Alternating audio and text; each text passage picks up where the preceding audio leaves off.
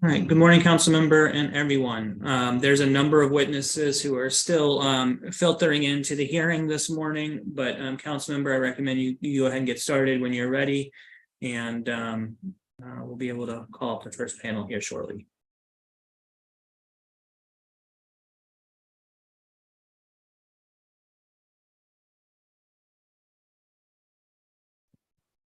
Good morning. I'm Robert White, council member at large and chair of the Committee on Housing. Today is Friday, March 31st, 2023, and we're meeting remotely via the Zoom teleconferencing platform. The time is now 9:04 a.m. and I'm calling to order this budget oversight hearing of the committee. Today, we'll be discussing the Department of Human Services.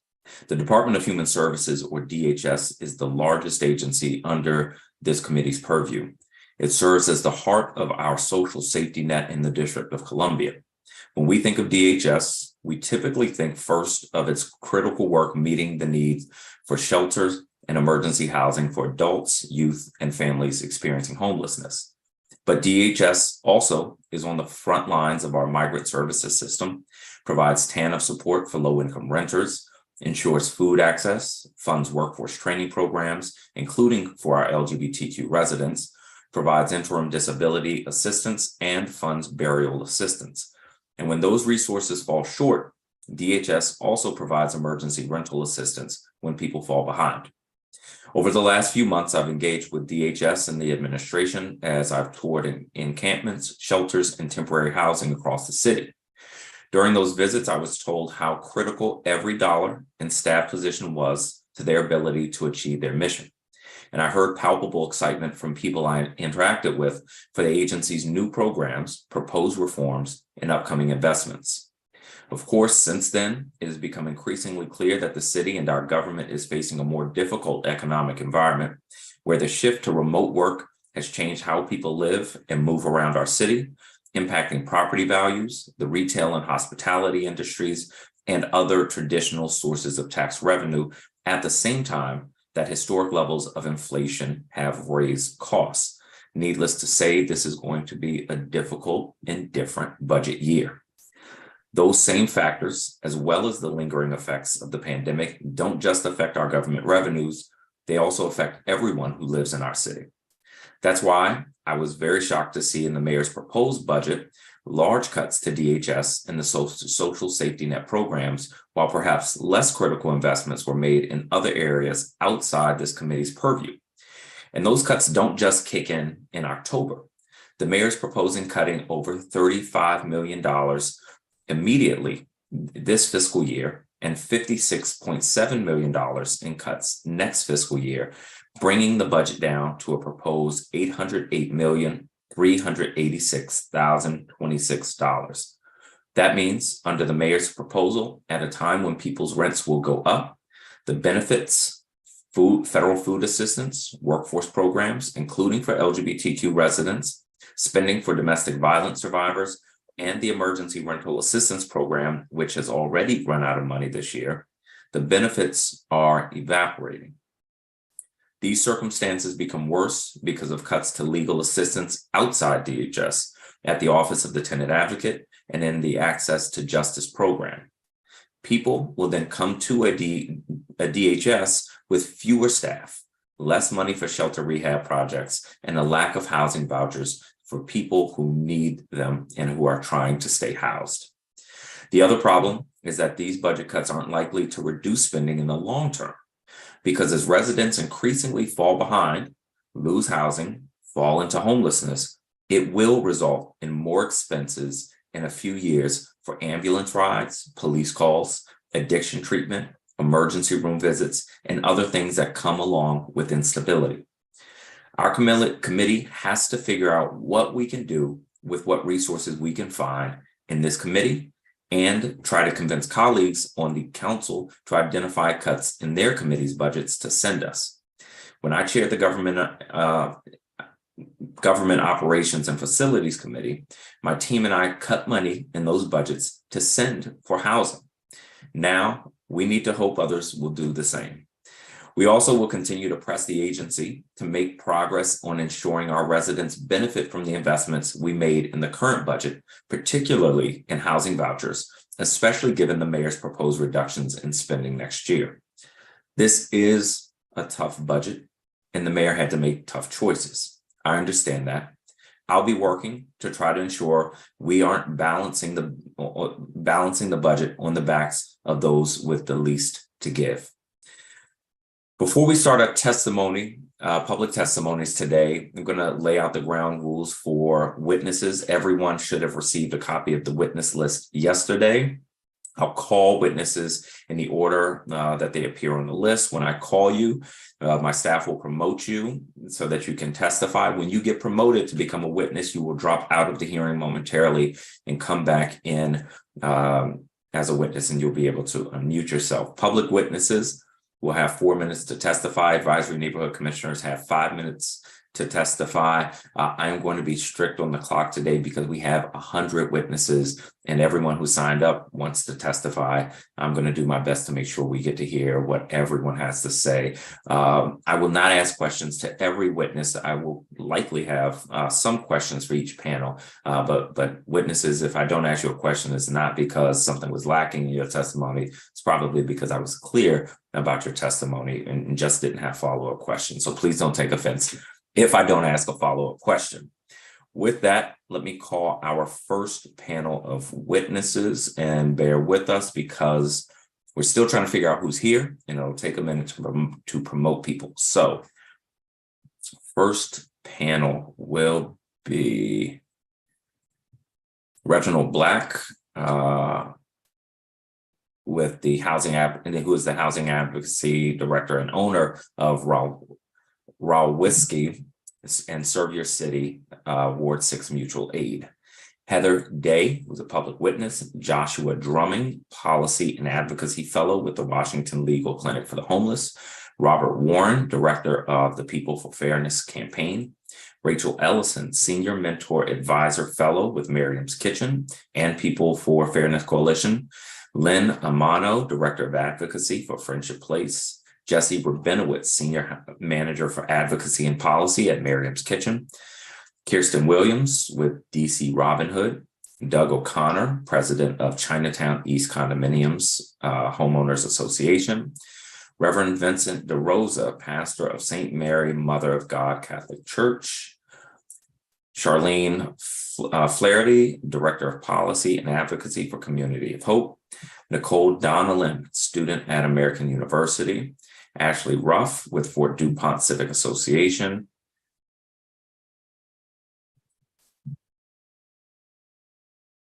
Michaela Deming, Policy Director with the DC Coalition Against Domestic Violence. Rachel White, Senior Youth Policy Analyst with DC Action. Hannah Francis, who's the Food Security and Health Program Coordinator with DC Action.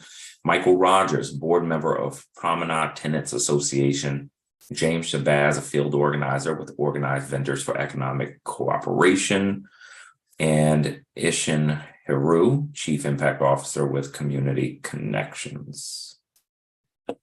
And just give us a moment to get everybody in.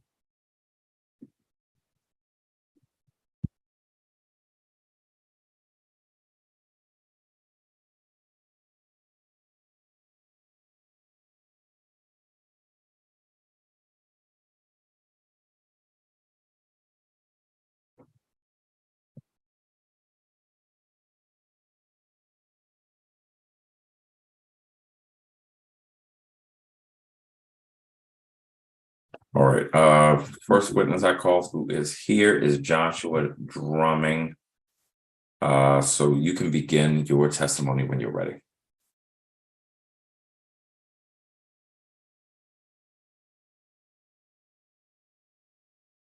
Good morning, my name is Joshua Drumming and I'm from the Washington Legal Clinic for Homeless. Since 1987, the Legal Clinic has envisioned and worked towards a just and inclusive community for all DC residents, where housing is a human right and where every individual and family has equal access to the resources they need to thrive. Mayor Bowser campaigned on the promise of ending DC homelessness, but her proposed budget does nothing to move the needle. The mayor's FY24 budget fails to invest budget resources towards DC residents' basic needs. Housing saves lives, but new voucher funding is absent in her budget. We and our coalition partners request that the FY24 budget meet the housing needs of DC residents by funding enough vouchers to permanently house roughly 4,500 households. $132.5 million out of a $19.7 billion budget is a small price to ensure everyone has a roof over their head. Vouchers are the most effective means of ending homelessness in DC, but the lack of funding for FY24 indicates that ending homelessness is a mayoral priority. That doesn't mean funding vouchers and other programs that support DC residents shouldn't be a priority for this council. Relatedly, we ask for better oversight of DHS and DCHA to reduce bureaucracy that induces voucher delays. Funding vouchers is important, but only part of the solution. People need access to existing vouchers, whether DHS can staff case managers or not. DC must get residents into safe housing and ensure they can stay in said housing once there. Considering that Bowser only allocated $8.2 million to ERAP in our FY24 budget, it's paramount that this council allocates additional funds to ERAP. Despite political narrative, DC residents are still hurting from the effects of the pandemic. Council must ensure residents can access sufficient funds to prevent displacement and increase oversight and legislative efforts to require reporting on ERAP administration and distribution, including timeline, staffing, and delays of administering organizations. This ask will require a minimum of $15 million in the FY23 supplemental budget and a minimum of $117 million in the FY24 budget. Sustaining an unaffordable housing market, cutting DC residents from rental assistance for hitting arbitrary time limits, and shuffling them back into homelessness is cruel. 3,100 families are in danger of losing their housing now that DHS plans to exit families from rent-free housing this August, and DHS intends to disallow people from requesting extensions. In response to these exits, DHS has mentioned families will be assessed for PSH and TH eligibility. Though potentially ideal, this plan is failed by the absence of PSH and TH funding in the FY24 budget, and capacity issues DHS cites as a preclusive factor towards housing individuals. DHS proposed DC Flex as an alternative, while helpful for some, is not a solution for those in rent-free housing. DC Flex provides people with $8,400 annually, regardless of family size or rent amount, for 5 years. Transitioning rent-free housing families to DC Flex will lead to families quickly running out of money and being evicted.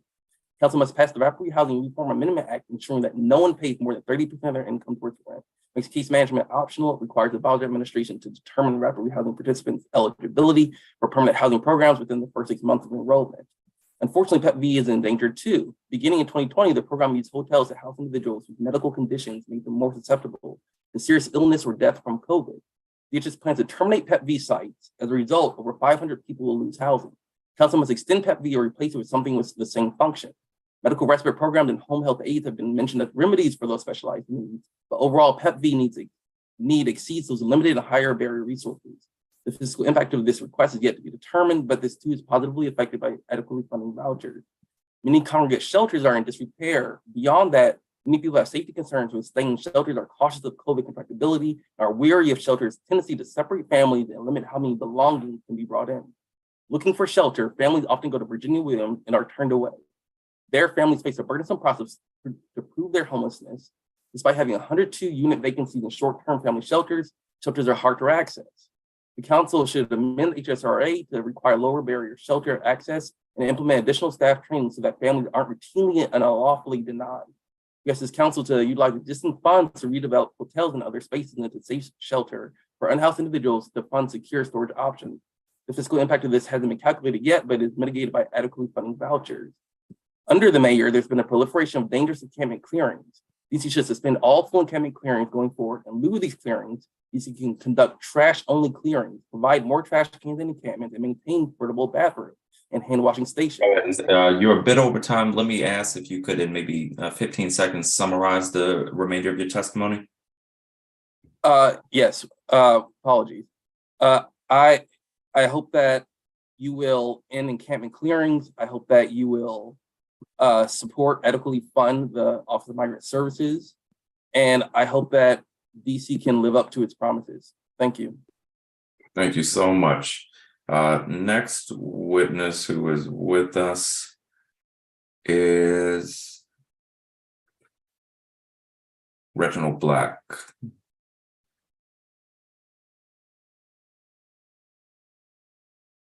Morning. Good morning. All right, I trust you can hear me well.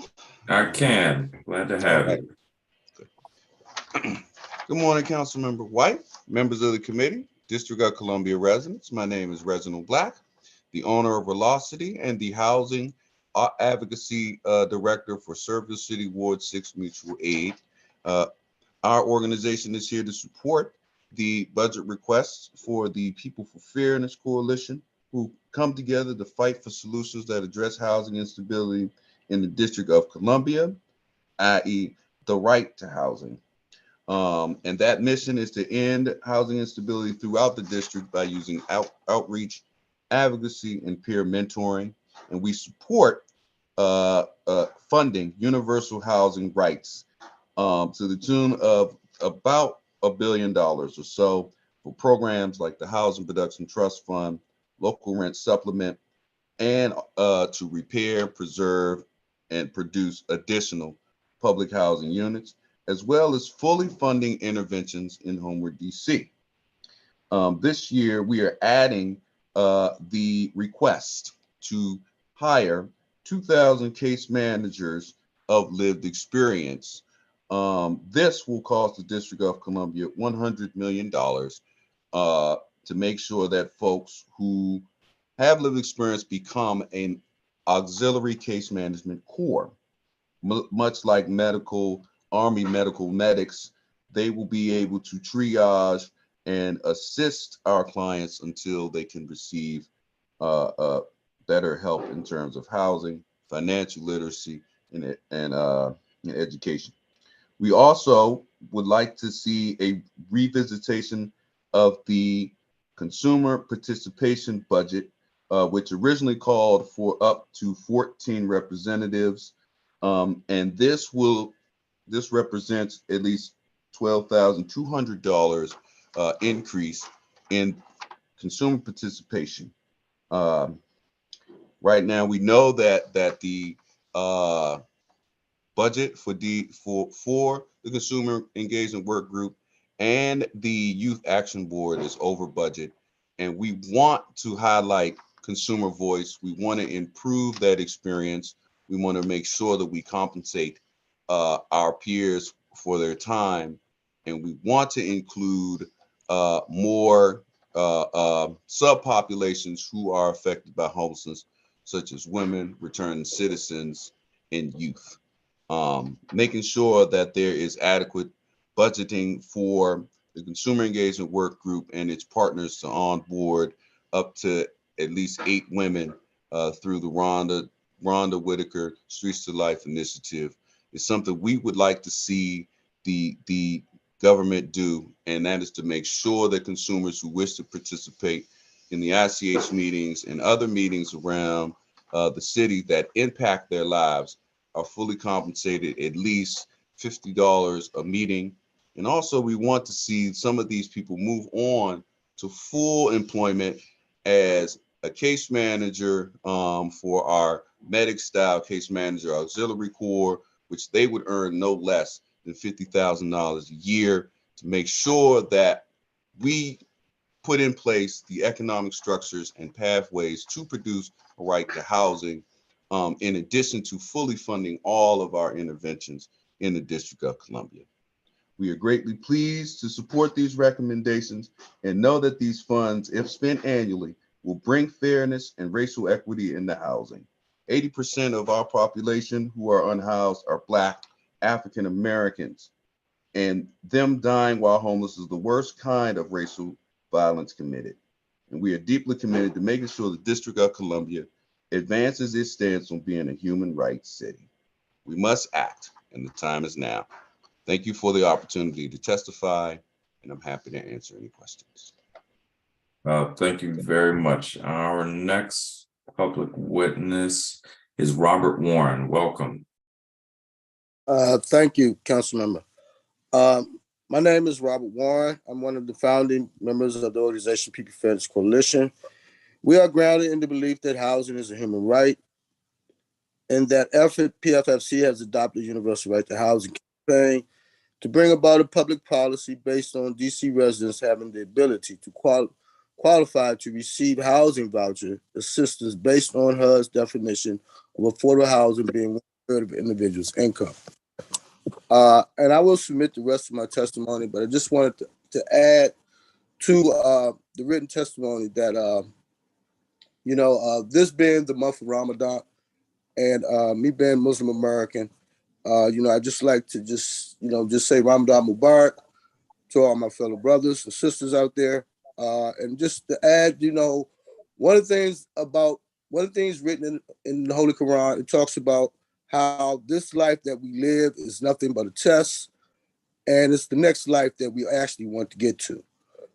And the test is first and foremost, how do we treat our mothers and fathers?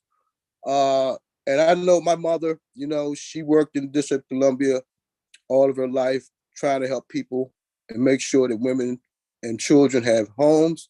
She worked for Anacostia Economic Development Center. She worked 25 years for Manna. And she also was one of the first senior people who actually died from COVID-19. And and I count that to the negligence of the former person who was in the White House mostly, and just us not looking out for our parents. And and that experience really took a lot out of me, as far as really caring about this life, and really, because really just, I don't know, I mean, just what we've seen and what we've been through. And the only thing that really got me going was going back out there in the community and doing COVID outreach into communities, into encampments, homeless encampments. And during that period of time, I watched older women. I met a 73-year-old woman who was living in this encampment, and she was under the impression that she had a family and a home, and that's all she was waiting on. I met another 70-something-year-old woman who was from I believe Arizona, and she came here to speak to her public official. And I met her in 2019, and I watched her be behind the green zone, what we call the green zone here in the District of Columbia, as we went out there to serve district residents. And I want to thank, the Department of Human Services, organizations like Miriam's Kitchen, Pathways to Housing, and other organizations that's in the business of helping people. I also watched men and women who died, through this pandemic, through overdoses, killings. I watched homeless people. I heard of homeless people set on fire in their tents, and so forth and so on. And I also know that it also talks about us being able to make sure that we're taking care of our youth. And I mean, far as the orphans, I watched our youth be criminalized and told that, I spoke with folks who work in centers, and how they talked about the youth of our city was really disturbing. I just really would hope that we would reflect on that, and that know that the mayor's budget is not a moral budget, and that we can't go back to business as usual. And I think, what we've been through with George Floyd and the pandemic, and for her in the city to come forth with this budget is just, for me, it's kind of distressful. Mr. Warren, you're about half a minute over, and I'm gonna cut everybody off, and I don't want to cut anybody off. I'm sorry, and I'll just finish with this. Tied up with this. Just thank you, council member, for the work you're doing and your open statement. Thank you for this time. Thank you so much. I appreciate it. Let me also encourage witnesses, if you turn on gallery view, you'll be able to see the clock, which will help. Rachel Ellison, you are up next. Rochelle Ellison. I'm so sorry. I did it last time. I got it right on the list and then messed it up again. That's Rochelle okay. Ellison, I'm sorry. Welcome. Good morning, Councilmember White and members of the committee. My name is Rochelle Ellison. I'm the Senior Mentor Advisor of PFFC, the leader of the Rhonda Whitaker Streets to Life DC Women's Initiative. I'm the Advocacy Fellow of Miriam's Kitchen. I'm on the Committee versus Working Group of CNHED, and I'm an advocate for the National Coalition for the Homeless. I was chronically homeless myself for 17 years and have been housed since 2009 by Housing First model of Pathways to Housing DC. And I'm a person with multiple years clean and sober who works in the same field that I'm in my own personal recovery journey from.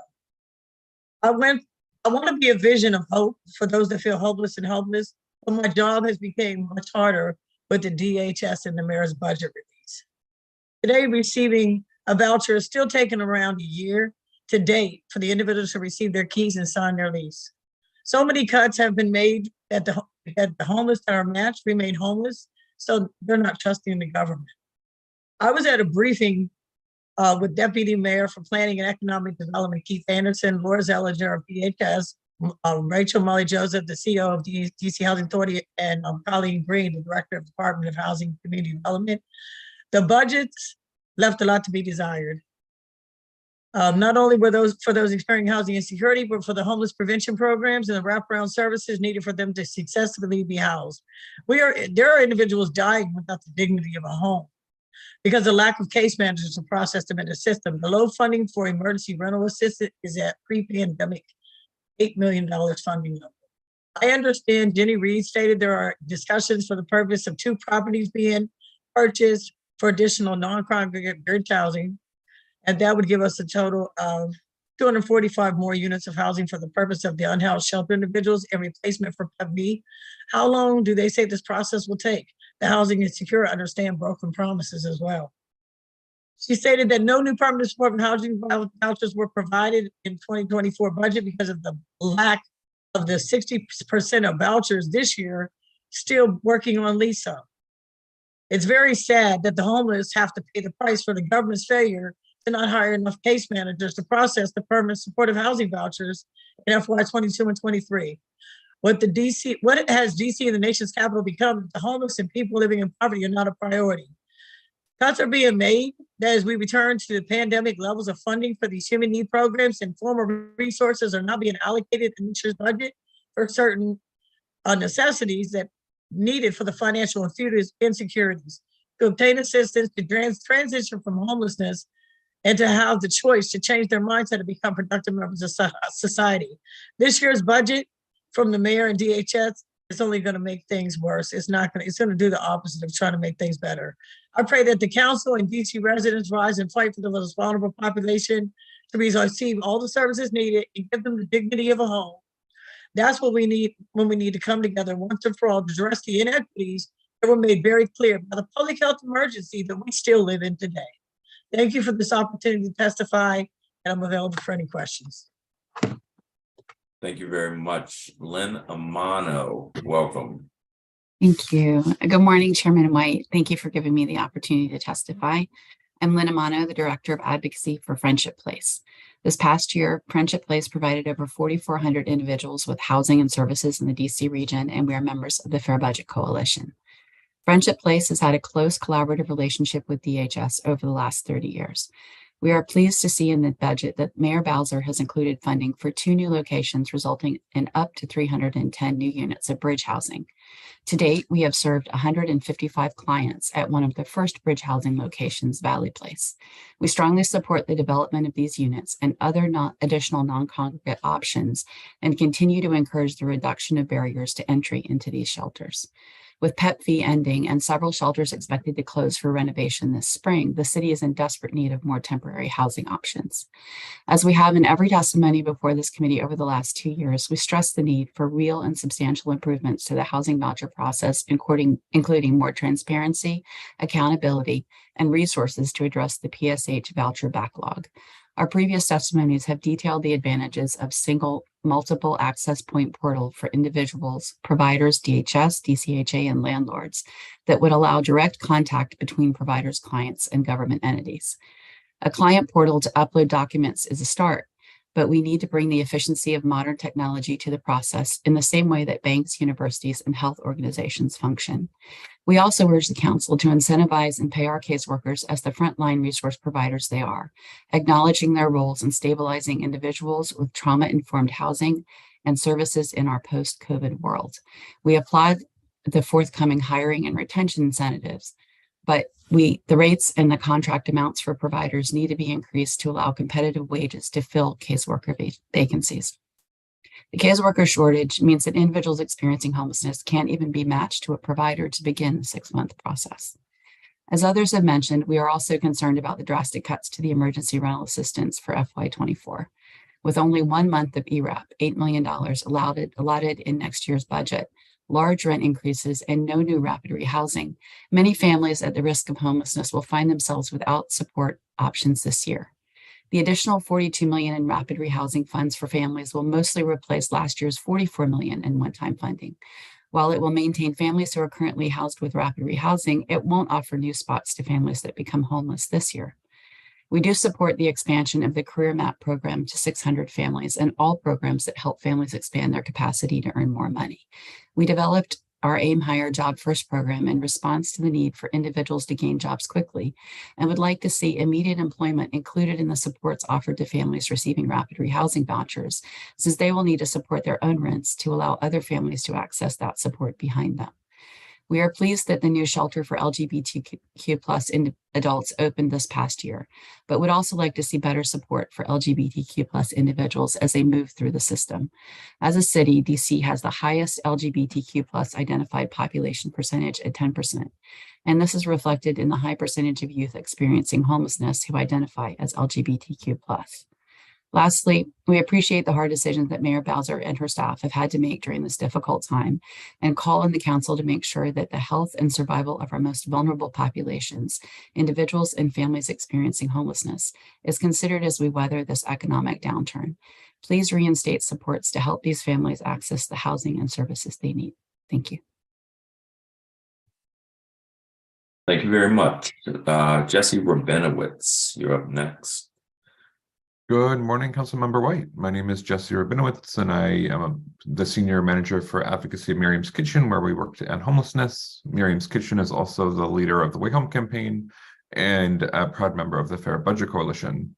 Mayor Bowser's proposed budget jeopardizes DC's shared goal of ending homelessness, especially for single adults.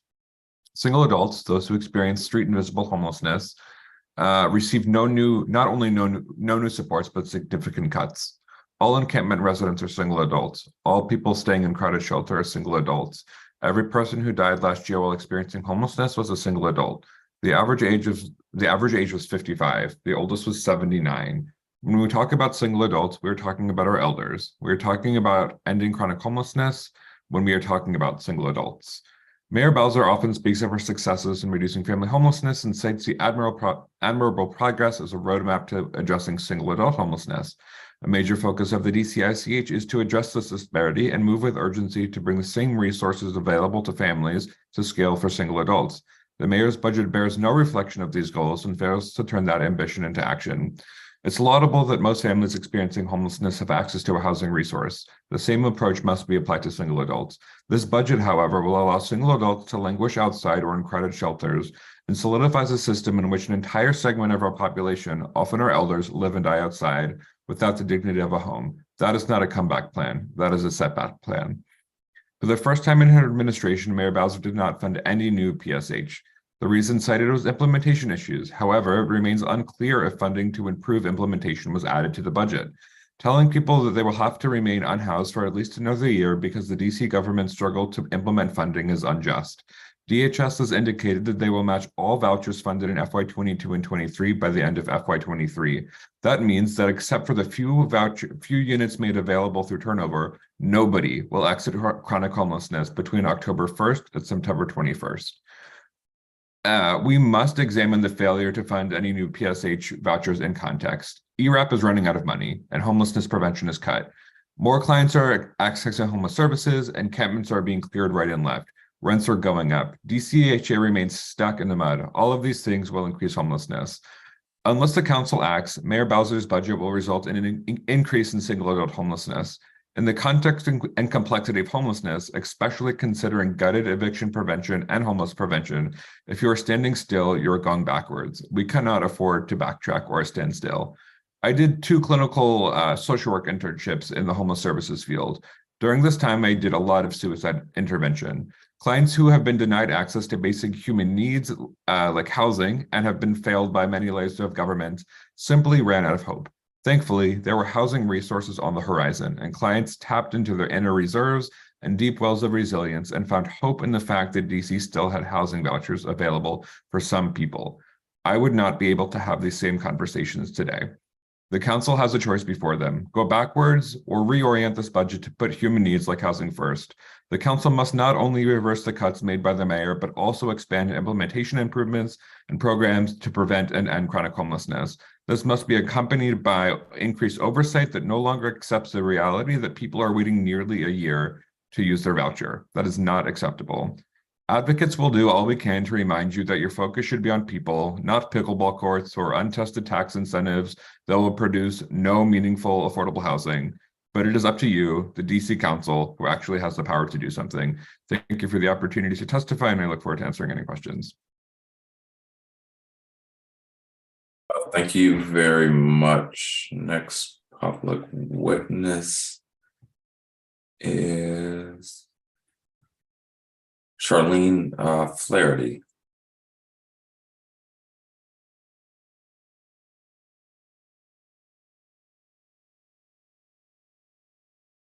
Good morning, Chairman White. Thank you for this opportunity to testify. I'm the Director of Policy and Advocacy at Community of Hope, which is a federally qualified health center and provides homelessness prevention, short-term rapid rehousing, and permanent supportive housing programs. In 2022, we worked to prevent and end homelessness for approximately 1,400 households, the majority of which are families. We at Community of Hope are very grateful to the Council and administration for your longstanding investment in people and support the use of the city's fiscal reserve to help close the funding gap and ensure there are not more drastic reductions in services. In the midst of the funding crisis, we applaud the administration's raising eligibility for the child care subsidy from 250% to 300% of the federal poverty line, which will make families of more than 2,000 additional children newly qualified for the subsidy. For many of us, it may feel as if the pandemic is over. This isn't the case, however, for those in the district who, as a result of the pandemic, have become even further entrenched in economic inequality. This is especially true for Black and Brown women and children. As of 2020, rates of deep poverty were higher than pre-pandemic rates. Low-wage workers lost jobs at 5 times the rate of middle-wage workers. The picture was no brighter in DC. As of January 2023, the unemployment rates in Ward 7 and 8 remain on par with the high district recessionary employment rates of 2021 and 2022. Given these realities, we are extremely concerned that the proposed budget grossly underfunds ERAP, cutting it to the pre-pandemic amount of $8.2 million. Mayor Bowser stated circumstances have changed over the past year that have reduced the need for so much emergency relief. For DC residents who live in pervasive poverty, circumstances that have anything but changed. The $43 million budgeted for 2023 ran out 6 months early, when about 1/3 of extremely low-income renters cannot afford more than $200 a month in rent. In fact, ERAP is effective at keeping tenants in their homes and is far less expensive than the cost per household for the district shelter system and the increased healthcare costs for individuals and families who become homeless. Case in point, Community of Hope's homelessness prevention program has been very effective in preventing families from becoming homeless. We served 704 households in 2022. The ripple effect is such that our HPP program has already had to reduce HPP short-term subsidies that are so effective in keeping families out of shelter. Instead, these families are referred to rapid rehousing, which places a bigger burden on the higher cost programs. There is also a real need to address systemic barriers to ending homelessness and to right-sizing and adequately funding programs that work. Permanent supportive housing is a SAMHSA evidence-based program with housing retention rates of 85%. However, instead of growing to meet the need, the mayor's proposed budget reverses progress, holding PSH vouchers flat for the first time. The administration justifies no new vouchers because there is a backlog of existing vouchers. This, however, is not a good reason to delay progress, as DHS also states they believe all vouchers funded in 2022 and 2023 will be matched to clients by the end of fiscal year 2023. In order for PSH and family housing restabilization to realize their potential, the district must also support providers in attracting and retaining frontline and supervisor staff. For instance, many vital human services jobs in the district currently filled by social workers do not require social work degree or licensure. However, social work degree holders are required to pass the Board of Social Work exam to practice in their field. Those who are unable to pass the bachelor's or master's level exam are unable to work in the field. Overcoming these endemic workforce barriers will require innovative solutions, including increasing contract funding to ensure fair wages and eliminating the SWB testing requirement. In closing, we thank the council for your reflective and critical analysis of the mayor's proposed budget. As already stated, our community continues to experience great need, even as funding to address those needs goes away. Please ensure that the budget rightfully places the poorest residents of DC as our first priority in the budget. Thank you for your time, and I'm happy to answer any questions you might have. So much. Our next public witness is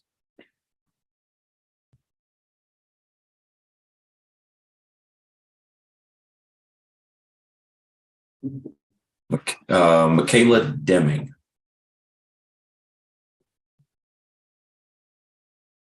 Good morning, Chair White. Thank you for the opportunity to testify this morning. My name is Michaela Deming, and I'm the Policy Director for the DC Coalition Against Domestic Violence. We're the federally recognized statewide coalition of domestic violence service providers in the district, and that includes domestic violence specific housing providers, counseling and case management services, legal service, culturally specific organizations that serve African, Latinx, Asian Pacific Islander, immigrant, LGBTQ survivors, teens and youth, and deafblind survivors. 39% of women and 25.5% of men living in DC have experienced sexual violence, physical violence, stalking, or some combination of those perpetrated by an intimate partner. DHS, as we know, administers local and federal funding for domestic violence services, and their grant dollars support critical services like housing options for survivors, which allow them to escape abuse and rebuild their lives, advocates who answer emergency calls and link survivors with critical resources, culturally specific service providers who serve some of the most under-resourced communities in the district, and prevention services. DHS also uses local funding to support programming like providing technical assistance for Virginia Williams Family Resource Center staff and supporting survivors who go there for housing so that they can access domestic violence services. This one program at Virginia Williams, staffed by one of our member programs, Dash, who you'll hear from later, made 889 referrals to link survivors with resources and support. The reality is that the FY23 funding for domestic violence services was already not enough to meet the increased demand seen during the pandemic that never went back down. We continue to advocate for investments in domestic violence housing for emergency, temporary, permanent supportive, and affordable housing. An $18.6 million investment would provide housing for nearly 200 additional survivors and their families. The true cost of survivor safety is currently not being met by the DC government. Our core services have been chronically underfunded. The tiny gains that were made in FY23 have been wiped out in the mayor's budget. Domestic violence continues to be a leading cause of homelessness in the district, with 20% of unhoused single adults and 45% of unhoused families reporting histories of domestic violence, and 41% of those individuals reporting that domestic violence is the reason for their homelessness. However, DV programs provide less than 2% of emergency and crisis housing units in DC and less than 1% of PSH. The domestic violence community continues to question, when the need for domestic violence services are identified within the district's own data, why are we continuing to reduce funding dedicated to organizations with the expertise to address this leading cause of homelessness? The mayor's budget proposes an 18% cut, over $500,000, to the domestic violence services line in the DHS budget. For comparison, we know the whole budget for DC is down only 1.3%. The overall cut to DHS is down 6.6%. Domestic violence services and the survivors that rely on them are shouldering the weight of these disproportionate cuts. That Virginia Williams program and Dash program I mentioned will be devastated under these cuts. We also stand with the Fair Budget Coalition and support their budget platform, which fully incorporates our budget platform. Domestic violence services funding must be restored across the budget chapter so that we can continue to provide life-saving support to survivors across the district. I did want to mention here that our members are still struggling. Our grants and contracts that were periods that began in October of 22 are still not getting reimbursed for their expenses 6 months in. I know we raised that during performance oversight, but I wanted to raise it again here. And I will close by saying we greatly appreciate your commitment to addressing the needs of survivors and the organizations working with them. We urge you to restore funding in the DHS budget for domestic violence services and to allocate additional funding to support the work. Happy to answer questions. Thank you for the opportunity to testify. Very much. Ms. Deming, one of the questions I'm going to ask you when I get to questions is about these contracts. So if it looks like I'm forgetting, please shout out because I want to make sure we get more information. Rachel White, you are next. Welcome. Thank you. Good morning, Committee Chair White and members of the Committee on Housing. Thank you for the opportunity to address the Council today with respect to the proposed budget of the Department of Human Services. My name is Rachel White, and I am DC Action's Senior Youth Policy Analyst. At DC Action, we use research, data, and a racial equity lens to break down barriers that stand in the way of all kids reaching their full potential. Through our Youth Economic Justice and Housing Coalition, we advocate with youth and youth-serving programs in the district for policies, funding, and programs that expand access to comprehensive support and services that disconnected youth and youth experiencing homelessness need to successfully transition into stable adulthood. We're also home of DC Kids Count, an online resource that tracks key indicators of child and youth well-being, and a proud member of the Fair Budget Coalition.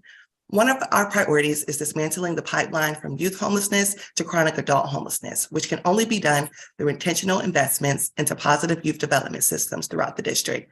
By investing early and helping young people find stability, we're cutting off a primary contributor to chronic and family homelessness. Two ways to obstruct the youth to adult homelessness trajectory are by providing youth in the district with a homelessness sector that is fully funded so providers can continue to provide quality programming that meets the needs of youth, and by creating a pathway to economic freedom in the form of workforce development opportunities that result in long-term employment with a livable wage.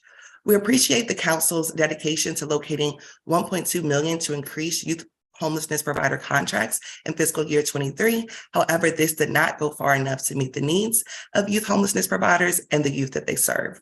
Operating in a sector that is not fully funded exacerbates the existing gaps in service delivery for youth experiencing homelessness. We're asking the Council to increase provider contracts by at least 9% to account for inflation and also give providers the opportunity to administer recruitment and retention bonuses for frontline staff to ensure continuity of care for youth served by their programs. A 9% increase translates to an additional $3.5 million in funding to the youth homelessness continuum. I will now focus my testimony on the continued need for targeted workforce development opportunities for youth experiencing homelessness.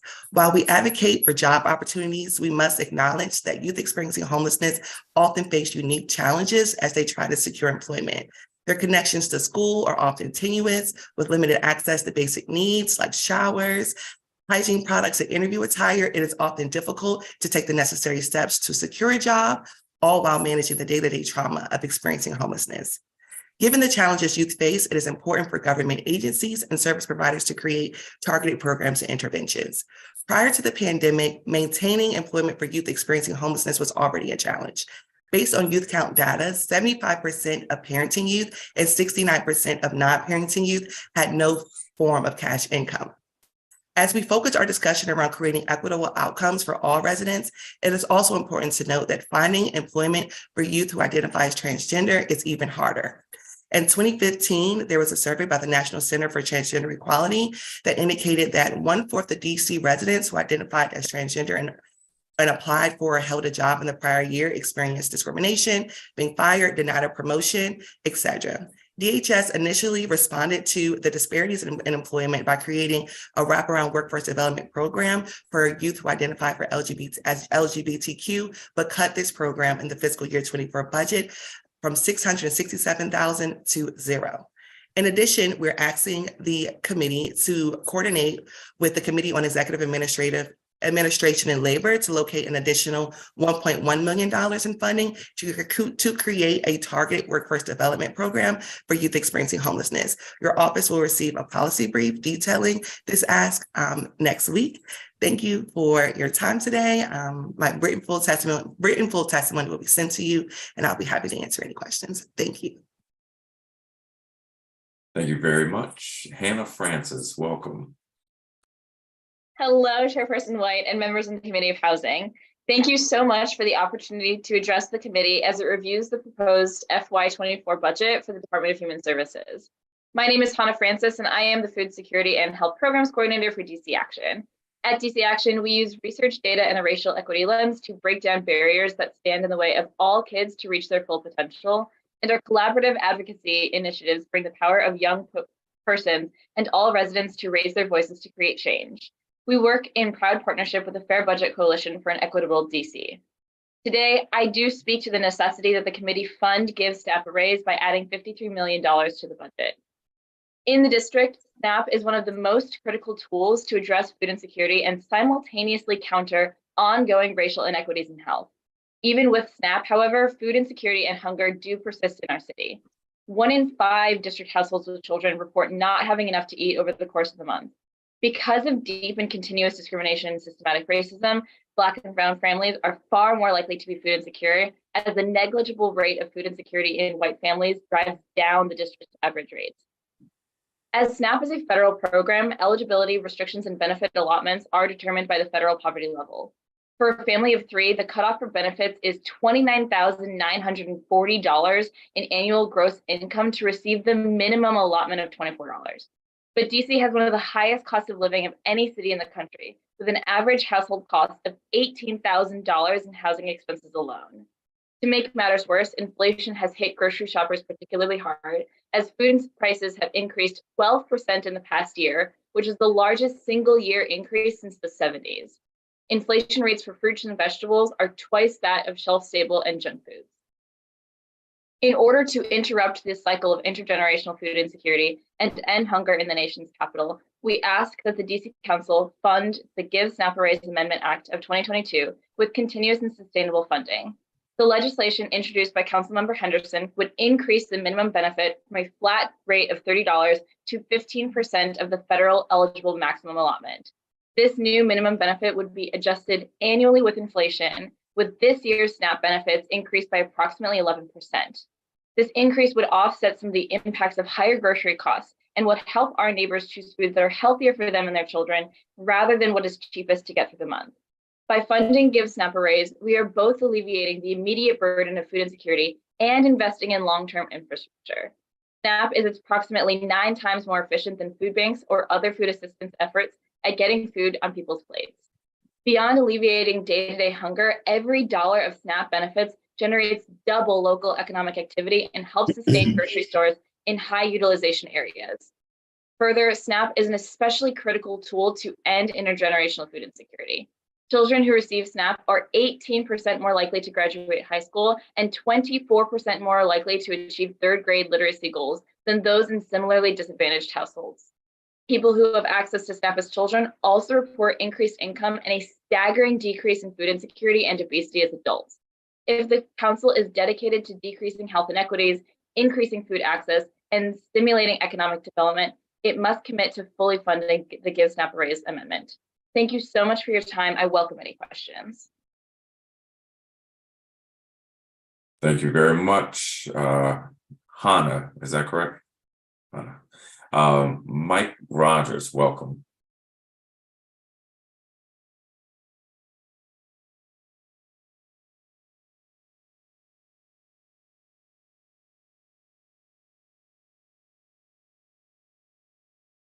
Mike Rogers, you can go ahead.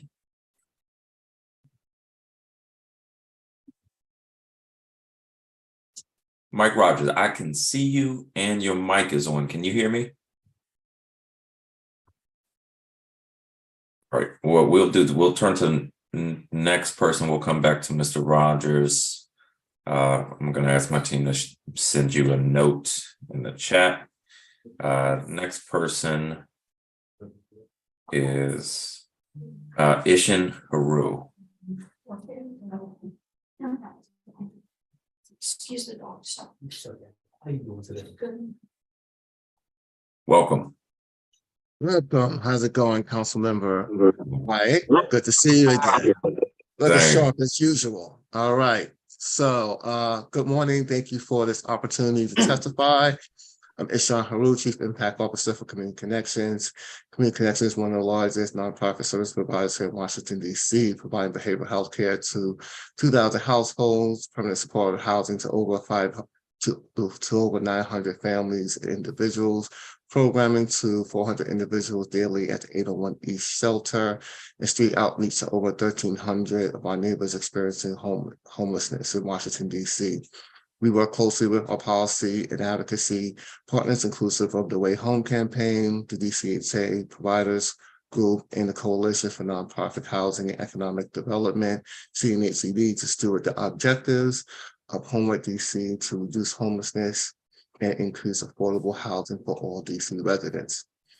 We would like to acknowledge the efforts of the Office of the Mayor to draft a budget that addresses the financial challenges faced by the district while focusing on the immediate stability and future prosperity. We would like to give thanks to the Department of Human Services for their partnership and steadfast commitment to serving the communities of Washington, D.C. with focused compassion. The proposed budget cuts Project Reconnect DC's program to prevent homelessness for single adults by half.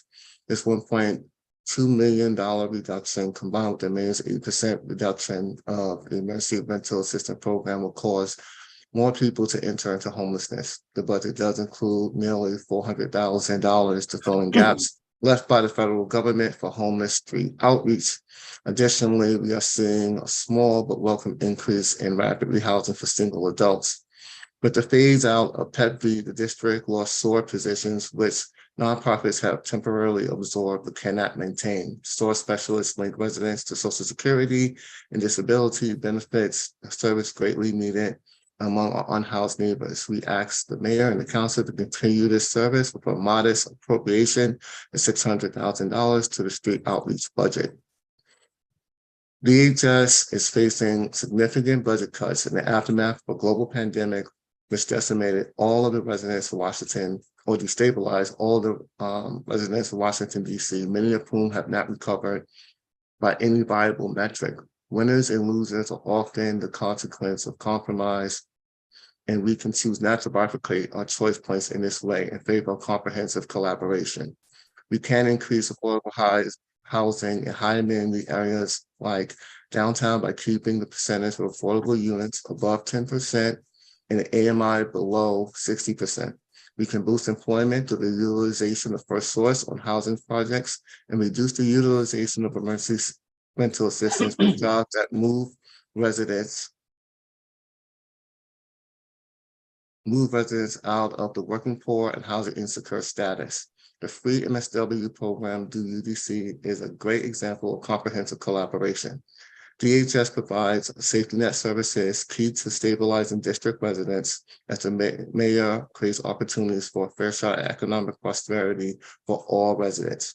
We would like to publicly acknowledge Director Laura Zeilinger and her leadership and partnership and working towards all the solutions and challenges mentioned today. I thank you for your time, and I'm happy to answer any questions to the best of my ability.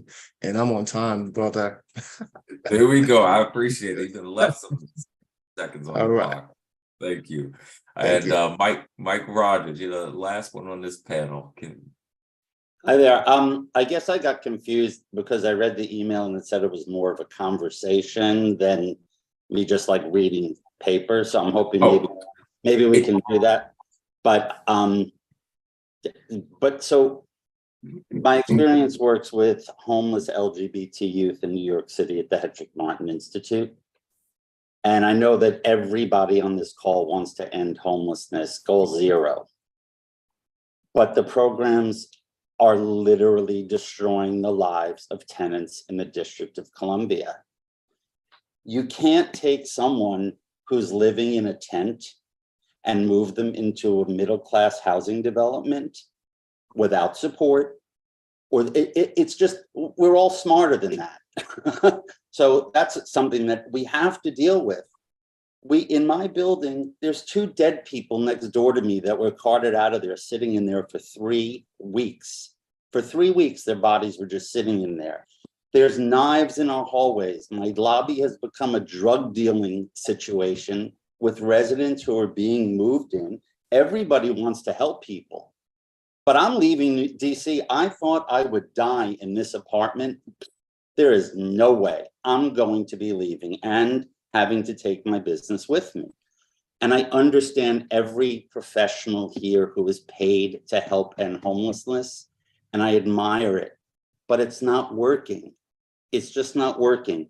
I have videos. I'm not going to send them around to embarrass people in the videos of naked people on drugs, dancing in hallways, pounding on doors, demanding money. Our lives are being made miserable. And the thing is, my landlord let a 22-year-old transgender woman of color sit in the lobby overnight because she was behind paying her key fees from losing her keys so many times. They told her, sit in the lobby overnight, right? A 23-year-old guy is given a 1.5-story, 900 square foot townhouse on a swimming pool deck. This is insanity. Take some of that money and help another person. People shouldn't be handed 2-story townhouses on decks, a single guy. I mean, why not some square footage limits? Why not you can have a studio limits, something. And then the last 2 points or 3 points of this, you call the programs permanent, literally as if there's no goal to help people move out of them. You have this permanent program. Why aren't we trying to help people? Why aren't we trying to help people? Like in this building, I live with someone who has so much anxiety, she cannot leave her apartment. I believe her. Why isn't she a customer service agent with a headset for AT&T at $25 an hour? The social service people don't work with the homeless people. They're not connecting. And they have these joint task forces that you're not able to appear before. There's no opportunity for the people who are supposed to bring all this stuff together to sit in a room together. But here's the worst, and I think everyone in this room agrees. These landlords have shafted the district. We all read the article in the Post. While there are poor people who can't get their licenses back to get a job to drive because they owe $200 to the DMV, being denied their license, people who need that, the money that Phil Mendel said, no, we're not going to go back to landlords and ask for these millions and millions and millions of dollars back that the housing authority didn't do their job. Why isn't that money coming back to help more homeless people? I'm not looking for it to build pickleball courts. Why isn't that money being given to help the problem with you guys? That's it. I appreciate it. It's a good way to end this panel, Mr. Roger. I appreciate your testimony and your candor. I will say a few things just to start out. I don't agree that there's only sort of certain type of housing that unhoused people should be able to have, and a lot of people who are experiencing or were experiencing homelessness need additional supports. But it's different for every individual. Any of us could end up in these circumstances. So agreed. I would say it's not accurate that no one can move from on the street to middle class neighborhood. Let me say the this. other thing, hold on, because we're going to discuss it, and I really do think you're making some good points, and I want to get to those. If we determine that there's only a certain type of neighborhoods, a certain type of housing that people should move into from homelessness, then what we do is we concentrate poverty in neighborhoods that are already struggling. So there are policy choices that lead to what we're doing. But something you're pointing to that is incredibly important is that when we help people with come out of homelessness, you can't just throw most people into a place and say, oh, we've done our job. It has to come with services. A lot of the people testifying provide those wraparound services, and they are here. Not well. Clearly, they're not. Well, hold on. Don't judge their work because they have the resources that they have. So here's what's happening right now. Right now, a lot of folks on this panel are saying we're having trouble attracting people to work for us because we can't pay them enough to keep them. So why are vouchers being given out for $2,500 townhouses? At the same time, the mayor's saying we're going to offer exponential hiring bonuses to attract and retain law enforcement, but we're going to throw pennies at the mental health and clinical issues And we wonder why we know end up in her and all that. situations I mean, like what you're describing. So I wouldn't gotta waste my get those time wraparound testifying services. before her, let's say that. So But I'll leave it at this. I'll leave it at this. I've lived here for 26 years. There haven't been 26 police calls in 26 years. Now there's 2 dead people next door, and the police are here twice or thrice a week. So now that I'm leaving, I'm out of the district over this.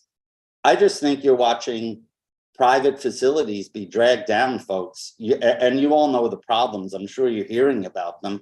Who's representing us in the system? And I'll leave the last thing again. Go talk to Phil. Literally, he's saying, nah, we won't take the money back from the landlords. We won't, the whole thing that you're just letting these people walk all over you. It's crazy. So we have a bill regarding the issue with the landlords, and we're going to move it expeditiously. My colleague Matt Fruman just introduced it. I'll leave it at that.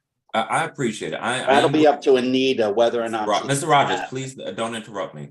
I am really glad you came because you are highlighting issues that other people are highlighting. I worry sometimes that we're not hearing each other. So I think there are things you said that a lot of people disagree with, but there are things you said that I hope everybody heard, because what you're experiencing and feeling, other people are as well. It's going to create, and it is creating, pushback against homelessness. It's making it harder for folks to do their jobs, and people are leaving the city because of it. And so in digging into this a bit more, let me start by asking Jesse Rabinowitz. No, I'm sorry. Let me start with somebody else who was talking about difficulty attracting and retaining workers. Charlene Flaherty, let me start with you. You mentioned having a difficult time attracting good staff. Why are you having a difficult time attracting good staff? Yeah, thank you, council member, for the question. First of all, there's competition in the workforce, right? So there are private sector positions now, even larger nonprofits in the hospital system, the healthcare system, where the stressors are less and the compensation and benefits are more. So the nonprofit sector doing this work is really at a disadvantage. And I would also suggest that bonuses are wonderful and we're very grateful for those. But the thing we really need to address, I think, is the long-term pay of these folks. So not just the bonuses, but what are people compensated day in and day out for this very difficult work? What's the pay now? To be honest, I don't want to, there's different pay for different levels okay. Within an organization. We can provide that to you. But that increasing the base salary is as important as any bonus. And I will also say it's really difficult in programs to compensate one group of people and not compensate the other. So there's an equity issue within programs on that. So, but we'd be happy to provide information regarding salary levels, and we'll follow up with that. I appreciate it. And you mentioned getting rid of the social work exam, which is something that's been discussed for months. Now it's being discussed nationally. I mentioned at our oversight hearing, I am going to introduce a bill to address this. This will allow us to get more people to do this work so that we're not seeing the types of gaps that Mr. Rogers is talking about, the types of gaps that a lot of you are mentioning with respect to your services. Mr. Haru, what are your hardest to fill positions with respect to your DHS related work? I would say our hardest to fill positions at this point in time would be our licensed MSWs, just because there's just a lot of different things going on with that, specifically whether or not the exam is fair and equitable when it comes to people of color who happen to fail that exam at a much higher rate than their white counterparts. There have been some changes to the permanent supportive housing contract, which will alleviate some of that. but we do recognize the need for people with licensure to help oversee the programming that we're engaged in, because it is important. So even with them creating a way for us to ease some of that requirement, we still feel that it is necessary. And thus we will still be in the market competing for those folks. So, and like I said in my testimony, the free MSW program that's going to be offered through UDC is a great start. I appreciate it. That is a program the mayor did not include it in her budget proposal. I hope you all will reach out to council members asking them to support it. I am trying to get this done in this budget, but I will need a lot of public support on that program, which I think is very important for addressing these issues. Jesse Rabinowitz, you mentioned the voucher backlog. Could you talk about your thoughts on any thoughts you have on clearing the backlog, but with that, how we address the types of issues that Mr. Rogers mentioned in his testimony? So getting people into housing is one aspect, but there are other services we have to offer people. Absolutely. I think the point you made, council member, that we're offering MPD $20,000 signing bonuses while we're offering social workers $1,500 signing bonuses shows what type of work we value as a city. And the mayor has shown time and time again that she can find money when she wants to. And this budget shows that she did not want to find money to end homelessness or address the implementation issues that have been raised. We understand that DHS had a pretty significant cut to their staff. They have shared with us that they need more staffing to implement the vouchers. So I think that's something to dig into. We have also testified and will testify again about the huge delays created by DCHA and the need to remove them from the PSH voucher process. There are thousands of people who could be in housing that aren't because we're not moving with urgency. And things like hiring more staff at DHS, increasing provider pay and capacity, but also generally just orienting a system that wants to end homelessness and prioritizes moving quickly is what's needed. It's not acceptable that we're, telling people that, it's going to take you a year, maybe. Like that's a long time. And so I'm happy to resend our policy recommendations on what can be done to speed up implementation, but it's DHS staff, fixing DCHA, paying providers more, some of the social work licensure stuff that Ishan was mentioning, and I'm happy to follow up with those. I appreciate it. Lena Mano, you mentioned the rates and contract amounts need to be higher. Can you say a little bit more about that? Right. So DHS, the work that we do as a nonprofit is contracted work with DHS, right? So the rates that we pay our individuals aren't specifically specified, that there's some room with the individual organization to be able to determine that, but sort of the overall contract amount determines how much we're going to be able to pay those individuals for those positions. So like what's happened at our organization that has helped us hire a little bit, I'm sorry, of course my cat does it, is that we have added additional financing to help support our positions from private donations. That has made us competitive to be able to do a better job of hiring, and that has helped. So there is sort of proof out there that an increase in the ability to pay those individuals is something that will help attract and retain. Thank you. I do have a few more questions. I see your hand was up. Okay, not. Let me turn to my colleague, Councilmember Fruman. Thank you very much, Chairman White. Great to see this panel. What a great cross-section of folks involved in these issues. Mr. Rogers, I hear all of the concerns that you raise, and I have to say that I really admire the way in which you frame it, which is to say that you see issues on the ground and you want this program to work in a way that better serves the very homeless people who we're all trying to help. And it is a very difficult conversation. Sometimes people raise issues and they're treated as if they're being unfair or being exclusionary. But the place where you're coming from in raising these issues, I think, comes through. The level of your frustration comes through, but the place that you're coming from in raising the issues comes through. And I think that's really important for all of us to try to do, because this is a tricky space and we need to be finding solutions.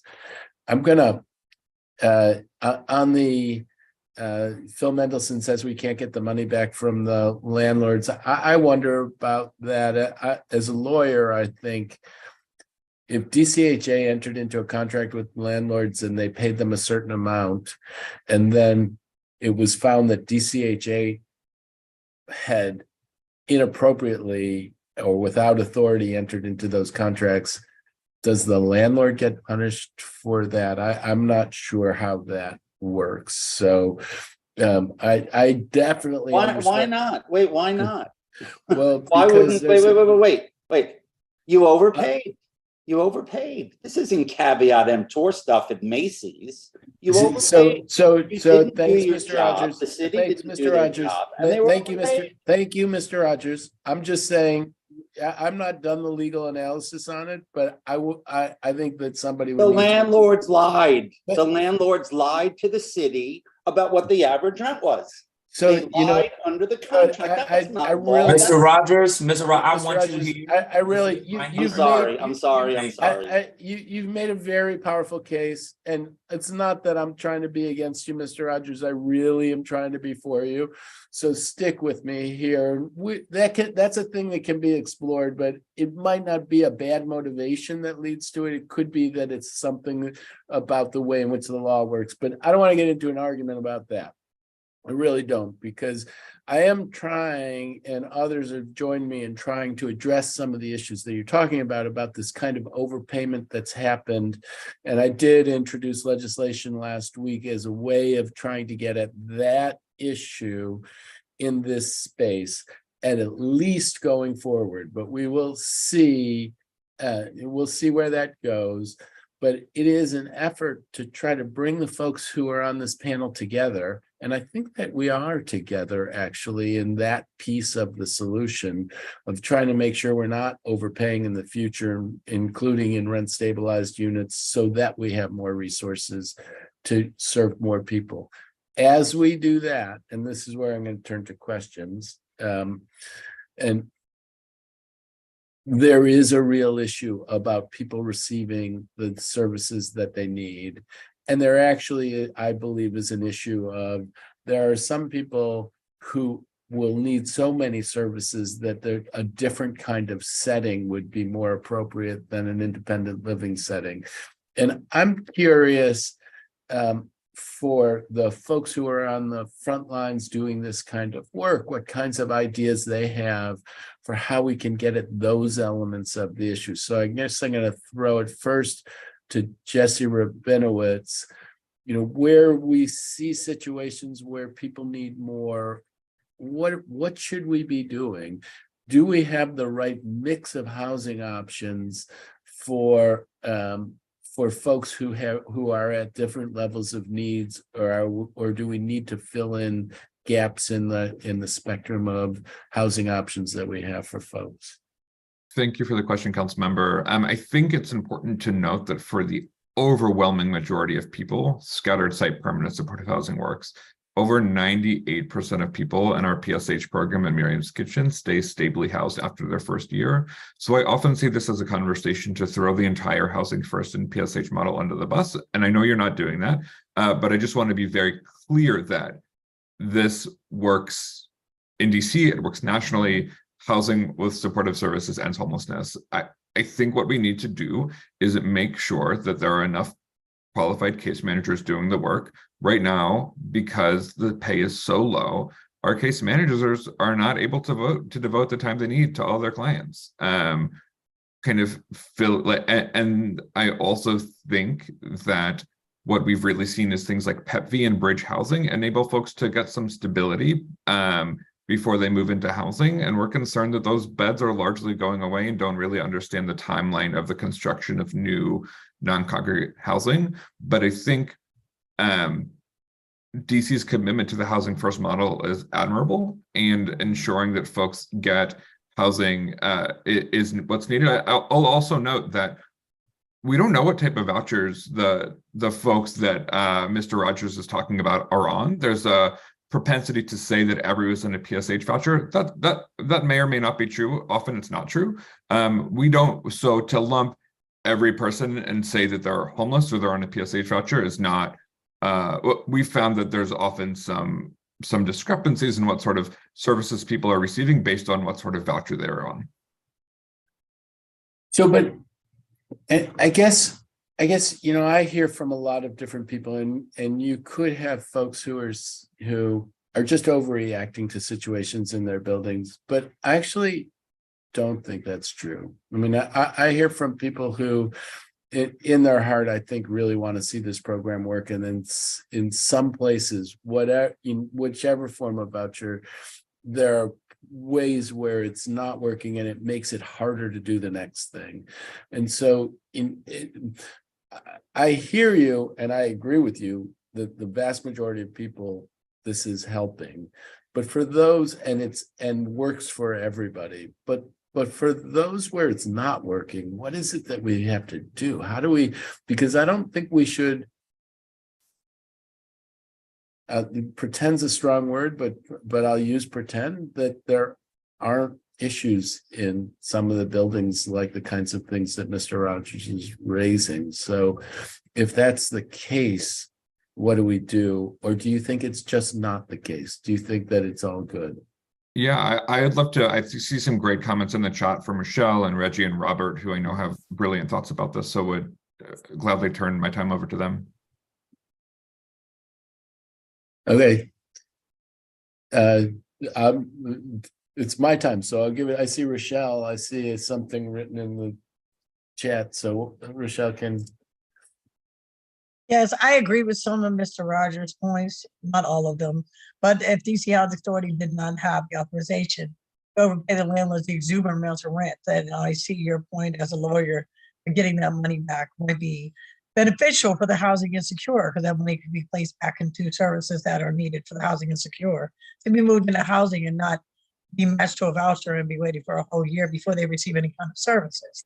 So that's the kind of point that I agree with there. And people with lived experience would be better case managers if you would move all that to the side. Of course, we'd be HMIS certified, and I'm HIPAA certified, and I have all the credentials to be a housing case manager.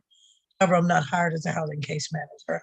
And we are very passionate people with lived experience who've also been chronically homeless with co-occurring disorders at some point in our lives. So I believe the backlog would be moved faster using people with lived experience. Thank you for allowing me to answer. Well, and I thank you very much, Ms. Ellison. And Reginald Black also has a comment in the chat. Reginald, if you will elaborate on what you're getting at with that comment, if you would.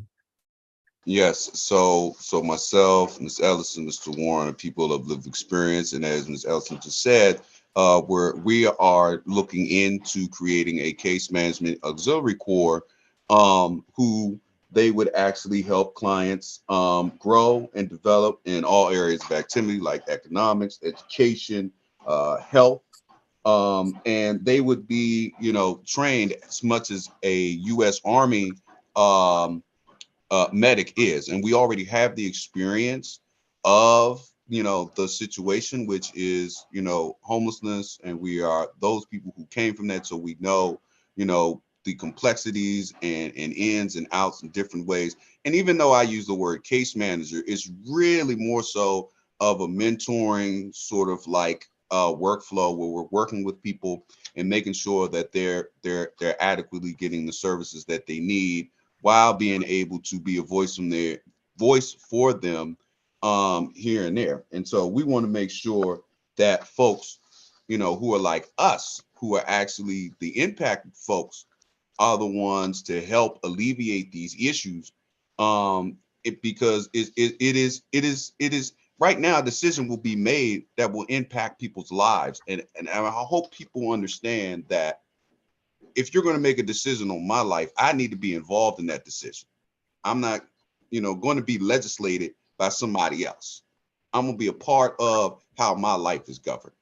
And so helping us do that and putting that $100 million for the lived experience auxiliary case management corps is essential for this budget. So So I think my time is expired, although, I suspect we'll be back and forth on these issues all day. I just got to say, I think that that's a really constructive part of the conversation. And it may be that things that Mr. Rogers said or things that I said felt like, fingernails on the chalkboard to some, but we're groping to try to find solutions that can work over the long term. And the only way we do that is by having a back and forth with the folks on this panel and who will be coming throughout the day. And let's work together to get there. With that, I'll turn it back to Chairman White. Thank you very much, Councilmember Fruman. On that point, I think it's an important point. If we're going to find solutions, we can't just talk to and hear from the people that we agree with. I want to make sure this committee is hearing all perspectives, because I want us to make progress on homelessness, on housing, on human services. And this is the place where we debate and dig into those issues, always respectfully. So I appreciate this dialogue quite a lot. Michaela Deming, let me ask you a couple questions. First, with regard to supporting survivors of domestic violence, you mentioned that there were 889 referrals to link survivors with resources. I imagine all these referrals are not need for housing. What is the housing need in the domestic violence space? Thank you for the question. And you will be hearing from Dash later about that specific program and their data more specifically. I will say that when we look at the homeless point in time count for last year, our most recent data, the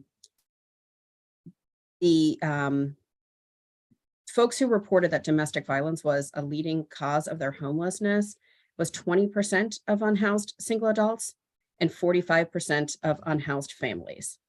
And then when they asked further and they said, okay, but is that the reason you're homeless today? 41% of those folks said, I'm homeless today because of domestic violence. And so we've got this really high number of domestic violence survivors accessing the homeless system.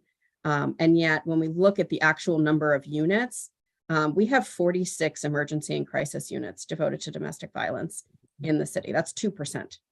And when we look at the permanent supportive housing we've been talking about, we've got less than 1% of those units. So real huge disparity there between the number of folks saying domestic violence is why I'm here and the actual number of units that link domestic violence. All the services we're talking about, domestic violence expertise and services and supports aren't coming in the other homeless housing options. It's only in the domestic violence housing options that we get that, and we're a tiny, tiny fraction. That's a good point. I appreciate you making that in your testimony as well. Last question for you. You mentioned grants and contracts are not getting reimbursed 6 months in. What have you heard? And is the holdup with DHS? Is it Office of Contracts and Procurement? Where's the holdup now? The best I can tell you is that we continue to speak with DHS to try and get this figured out. These are largely federal funds that are managed by DHS, but 6 months in, not being able to be reimbursed for those services is highly problematic for really, really tight budget, small programs. So I wish I had more information for you, and I hope that question goes. Here's what I'm going to do is I'm going to ask DHS is watching this hearing. I'll ask if they can dig into this and give the committee an update in 2 weeks on where things stand and what specific hurdles still exist at that point, if any. Ms. Deming, if you don't hear from DHS in the next few business days, touch base with my office, but I think they'll touch base with you, and I'm asking them to report back to me in 2 weeks. That way we can all get on the same page about what the holdup is and what we need to do about it. I appreciate that. Thank you. A couple other quick questions before we move to the next panel. Rachel White, you were talking about, among other things, youth and programming for youth. What might that look like? Right. So one of the programs is targeted workforce development. So there is a youth build model that the Department of Labor, the federal government, they have created that creates like workforce. It prioritizes workforce and supportive services for youth. We did have a DC community-based organization, Sasha Bruce, who applied for this grant a few years ago, and it was a extremely successful program and was able to connect youth to long-term employment. However, that funding has since lapsed, so we're asking for a local investment that would model like the youth build model, hoping that DOES and DHS can partner in some way to provide both the workforce development and the supportive services, because youth are unable to access the programs available at DOES, the workforce development programs, because they don't provide the wraparound services or they aren't met with like culturally competent staff. And that's why we need the partnership between DHS. In addition to, this isn't your committee, this is the DHS committee, but increasing access to mental health supports for youth experiencing homelessness is extremely important as well. So we're also advocating for a traveling mental health unit to meet youth where they physically congregate, where social workers would go to the youth homelessness shelters and sites to bring the services to them. Appreciate that. Finally, Mr. Black, one of your recommendations that was that we focus on subpopulations, which is a great idea. Do that through consumer engagement task force. One concern I'd love to get your thoughts on are, would we be setting ourselves up to create another plan that's not fully funded, like Homeward DC? Do you have concerns about that? So what we originally included as part of the creation of the original Homeward DC was that we wanted to create a consumer advisory board with up to 14 members. To date, right now, we have up to at least 20 consumers who fit different subpopulations who are working with the Youth Action Board on their side, and then our own consumer engagement work group, which is the 4 ICH appointed lived experience appointees, plus in addition, in working with People for Fairness Coalition and their Streets to Life initiative, which focuses on unhoused and unaccompanied women. Up to 8 of them are currently engaging in ICH meetings. And it is per the bylaws that there are 2 people of lived experience at each one of those standing committees and work groups. So it's not so much of creating a plan that isn't going to be fully funded like some of the issues we have with Homeward DC. It's making sure that the agencies around ICH have enough budgeting to incentivize participation. And we want to make sure that each of those consumers can earn up to $50 per meeting. And that covers at least 5 meetings a month. And being able to cover these subpopulations is the best way to make policy decisions into plans like Homeward DC and Homeward DC 2.0, because the people who are experiencing the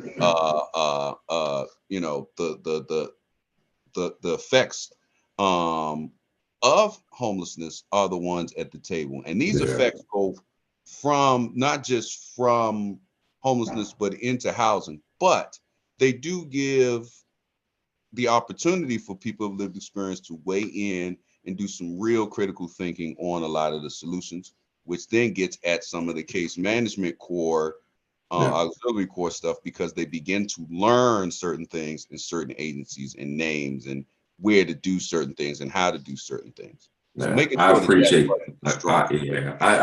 that, and you made that point well. And we'll send this to you in this hearing, the last one. I appreciate it. All right, I do need to move to our next panel. Let me just see if Councilmember Fruman has additional questions. Or If it's okay, I just asked one question, although I came on late, so it may be that Ms. Mano has already talked about it. But I mean, one of the things out there in all of this conversation about workforce brings to mind a program that you guys have at Friendship Place around jobs first. And if that's a thing that you spoke to already, then I'll let the chairman move on to the next panel. If it's not, I wonder if you could speak to how that fits into this whole discussion that we're having.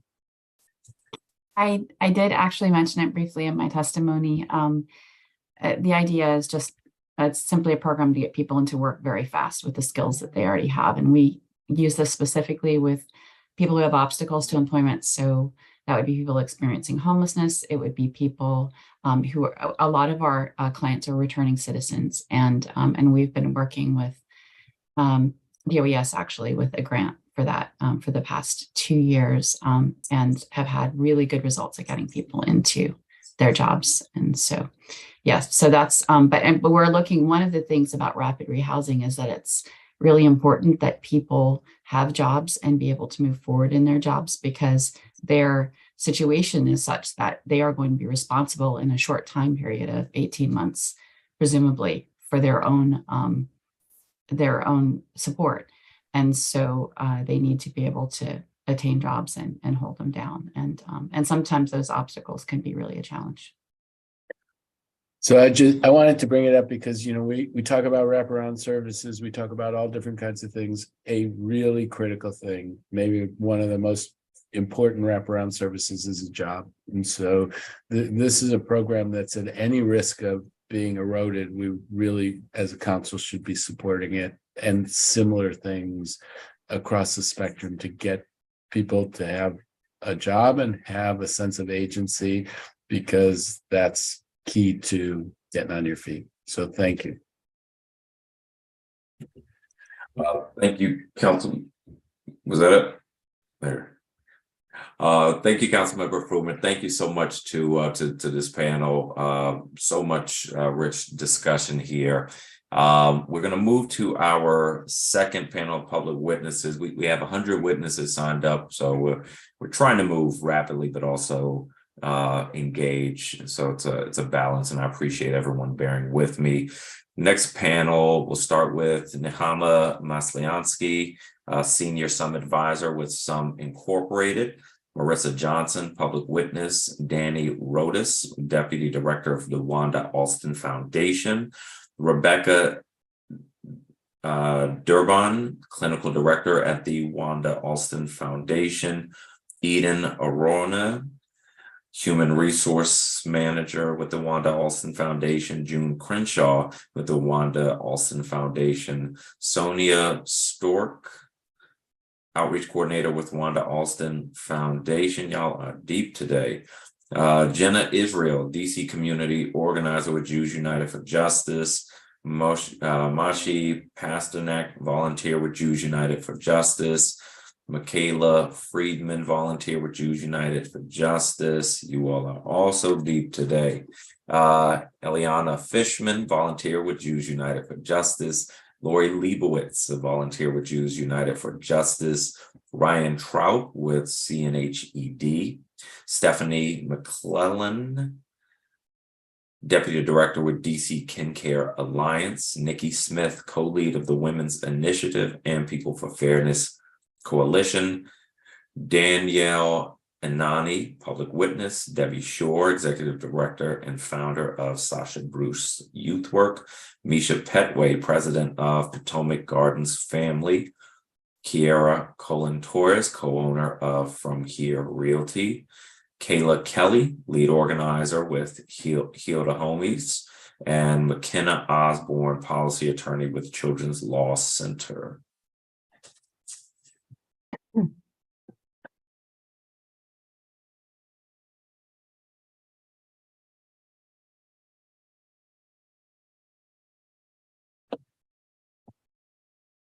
Give us one moment to get everyone brought in as a panelist.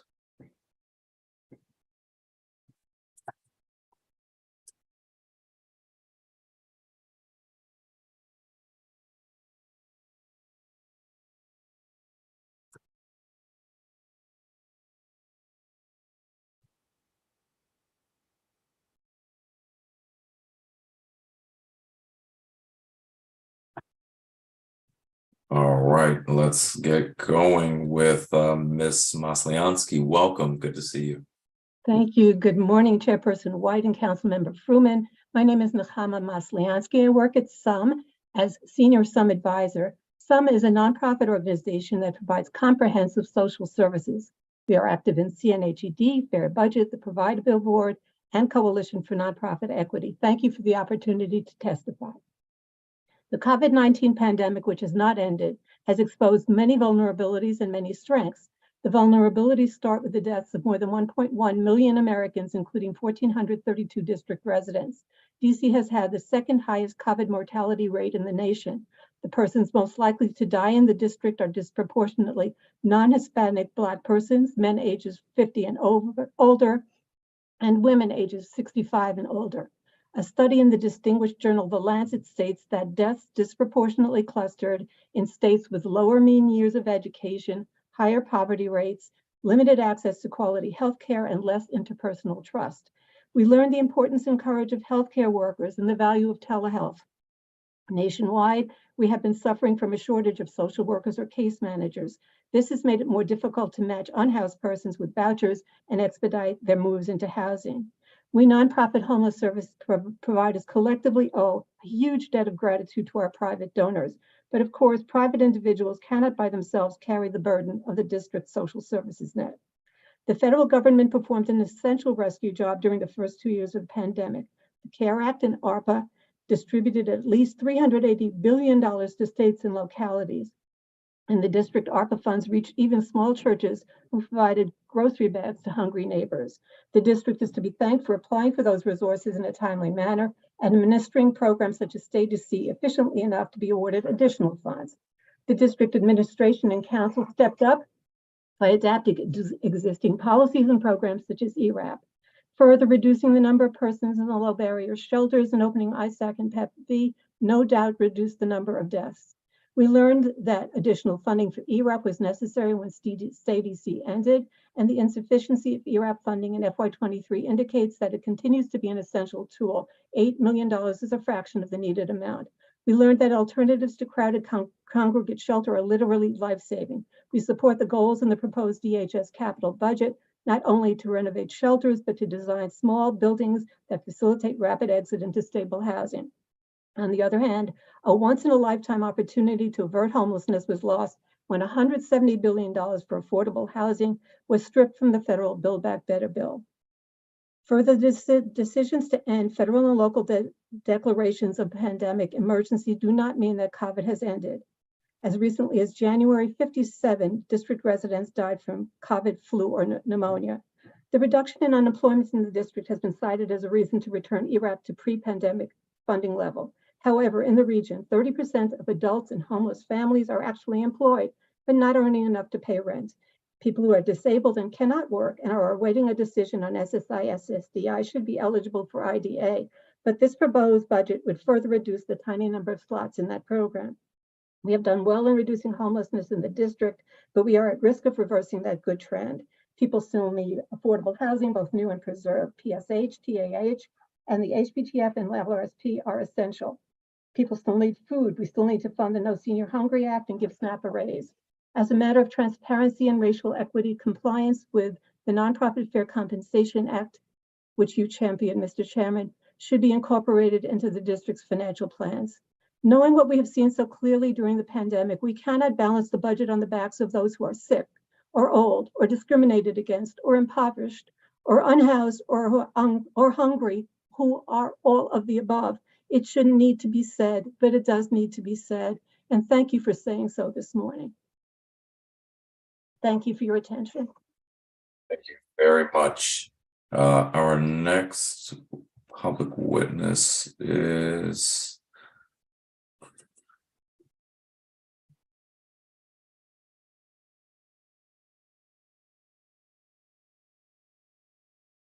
Danny Rodas.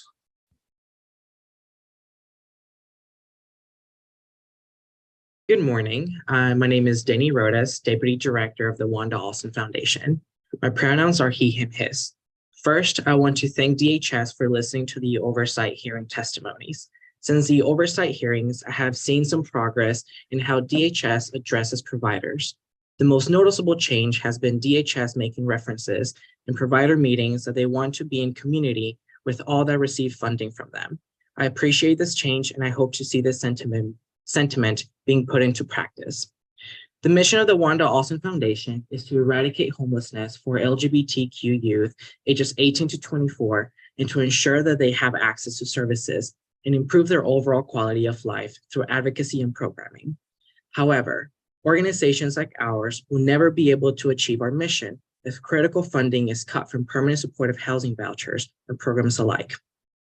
The FY24 budget will negatively impact nonprofits' work to support youth experiencing homelessness. It's tough to fully understand the support youth experiencing homelessness need in transitional housing programs. It's very disheartening that the mayor chose not to continue to fund programs that will reduce homelessness in DC appropriately. And it is even more disheartening that the mayor did not consult with programs that depend on the funding to make the intentional impact that we have been tasked with and agreed to do. I urge the council to increase the budget for more vouchers for the queer community and the homeless population. The Wanda Alston Foundation created a developmental model that will stabilize clients within 2 years if they are in our transitional housing program, and within 6 years if they are in our extended transitional housing program. Our programs aim for clients to live independently, be self-sufficient, and be successful when they exit our programs. Having a chance to obtain a voucher is part of that process. We're working with individuals who have experienced high levels of trauma and rejection and may need support to navigate the real world because they may not have the resources or skills yet to do so. DHS has been asking providers for success stories, but the backlog, lack of transparency about the voucher process, and reduced budget will make it impossible for us to support a client properly. DC has the highest level of degree requirements for employment. Most clients in our housing programs will only be able to obtain a high-paying job with support of permanent supportive housing vouchers, mental health services, and culturally competent staff. To address the systemic and generational marginalization of youth experiencing homelessness, we must commit to funding initiatives and programs that will put our clients on the same playing field as everyone else. As of today, I have about 6 clients doing precisely what we expect them to do to begin the process of a PSH voucher. These clients have been stabilized and are working to show us that they can do their activities of daily living with no reminders from staff. These clients also inspire other clients to follow program rules and be receptive to the ideas of stabilization and strategies we have been suggesting. After hearing today's testimonies, I hope that the council realizes that the mayor is wrong in reducing the budgets for programs that will help reduce the number of people experiencing homelessness in DC. I hope that the council, despite a challenging year ahead of us, understands that change requires time, patience, and resources. Resources are at risk right now from going away because of a terrible FY24 budget put before you by the mayor. If DC wants to continue its commitment to reducing homelessness in DC, the council must invest in PSH vouchers and increase DHS funding. Thank you. Very much, and let me apologize. I have to go slightly out of order to accommodate someone who has to leave shortly. So Mashi Pasternak will be next. Thank you, Council Member. Mo is fine in the future. And thank you, members of the committee, for the opportunity to testify. My name is Mo Pasternak, and I live in DuPont Circle in Ward 2. I'm a member of Jews United for Justice, a community of thousands of Jews and allies committed to advancing social, racial, and economic justice in DC. I'm testifying to ensure that the Department of Human Services has the staffing capacity needed to fulfill its mission. I'm not the first and won't be the last person to declare that budgets are moral documents, a reflection of our society's values and priorities, and a blueprint for how to set up that society. Broadly, I ask that you support a budget that follows the call of Deuteronomy and pursues justice by reducing economic and racial inequity. More specifically on housing, there are many instances of Jewish texts that discuss the importance of safe, stable housing. Beyond the literal need for housing, there is a verse in Psalms that serves as a powerful analog to the need to invest in DHS. Psalms 127 declares that unless the Lord builds the house, its builders labor in vain. In our case, the backbone support that is essential to reach the goal is not divine support, but a competent bureaucracy. Only 25% of all PSH vouchers for single adults and only 15% of locally funded adult vouchers funded in FY22 and 23 have been used. This means over 2,000 of our neighbors continue to experience homelessness, even though a voucher and services are funded for them. To expand capacity to move people into housing more quickly, DC must ensure that DHS has the capacity to end homelessness by increasing staffing in middle management, human resources, administrative support, and analysts focused on data, policy, and evaluation. In addition, DHS must be given direct hiring authority. Without this, we will continue to labor in vain without making progress. As a former ANC commissioner in DuPont, homelessness was top of mind for many of my constituents. One of the recurring and frustrating conversations I had related to how long it takes for someone to get matched and finally move into housing. Residents were shocked and frustrated by the absurdly long timeline. An extended duration of homelessness is obviously harmful and often life-threatening for those living on the street, but it also carries a secondary impact. The failure to efficiently move people into housing weakens the support of needed programs as people lose confidence in the ability of government to solve the problem and help those in need. While serving as a commissioner, I had many conversations with officials and nonprofit workers striving to end homelessness, and they often discuss the lack of staff capacity as an explanation for why DC has so many neighbors forced to sleep outside. If you fail to properly support DHS with the staffing needs and reforms we are asking for, the rest of this hearing and future discussions around ending homelessness will be for naught. Only by ensuring robust staffing at DHS can we create a system where all can thrive. If we don't, it won't just be failing an agency, but we'll be failing to fulfill our moral obligation to unhoused neighbors. Please act accordingly, and thank you for the opportunity to testify and the flexibility on time. Thanks for being with us. Rebecca Durbin. Thank you for the opportunity to testify before the council today. My name is Dr. Rebecca Durbin. My pronouns are she, her, hers, and I am the clinical director at the Wanda Alston Foundation. Wanda Alston's mission is to eradicate homelessness and poverty experienced by LGBTQIA two-spirited youth and to provide services to LGBTQIA two-spirited individuals impacted by intimate partner violence or sexual assault.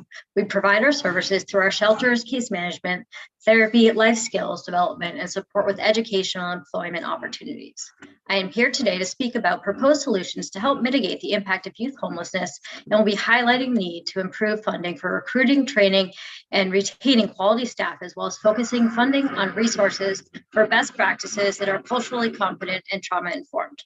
As the sector aims to improve service delivery to the homeless population in DC, we are not only need to attract, but we also need to train and retain high quality staff to work day in and day out with this high acuity population. Youth homelessness providers contracts remained flat in the FY24 budget, even though adult homeless contracts were adjusted to include additional dollars for recruitment and retention of frontline workers. It is essential that funds be devoted to the development and training of staff to be culturally competent, trauma-informed, and to have the skills to effectively work with homeless youth. As their behavioral needs intensify for youth experiencing homelessness, the homeless sector struggles with lower pay, burnout, and turnover, and this was experienced even before the pandemic. The industry indicates the pandemic intensified the challenges of the work to crisis level situation, resulting in a shortage of frontline workers. The long-term benefit of investing in training opportunities is that there's a direct link between providing comprehensive training and retaining staff. This all needs to be to decrease in operational costs, a decrease in turnover, and a decrease in burnout.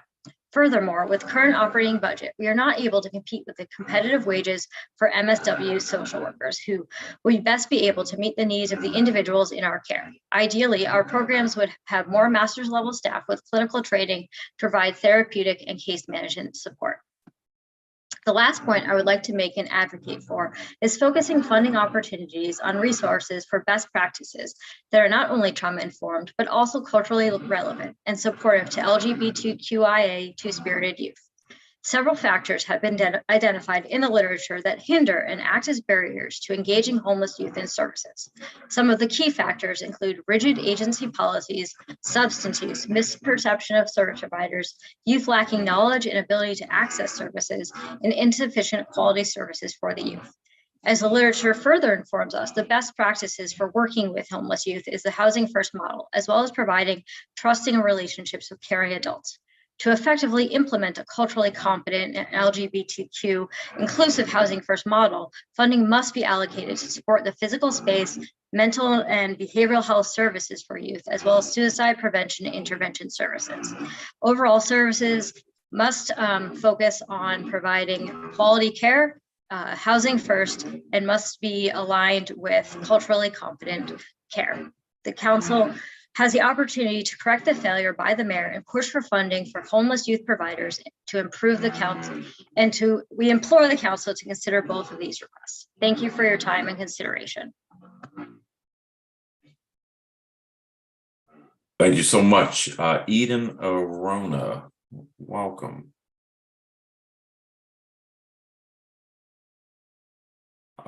You are still muted. You. Hello, Councilmember White and other committee members. Thank you for the opportunity to testify. My name is Eden Aruna. My pronouns are she, her, hers, and I'm the HR manager at the Wanda Alston Foundation. Thank you for allowing me to be here and share my experiences with the organization. Today, I will discuss issues our organization has encountered regarding our staff. Our staff is currently majority queer. We prioritize hiring queer individuals or those with lived experiences related to homelessness. We believe this supports our mission statement and the care we can provide our youth. During my time with the organization, I have noticed a recurring trend regarding staffing and turnover. We experience many difficulties finding and retaining qualified employees. Finding the right individual is, of course, always challenging in the nonprofit sector. On top of that, we are required to hire employees with very specific qualifications and skills so that we can work with the high-risk youth in our extended transitional housing program. We are not receiving enough funding to attract the caliber of candidates needed for these roles, or are able to offer our applicants competitive benefits or salaries that match the standard of today's job market. We cannot compete with more prominent organizations as we are constrained to a fixed budget and rely on set reimbursements and grant funding. Through my search to fill needed positions at each of our houses, a common theme that I have found is that the pay rate for salaried and hourly positions is lower than expected for an individual with higher education. For the last 5 years, DHS funding has increased by 5%, an insignificant increase. The cost of living in DC has increased by 8%, yet there has only been a 5% increase. The cost of living will continue to grow in the following years, but our funding needs to be set up to reflect that. We worry that with the release of the mayor's budget and the cut she has made to services DHS provides and homelessness resources in general, our program will be operating at a even more of a deficit. We do not receive enough funding to cover the cost of our program, let alone increase salaries or pay bonuses to our staff. Furthermore, these staffing gaps lead existing employees to go above and beyond to accommodate the openings, creating burnout and often an eventful departure from the organization. Additionally, such a high level of turnover has suggested youth to repeated trauma as someone they built trust with is now gone or replaced with an individual they don't know. Our staff is committed to fulfilling our mission, but to do so, our staff has to make many sacrifices. We are advocating for more funding to offer more competitive benefits and higher quality people, which will reduce our turnover. We also need fair reimbursement because our contract with DHS never provides enough funding to fully cover the cost of running our program. We are in a position where we are unable to cover the cost of the program, and we find ourselves scrambling to fill the gaps through additional funding efforts. Thank you so much for the opportunity to testify, and I am happy to answer all questions. Thank you very much. Our next witness will be June Crenshaw. Welcome. Good morning. Thank you for the opportunity to testify, Councilmember White. My name is June Crenshaw. My pronouns are she, her, hers, and I'm the executive director of the Wanda Alston Foundation. You've heard about our mission from my colleagues. We're showing up deep today, and I'm really excited by all the support. I want to start out by saying that the Wanda Alston Foundation stands in solidarity with the LGBTQ Budget Coalition, the Youth Economic Justice Coalition, and the Office of Victim Services VAN Coalition in the efforts around budget. I'm thrilled to have our team here today so that I could talk specifically about the work that we're doing as a receiver of Casa Ruby and other challenges. As has been mentioned, we are incredibly disappointed that the mayor's FY24 budget, of the mayor's FY24 budget. This committee is aware of the closing of Casa Ruby in 2022. That shutdown of the program created a huge gap in services for the queer community.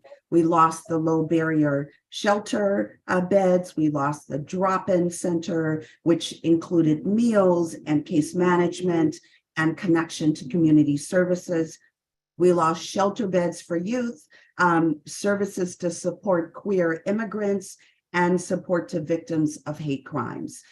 This entire situation has been extremely devastating to the whole community. As you know, I've spoken with you and others about this often, so I know you're very much aware of this. But I think it's okay to repeat the themes that you've heard from my team and others regarding the reduction in funding and flat funding for DHS programs, which means that there's no opportunity to continue or create programs in place of the failed Casa Ruby programs, which were vital and life-saving services for our community. DHS and other agencies that previously funded Casa Ruby are diligently working to ensure nothing like this ever happens again, and we applaud that, we support it. But these programs are needed and funding is required to continue the support of Casa Ruby clients. I think it's also worth mentioning that with the closing of Casa Ruby, we also lost a large employer of queer, trans, and gender nonconforming folks in the DC area. I'm sure you heard about the fact that many of the Casa Ruby staff continued to work, although they weren't paid, because they knew about the needs of our community, but it also spoke to the quality of the queer staff that worked for that program. So we are very, very concerned with the loss of $667,000 in workforce development for the LGBTQ community. You will hear from other queer organizations about the importance of these programs. Those organizations actually run some of those programs, but they create a pipeline of queer employees for organizations like ours. Our community has a higher rate of unemployment and underemployment and fewer opportunities to gain skills and experiences. So we advocate for this funding to be restored and also prior funding to the Casa Ruby to be restored and to be granted to LGBTQ organizations, especially Black-led and queer-led organizations. So thank you. Excuse me. Thank you, Councilmember White, for the opportunity to testify and for your work on making sure that the needs of our community continue to be met. So much. Sonia Stork, you are up next. Hello, Councilmember White and other committee members and staff. Thank you so much for the opportunity to be here and share my experiences. My name is Sonia Stork. My pronouns are she and they, and I'm the outreach advocate at the Wanda Austin Foundation. I would like to speak about the LGBTQ competency trainings that DHS requires for housing service providers, specifically creating safe spaces for LGBTQ homeless youth. The Mayor's Office of LGBTQ Affairs owns this training and provides funding for organizations like ours to lead it. The funding for this comes from grant programs via DHS. I have been co-facilitating this training twice monthly for the last 12 months. We really appreciate the Mayor and Committee's commitment to providing safe and competent care to our LGBTQIA Two-Spirited Plus siblings who are experiencing homelessness in DC. We are grateful for the opportunity to share our expertise with other service providers and engage in a discussion about ways we can better support our community. However, we recognize the need for this training to be enhanced and greatly expanded. Although it appears the mayor's proposed budget includes maintaining funds for this training, we were disappointed to learn she did not meet our request to access additional funds to improve and expand it. Our team has identified numerous issues with the training as it stands, and we've been advocating for specific changes for months, such as outdated and even offensive terminology. We seem to be being passed back and forth between the Mayor's Office of LGBTQ Affairs and DHS with no clear path forward for actually making these changes. Furthermore, and what I will focus on now, is that we believe it needs to be greatly expanded. The training is 2 hours long and jam-packed. The feedback we receive from participants is usually positive. However, many express wanting a breakout room or more room for small group discussion. Many providers want the chance to learn more, and we want to be able to give them the space and time to really dive into the material with them and work with them on their questions. There is also some really essential information missing from the training. Like there's very minimal discussion around pronouns in the training, which we know is often very important to our youth and something providers tend to have questions about. This topic, providing culturally competent care for LGBTQIA Two-Spirited Plus youth, is too large a subject for only 2 hours. We support expanding the training requirements so that more providers receive more than 2 hours of training. The providers who join the training often have an overwhelming amount of questions, and the types of questions they ask indicate many have a very rudimentary understanding of LGBTQ issues. And even if providers have the best of intentions, their ignorance on the subject matter can often result in insensitive remarks or invasive questions, which can cause their clients to feel even more isolated, alone, and misunderstood. Language can be an incredibly powerful tool to indicate safety or take it away, and we need to make sure the queer youth in our programs are receiving care that feels actively affirming and supportive for them. And we know that many of the youth in our housing programs have left other agencies for this reason, that they encountered implicit or explicit discrimination from providers. Additionally, we request that training requirements and funding are expanded to include first responders. Police officers and EMTs visit our transitional houses not infrequently, and many of them have not been LGBTQ affirming. One example is that they have used the wrong names and pronouns for clients even when they were informed of the correct ones multiple times. These first responders are only contacted in times of crisis when youth are not stable, and this lack of culturally competent care only further triggers and destabilizes our clients. It also discourages them from working with the first responder and accessing the kind of care they need. And this has also caused ruptures in the trusting relationships our staff have worked to build with the clients, and thus our ability to support them moving forward. We strongly encourage the council to prioritize allocating funds for the expansion of this training to first responders.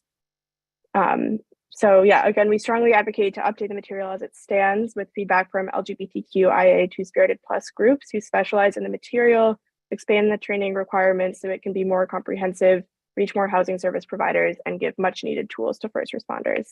Thank you so much for your time, attention, and continued support. So much.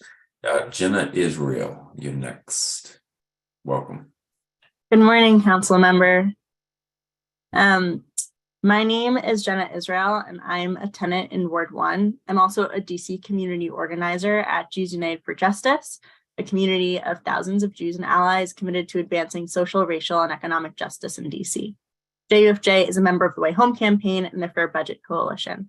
My testimony today will address the need for more funding for the Emergency Rental Assistance Program, housing vouchers, and DHS's capacity to get these vital resources to DC residents in need. Jewish people of Ashkenazi Eastern European descent, like myself, are familiar with displacement. Throughout history, my ancestors have had to escape persecution by leaving their homes and moving elsewhere. Each time they were displaced, it was scary and hard and a real loss, a loss of stability, of community, of a sense of safety and security. This is true for any kind of displacement, whether you're displaced to escape persecution or you're displaced because of gentrification and increased cost of living, which force you to seek housing elsewhere or to be pushed into homelessness.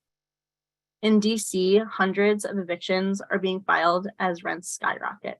Every day, more and more DC residents are being displaced, removed from their homes, and disconnected from their communities. Of course, this is most prevalent in Black and Brown communities as gentrification ravages neighborhoods where families have lived for decades. The district must do everything in its power to keep DC residents in their homes and to provide homes for those who do not now have access to housing. The budget is one essential tool the council can use to pursue those goals. To avoid the widespread trauma of mass eviction, a surge in homelessness, and further displacement of Black, immigrant, and low-income residents from DC, this budget needs to include a strategic, meaningful investment in rental assistance. JUFJ supports the Fair Budget Coalition's ask that the council fund a minimum of $117 million in rent relief for fiscal year 24. In addition, ERAP should allow applicants to request 3 months of future rent, as was provided by State DC, in order to prevent economically vulnerable households from going into debt while waiting for rental assistance, decrease the number of applicants denied for the reason that they can't pay their rent moving forward, and reduce the strain on eviction courts where the overwhelming majority of cases are brought for the simple reason that incomes do not match rents in this city. For those who are currently unhoused, the council must put DC back on track toward ending homelessness. JUFJ supports the Fair Budget Coalition and the Way Home campaigns asks for $36.6 million for 1,260 permanent supportive housing vouchers for adults, $17.33 million for 800 local rent supplement program tenant vouchers, $58.4 million for 1,920 targeted affordable housing vouchers, and $18.87 million for 480 permanent supportive housing vouchers for families. These programs have a proven track record of getting and keeping people housed. Lastly, DHS must be able to expand its capacity to move people into housing more quickly by increasing staffing in middle management, human resources, administrative support, and analysts focused on data, policy, and evaluation. In addition, DHS must be given direct hiring authority. Nobody should ever be forced out of their home, whether due to persecution or to economic barriers imposed by government decisions. If the council wants to keep tenants in their homes and end homelessness in DC, you must put money in ERAP and housing vouchers and ensure that DHS is able to serve people using those programs. JUFJ looks forward to a fiscal year 24 budget that moves us toward a DC where everyone has a safe, stable place to live. Thank you for the opportunity to testify. Thanks so much. Ileana Fishman, welcome. Good afternoon, Councilmember White. Thank you so much for the opportunity to testify. My name is Eliana Fishman, and I live in Shaw, and I'm a member of Jews United for Justice, which is a community of thousands of Jews and allies committed to advancing social, racial, and economic justice in DC. And I'm also a taxpayer here in DC. My testimony today will focus on the importance of the Emergency Rental Assistance Program, ERAP, and specifically why we need a minimum of $117 million for rental assistance. I'm testifying for a very simple reason. I just don't want to live in a city where my neighbors have to constantly worry about where they are going to sleep at night. I'm testifying today from my home. Tonight, I will have a bed to sleep in, a kitchen where I can cook dinner, a bathroom where I can take care of my physical needs with dignity, and a table where I can welcome in Shabbat with my spouse and my friends. I am incredibly lucky. I do not live with a constant fear of eviction. And the confidence and stability that comes with knowing that I don't have to worry about where I'm going to sleep tonight means that I can put my energy towards working or cooking or going to the doctor or testifying before the DC Council. But the only reason that I can do any of those things is because of the stability that comes with not only having shelter, but not having to worry that I'm about to lose my shelter. But many, many, many of my neighbors in DC do not have that luxury. 1 in 6 households in DC that earn under $50,000 per year were behind on their rent as of last November. Because DC's eviction moratorium effectively ended on January 1st, 2022, renters' accumulated debts have placed them in immediate risk of housing insecurity and eviction. The only way to prevent the trauma of mass eviction and a surge in homelessness is to fully fund $117 million in rental assistance, along with the policy recommendations that allows applicants to request 3 months of future rent. The easiest way to end homelessness in DC is to prevent more people from becoming homeless. And the only way to prevent thousands more DC residents from becoming homeless is to fully fund the Emergency Rental Assistance Program. Thank you so much for your time. Thank you. Our next public witness is Lori Leibowitz.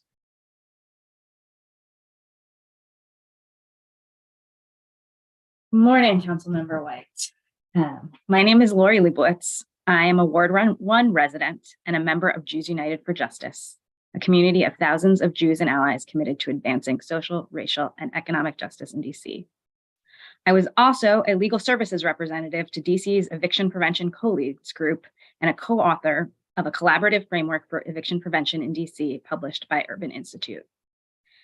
As someone who has personally represented tenants in eviction cases for the past 12 years, I can tell you with certainty that if we don't significantly increase ERAP funding, there will be a flood of evictions next year and a huge increase in homelessness. It will happen. Over the course of the pandemic, we were all worried about the floods of evictions that we were sure were coming when the eviction moratorium ended. But government officials, legal services providers, housing counselors, the court, and even landlords came together to make a plan to stop that from happening. Both the federal and local government invested significant funding, and we built effective infrastructure to ensure that resources get to tenants that need it. It worked. We drastically reduced the number of evictions that happened in DC in 2022. And it's still working, or it was, until ERAP closed to applicants. Frankly, this budget proposal is a slap in the face. We figured out what works. For one of the first times in my career, I feel like we had a plan, it was working, we were doing things really well. And now the mayor has decided to stop funding what works. As you noted in your opening statement, if we don't adequately fund programs that prevent homelessness, we have to pay for those decisions later. I strongly urge you to do everything in your power to find funding to adequately fund the ERAP program. ERAP is our first line of defense against homelessness. It is the cornerstone of the strategy that the eviction prevention co-leaders, who include DHS officials and other government officials, put together.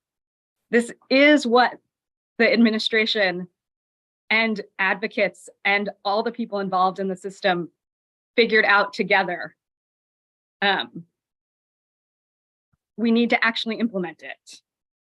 But ERAP is an emergency short-term solution. We also need to ensure that we are adequately funding vouchers so that people can afford their rent and are not one emergency away from eviction. We need to find a way to ensure that voucher implementation problems are solved immediately.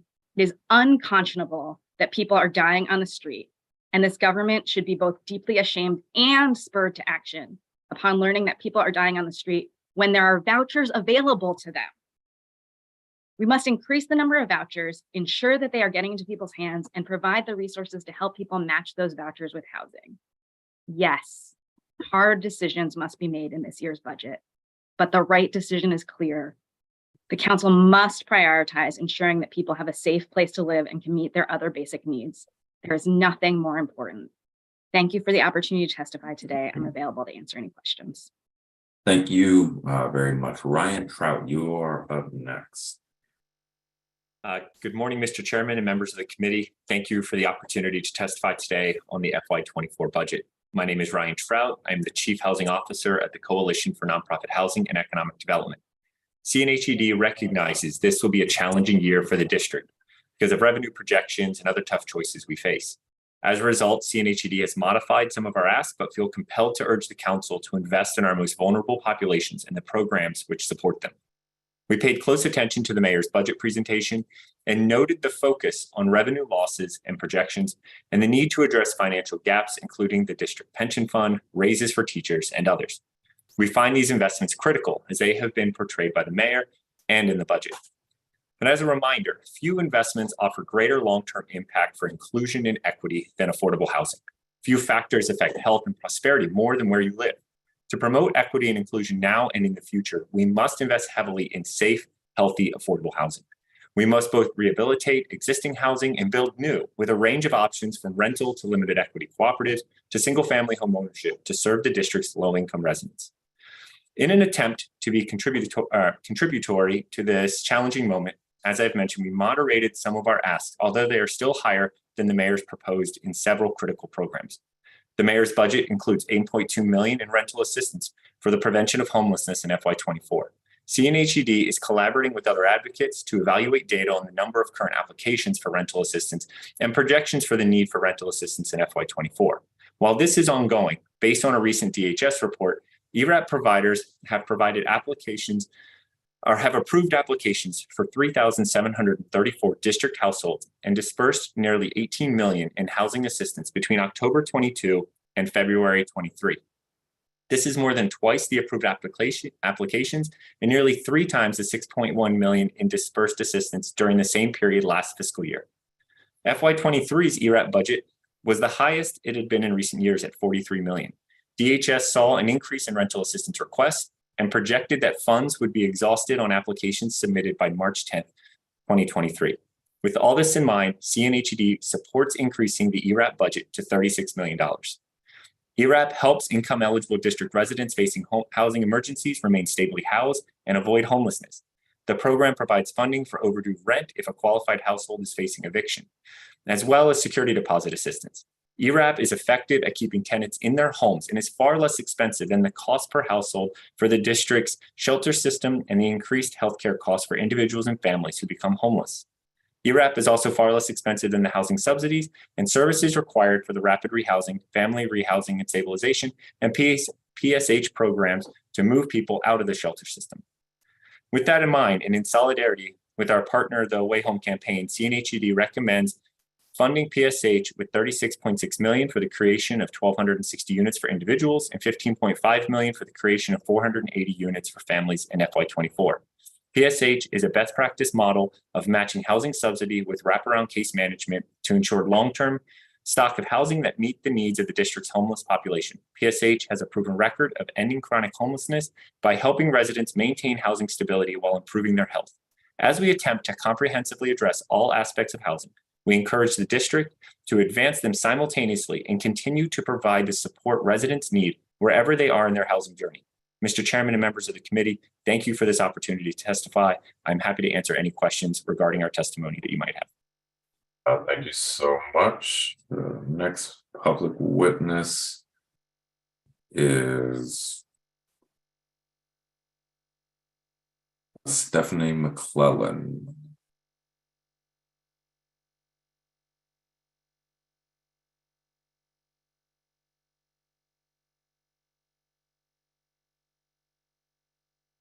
Good morning, Chairman White and members of the Committee on Housing. My name is Stephanie McClellan, and I am the Deputy Director of DC KinCare Alliance. Our mission is to support the legal, financial, and related service needs of relative caregivers who step up in times of crisis to raise DC children and their extended families when their parents are not able to care for them due to mental health and substance use disorders, incarceration, death, abuse and neglect, and/or deportation.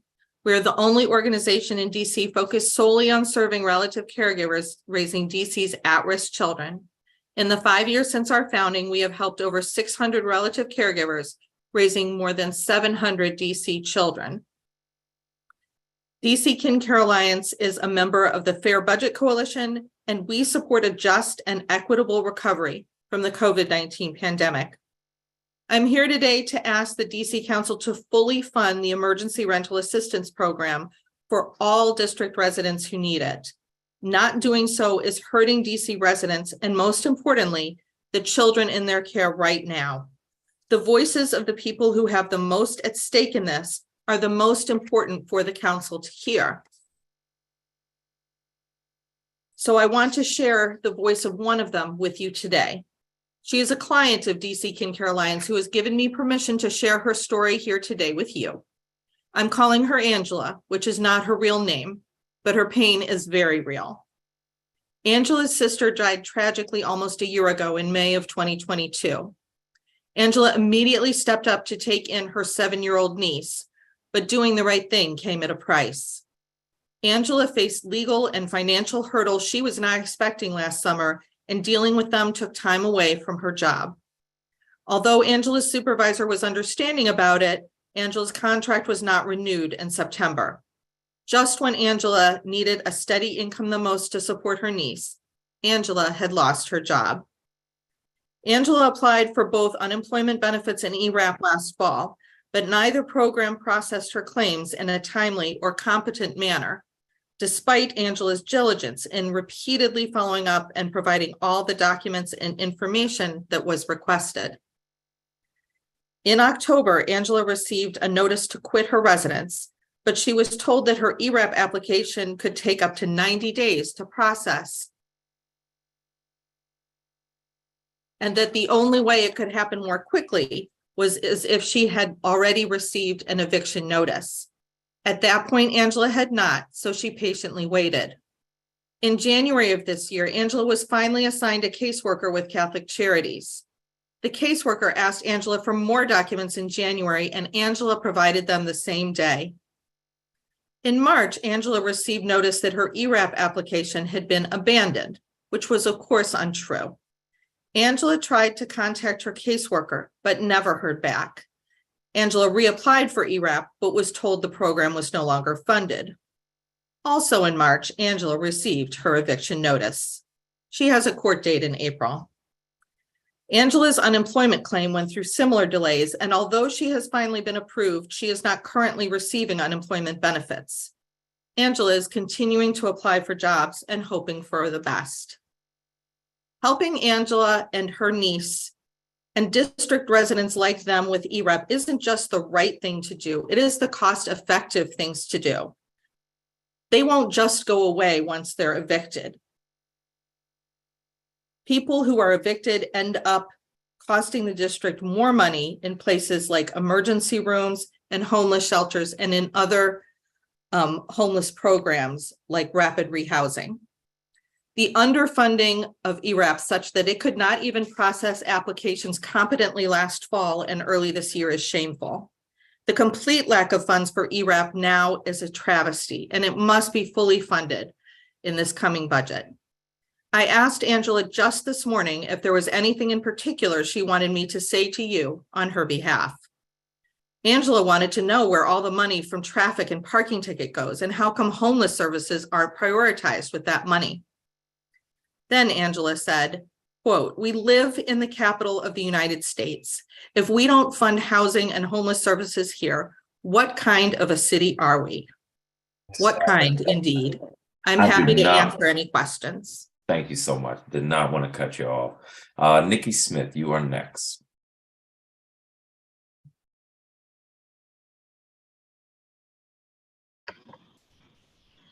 Good morning. Good morning, Councilmember White, members of the committee, and residents of District Columbia. My name is Nicola Smith. Wanting to help made me come up with this presentation. It's called Fostering the Homeless. Okay. Fostering the Homeless is a plan to help out. Patience brings change. Fostering will start off small. I believe in the future it will expand. You won't even need a ride. It's all by location. Know who you're talking to. People fostering will need IDs. This can work. A lot of people want to help by giving housing and secure individuals space, houses, businesses, etc., even for the night. These are my thoughts. Everyone is worthy of housing, shelter from the cold.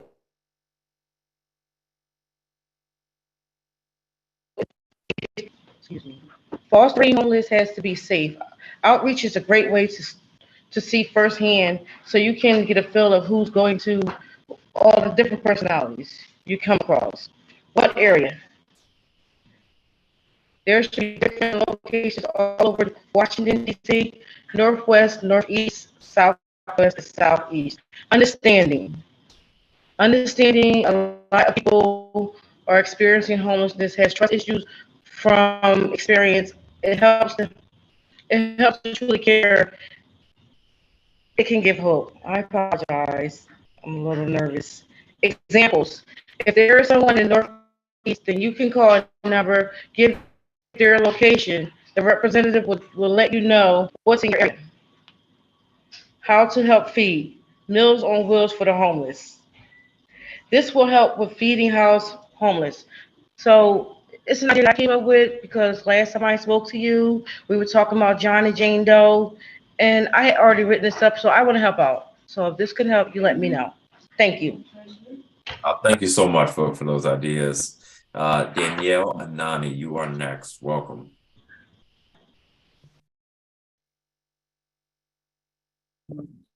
Good morning, and thank you, Chairperson and members of the committee, for allowing me to testify today. I am Danielle Anani, and I'm here to testify about my experience requesting a reasonable accommodation under the Rapid Rehousing Program. I was originally scheduled to testify at the Performance Oversight hearing on Thursday, February 24th, 2023, but I was unable to attend because my daughter had an asthma attack due to the conditions in my unit. We had to go to the emergency room instead for her. My testimony is still relevant for the budget oversight hearing because DHS subcontractors, case management entities.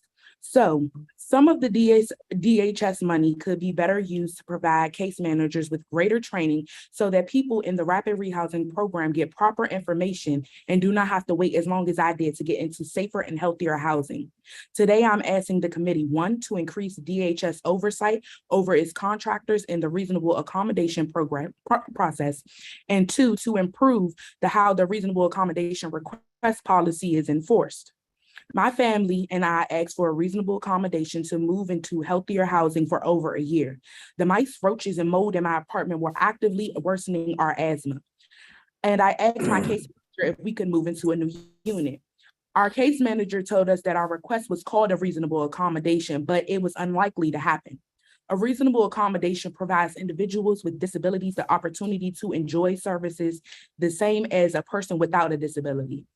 Also, people with disabilities have a right to request an accommodation free from discrimination. However, the accommodation process was disheartening and challenging. In September of 2021, my family requested to move through a case manager at the North Capitol Collaborative. DHS contracted this case management agency through the community partnership to handle my housing case. My case manager expressed multiple times that it would be difficult to move, being as though there was a low likelihood to relocate, suggesting that we would not meet the requirements. We were very discouraged and later learned that these statements amounted to misinformation in violation of the DC Human Rights Act and the Community Partnerships guidelines. So my family continued living with harmful conditions for another 6 months because DHS didn't ensure that their subcontractors were giving correct information. Halfway through my pregnancy, my son's asthma had worsened. After many visits with my son's pediatrician, she decided that the poor housing conditions were affecting his health. When I asked my case manager to move again, she warned me about how long the process with DHS is. It felt like my case manager really didn't care because she seemed to keep suggesting that I should just suck it up and live with the poor conditions. After my daughter was born, she was also diagnosed with a breathing condition. The pediatrician referred my family to the Health Justice Alliance Law Clinic. On December 23rd, 2022, HJA submitted a written request directly to DHS. However, there were more delays. DHS asked me to resubmit forms that I had already provided, which I felt like was more work. It seemed like the case managers did not properly handle my paperwork when I transferred from Rapid Rehousing to CareerMap. 20 days later, after multiple check-ins to ask about the status of my request, my attorneys emailed DHS to remind them of their legal duty to my family and reattach the paperwork that DHS had asked for. It was not until my attorneys did this and raised a possible OH8 complaint that anything happened. Just an hour after getting this email, DHS told us that my request was approved. Previously, I had waited months when acting on my own. DHS should have processed and approved my request over a year ago. For over a year, my case manager violated my right to move to safe, secure, and healthy housing. DHS is responsible for these contractors. The guidelines were clear, but the case manager made wrong statements and prevented my request from moving forward. Even when my request reached DHS, there were more delays and required legal assistance. I'm asking that the committee, one, increases DHS oversight over its contractors, and two, to ensure that these case managers actually act whenever a request is being made, however it's being made. Thank you for the opportunity to testify, Chairperson and members of the committee. Thank you so much. Debbie Shore, you are next.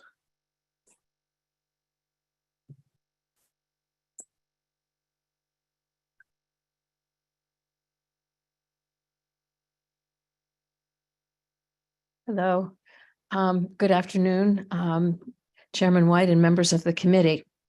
I am Debbie Shore, founder and executive director of Sasha Bruce Youth Work, a youth and family services agency who has for over 40 years served youth who are homeless through outreach, shelter, and long-term programs, as well as preventative community-based programs aimed at keeping young people in school, learning life skills, giving opportunities to improve the trajectory of their lives. I'm going to get right to the comments that I want to make instead of providing more backdrop. I want to say that the relationship to the leadership of DHS that are involved in youth homelessness has improved from the previous years, and we hope will continue to do so. However, that we are going to be flat funded again this year, as it looks like the budget is requiring, is going to create real trouble for us. We operate very strong programs, and to continue to do so, we have to be able to retain and attract high quality staff. Other people have mentioned this. It is a critical issue. It's a critical issue for the government, and the government is actually providing bonuses and increases for people to make sure that they attract people. We need to do the same. The nonprofit community is a really important part of the landscape of services that are provided to people in our city. We also, need to do this to keep our buildings maintained, to continue to provide the cleaning that is necessary to handle what is a continuing pandemic threat, and of course, to wrap life skills around all of our young people. And I want to say that I am very much in support of the workforce training idea that was put forth by Rachel White. The Youth Build program was a very successful program that we operated for many years. We have lots of examples of the successes. And also to say that, as is true for so many populations and really all of us, the pandemic has produced so much pressure on people. The mental health needs of our young people are definitely increased. And we really do need additional capacity. So the idea of a mental health service, particularly being available, is really critical. And I also want to say that flat funding does not mean that should not mean that we would want to reduce services. So it often calls upon us to do more fundraising. There is no program that we operate that is not being provided a lot of philanthropic supports. And we just, that is going to come to some limit for us. Okay, there are three other things that I want to say. The clearance process is so onerous, and I really think it needs to be looked at. Also, the Nonprofit Fairness Reimbursement Act is still not being properly rolled out. There needs to be the study needs to be done to see what the implications are financially. And I also wanted to say that there was a study done by the DC Policy Center, which has been very useful. However, I have strong disagreement with the statement that suggests that youth homelessness is maybe declining. We have not been able to do the youth count for the last number of years because of the pandemic. And we see a very different number than you would see with the HUD count, because HUD does not include couch surfing, which our young people typically do as the way that they enter into homelessness. So I look forward to a continued strong year and hope that some of these things can be taken up. Thank you so much. Oh, thank you so much. Is Alicia Petway here?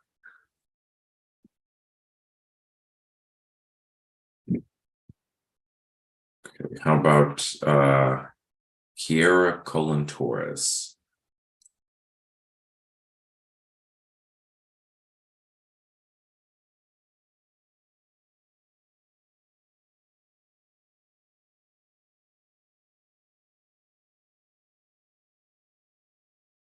Kenna Osborne, you are next. Welcome.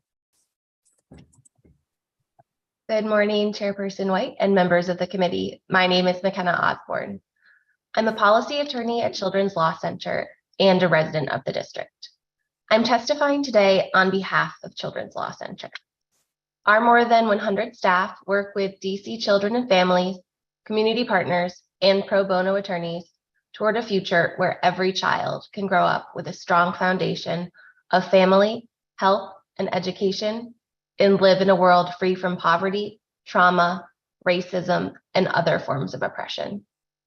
Many of Children's Law Center's clients utilize DHS's homelessness prevention services, including ERAP, rapid rehousing, and targeted affordable housing and permanent supportive housing vouchers to maintain stable housing for their family. Like the residents and housing advocates testifying today, Children's Law Center was deeply disappointed with the mayor's level of proposed funding for these important services in FY24. We want to thank you, Chairperson White, for committing to fight the harmful reduction to ERAP and your continued focus on investing in upstream solutions to prevent housing insecurity. The mayor's proposal to cut funding for ERAP to merely $8 million in FY24 is appalling, and the offered justification that returning to pre-pandemic funding reflects the current level of need for emergency rental assistance is simply unfounded. $8 million per year was never enough to support residents facing eviction. In FY24, we anticipate that the true need for ERAP will remain high as rents increase, SNAP benefits decrease, and thousands of families exiting rapid rehousing lose rental subsidies. Therefore, Children's Law Center joins our partners in the Fair Budget Coalition in requesting a minimum of $117 million for ERAP in FY24. If the district does not invest in preventing evictions, the cost will not disappear, but rather shift to homeless service providers and addressing the ongoing consequences of more residents who've experienced the trauma of housing instability. As we have testified before, Children's Law Center is concerned that the district continues to rely on and fund our existing rapid rehousing program as the city's primary tool to address family homelessness.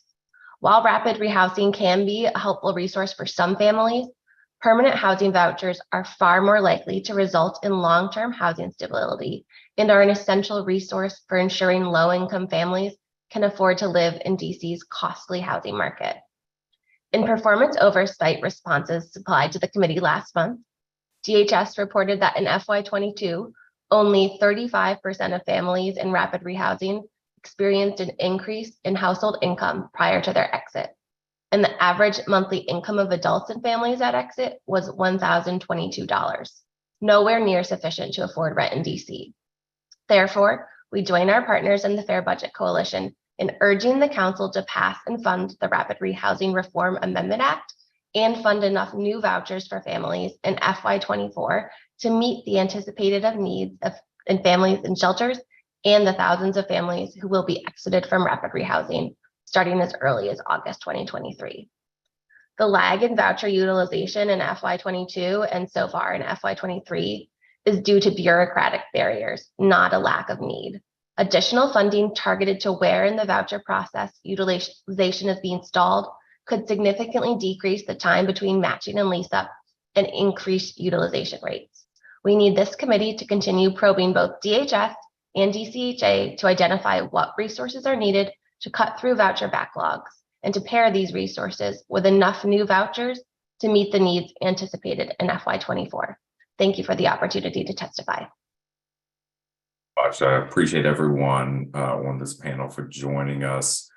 Just a few questions for this panel. Let me start with Dr. Rebecca Durbin or June Crenshaw. But Dr. Durbin, you mentioned hiring and pay issues are hurting retention and attracting candidates. Is there anything more specific you can say about that? The gap in pay between sort of nonprofit and the private sector, or anything else?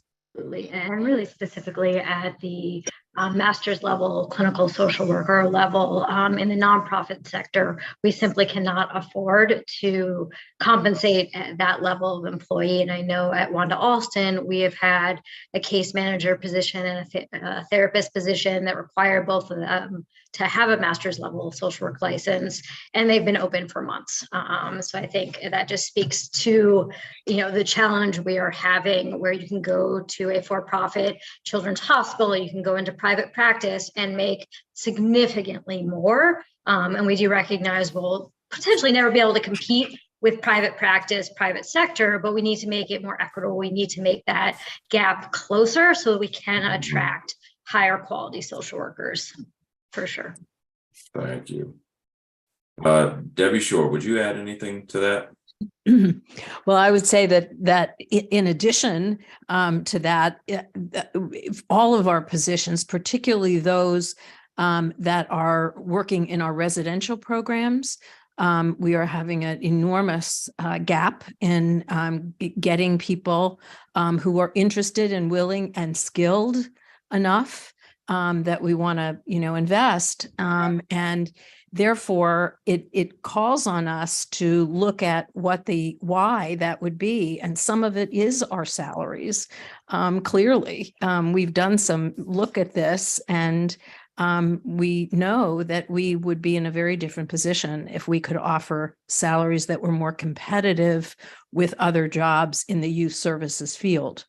Asking people to do nights and weekends, is not always the most desirable thing, but it would make a difference if we could advantage people. Right. The one thing I will add to this discussion is that for our organization, which is really trying to hire from the queer community and from the community that has experienced homelessness in their past, requires additional support, additional capacity and training, and really just wraparound support to do this really tough work. Yeah. So not only are we underpaying, but we really don't have the infrastructure to support the high need individuals that we're hiring into these positions. And so thinking about ways to support small nonprofits and other nonprofits that are trying to employ from our community. Okay. While you're unmuted, you mentioned some of the programs that ended and funding that is needed as a result of Casa Ruby closing and the fallout from that. Can you just quickly talk specifically about what funding is needed because of this gap now? Well, a number of programs, like I mentioned, have gone away, right? And so the prior Department of Human Services funding for Casa Ruby, and I don't have that exact dollar amount in front of me, but I'm happy to share it with you and your staff separately. That all of those services are gone. So the low barrier shelter, the meals and support that were offered to Casa Ruby or provided to Casa Ruby clients, clothing, the loss in beds for youth, all of that, all of those resources don't currently exist. Several people mentioned ERAP. ERAP is going from a high of $43 million this year back to back to $8 million next year in the proposed budget. Let me start with Ms. Masliansky. One of the things the mayor said is that people use ERAP as a lifeline, even if they didn't necessarily need it. And so she sees it as sort of right-sizing the program, not incentivizing people to rely on, take advantage of a program that they don't necessarily need. I'm sure some of that is accurate, but I think all of us know that ERAP is desperately needed. Is there something we can do to make sure that people who get ERAP funds are the ones who need it most? I'm sure there are, because there are criteria for eligibility, and each person files an application, is vetted by one of several community-based organizations that are under contract to do exactly that. Okay. The responsibility lies with the organizations under contract to DHS and to DHS to make sure that the statutory parameters that this council adopted in the last 2 years are met. For you or Lori Leibowitz, what is the criteria other than being behind in rent? What is the other current criteria that people have to meet? There's an income threshold. I want to say it's now 40% of AMI, but someone correct me if I'm wrong. Okay, yeah, my staff is telling me the same thing, so I think that's right. You also have to show that you can pay your rent going forward. So a big thing with ERAP is that it's not just I'm behind on my rent and ERAP's going to pay something and then I'm going to fall behind again next month. The agencies that were mentioned do check to see if you have a way to pay your rent next month, so that you're not back in this situation again next month. There are also some asset requirements, but those are kind of the main criteria. And you have to and they check that you're actually behind on your rent and verify the amount. So if I'm reading between the lines of your answer, you're suggesting that there probably are not a lot of people who don't really need ERAP who are getting it, that what we're seeing is more or less the true need. Yeah, I mean, rents are going up and incomes are not keeping pace. I mean, we've got data going back years that tens of thousands of people are paying more than 50%, more than, at some point, 18,000 households were paying more than 80% of their income in rent. If you're paying more than 80% of your income in rent, it's pretty easy to fall behind. Debbie Shore, you said something in your testimony that I didn't fully understand. You said the clearance process is too onerous. What clearance process are you talking about? So in order for sorry, am I muted? Nope, I can hear you. I'm sorry. In order for our staff to work in our programs, and some of the programs, because they're licensed, we really cannot have somebody in them unless they have, I think it's 8 clearances. And this includes child protection clearance. It includes MPD, but there's also some others, health. And if you live in another jurisdiction, you have to get your police clearances there plus FBI. So maybe it's 6. But importantly, it is a very onerous process because we can't use someone who does this for us and looks for them. The person has to go down to each of these places. And sometimes the clearances are lost. Sometimes it takes 6 weeks or 8 weeks for MPD or CFSA to do clearances, which means that we lose people. People say, I can get another job and I don't have to wait 8 weeks or 12 weeks. It is a process that it seems to me that given that it is a requirement for working, and I don't have any problem with the idea of the requirement, that there should be a commitment to making sure that the places where we get them are staffed properly so that we get them quickly. I hear you on that. I appreciate that. For Nikila Smith, let me just thank you for the recommendations you made. I'm examining those recommendations. Want to get a little more information from Danielle Anani, if you are still with us. It looks like you are. I want to clarify, you are in a private house or apartment, is that right? Yes, an apartment complex. Okay. And the reason you requested a move through reasonable accommodation is because of the infestation, or is there something else? Yeah.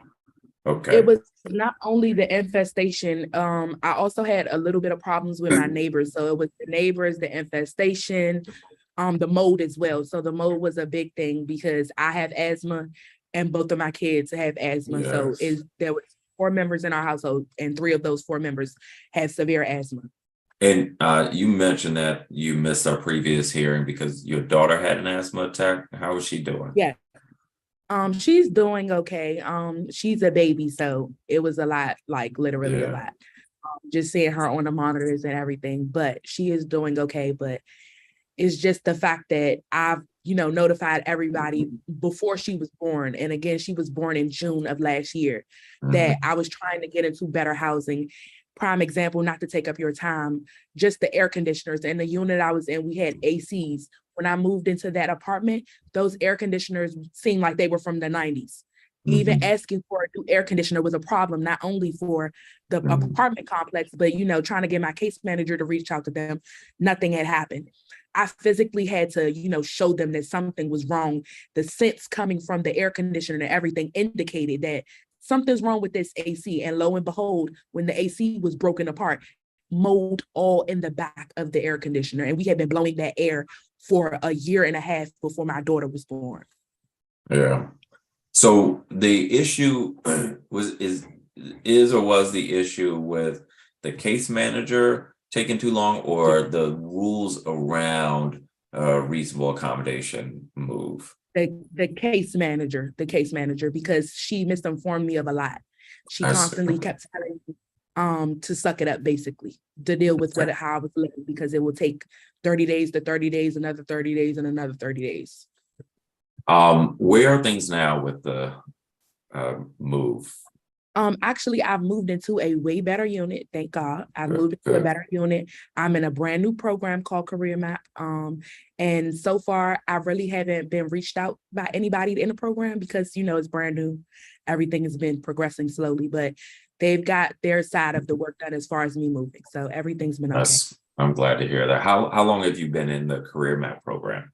It started in February. So since February. All right.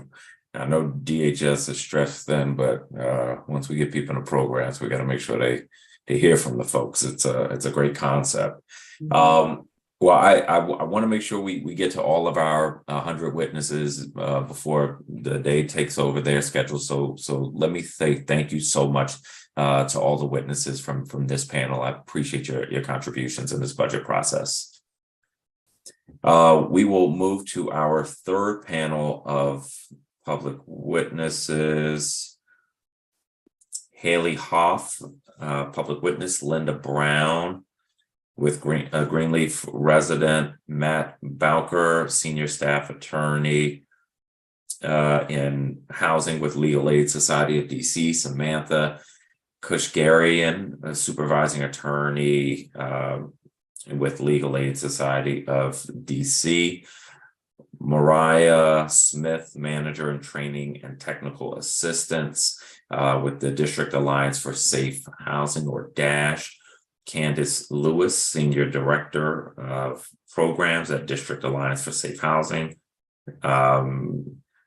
Timitope Fagbime, director of training and technical assistance at DASH, Kobe Ngaje, president and CEO of DASH, Abiola Agoro, executive director of Disturbing Inequity, Danielle Del Pelago, organizer with Empower DC, Judy Esty, executive director of the Platform of Hope, Nicole Walter, supportive advocacy team director with DC Safe, Monique Malizia, a TANF Empower specialist with DC Safe, Charlotte Hovland, chair of the Housing Working Group with Jews United for Justice, Cynthia Smith, on the steering committee of the Fair Budget Coalition, Kim Perry, executive director of DC Action, Adam Mayer, director of Housing Partnerships with Pathways to Housing, Christy Respris, president and CEO of Pathways to Housing, Darcel Jameson, public witness, and Perry Wilson, with legal clinic coordinator with Bread for the City. Give us a moment to get everyone admitted.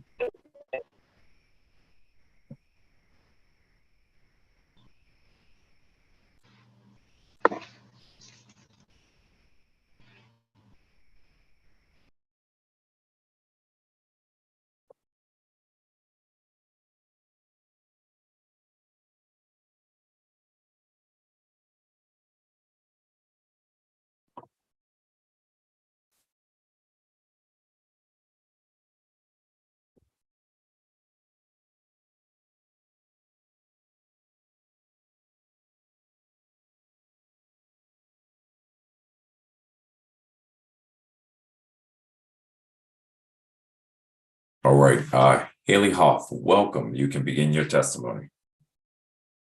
Good afternoon, and thank you for the opportunity to testify. My name is Haley Hoff. I'm a staff attorney at Legal Aid DC and a Ward 4 resident.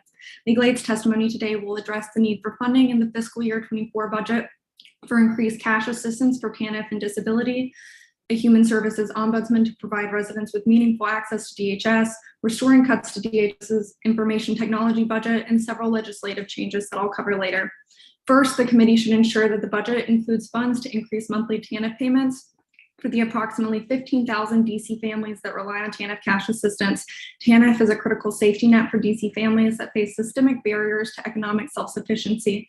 While the district should be committed for annual COLA increases to TANF, the increases have not kept pace with inflation, and families with the lowest incomes must ration or go without basic necessities. In 2018, the district's child poverty rate of 23.1% was higher than the child poverty rate of all but 6 states, yet we are behind 11 other states, including Maryland, with higher TANF amounts. Given the high income inequality between white and Black and Latinx households, and the high cost of living in DC should be providing the highest level of cash assistance. In 2022, a family of 3 would be eligible for $665 in TANF, but would receive $1,086 in New Hampshire. Increasing TANF benefits would support district families and children in many ways, including alleviating child poverty and homelessness and improving health and academic outcomes. Therefore, we strongly urge the committee to increase the TANF income benefit to match that of New Hampshire, the highest level in the nation, in the next 2 years. Next, rather than decrease the budget for interim disability assistance or IDA, DHS should double the caseload for IDA to help residents with disabilities. By definition, IDA recipients are unable to work and don't have other sources of income. IDA benefits play a critical role, providing the only form of cash assistance for single disabled individuals, many of whom are homeless, to pay for basic needs related to Medicare and housing while they wait for SSI. However, even though new IDA cases are the same as fiscal year 23 and approvals lag behind applications, the mayor's proposed budget slashes IDA funding by $700,000. The application and appeals process for SSI is extremely lengthy and continues to grow as SSA faces increased application numbers, decreased funding, and staffing issues. IDA is the only source of support while people wait over an average of 7 months on an initial SSI application. Rather than decreasing the budget for IDA, DHS should double the budget to provide the necessary financial support for district residents with disabilities. Next, the council should maintain or increase DHS's information technology budget. DHS service delivery issues, including failure to process applications and an inability to connect with ESA staff, have persisted for years and worsened, while residents' ability to access the agency has decreased, leaving people without any benefits. Given the IT issues that plague the agency, Legal Aid is disappointed that the proposed budget shrinks the agency's budget for IT by $924,000. At a minimum, the information technology budget should be maintained, if not increased. And relatedly, the committee should work with DHS to fund and create a human services ombudsman, which would be a crucial step in assisting district residents with public benefits issues and serve as a liaison with DHS. By using existing and effective model of the healthcare ombudsman, which assists district residents with resolving problems with healthcare coverage by providing callers with next steps and a specific point of contact to follow up on issues. DC residents deserve the same level of assistance and resolution from an ombudsman office with DHS related issues. It would also have the added benefit of freeing up DHS capacity at every level.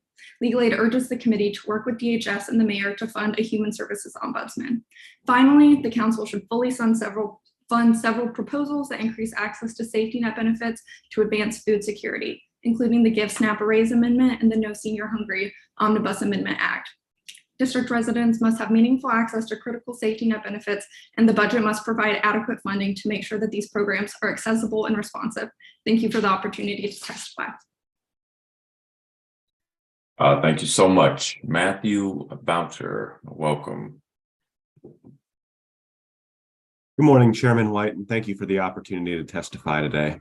My name is Matthew Boucher, and I'm a senior staff attorney in the housing unit at Legal Aid of the District of Columbia. I'm here to ask the council to pass and fund the Rapid Rehousing Reform Amendment Act of 2023 this budget cycle.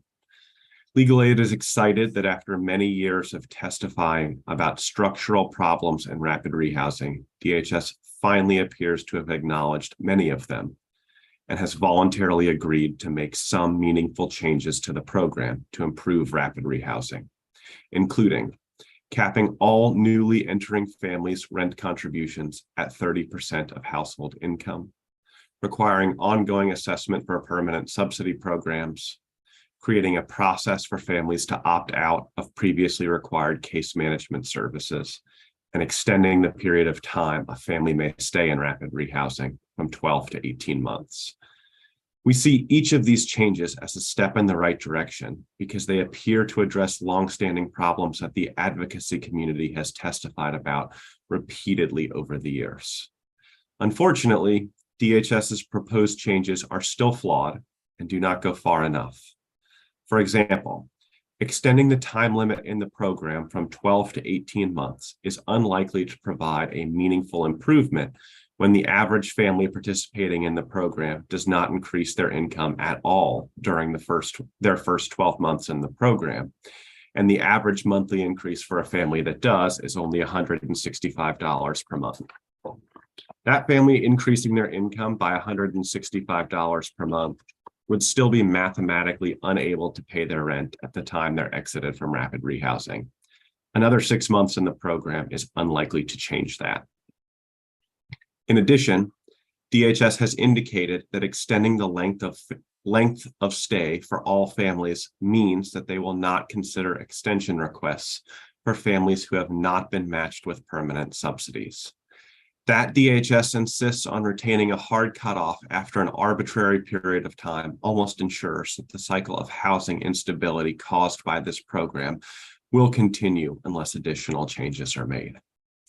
The fact that DHS is voluntarily making these changes is significant, though, because it seems to acknowledge that there are serious problems with the program as it is currently constituted, and because it contains significant new spending that should dramatically reduce the relative cost of passing and funding the Rapid Rehousing Reform Amendment Act of 2023. When the bill was first introduced, the projected costs seemed inflated and appeared to be a significant obstacle in the council's consideration and passing of the law. Now that DHS has implemented some of the reforms in the bill on its own, the cost of passing and funding the bill should be significantly reduced when compared to the status quo. Legal Aid encourages the council to reevaluate and scrutinize any cost estimate put forth by DHS. While we are encouraged by these changes, we believe that the best way to create a clear structural framework for an effective rapid rehousing program is to pass legislation codifying these changes in law. Most importantly, the bill contains an additional provision that would end DHS's ability to exit families from the program for overstaying arbitrary time limits, unless those families can afford the rent on their own or are matched with a permanent housing subsidy. This would finally put an end to the cycle of housing instability that is caused by rapid rehousing. And for all these reasons, Legal Aid strongly supports this bill and asks the council pass and fund it this budget cycle. Thank you for the opportunity to testify.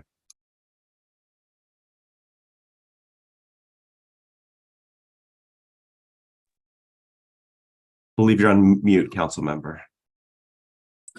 Thank you very much. Thank you for your testimony. Samantha Koshgarian, you are next.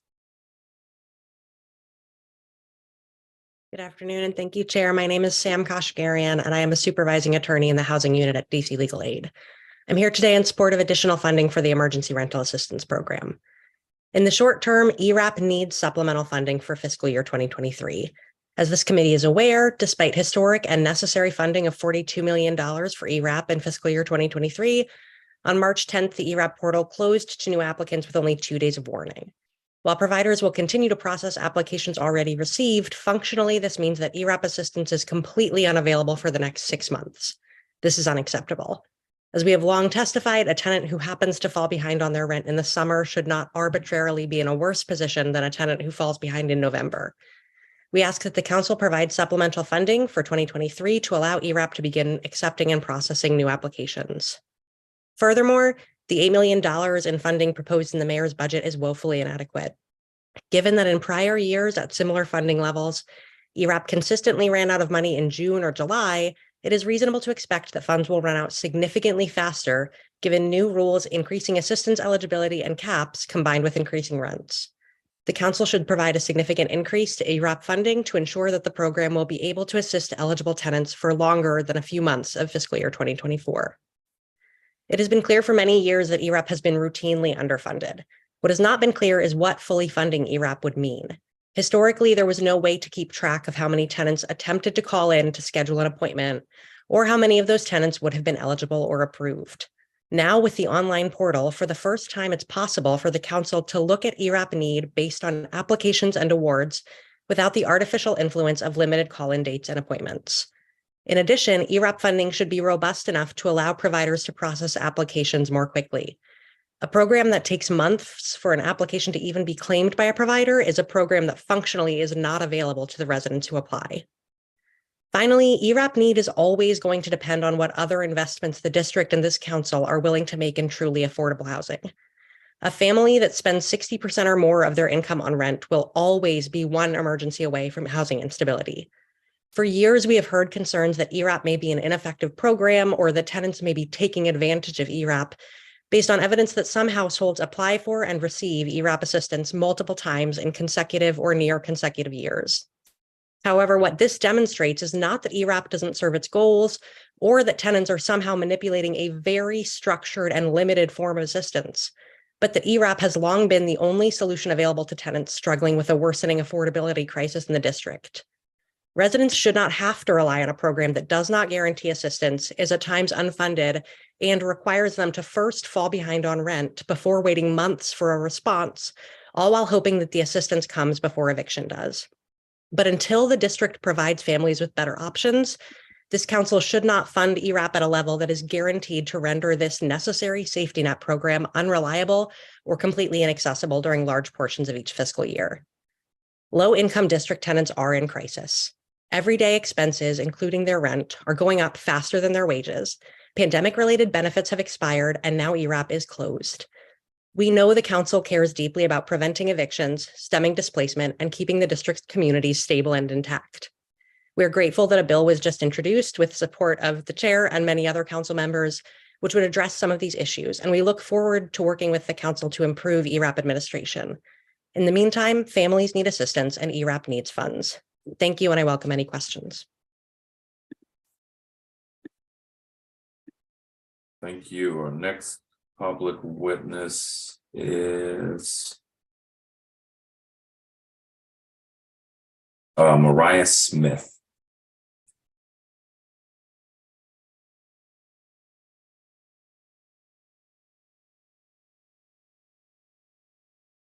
Mariah Smith, are you able to unmute?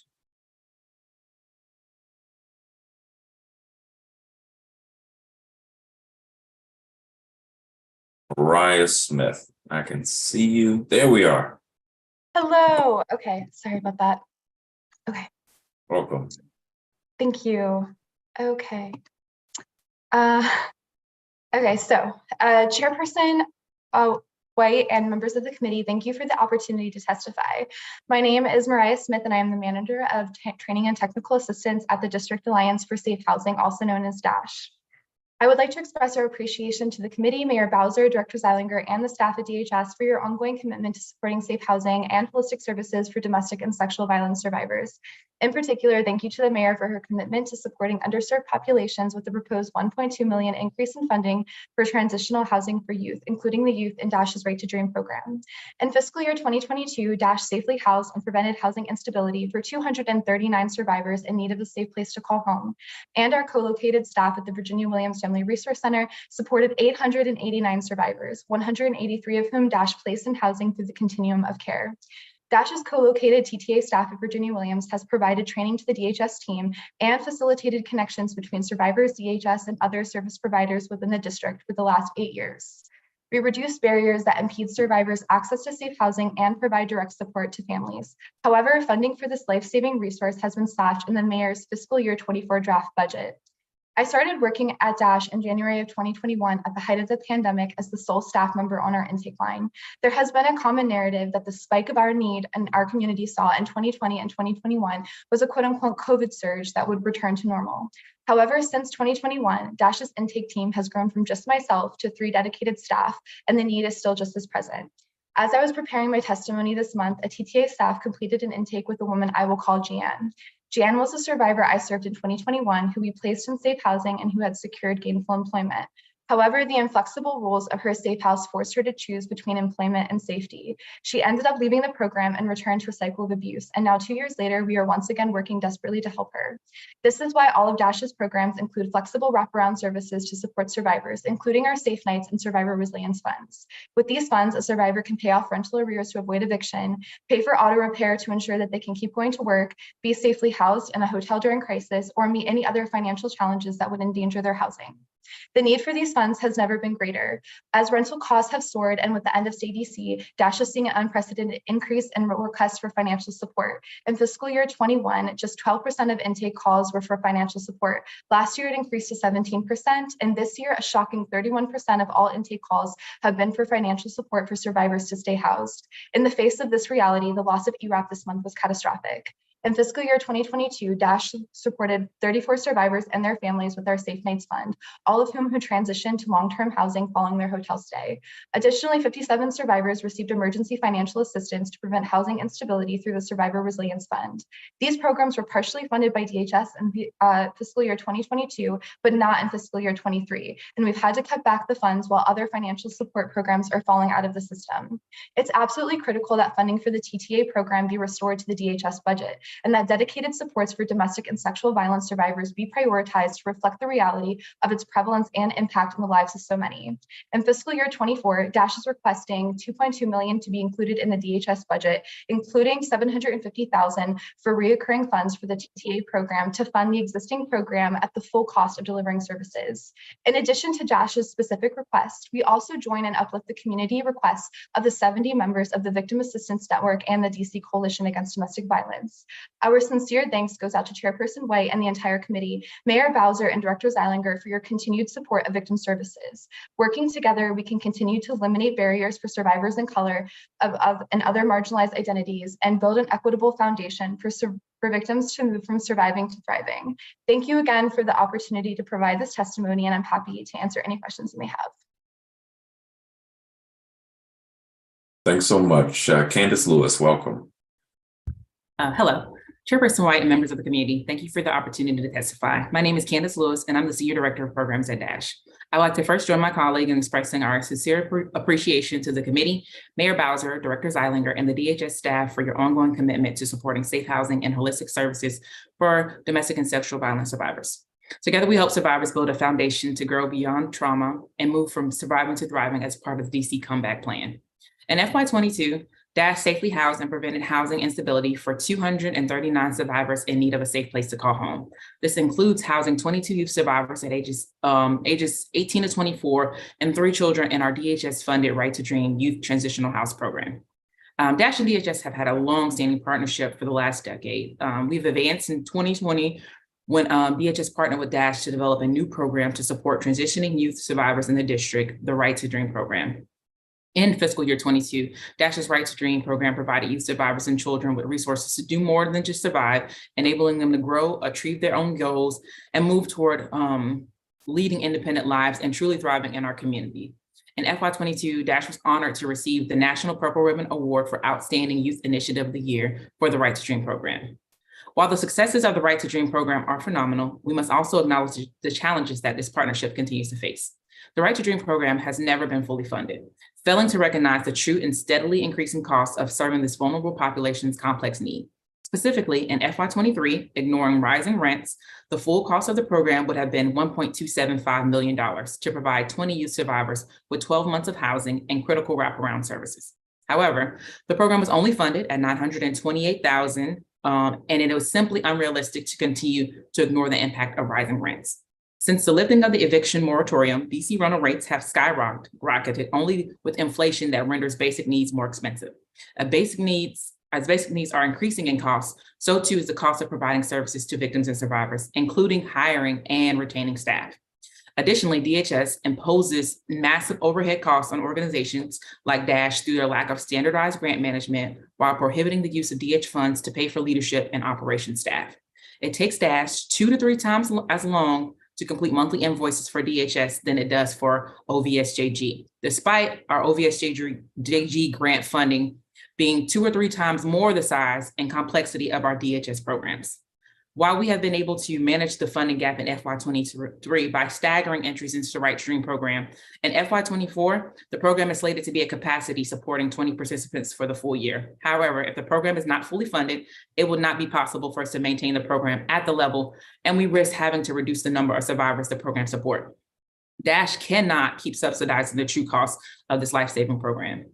We call on the council to recognize the outstanding opportunity the Right to Dream program represents for the district and to join us in a fuller partnership to stabilize the program, honoring the true cost of the holistic services that these survivors need and deserve. In addition to the $750,000 for our training and technical assistance program at Virginia Williams, our full FY24 ask from DHS is $2.254 million to fully fund our remaining 2 DHS supported Dash programs at their true costs: the Life-Saving Right to Dream program and the emergency housing program in our Cornerstone building. This ask includes fully staffing all programs, including leadership, operational, and data analysis staff support. In addition to Dash's specific requests, we also join in Uplift the Community requests of the 70 members of the Victim Assets Network and the DC Coalition Against Domestic Violence, including requesting that the city establish a dedicated baseline of funding for domestic violence services in the DHS budget equal to FY23 budget for all such programs, plus 15% to account for unfunded services, cost of living allowances, and current inflation trends. Thank you so much, Chairperson White and the entire committee, Mayor Bowser and Director Zeilinger, for your current support of victim services. And thank you for assuring that every district resident has access to safe and securing housing free from threat of violence. Thank you for the opportunity to testify, and I'm happy to answer any questions. Thank you. Temitope Fagbemi, welcome. Good morning, Chairperson White and members of the committee. Thank you for the opportunity to testify. My name is Temitope Fagbemi. I'm Director for Training and Technical Assistance for the District Alliance for Safe Housing, also known as DASH. I would first like to join my colleagues in my sincere appreciation to the committee, Mayor Bowser, Director Zeilinger, and the staff at DHS for the ongoing commitment to supporting safe housing and holistic services for domestic and sexual violence survivors. Together in partnership, our safe housing and critical homeless prevention services are available to survivors and families every year to help fund trauma-informed services for survivors of domestic violence. In FY22, our partnership with DHS at the Virginia Williams Family Resource Center, our co-located staff supported 889 survivors who visited the center seeking safety and housing resources, 183 of whom Dash placed in safe housing through our continuum of care. As my colleague mentioned, the mayor's draft budget in FY24 has dramatically reduced the funding for domestic violence services in DHS's budget to an alarming degree. The need for services and supports have continued to grow in FY23 as other supports have begun to fall out of system with the end of the pandemic-related protections and programs.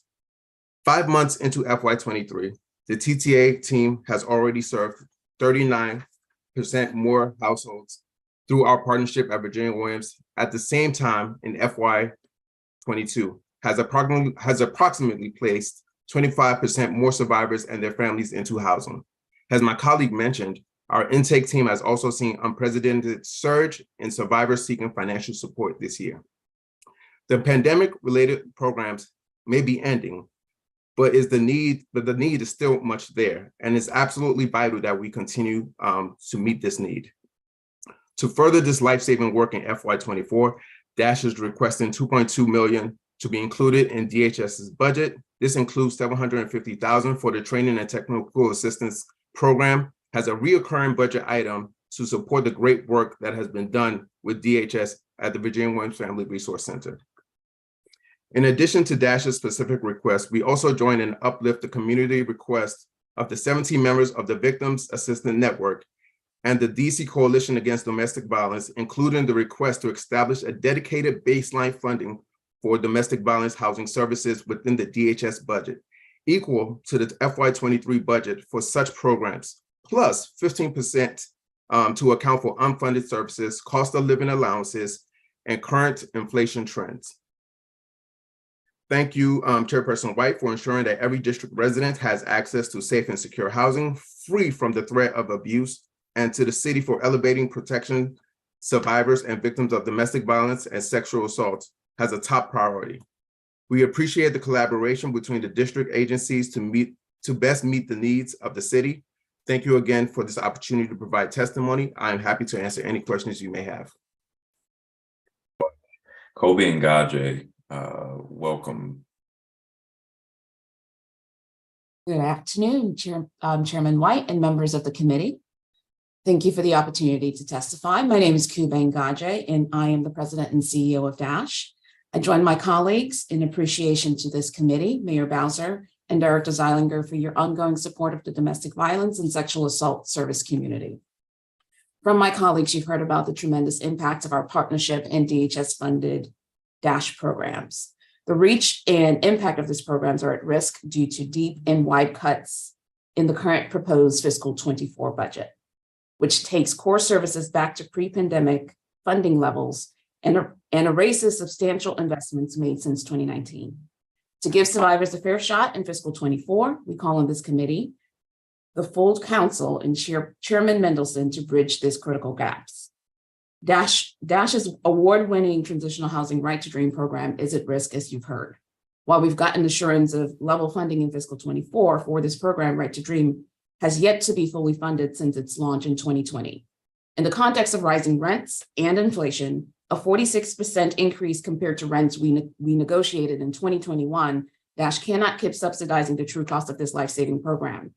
If the district is unable to meet the true cost during the fiscal 24 budget cycle, including recognizing the cost of leadership and operational staff, DASH will have to substantially reduce the number of survivors we serve through Right to Dream. Additionally, the mayor's budget has reduced funding levels for domestic violence services in the DHS budget to a dangerous degree. As the needs for these programs increases above fiscal 22 levels, a return to pre-pandemic funding will result in catastrophic results. For many survivors, it will be fatal. The challenges of the economic instability and domestic violence exacerbated by COVID have not gone away. Make no mistake, if the budget as proposed becomes a reality, we will see an unprecedented loss of housing stability, critical core safety net services, and most importantly, a loss of life. To continue the successes of our past partnerships, we call on council to support the actual costs of these outstanding partnerships and programs where the mayor's budget has fallen short. We ask that the council restore the funding to DASH's training and technical assistance grant as a recurring budget item and commit to funding the life-saving domestic violence, sexual assault, and victim service programs in the DHS portfolio at their true cost. In our fiscal 24 budget ask, DASH requested $2.254 million be included in the DHS budget. This includes $750,000 for the training and technical assistance program as a recurring budget line, $1.4 million to fully fund the Right to Dream program, and $104,000 for the DHS supported emergency housing and supports for Cornerstone in the district. In addition to DASH's specific request, we also join and uplift the community's request for 70 of the 70 members of the Victims Assistance Network and the DC Coalition Against Domestic Violence. including requesting that the city establish once and for all a dedicated baseline of funding for domestic violence services in the DHS budget equal to the fiscal 23 budget for all such programs, plus 15% to account for unfunded services, cost of living allowances, and current inflation trends. Thank you, Chairperson White, Director Zeilinger, and the committee, and Mayor Bowser for ensuring that every district resident has access to safe and secure housing free from the threat of abuse. Thank you for the opportunity to testify. I'm happy to answer any questions. Thank you so much. Daniel Del Pielago, you are next. Welcome. Good afternoon, council member. Thank you for the opportunity to testify. I'm actually here at the Wilson Building to find a quiet space. I agree with a lot of my colleagues who are speaking around ERAP. I wanted to do something similar in the sense of like data and all of that stuff, but I want to share more specifically a call that I received just yesterday from a mom to a son. She lived with her son, and they have fallen really behind. They fell really behind during COVID. Really didn't know which way to go. They had found one of our outreach flyers and called us, and she's just really at a place where she had missed some deadlines with ERAP, is now kind of out of options in what to do. Has a disability, is very afraid of having to go into shelter because of the disability. So to me, this just paints a picture of how the lack of ERAP funding for this fiscal year, and then of course for the coming year, how it's really going to play out. It's really going to hurt residents. It's going to potentially result in people experiencing homelessness. So I would urge, and I want to thank all the council members, including yourself, who have spoken out, who have said, hey, we need to figure this out. There's a systemic issues that have to be figured out, of course, but we do need ERAP. ERAP is a safety net service that we really do need in the city, that residents depend on to get out of arrearages and to avoid ending up on the street. So with that, I'll just say thank you, and I'll encourage this council to do its best to find a way to fund this and improve this program, but most importantly, keep district residents from having to end up on the street. Thank you so much. Nicole Walter, you are next. Hi, thank you, Chairperson White and members of the committee for the opportunity to provide my testimony here today. My name is Nicole Walter, and I'm the Supportive Advocacy Team Director at DC Safe, where I've worked to provide and connect domestic violence survivors to supportive services over the last 4 years. At the Performance Oversight hearing in February, I talked about our extensive partnership with DHS, which spans across all DC Safe program areas, including our supportive advocacy team, housing team, and lethality assessment project. Since then, the mayor's proposed FY24 budget has been released, recommending a $55 million cut to DHS's operating budget. We're alarmed by this level of disinvestment, and today I want to focus my testimony on the potential consequences we see for survivors and families, as well as for the fidelity of our partnership with DHS. Over the last several years, DC Safe has expanded to meet the increased needs of the community during the COVID-19 pandemic. My team, for example, added an additional service location in Anacostia just this past January, increasing our accessibility to survivors all over the city. As an organization, we brought on over 10 new frontline staff since 2020, allowing us to respond to surges in requests for our services. Last year, we supported nearly 12,000 individual survivors of domestic violence compared to just 6,000 pre-pandemic. As we navigate post-pandemic operations, we're not seeing our client numbers go down, nor the need for direct economic resources and other public benefits. As such, we're particularly concerned to see that DHS's permanent supportive housing program for individuals is recommended to be cut by over $20,000 and lose 31 full-time employees. Likewise, the emergency rental assistance program is set to be drastically reduced by over 80%, along with the overall decrease to domestic violence services. While these cuts are distressing in terms of their potential fiscal impact for district residents, as well as for organizations like DC Safe and other providers in our continuum, we're also concerned for the strain the cuts will put on DHS to maintain their current level of partnerships. For example, in February, I mentioned our relationship with Virginia Williams Family Resource Center. We mutually support each other in finding and ensuring placements for families. We greatly value this effective partnership. However, there's no sister organization for singles, which makes it especially difficult for single adults, distinctly single men, to find housing support. Further, our shelter advocates often hear families in the rapid rehousing program express confusion about where they are in the process. There's been an ongoing lack of clear and consistent communication since COVID-19, which can be especially difficult and even re-traumatizing for survivors trying to find safe housing. I'm sharing this again to highlight the critical need for more resources, not less. Outside of our concerns around housing, I want to reiterate the impact of investment again in terms of the district's domestic violence homicide prevention programming. The High Risk Domestic Violence Initiative, also known as the HRDVI, represents the district's efforts on both a micro and macro level to reduce and prevent domestic violence homicides. DC Safe's Lethality Assessment Program, or LAP, is a component of the HRDVI, along with the Domestic Violence Systems Review Team, or DVSR. Through LAP, we identify and triage services for high-risk cases and work with a team of over a dozen LAP partners, including DHS, to ensure coordinated and enhanced services. DHS is also a participant in the DVSR, which meets to complete case reviews and make recommendations for systems change.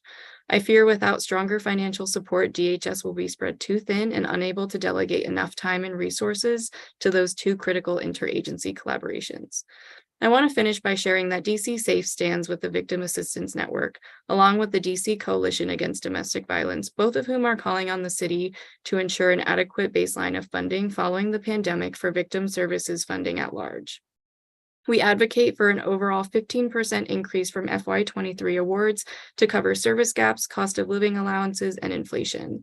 I hope that my testimony, along with the other testimonies from my community here today, will stay with you in the upcoming series of markups and affect the changes needed to secure our city's social safety net programs. Thank you so much for your time and attention today, and I look forward to any questions. Nick Malaysia, welcome. Thank you, Chairperson White and members of the committee. My name is Monique Malizia, and I am the TANF Power Specialist at DC Safe. I work with survivors of domestic violence every day, providing specialized support in navigating the district's program for work employment and responsibility, otherwise known as POWER. Since fiscal year 2018, DC Safe has been the district's designated POWER provider. In this role, we screen new clients during our comprehensive intake sessions for TANF benefits and POWER eligibility. In the last 3 months alone, we have screened over 650 clients, either remotely or in person. If a client is a good fit and wants to participate, we facilitate enrollment in the POWER program, in addition to providing our regular crisis housing and supportive services. Further, we provide training for DHS employees on working with survivors of domestic violence and best referral practices. As my colleague Nicole stated, the mayor's proposed fiscal year 2024 budget cuts DHS's operating budget by over $55 million. With that top of mind, I'd like to use my time here today to talk about my own experiences on the ground and how I believe this kind of reduction could impact survivors and families in the district. During intakes, I go over the pros and cons of POWER enrollment with my clients. The pro is that clients can have temporary relief from having to comply with traditional work and school requirements while going through their domestic violence situation. The cons, however, are once enrolled, they lose other key benefits such as job search assistance, daycare vouchers, resume help, tuition and book assistance, and transportation stipends, to name a few, that they'd otherwise receive through their vendor. We sincerely hope that the proposed budget decrease won't be yet another impediment to our clients trying to access a full range of TANF benefits. Ideally, POWER recipients would be able to retain all their TANF benefits, plus be exempt from traditional requirements while going through their domestic violence situation. Furthermore, I find that our clients are struggling to get clear and timely information about their cases. Although DC Safe provides support with POWER, our clients often ask us to use this connection to contact DHS about an array of issues. I understand that this is not intentional, but I do strongly encourage DHS to build a top-end capacity. As it stands, the mayor is proposing to reduce the number of DHS full-time employees, and I believe this decision will only cause further frustration to our clients and others. This leads to my next point about the continued need for increased transparency. Last year, my colleague Nicole shared a story about a client who we had recently enrolled in the POWER program. Our client had been unsuccessfully trying to access her back pay for TANF benefits and had no idea where the issue stemmed from, never mind how to resolve it. Unfortunately, to this day, the client has not received the full amount owed to her. This is clearly not the time to be making budget cuts. Instead, it's time to provide more financial support to DHS so that it can address these types of problems. That said, I want to take a moment to acknowledge our great working relationship with Mr. Thomas Biggs, as well as a strong partnership with the DHS Domestic Violence Grant Team. We are grateful for all their continuous efforts to expedite information to us whenever they can and work collaboratively. Ultimately, with city support, I believe that the POWER program can be strengthened and continue to offer a financial bridge to safety for survivors of domestic violence. Thank you for your time today. I look forward to answering any of your questions. Thank you so much. Next public witness is Charlotte Hovland. Hello, thank you, Chairperson White and members of the council. My name is Charlotte Hovland, and I'm a lifelong Washingtonian and current resident of Ward 4. I am grateful to be testifying today as chair of the Housing Security Working Group of Jews United for Justice, a grassroots organization that brings together Jews and allies to advocate for social, racial, and economic justice here in DC. In my testimony today, I am asking that the council pass a fiscal year 2024 budget that includes at least $117 million in funding for the Emergency Rental Assistance Program. There is a traditional Jewish practice called Gemilas Chesed, endorsed by the rabbi and philosopher Maimonides all the way back in the 12th century. It describes a collective obligation to distribute free loans to members of the community in times of financial crisis. I see this as a reminder that throughout history, there have always been times when people just can't make ends meet, need help from their communities, and receive help. It's important to note that in our city today, this struggle to make rent falls disproportionately on Black households, with Black residents being nearly 2 times as likely to be rent burdened relative to white residents. When one unexpected expense or temporary loss of income can put a household at risk of eviction, programs like emergency rental assistance are vital for preventing housing loss and homelessness. ERAP funding for 2023, as many testifiers have already mentioned, has already run out, with 5 months of the fiscal year still to go. Every eligible household who will face eviction or housing insecurity because of the lack of ERAP funds represents a shameful failure on the part of our community to support and protect its members. The mayor's proposed budget for this coming years includes less than a quarter of the funding of fiscal year 2023 and only a small fraction of the estimated need to keep vulnerable DC residents in their homes. Rather than casting residents adrift, I am asking that the council pass a budget that includes $117 million for emergency rental assistance and allows applicants to request up to 3 months of future rent as well as assistance with back rent. Not only is this a moral thing to do, it is a good investment. Having worked as a case manager in homelessness services, I know that everything in life becomes harder for people when they are experiencing homelessness. Health and well-being decline under constant stress and without safe places to store medication. It is difficult to find and maintain employment without a permanent address, and educational outcomes for children suffer due to trauma and instability. Investing in preventing housing loss will reduce the need for emergency medical care, extra educational support, and more intensive social service interventions in the future. I am calling on the council to do both what is right and what is sensible, and to fully fund ERAP with at least $117 million for the fiscal year 2024 budget. Thank you so much. Thank you very much. Judy Esty. Hi, thank you so much, council members and other members of the Committee on Housing for allowing me to testify today.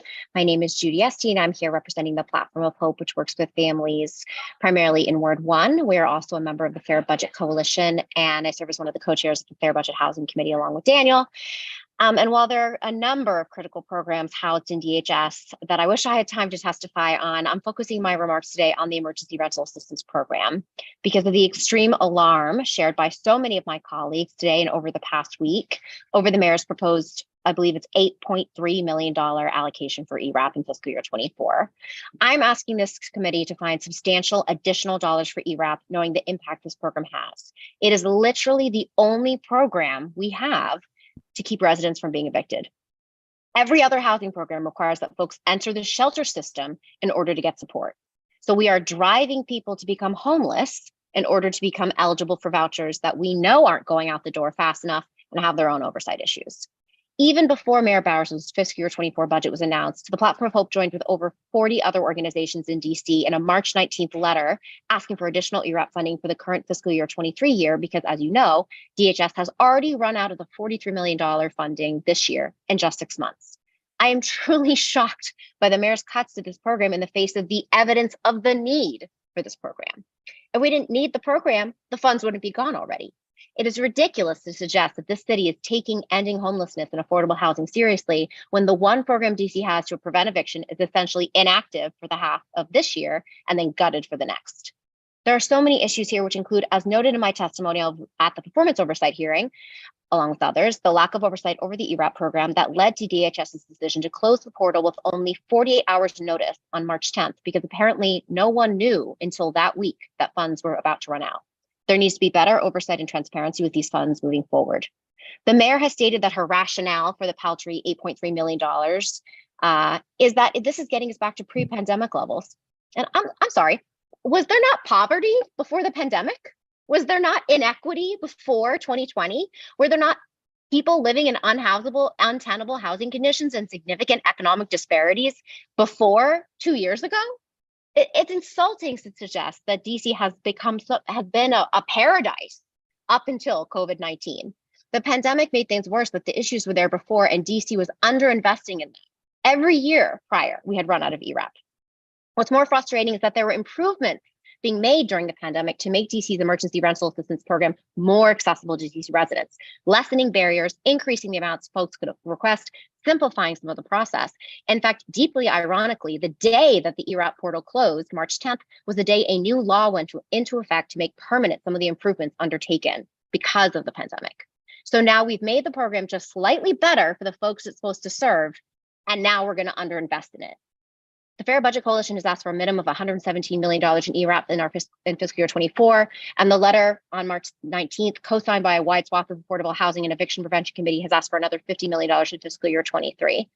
And meanwhile, this is all in the context of fights over encampment clearings for folks experiencing homelessness, significant delays in the distribution of housing vouchers, and failure to fund more, decreased contributions to the Housing Production Trust Fund to create more affordable housing, and the mess that is the DC Housing Authority. So I'd like to know, what is the strategy? What is the plan for underinvesting in all of the needed programs to stem the trauma of eviction, experience of homelessness, lack of affordable housing, and related and deep economic and health disparities? When will this committee put its foot down and make funding eviction prevention and affordable housing resources in the city a priority, not something that happens only after the business community has been fed and the pickleball courts have been erected so that some people can play games while others literally cannot afford to live here? Thank you for your time. I hope we can work together to find the funds needed for DC's residents. I understand that the budget is tight, but this budget is an insult to the folks who are keeping this city running and yet who cannot afford to live here. Thank you. Cynthia Smith, welcome. Good afternoon, Council Member White, community leaders, fellow advocates. Thank you for this opportunity to testify. My name is Cynthia Smith, for Budget Steering Committee member. To alleviate rising hunger rates during the COVID-19 pandemic, Congress increased Supplemental National Assistance Program benefits through temporary boosts known as emergency allotment. But the emergency allotment ended. As of March 1st, SNAP recipients suffered dramatic cuts to their SNAP benefits. On average, each SNAP recipient monthly benefit suddenly decreased by $82. SSI recipient receiving SNAP benefits was directly cut more than $100. SSI recipient received for cost living allowance this year. Seniors and SSI receiving SNAP were cut twice. First, emergency allotment. Second, it appears that the cost of living allowance received from Social Security this year was considered a change of income. SSI recipient with both cuts gets $65 in SNAP benefits. We need to give a SNAP a raise, and there should be no senior hungry. We may not hear an outcry from this terrible decision for people with disability. DC in the past have been focused on its community. We just had a pandemic. We have not recovered from it financially. Mayor's fiscal year 24 budget release for ERAP, not only there's no supplemental funding mentioned for FY23, but there's also measly 8 million allocated for all the next year's budget. Major cuts on survivors of domestic violence funding, I believe it's 30%. These cuts harm people in dire need of support. We are watching and listening and quite able to respond to half-truths. We refuse to get cookie crumbs and settle for SNAP, ERAP, and DV funding cuts. I support guaranteed income, and thanks to all the council members sponsoring this legislation. I do hope that DC council members can come up with a policy, a solution to remove financial incentivize when receiving other stipend, cash assistance, guaranteed income to maintain human dignity without fear of losing the much needed benefit. Last year, the council passed a similar resolution for people employed. When faced with extreme and undesirable situations, sometimes it's necessary to take all stakeholders to discuss how can we minimize the harm caused by these budget cuts. Talk to one another and speak openly. I would like to thank all our domestic violence advocate, Coalition Against Domestic Violence, several DV organizations who have continued support survivors, especially My Sister's Place, Mel D. Webb, Mothers Outreach Network, and to all issue group of Fair Budget Coalition, especially thanks to all council members and staff. Thank you.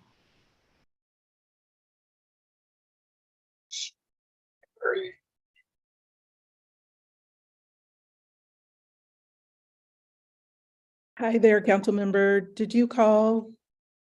Did. Are you ready? Oh, great.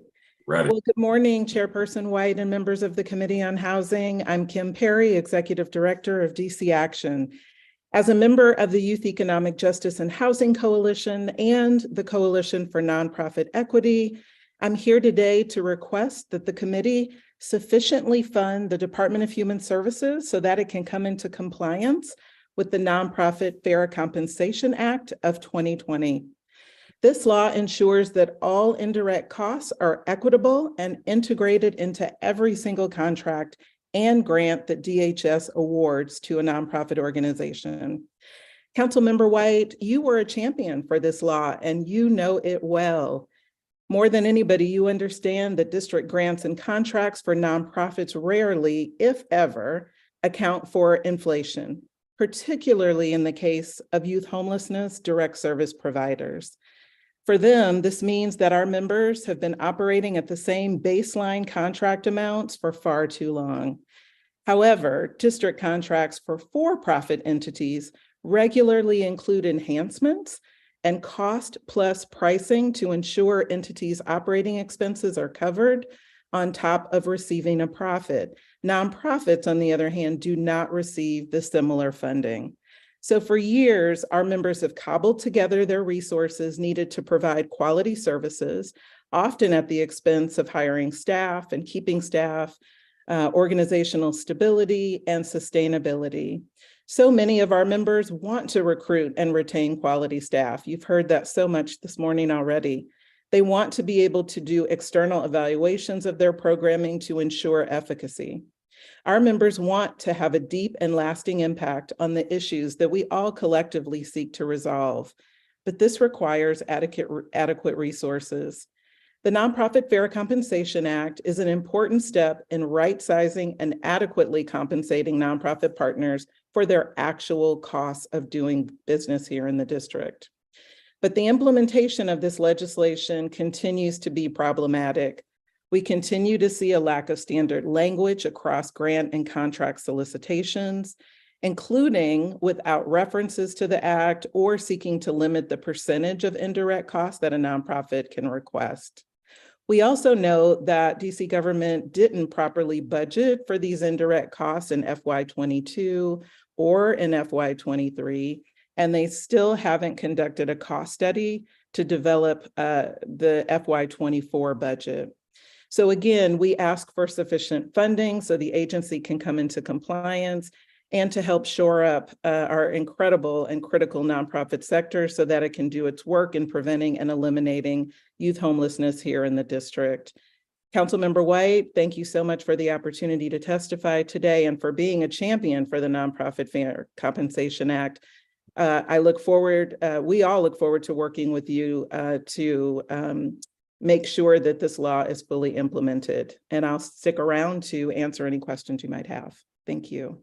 Thanks so much. Adam Mayer, welcome. Good afternoon, Chairman White, council members, and council staff. Such a pleasure for me to follow Kim Perry, really an honor. My name is Adam Mayer. I'm a Ward 6 native Washingtonian, a member of the District of Columbia Commission on Human Rights, and the Director of Housing Partnerships at Pathways to Housing DC. I want to begin by once again thanking you for choosing to chair this committee, Mr. White. It certainly appears that this and the coming few years may be challenging ones for our city. My memory of our city's 1990s financial crisis remains fresh.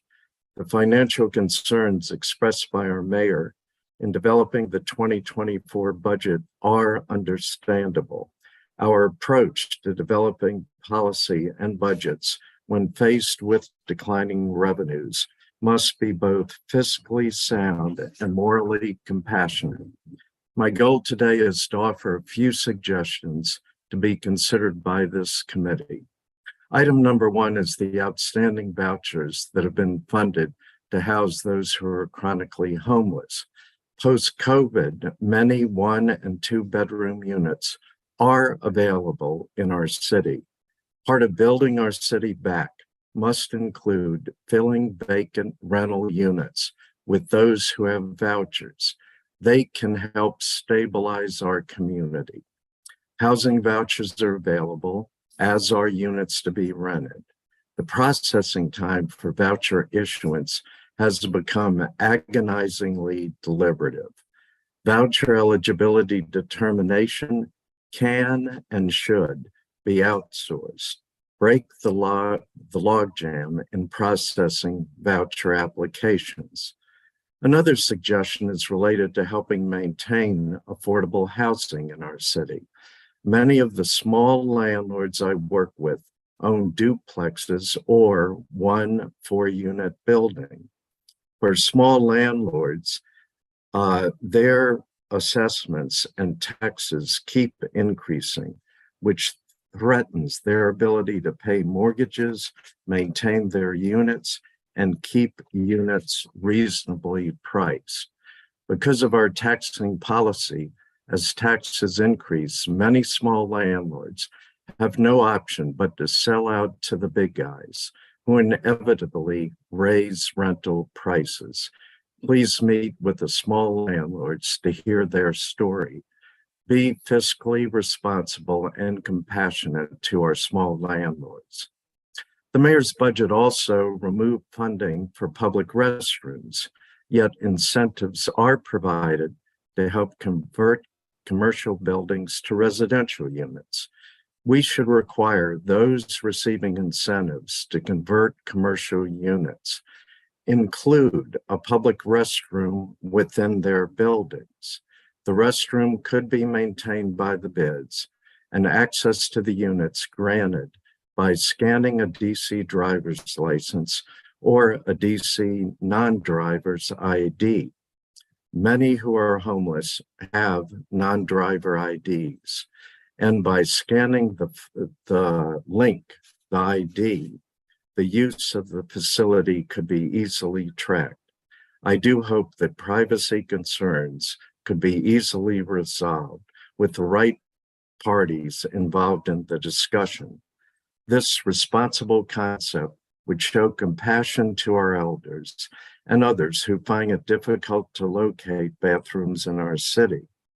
I share the concerns expressed by those testifying today concerning the ERAP program. I hope that the council will be able to create a contingency fund to help those facing evictions. Presenting evictions is fiscally sound and morally compassionate, as is coordinating employers looking for staff with those in need of employment. I know the Department of Employment Services is not in your domain, but housing and employment are linked.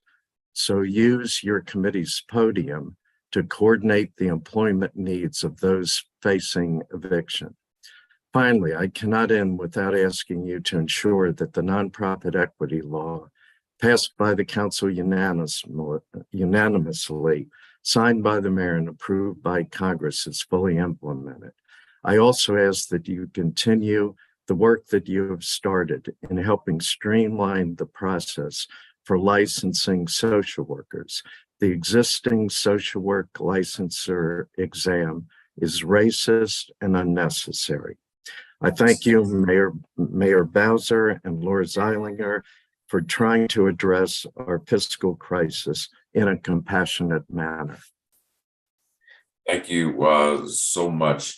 I feel so badly that, and honestly very frustrated that leaders in our nonprofit community are coming back again to talk about, plead about, advocate for the nonprofit fairness and compensation.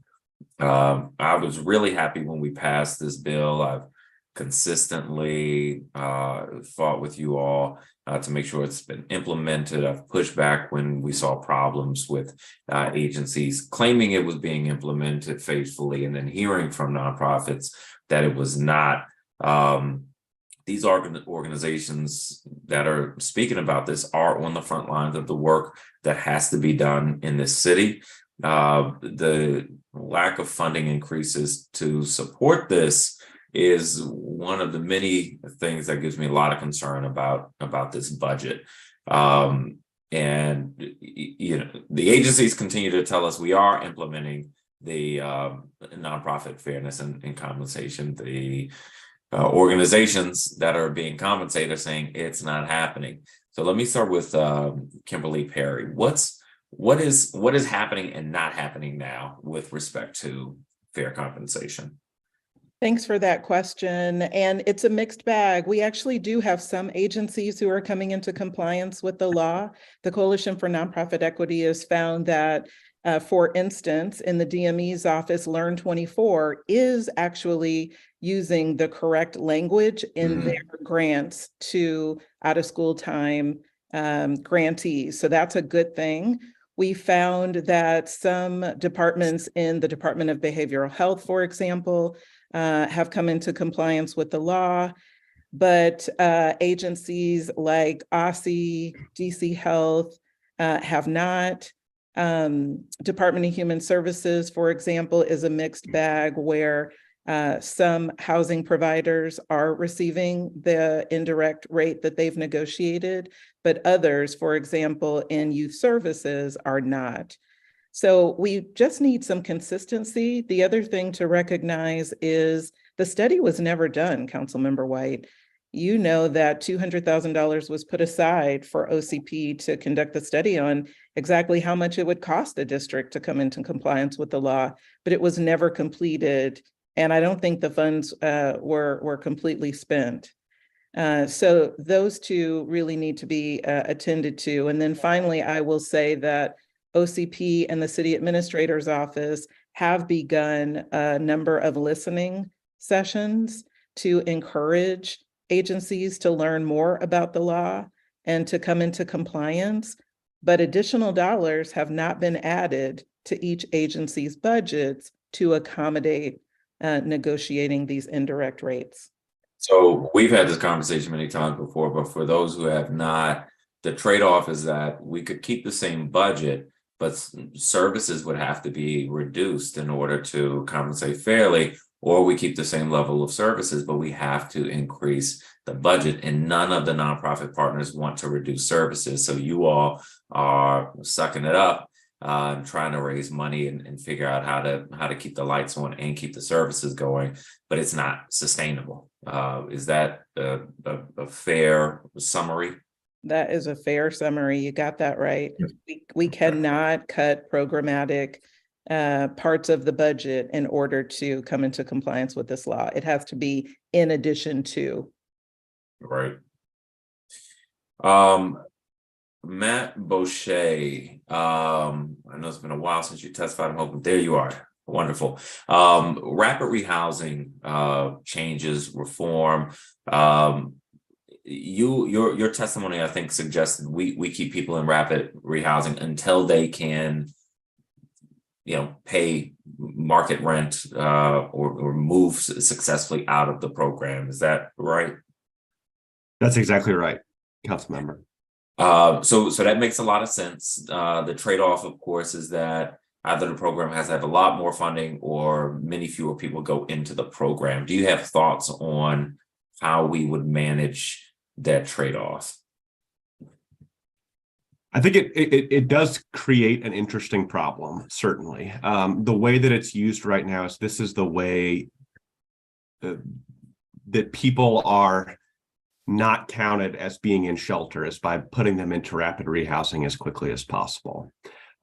And if families that were being transitioned out of shelter were able to stay in the program longer, obviously the number of families in the program would grow significantly if everyone who was in shelter was still being exited into rapid rehousing.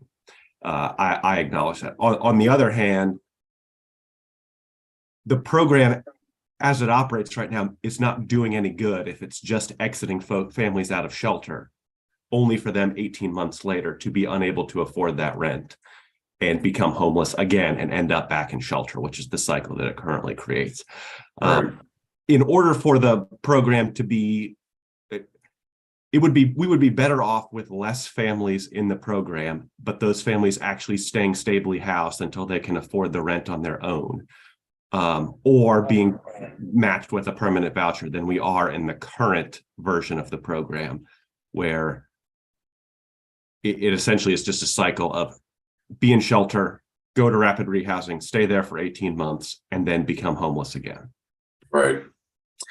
And related to that, my experience is that rapid has a reputation. People are afraid to go into it because they see it as unstable. They feel like people go into the program and then end up back in the shelter. Is that what you hear as well?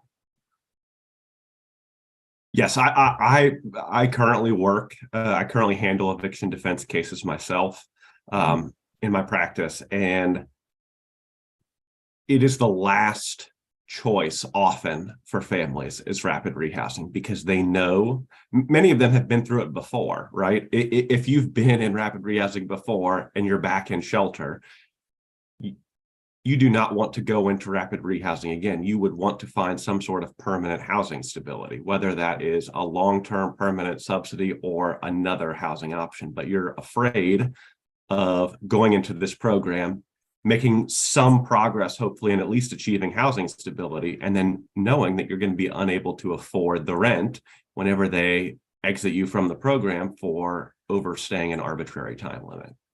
Right. Let me move to some couple questions regarding DASH, and what I will do is I'll direct them to you, Ms. Ngaje, and if you think it's better for one of your team members, I'll let you tag them in. But Mariah Smith testified that the intake staff went from 1 to 3 during the pandemic. I didn't hear, I may have missed it, and then who testified later may have mentioned it, but I couldn't tell. So I understand the staff increase, but what's the increase in need that you experienced? Absolutely, and thank you so much for that question. I'm going to ask the DASH team members jump online here. Our partnership with Virginia Williams has steadily increased. We've come back to this council and this committee time after time since 2018. What DHS is currently proposing is that the mayor's budget would allow them to only fund the baseline level from 2018, which is $352,000.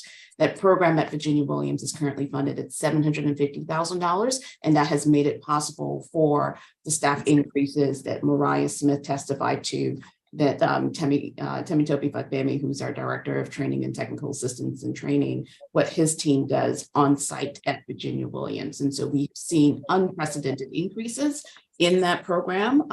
We've already had, we're serving currently as of Q2 in fiscal 23 higher levels than what we saw in fiscal 22.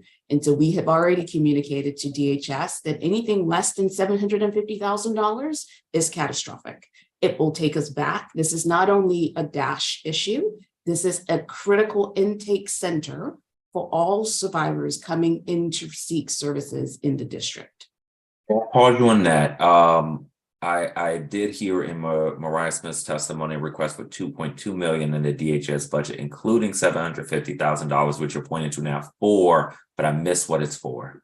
So the $750,000 is specifically for that partnership at Virginia Williams. I see. Okay. And I was at Virginia Williams, I think last week. I saw the DASH cubicle. I was happy to say I talked to Director Zeilinger and her team about it. They seem to indicate it's working really well. So does DASH house people, or do you help people find housing? Both. We do both. Okay.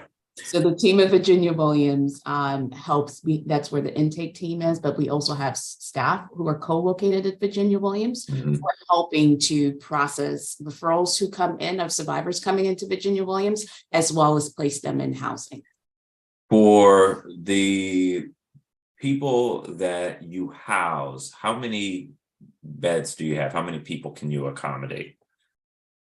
Council member, just want to make sure we're very specific in our response. Are you talking about through Virginia Williams or through DASH's other programs? Good question. Let's start with Virginia Williams. So Tim, if you could come on and give a little bit of insight about the breakdown of how many housing fiscal 22 through Virginia Williams. So I kind of want to break. So we look at housing in two ways. There's emergency housing, and then there's long-term housing. So for every survivor that comes into Virginia Williams, we are first assessing for, is this a high lethality situation where somebody needs to be moved immediately? Or, do we need to break down the case and seek long-term housing, which is, transitional housing? Do we use our SRF program? Does somebody want to flee Washington, D.C. and move to a different state? Or do they want to go into rapid rehousing? So we house survivors in two different ways. The emergency part, where we work with DC Safe, we work with Crime Victims Compensation, and then we also have our Safe Nights program, where we are able to place survivors in hotels temporarily while working on long-term housing placements. Okay. For with your work with Virginia Williams, when you help people find permanent or long-term housing, that's done through what programs? Is that rapid rehousing exclusively? We have rapid rehousing. We also work with partner agencies like House of Ruth. We also work with My Sister's Place. And we also work with the surrounding states. So we work with Maryland a lot. We work with Virginia a lot, also to place survivors. So there are multiple avenues that we can reach out to place survivors into long-term housing. All right. So in sort of 1 to 3 sentences, what do you need in a budget? What happens if you don't get it? Okay, I can take that one. Okay. What do we need in a budget specifically from DHS? We need the Williams partnership, the technical assistance and training program. We need $750,000, which is the baseline. That's the current fiscal 23 budget. Anything less than that is catastrophic. We also need $1.4 million for Right to Dream. Currently, that is secured and confirmed at the fiscal 23 level, which is a little over $900,000. The reason why we are seeking 1.4 is because the rental rates have increased so significantly that if we keep it at the current level, we will have to reduce the number of survivors we serve in that program. And lastly, keeping the current level of our federal partnership with DHS, and that's $104,000 for our emergency housing supports at Cornerstone. 3 asks. All right. Let me then ask a similar question to Nicole Walter and Monique Malizia with DC Safe. Anything you need to add to that conversation?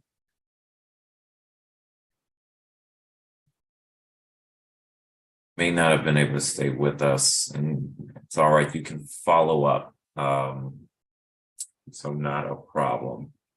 Council member, I'm so sorry to interrupt. While our DCCA partners aren't here, I do want to echo and lift up that while Dash is highlighting our specific agency request, that deep cut across the agency for DHS, and also that's seen in OVSJG's budget. That is why the community is asking for a 15% increase to domestic violence supported programs on DHS's budget. Okay, thank you for that. Many of the testimonies were clear, and there was a lot of important overlap with previous testimonies. One other thing I wanted to get some clarification on, Adam Mayer, you raised a good point. You asked us to be fiscally responsible and compassionate to small landlords, because yes, if they sell, they're usually not selling to the other small folks. They're selling to the big folks, and that's usually a lot more harsh on DC residents in the long term. What does it look like to be fiscally responsible and compassionate to small landlords? You know, I think the clearest example is the increase in assessments and the increases in taxes, because, you know, a number of the landlords that I've talked to, they've mentioned each year they've received 10-15% increase in their assessment and taxes. And it's done because of other buildings in the neighborhood that are being sold. And here they may have a tenant that's been in their building for 15 or 20 years. They tend to be good friends of the tenants in their building, and they don't want to be forced to increase the rent. So the incentive would be some sort of process that they could go through to limit the tax rate that they have to pay, or put that tax off until the sale of the property occurs.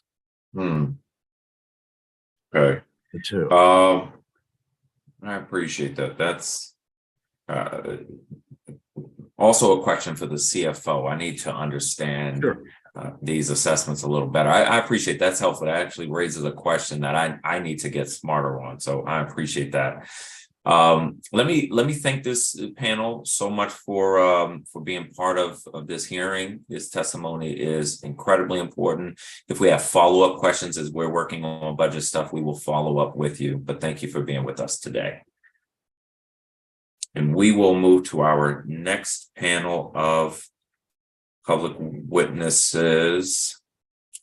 Lark Yasmin, public witness, Catherine Landfield, advocacy coordinator with the Fair Budget Coalition, Kate Coventry, deputy director of legislative strategy for DC Fiscal Policy Institute, Robert Harvey, community member with Fair Budget, Kenyatta Smith, outreach specialist with Little Shop of Cool, LaTroy Murphy, public witness, Derva Trivedi, student attorney with the Health Justice Alliance Law Clinic, Sheila White with Miriam's Kitchen, Eleanor Hart, chair of the housing group for DC for Democracy, Kenyatta Brunson, president and CEO of In Street Village, Sandra Jackson, president and CEO of House of Ruth, Wanda Steptoe, director of New Endeavors by Women, Chris Thompson, president and CEO of Calvary Women's Services, Amelia Kalma, Director of Policy and Research with DC Policy Center,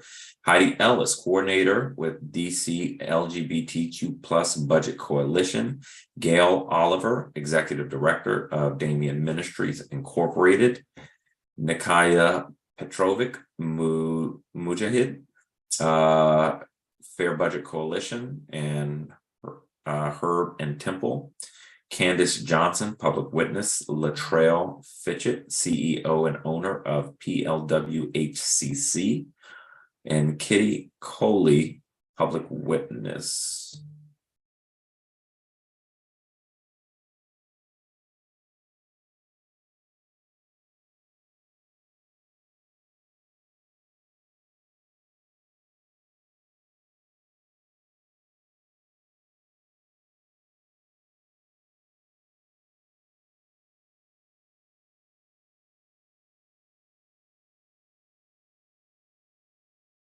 Give us a couple minutes to get everyone admitted, please.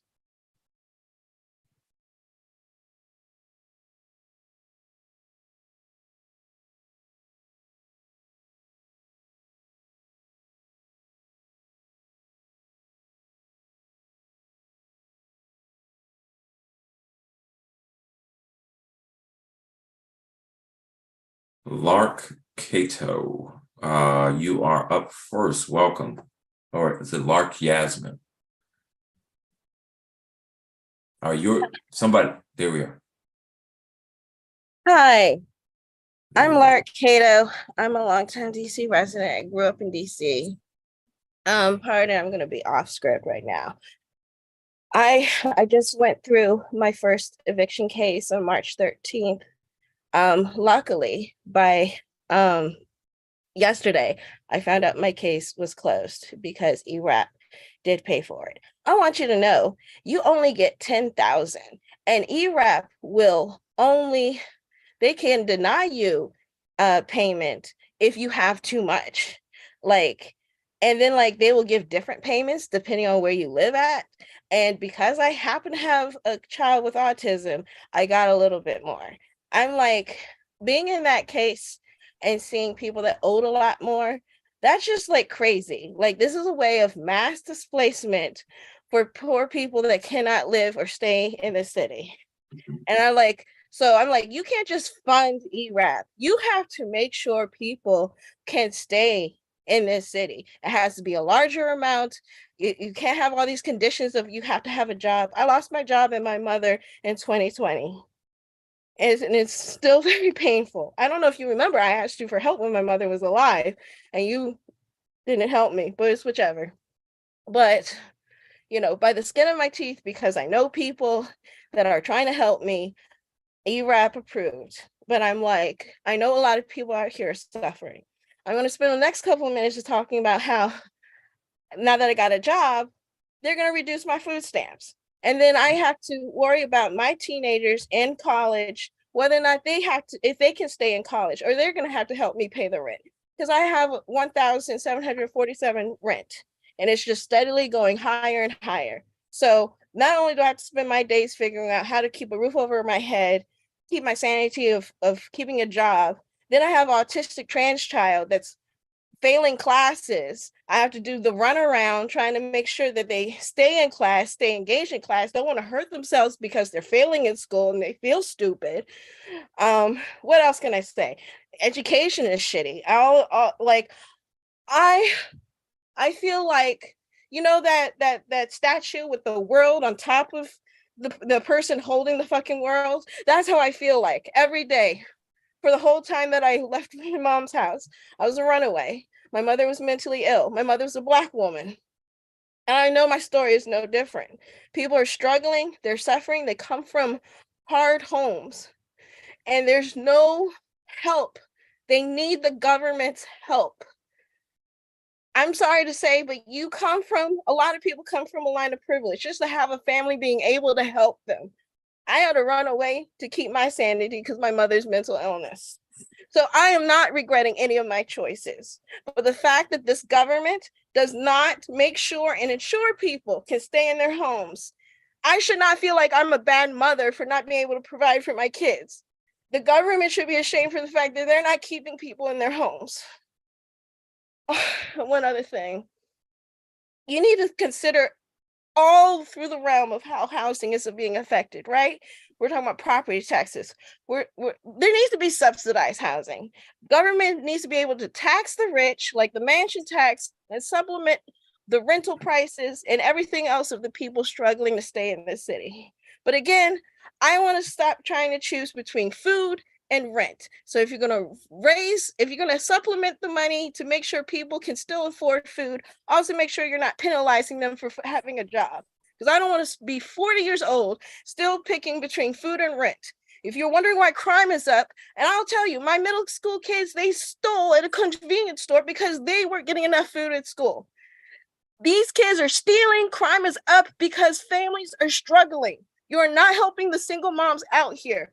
I know I'm not the only one. You could do a lot better. I wish you would try to cancel the rent. Legislation would really help improve the lives of these people out here. Do more and better legislation. Don't just throw money around. And not to bash the vouchers out there, but that's still helping the few and not the many. Help the many that are out here. If you really want to change lives, to turn around this city, you just throw away racial equity, but you're not really caring about the poor people here. Classism is the issue around here. I cease. Thank you very much. Catherine Lanfield, welcome. Good morning. Thank you very much, Councilmember White and members of the Housing Committee. Thank you for this opportunity to testify today. My name is Catherine Lanfield, and I'm the Advocacy Coordinator at Fair Budget Coalition and a resident of DC for 31 years. Fair Budget advocates for budget and public policies that address systemic racial, economic, and social inequality in the district. We accomplish these goals by leveraging the collective power of member organizations and impacted community members. I urge you to reverse the drastic cuts to DHS that will harm DC's most vulnerable residents. As you know, we have an extensive budget platform with 24 separate recommendations that center the holistic wellness of DC's Black and Brown working class and poor residents. So many of our recommendations are wrapped up in DHS, which is the heart of the DC budget for our social safety net. Yet the mayor's budget proposal treats both vulnerable communities and DHS with remarkable disdain. While the total DC budget contracted by 1.3% from last year to this year's budget, the DHS operational budget was cut by 6.6%. That's over 5 times the amount one would have expected under a more proportional tightening of the budget. At Fair Budget Coalition, we appreciate that individual wellness is deeply interconnected with community wellness. We also know that people don't have single issue lives. They need all the things that enable them to thrive. Many of the greatest barriers are not personal, they are structural, such as food insecurity, housing instability, health injustice, and economic exploitation. Along with each of these comes chronic debilitating stress, and I believe we've just heard a lot about that. And this takes a terrible toll on children. It prevents them from learning, it harms their health further, and makes them less resilient. I emphasize this toxic stress because it is children who bear the cost of our funding and policy decisions in ways that often do not become apparent until years later. It is an outrage that we should consign communities to this intergenerational trauma and suppression of human potential. I particularly want to lift up the urgent need to prevent homelessness by funding $50 million in the FY23 supplemental budget for ERAP and $117 million for FY24. As well, fund much needed housing for those experiencing domestic violence at $18.6 million. Of course, we need more money for permanent supportive housing vouchers, as you have heard today. Without all of these investments, we leave households facing grave circumstances that lead to a further cascade of problems. In the same vein, we need to feed the people. It is essential that we fully fund the Give, Snap, or Raise Amendment Act with $51 million. Students, workers, seniors, families, none of them can flourish in any of their roles while hungry or worried about how they will feed themselves. And lastly, DC's poorest families deserve income support. Not only is TANF support long overdue for an increase, but it is essential that you find a way to reverse the $11.2 million in cuts to TANF cash assistance that Mayor Bowser proposed. In closing, a safety net can't support safety if it is in tatters. Getting more funding to DHS for critical programs will be essential if we are to stave off deepening of poverty, suffering, and marginalization of our Black and Brown neighbors with low incomes, not to mention to ensure that all of our children have a brighter future. I look forward to answering any questions you have, and thank you again for this hearing. Very much. Perry Wilson, you are next.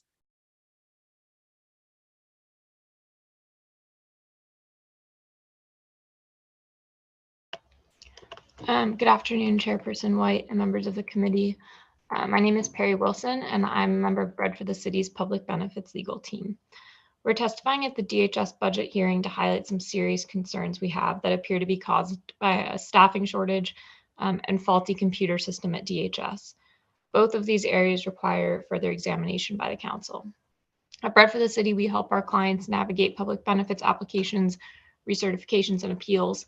And increasingly, we're seeing that our clients are being denied the benefits they deserve, not due to any substantive disagreement or mistakes on their part, but simply because DHS is failing to process applications timely and correctly.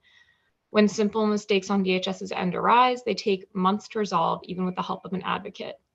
I want to highlight these problems by sharing the experience of one of my clients. We'll call her Tina. Tina is raising 2 children on 0 income. She applied for TANF to support her family until she can return to work. She filled out a 68-page application completely on her own, since there are no longer any staff available at DHS to help people complete applications. After submitting it on District Direct and the new computer system that DHS uses, Tina waited a month with no response. Finally, Tina decided to call the service center and ask why she had not yet been approved. After waiting on hold for several hours, Tina finally spoke with a representative who told her that DHS had sent her a notice informing her that they were missing some verification documents. And when she went to look on District Direct, because she realized she had probably already submitted them, she saw that they were there. She had uploaded them a month before and they were just sitting unread in her file. Tina was told by the DHS employee on the call center that she would hear back from a supervisor within the week, but another week went by and Tina never heard back. Finally, she decided the only way to make anyone take her case seriously was to file a request for a fair hearing at the Office of Administrative Hearings. Tina submitted her hearing request on her own, then contacted Bread for the City for assistance. I agreed to represent her, which I can do as a non-attorney, and we appeared at her fair hearing in hopes that Tina's complete and correct application would finally get processed, as it should have been 2 months before. At the hearing, DHS representative was completely uninformed about Tina's case, and I ended up explaining the entire situation to the judge myself. By the end of the conversation, the DHS rep agreed that there was no dispute about Tina's case. It was simply one of far too many applications lost in the black box of DHS's processing bureaucracy and computer glitches. This should have been the end of Tina's bureaucratic nightmare, but unfortunately it was not, despite the fact that she did everything she was supposed to and had a judge's order in her favor. Her remanded case sat completely untouched at DHS for another 3 months. In spite of my persistent communications with DH representatives, it would take another 3 months before Tina was finally approved for TANF. In that time, she struggled to feed herself and her 2 children, often telling me that she was being forced to choose between paying utilities and buying food. Rent soon also became an issue, and I had to help Tina find a landlord-tenant attorney to avoid eviction while she waited for her TANF benefits, which she had been qualified to receive all along. No DC resident should ever have to make such choices for their survival. It's not clear to us when the problems our clients are facing are due to staffing shortages or computer glitches, but we've anecdotally heard that both issues are causing these delays and confusions. Fixing the staffing and technical issues at DHS needs to be an absolute priority in this year's budget. The bureaucratic problems at DHS are making survival for the most vulnerable of our neighbors even more difficult. Thank you. Thank you. Our next public witness is Kate Coventry. Welcome. Thank you, Chairman White and members of the committee. for the opportunity to testify today. My name is Kate Coventry. I'm the Deputy Director of Legislative Strategy at the DC Fiscal Policy Institute. DCFPI is a nonprofit organization that shapes racially just tax, budget, and policy decisions by centering Black and Brown communities in our research and analysis, community partnerships, and advocacy efforts to advance an anti-racist, equitable future. DCFPI envisions a future where homelessness is rare, brief, and non-recurring, as outlined in Homeward DC 2.0, the DC Strategic Plan on Homelessness. DC has made great strides towards this vision, but underfunding and implementation delays in successful research-based strategies are undermining progress. The mayor's proposed FY 2024 budget freezes and cuts funding for programs essential to ending and preventing homelessness. Black residents bear the brunt of current underfunding and implementation delays, and they will continue to experience the harm of the mayor's proposed budget unless the DC Council addresses these shortcomings. 89% of unaccompanied adults counted in the district's 2022 point in time count were Black. This is a result of enduring legacies of structural and individualized racism, such as racist zoning and residential segregation, redlining, restrictive covenants, and practices barring federal employment that for years prohibited Black families from equitably accessing the housing and employment markets. As a steering committee member, DCFPI supports the Way Home campaign's full budget platform, but this testimony will focus on a portion of that platform due to time. The council should restore funding for Project Reconnect and meet the need. Project Reconnect is the prevention program for individuals experiencing homelessness, and it plays a key role in making homelessness rare and brief. Yet the mayor's proposed budget cuts funding in half for this vital program, which helps individuals who are newly homeless or exiting from institutions like jail or foster care find alternatives to shelter, such as reuniting with friends or families. Shelter can be traumatic and unsafe, and investment in programs that help individuals avoid shelter can benefit them in the long run. Homeward DC 2.0 calls for more robust prevention services for individuals, and given the proven success of Project Reconnect, the district should ensure the program is fully funded, meaning all who qualify get services. The council should also add funding to ERAP. A lot of people have talked about ERAP, so I'm just going to give a quick summary, but that many DC residents experiencing housing instability, nearly 40,000 households earn less than 30% of family median income, just $29,900 for an individual, and pay more than half of their income in rent. These households are severely rent burdened and are one missed paycheck or illness away from losing their housing. ERAP also helps people move into housing by paying security deposits and first month's rent. And many PSH residents use ERAP for security deposits when they need to move apartments. The mayor's proposed budget is only $8.2 million. This is not sufficient to meet these needs. This year we are out of money, nearly out of money, and we've already spent $43 million. And so the council should provide at least additional $50 million to ERAP in the supplemental budget and anticipate a high need in the program in FY 2024 due to a forthcoming rent increase, high inflation, and because every year the program runs out of money. So you all should add as much money as you can find to ERAP in FY 24. DC Flex, briefly, it's a shallow subsidy program. It was that gives a fixed amount of cash assistance that people can use flexibly over the year. The program was supposed to be expanded to individuals. We haven't seen that program expansion. We'd like an update on the program expansion and also an update on where the money came. And then because of the delay in implementing vouchers in the FY 2022 and 23 budget, DHS should have significant savings from underspending. There should also be savings from the move to Medicaid to pay for PSH services. DCFPI asked the council to find out where all that underspending has gone and ensure that funding that was allocated for our homeless neighbors actually goes to our homeless neighbors. Thanks so much for the opportunity to testify. Thank you very much. Next, we have Robert Harvey. Good afternoon, Council Chair, City, Councilman Freeman, and citizens of the city. Thank you for allowing me to speak before the body on behalf of my community. I work in partnership with Fair Budget Coalition for an Equitable City. My name is Robert. I'm a core volunteer organizer. I have been working on behalf of the citizens of my community since 2015. I stand in solidarity with the member organizations of the Fair Budget Coalition. Our work covers advocacy, capacity building, constituent engagement, and information sharing. We advocate on behalf of the Black and Brown disenfranchised citizens the city owes. We strive to be anti-racist in our work. We speak openly about race and purposely identify, discuss, and challenge the ways in which racism has helped to perpetuate systems of oppression and poverty in our city, our country, and government.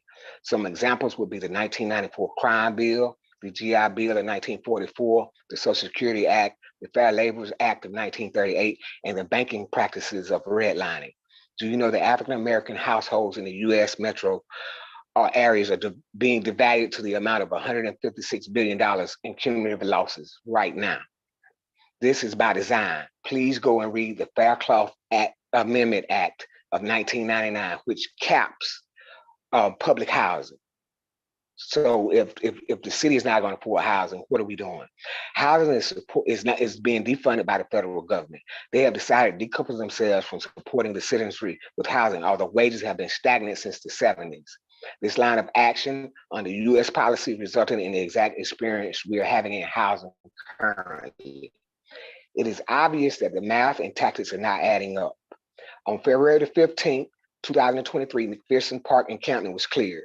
On December the 2nd, 2021, New Jersey Avenue was cleared. On October the 4th, 2021, the Noma encampment was cleared. On June the 1st, 2022, the National Park Service removed the encampment at the feet of Christopher Columbus at Union Station in the midst of a pandemic. In my appeal to you, hear me clear, increase the TANF assistance for needy families' income benefits to that of New Hampshire, TANF. Their budget is smaller than ours, but when it comes to needy families, they are able to pledge more. We need small adjustments to the eligibility requirements, the benefit amounts, and time limits. If these minor adjustments could be made to our program, it would benefit our city. Make it make sense. The district's largest source of revenue comes from property taxes and individual income taxes. If we step back and analyze this fact, then what does it tell us? It tells us that the money that you were elected to govern over, Mr. White, belongs to the people. And the mayor is claiming they have to tighten the budget after we just had a surplus of money in 2022 of upwards toward $500 million. My ward and strategy team has campaigned, and I really didn't like your attitude toward when we were asking you to sign on to support us in purchasing the Wharton Hotel. But back to TANF. Let me speak more about TANF. TANF has been abused nationwide. For every 100 families in poverty, only 21 receive TANF. TANF is the only federally funded program that provides cash on a month-to-month basis. It is absolutely a lifeline for families. It hasn't increased since 1996. The money is allocated through a stagnant block grant. It doesn't adjust for time to inflation or population. TANF money has been widely misappropriated and abused for years. Mississippi lost $77 million in benefit dollars. Tennessee alone was found holding $790 million in benefits, the largest pool of unspent benefits nationwide. Michigan misappropriated $100 million to college age. In more than 25 states, a family of three at half the federal poverty level only earns too much to qualify for TANF cash assistance. Ask yourself, what percentage of our TANF is actually being spent on cash assistance? In 15 states, the cash benefit levels doesn't reach 20% of the poverty line. It's about $386 per month for a family of three. As of last year, 21 states are sitting on $5.2 billion in unspent TANF money. Just in 1 in 4 TANF cases closed because the recipients find work, by and large, more are kicked off the program. Where is the equity? I got this from Stephen Colbert on national TV. So if we're talking about it on a national level, where's equity? I relinquish my time. Thank you. Thank you very much. Next is Kenyatta Smith. I'm not sure they are still here. Kenyatta Smith. LaTroy Murphy. Welcome.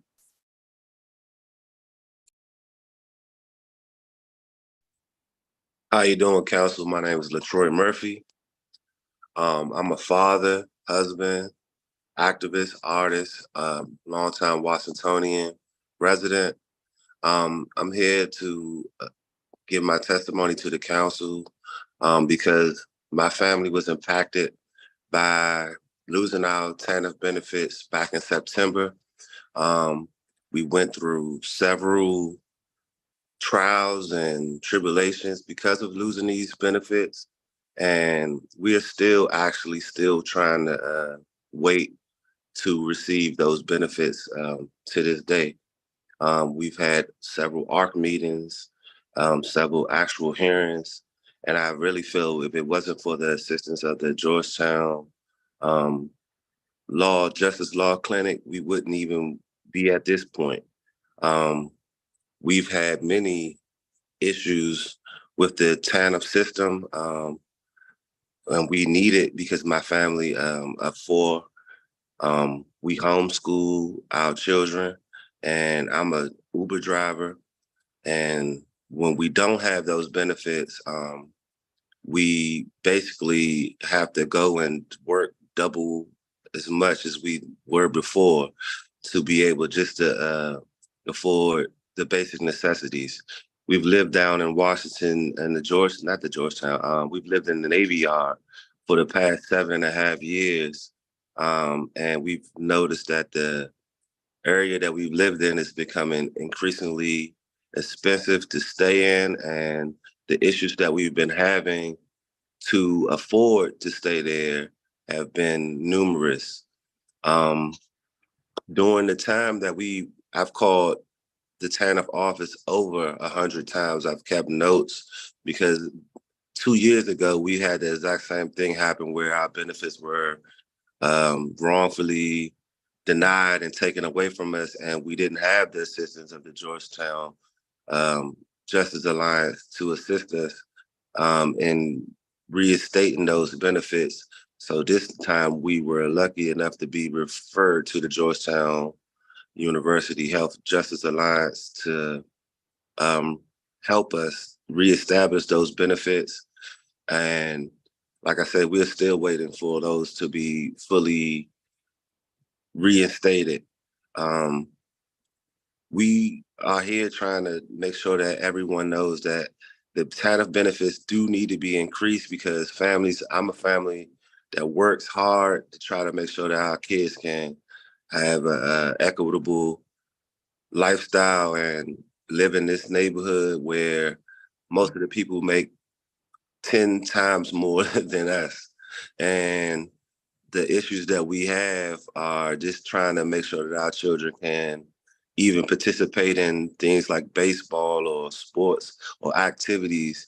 And when we do those things, we aren't able to actually make sure that our children are able to do that if we don't have the benefits. And like I said, we are still waiting for those benefits to be reinstated completely. If it wasn't for the assistance from the Georgetown Alliance, we wouldn't be in a position to even be testifying before a council right now, because numerous times we've been denied and turned away and just told simply, you didn't do the proper steps to keep your benefits active.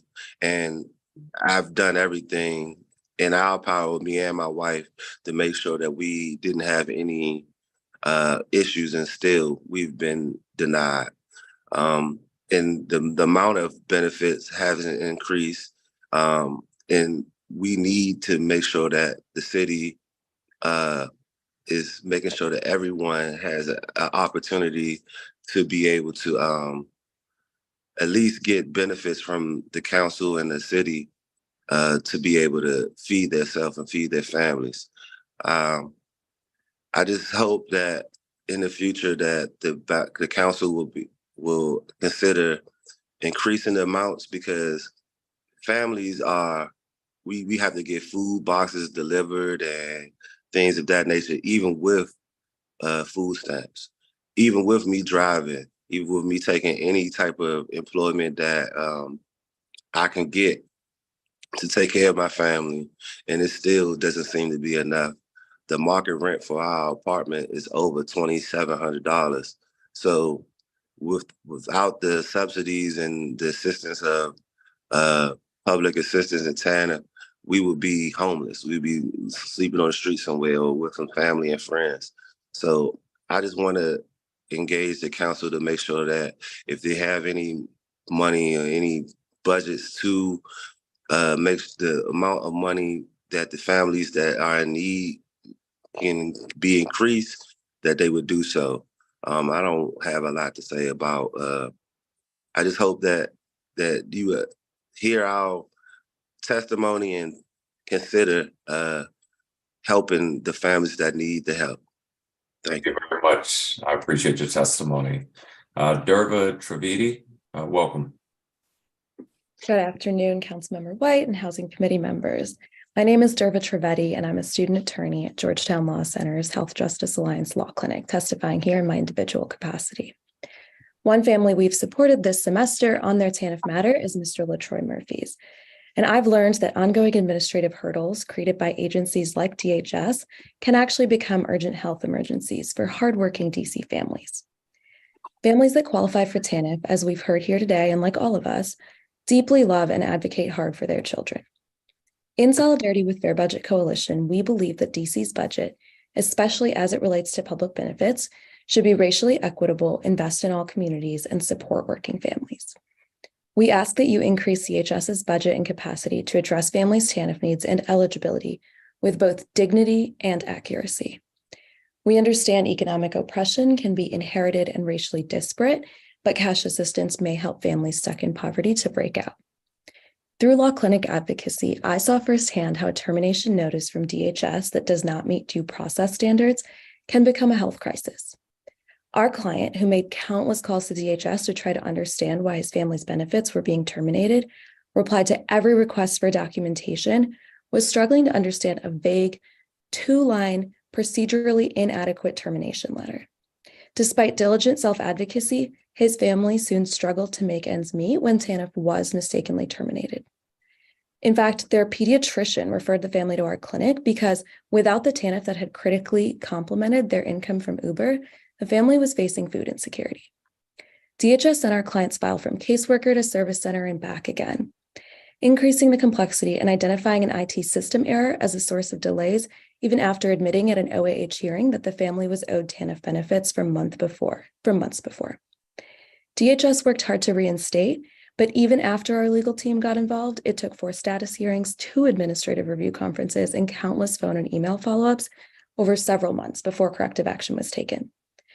And while waiting, these hardworking parents cried, prayed, applied for ERAP, got additional emergency food and cash assistance from the kids' pediatricians, and when they could no longer afford the phone bill or the car tire replacement, lost their primary income from Uber. We understand TANF is a program designed to encourage work. For our client, DHS's mistaken termination of TANF benefits with inadequate explanation, and given the significant administrative delays processing their appeal, had the counterproductive impact of making working impossible. At Health Justice Alliance, we know that many clients, especially self-employed gig workers, whose modern economic realities the outdated ESA manual fails to contemplate, often aren't told about their rights at the outset. For example, Uber drivers and others who are self-employed can deduct costs of doing business from their income for TANF eligibility purposes, but often such workers do not know about this provision and therefore do not take advantage of this rule, which would bring more TANF benefits into their families.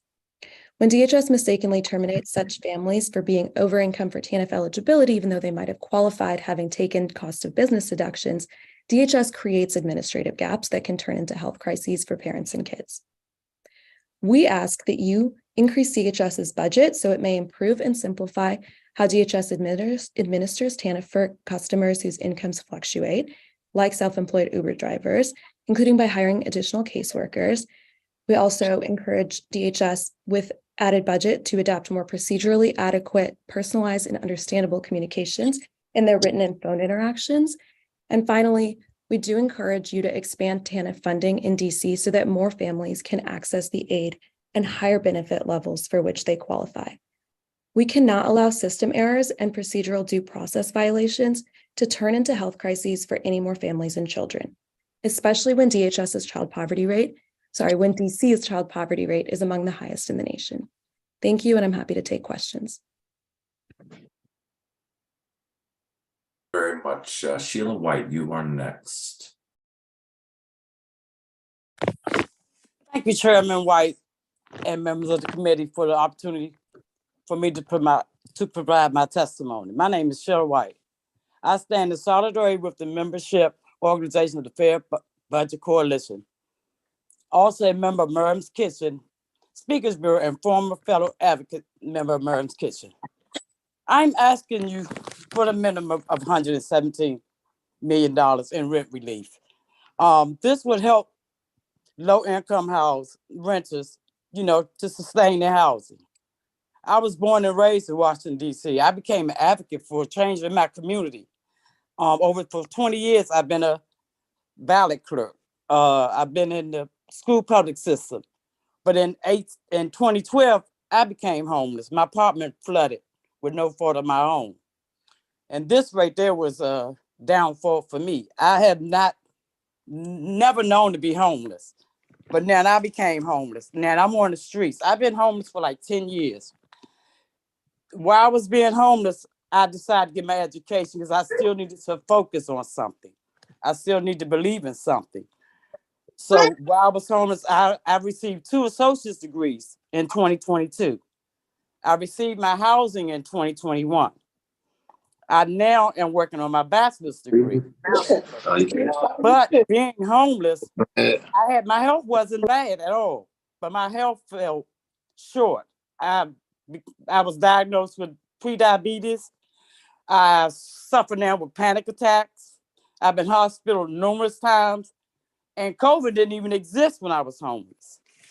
But I would like to say to you again that we need these funds. I mean, I work with a lot of advocacy workers on policy makings, and this is very disturbing to me to see that Tent City closed down, but no one got housed but one person who I interviewed. Now McPherson Square, which I used to help serve food for them, and they are gone. But they're all around the hospitals and everywhere else. But I'm here to tell you, I'm living proof that housing first works. And please fund the $117 million to keep ERAP and other organizations. Thank you. You, Kenyatta Brunson. Welcome.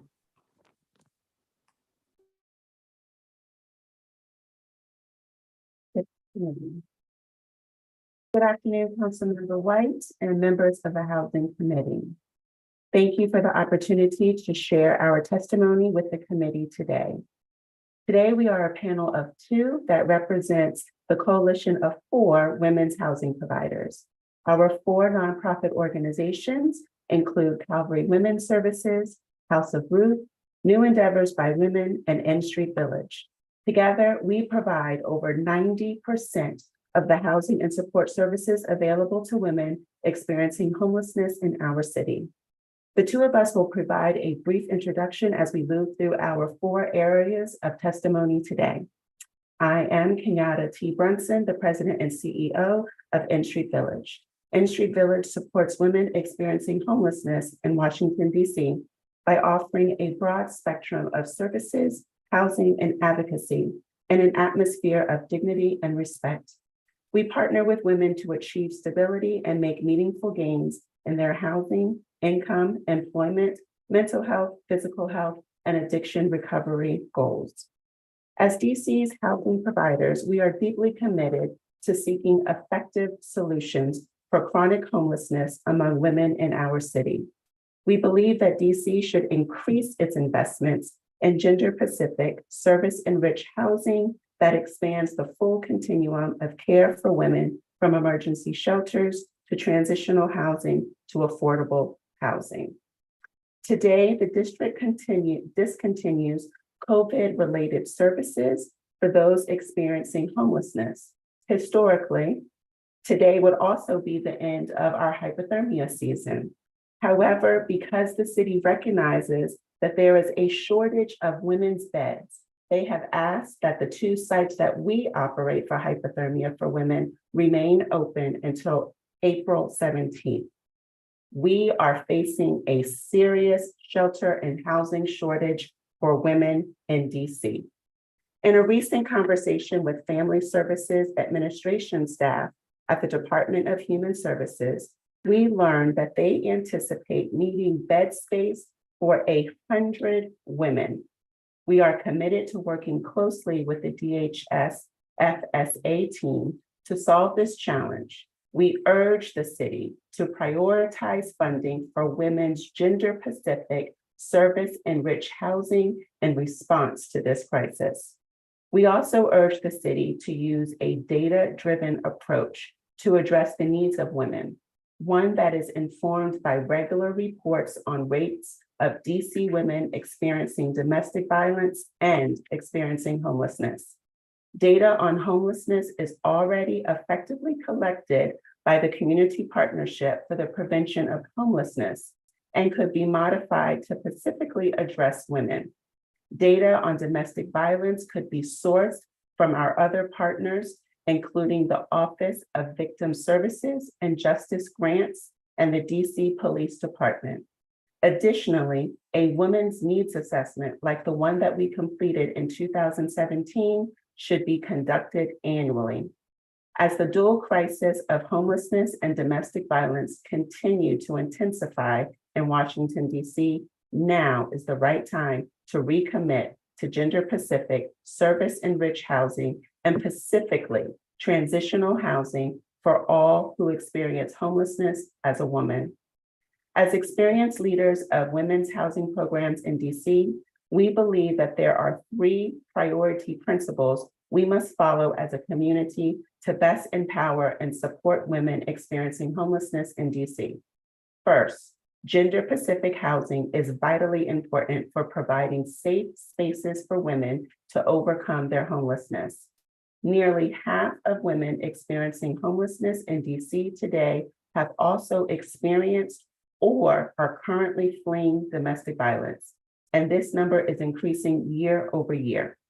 Further, women are uniquely vulnerable to continued violence while they are experiencing homelessness. A trauma-informed approach should guide the DC government to continue to commit to gender-specific housing. According to Psychology Today, a trauma-informed approach is one that accepts pervasiveness of trauma, recognizes its many personal and societal implications, anticipates how trauma survivors may respond to words and actions, and endeavors to avoid further harm. Ms. Brunson, Yes. I hate to cut you off. You are about a minute over time. I would ask if you would summarize the rest. Yes, sir. So I would like to say that we are asking that the city take into account that women are 30% of the total number of people experiencing homelessness in DC, that many women are trapped in the cycle of chronic homelessness and housing instability.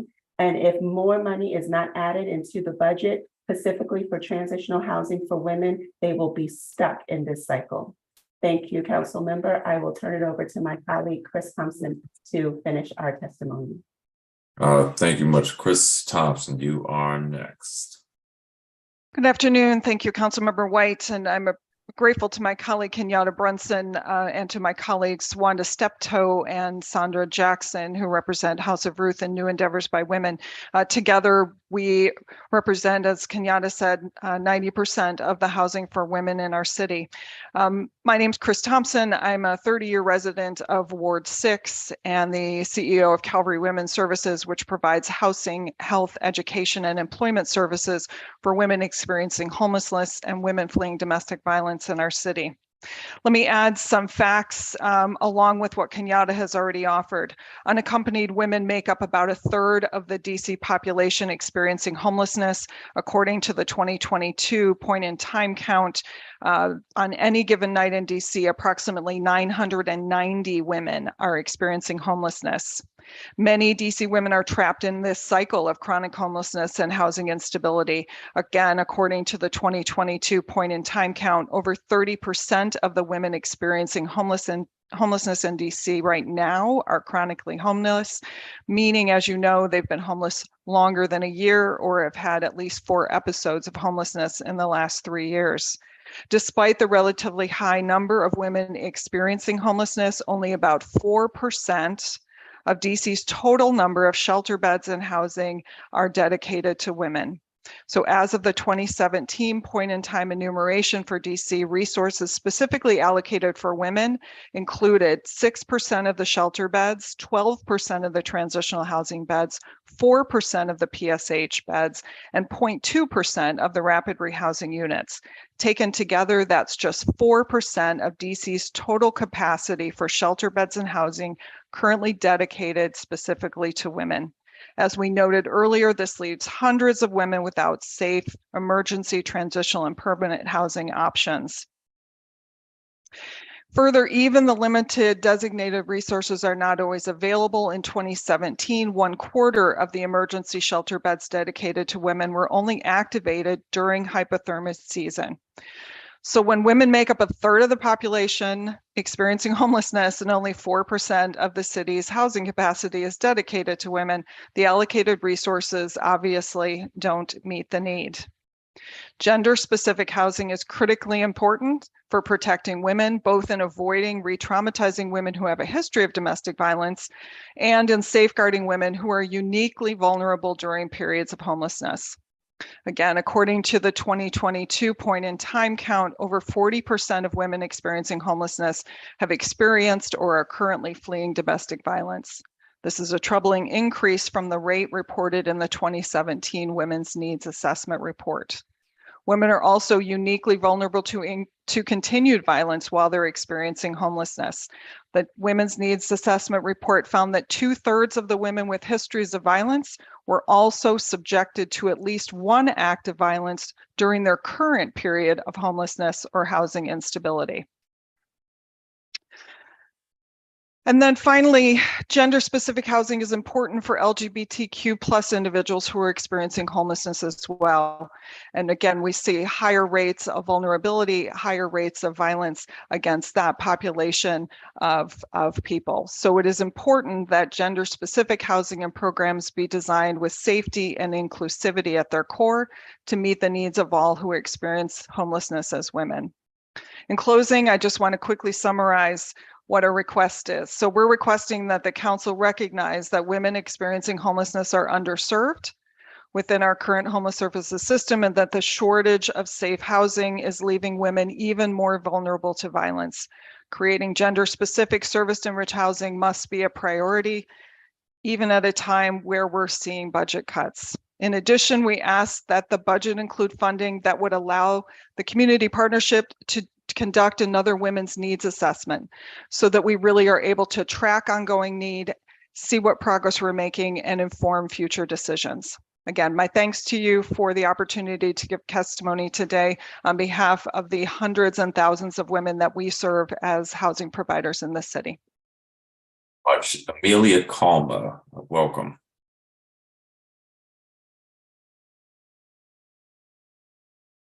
Good morning. Chairperson White and members of the committee. My name is Amelia Kalma, and I'm the Director of Research and Policy at the DC Policy Center, an independent, nonpartisan think tank advancing policies for a strong, competitive, and vibrant community in the District of Columbia. I'm here to speak about what we know about the financial conditions of housing providers who support youth experiencing homelessness. In April, the DC Policy Center will release a report on housing providers who serve youth experiencing homelessness in the District of Columbia.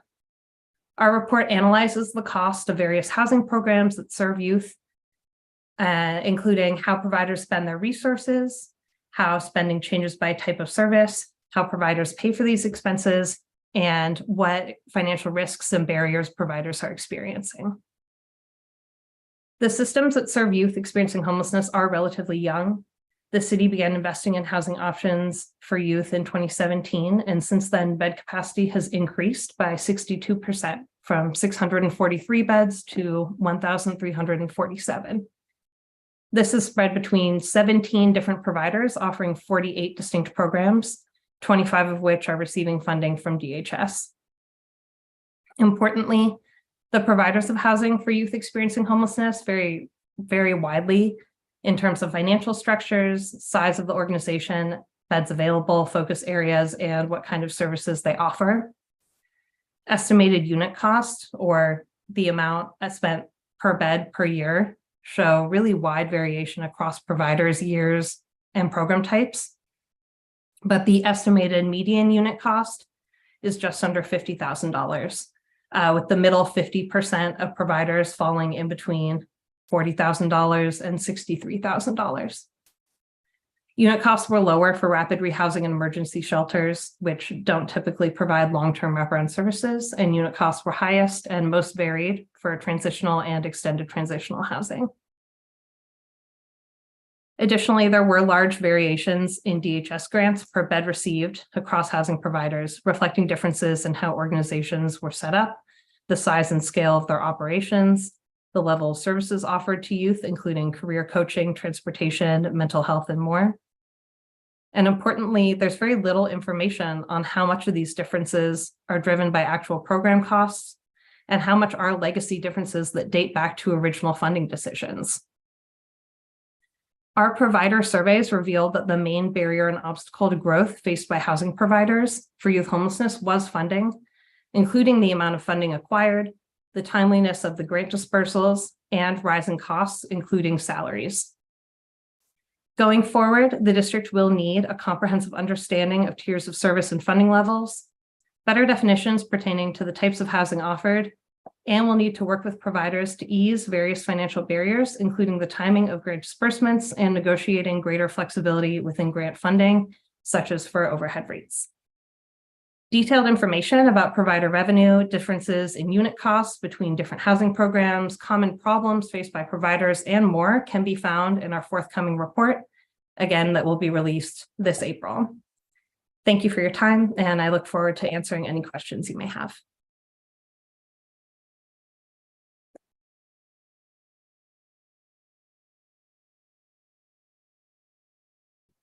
Thank you very much. Our next public witness is Heidi Ellis.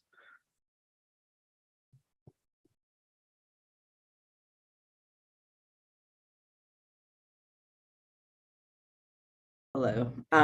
Thank you, Chairman White and members of the committee. My name is Heidi Ellis. My pronouns are she, her, hers, and I work as a consultant and advocate here in the district. I'm here today representing the DC LGBTQ Budget Coalition, which consists of representatives from local LGBTQ and ally organizations. The coalition is an affiliate of the larger DC LGBTQ Leaders Group, but our mission-driven group works to advocate for dedicated funding that supports LGBTQ+ residents of the district with a focus on trans people of color and low-income residents.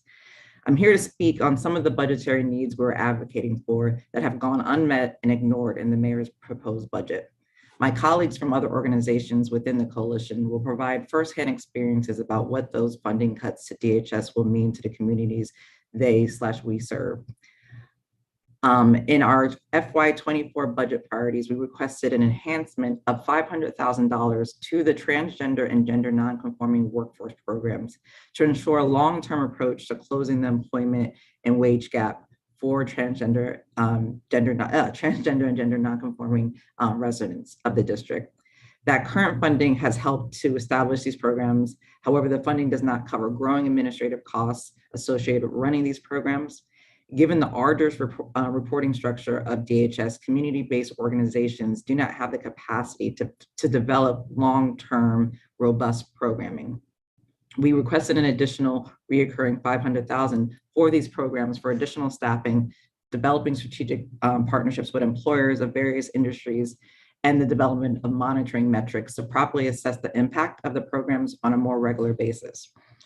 Additionally, we requested $250,000 in grant funding dollars for DHS to ensure service providers hire bilingual and multilingual and culturally competent staff to help queer immigrants navigate the many systems and processes to access vital services and basic needs. For example, workforce programs, healthcare access, housing, etc.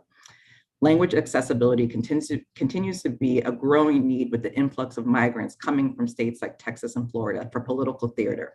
And because of the closing of Casa Ruby, current providers with multilingual staff are spread thin and unable to serve all that need help navigating services, and this could be dangerous. We are beyond devastated that the mayor's proposed budget completely guts the transgender gender nonconforming workforce programs with a cut of $667,000 that we have fought hard to fund. The future of these programs and frankly lives will lay in the balance with uncertainty around employment, housing, et cetera, if these programs discontinue. Our coalition met with DHS leadership a few times over the last months to provide key information about the needs of our community, and we provided detailed recommendations on how to apply funding and improve the programs that I've mentioned. The mayor's budget does not reflect any of our efforts. We're asking the committee and the council as a whole to restore and increase the funding to ensure trans residents who rely on these workforce programs are not left behind. My colleagues testifying today have stepped up to run and improve these programs in the aftermath of the pandemic and to fill the gaps left behind, after the closing of Casa Ruby. A budget is a reflection of values, and the mayor's budget currently sends a message that the lives and well-being of LGBTQ residents are not as valuable as developers and pickleball. Thank you for this time, and thank you, Chair White, for your continued support for our coalition and our community, and I'm happy to answer any questions you may have. Very much. Gail Oliver, you are up.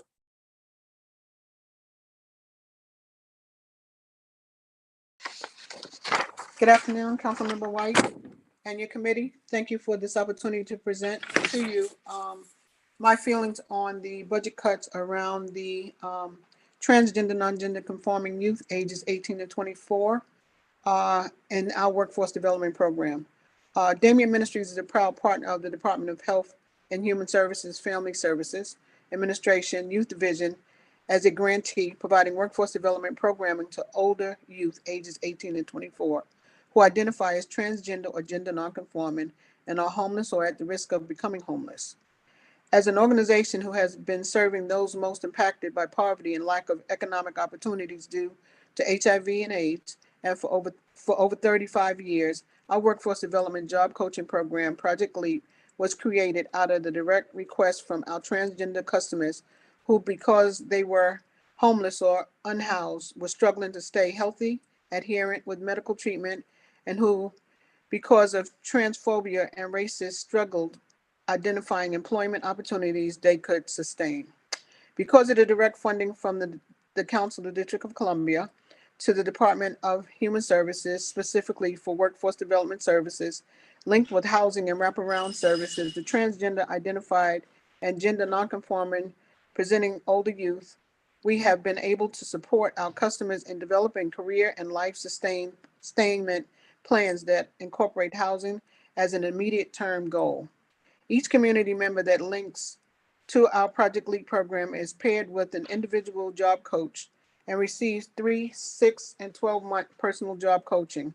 Our job coaches who represent and are linked to the community continue to work with the job seekers even after they have obtained employment to support themselves in navigating around the pronouns, name changes, medical benefits, as well as general workplace related topics.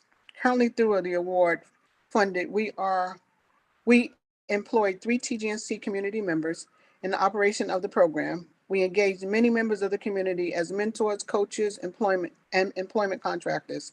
Since October 2022, we have supported over 30 job seekers, providing intensive job coaching support and wraparound services to 16.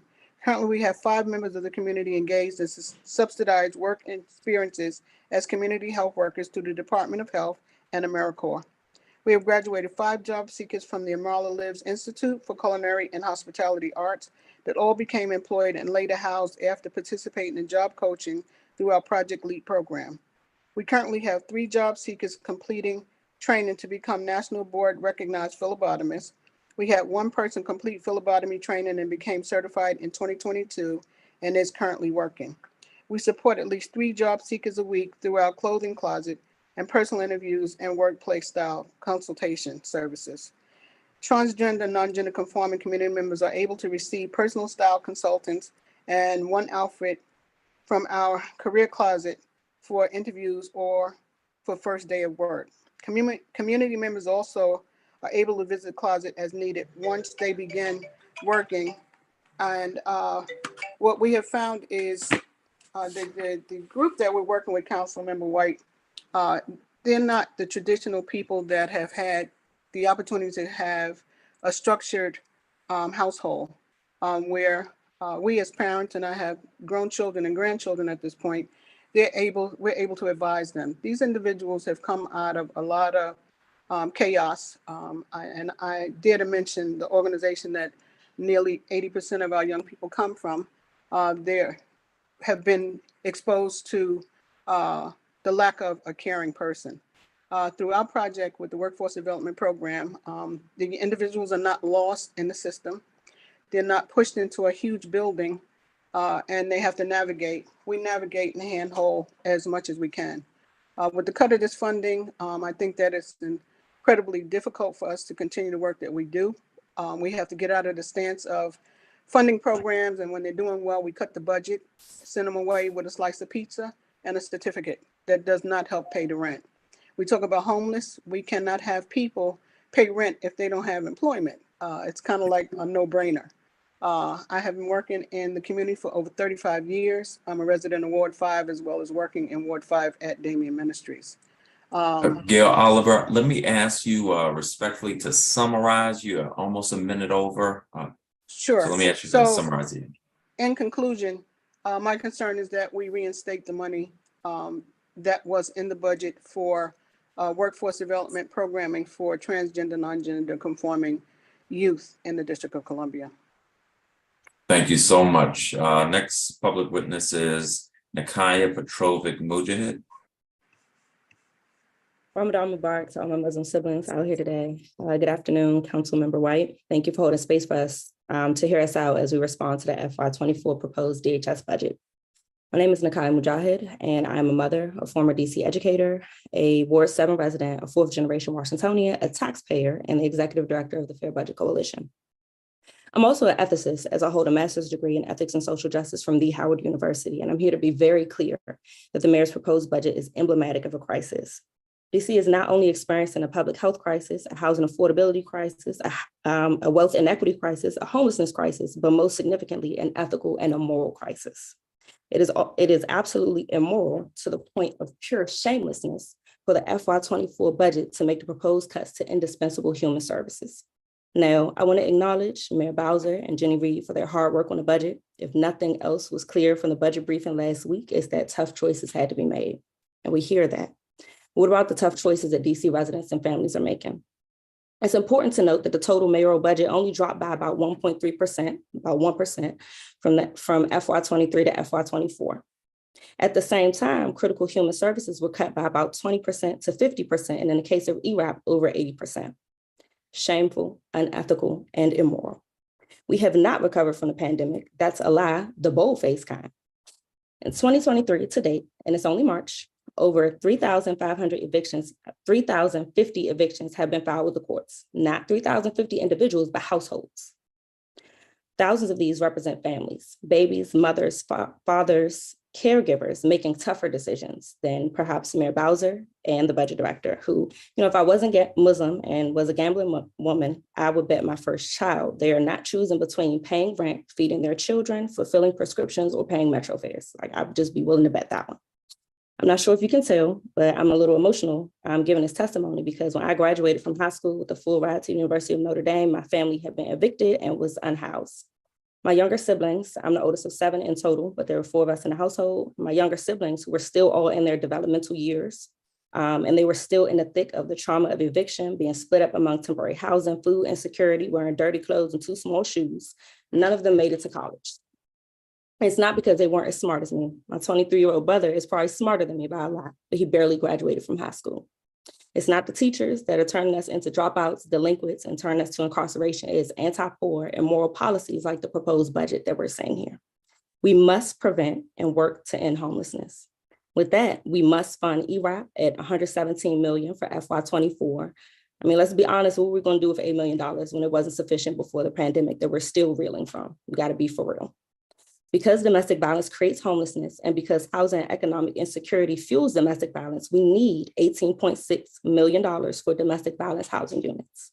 We also need $36 million for permanent supportive housing vouchers. And to Mr. Rogers' point earlier, thank you, Michael, we need wraparound services to go with that.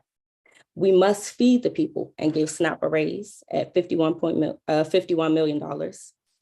And we also urge We have to put money in the pockets of families, right, who are also making tough decisions. And so we urge the council to raise TANF to meet the rate of New Hampshire, as some of my colleagues have raised earlier. But at the very least, we can reverse the cuts to TANF cash benefits and run us back that $11.2 million. We have the 7th highest child poverty in the nation, and you guessed it, is concentrated in Black families, particularly in Ward 7, Ward 8, where I'm a resident.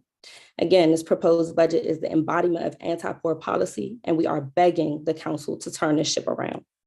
I stand in deep solidarity with all of our members of the Fair Budget Coalition. I'm so proud of y'all. I'm ready to answer questions, and I would also like to note as I close that my written testimony will also point to the easy yet important lift of funding storage units for our unhoused neighbors who we have failed, as well as funding for rapid rehousing reform and funding for Project Reconnect. Thank you. So much. Finally, for this panel, Latrell Fidget, welcome.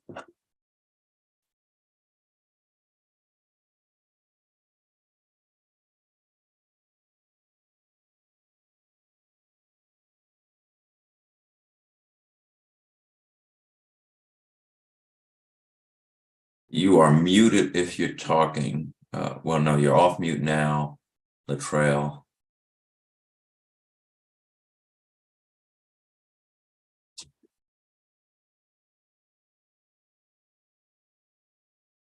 Check your computer volume as well, because you're off mute.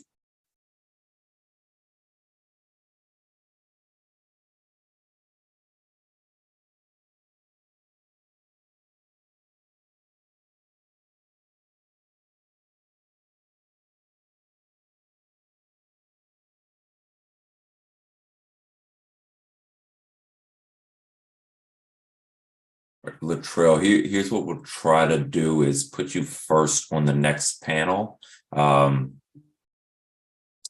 see if we can work out the technical glitch, and hopefully we can get your testimony. So I'll move into just a few questions for this panel. Perry Wilson, you brought up something that didn't come up a lot today, but it is an important point. Which is technical glitches. You know, we can fund we can fund programs and technology, but if there are glitches, then people are still going to hurt unnecessarily.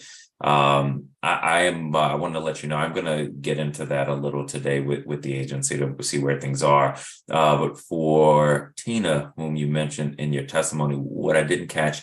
How is that case going? Where are things with that now?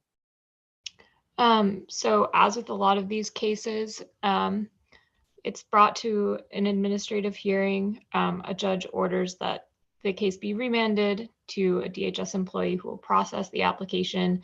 That's what happened. And at this point, her TANF has been processed. But we've just noticed that, especially when the issue is a technical glitch, like they claim this one was, it could take months. And there's a lot of finger pointing, and no one seems to really know how to resolve the technical problems.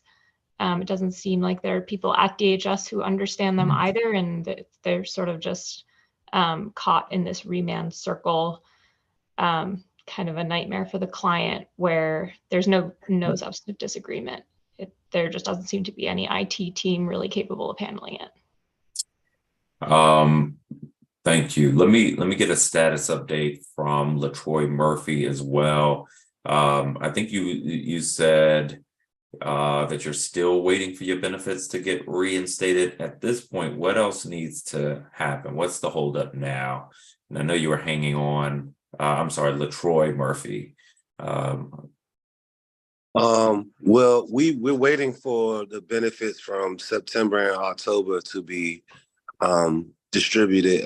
We just had a hearing on Monday of this week, and they told us that everything would be reinstated. But even when we had a hearing about a month ago, it took about 3 weeks to actually get the funds. So hopefully in the next couple of days, we should hear some type of update. We had the same type of technical glitch that were affecting our case also. So they didn't have really a lot of explanation on what was the problem, why we didn't receive the benefits yet. All right, so it seems like you're close to the finish line now, but you're gonna get a determination soon. Yes, that's what I've been told.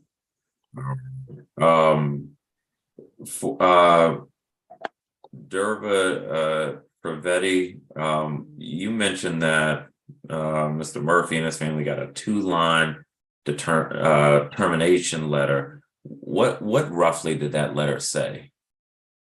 Thanks. That letter didn't include anything personalized about his case. It had a parenthetical list of things that could be missing that could lead to termination. And we had to weed through. They were struggling even before we got involved to weed through and try and understand what was missing, because to the best of their ability, they had tried to send in everything that they had been asked for. And in the long drawn out process since then, DHS has worked with us, and we've realized that they needed consecutive pay stubs. But because week to week they changed for someone like an Uber driver whose income fluctuates a lot, he had sent 4 weeks, they just weren't consecutive. He hadn't been told that. And all these delays had really lasting impacts when their TANF was terminated for their family's health. So when there's a termination and the client believes it's improper, you went through some of this in your testimony, as did Mr. Murphy, but I just want to make sure I understand the process. What are the steps to try to get it reinstated? Yeah, so Mr. Murphy, I'll let you add to this if you'd like, but I'll just start by saying a termination notice can be appealed, and the letter will include that you can do that. There is a time limit, and it's in person, or do you have to go in person to appeal it? I think that you can make a call, though I will say a lot of this is not written in plain English that's easy to understand. Even for me as a student attorney, some of this is challenging. And so having that clear language, and I know that Mr. Murphy made a lot of calls and struggled to even understand what folks were saying on the other end of a phone call. And so to have clear language, both from folks who pick up the phone at DHS and in the letters, is really important, because it's really hard for folks to understand their rights. Yeah.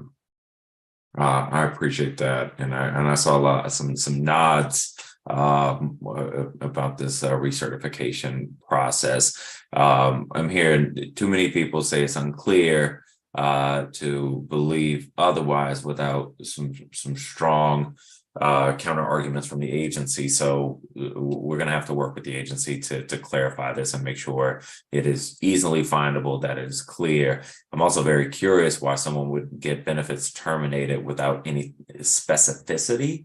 It's hard to respond to generalization. So I need to understand better why the process is that way. More importantly, I guess I need to understand how we fix it. That's where I need to be focused. So I appreciate that. Mr. Murphy, thank you for being with us. These personal experiences help us understand these issues better than most people who work in this stuff so long speak about it differently. So I really appreciate it. For Kenyatta Brunson and Chris Thompson, I hear your testimony about really community specific resources, and that's a challenge we have to figure out even in this difficult budget time. I don't know at this point how we do that, but it is something we have to figure out because I think there's a broad respect and appreciation for the types of services that In Street Village provides, and as a city we have to make sure those services can continue. I share the concern raised by Kate Coventry and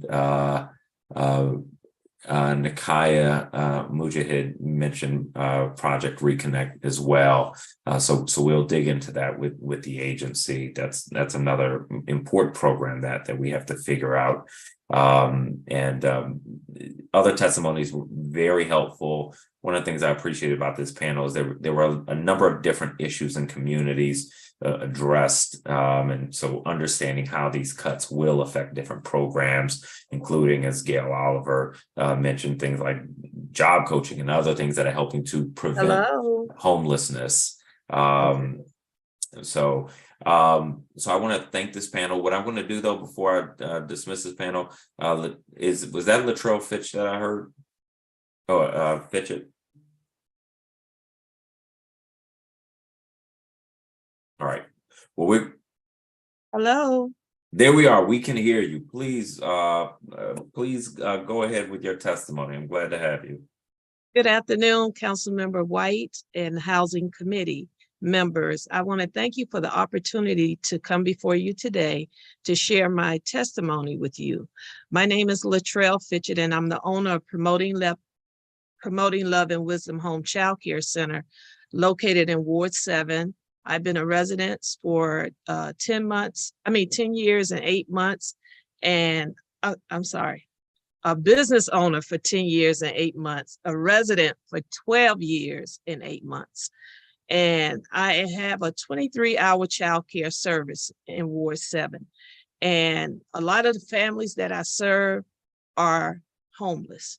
A lot of times you have children coming into the facility, they're hungry, they don't have anywhere to live, and it's very detrimental to service families that don't know where they're going to get their next meal or where they're going to sleep on that night after daycare.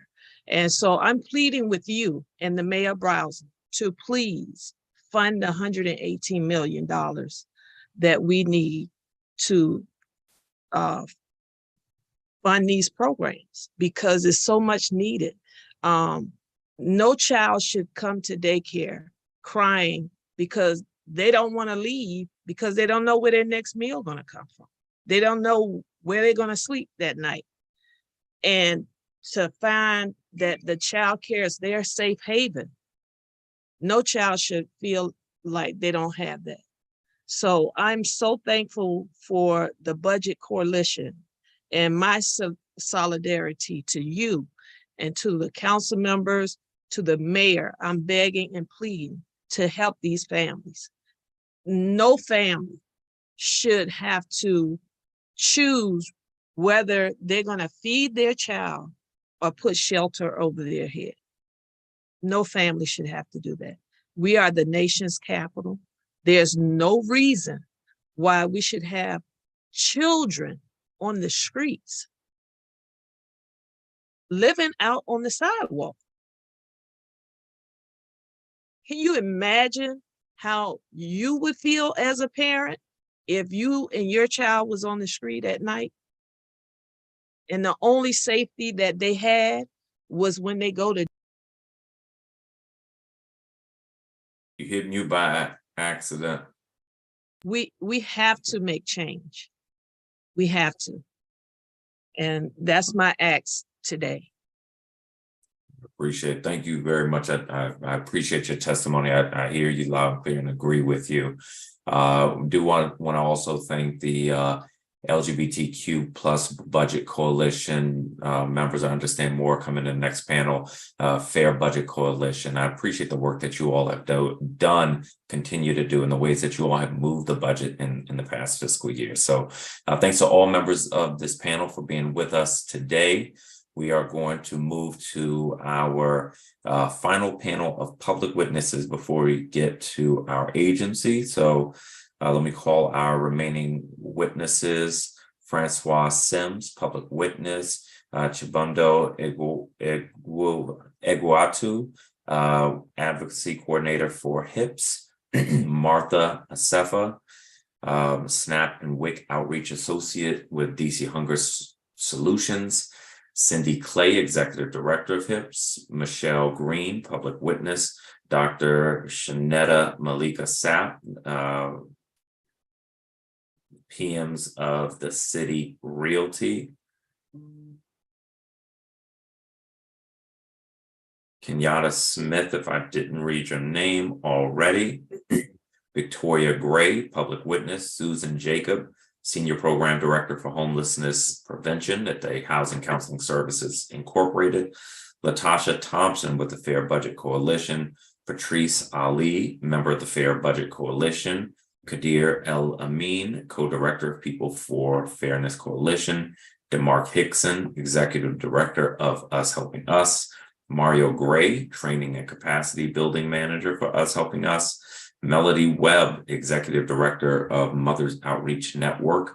Olivia Rodriguez Nunez, Project Growth Graduate, Community Health Worker with Us Helping Us, People into Living. Jocelyn Rivera, Project Growth with Us Helping Us, People into Living.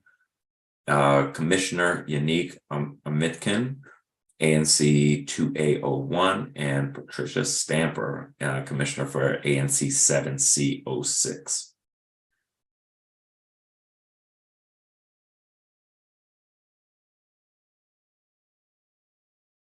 Hello?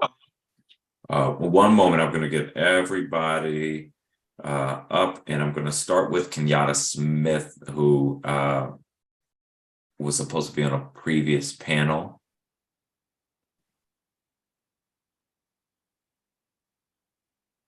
Kenyatta Smith, you need to accept promotion.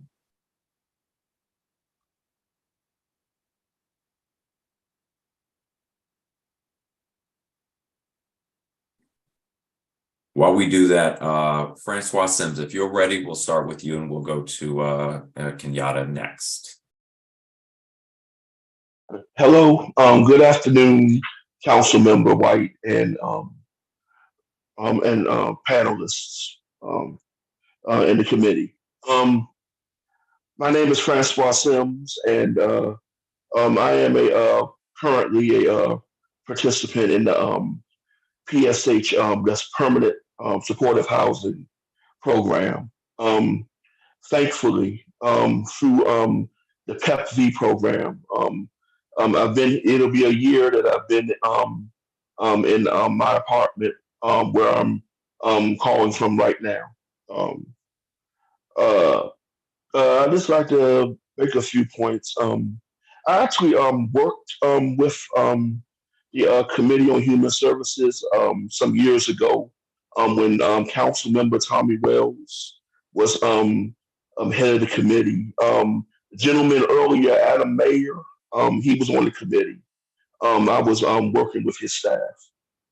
So I'll just make a few points that the mayor's budget is not I wasn't going to say anything, but it's ridiculous how it always seems that the poor have to get shafted every time the budget needs to be made. There can be money allocated. There's money. There's money there. I mean, what about the money that's being made off all these traffic tickets and parking violations? What about the Anacostia River Tax Fund? I mean, the money can maybe the private sector can help. I mean, they would actually benefit from people being housed because they would have employees that can work and they wouldn't have homeless on the streets. That they would won't have to complain about. Also, in a Washington Post article, it seems that a DC housing employee was caught trying to steer voucher holders to a landlord she has a relationship with. So I'm wondering what's really going on in these agencies, the oversight of these agencies. Instead of balancing the budgets off the backs of the poor, I would think that how they need to clean house and tighten up, on these agencies. The problem is not just that DHS has a faulty computer system; they have faulty employees. As far as nonprofits and agencies needing people, to do case management work,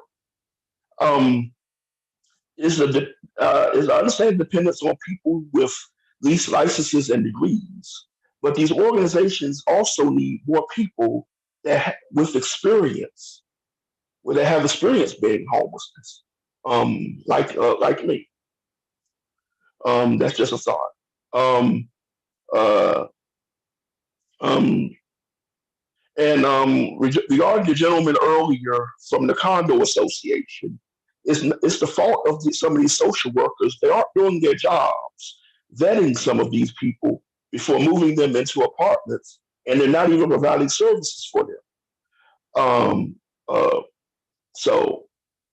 I just wanted to make some of these points, and I hope what I say even makes a difference. I'm happy to answer questions. Thank you for letting me testify. Thank you very much. I appreciate you being with us. And you should know that article you mentioned came about because of a press conference I held yesterday, calling out the issues at the DC Housing Authority. We do need to clean house because we need that agency to work well. And so there are going to be a lot of people who aren't happy with my oversight work, but I think the people in need are going to be happy with how we're doing things differently. So I appreciate you testifying on that and other issues. Kenyatta Smith, you are with us now.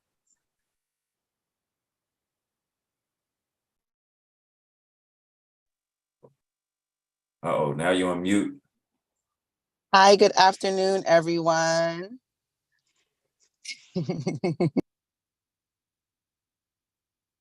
Oh, now we lost your video and audio. What is happening with my friend Kenyatta? Can you hear me now? I can. Hi, how are you? I'm trying to pull up my testimony and look at you at the same time. Can you hear me? I can hear you.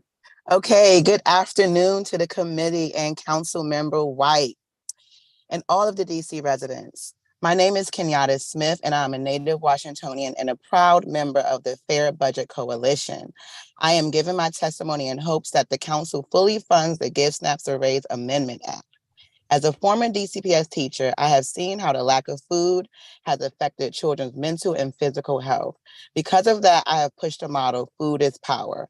I encourage my students to eat powerful food like fruits and raw vegetables. We would take trips to the grocery store and purchase 1 to 2 power foods with $5. They would then take this knowledge home and encourage their parents to buy more greens and fruits. During the emergency allotment benefit, I found more students eating healthier and we're coming to class with positive energy and great focus. I am concerned that the decrease of SNAP funds will push students and parents to revert back to unhealthy options. SNAP encourages families to explore new food options such as farmers markets, health food stores, etc.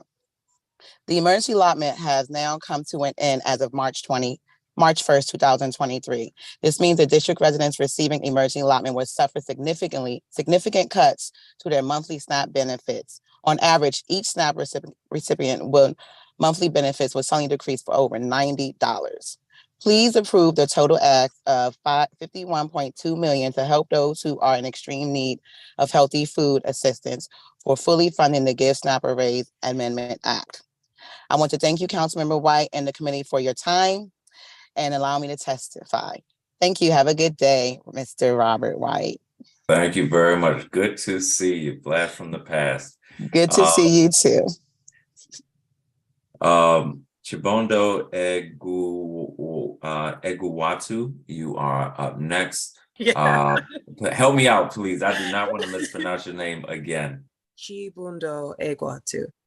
Thank you very much. Yes. Okay. Good afternoon, Councilmember White. Thank you for this opportunity to let us address the council and this committee.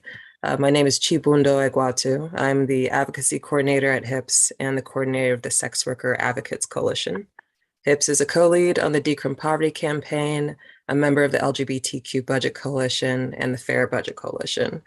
We're in support of all the asks that came from our colleagues from Miriam's Kitchen and the Way Home campaign and the DC Coalition Against Domestic Violence. So the mayor's 2024 budget left us with several shocks.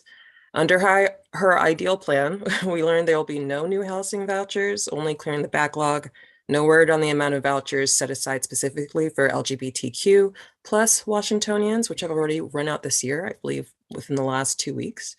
The new trans and gender nonconforming workforce development funding that HIPS has been really excited about has been cut as well. And we're not quite sure of whether or not we're going to get that promise of 4 years of funding. Of course, as you've heard ad nauseum at this point, only $8.3 million in ERAP, which is an 80% cut.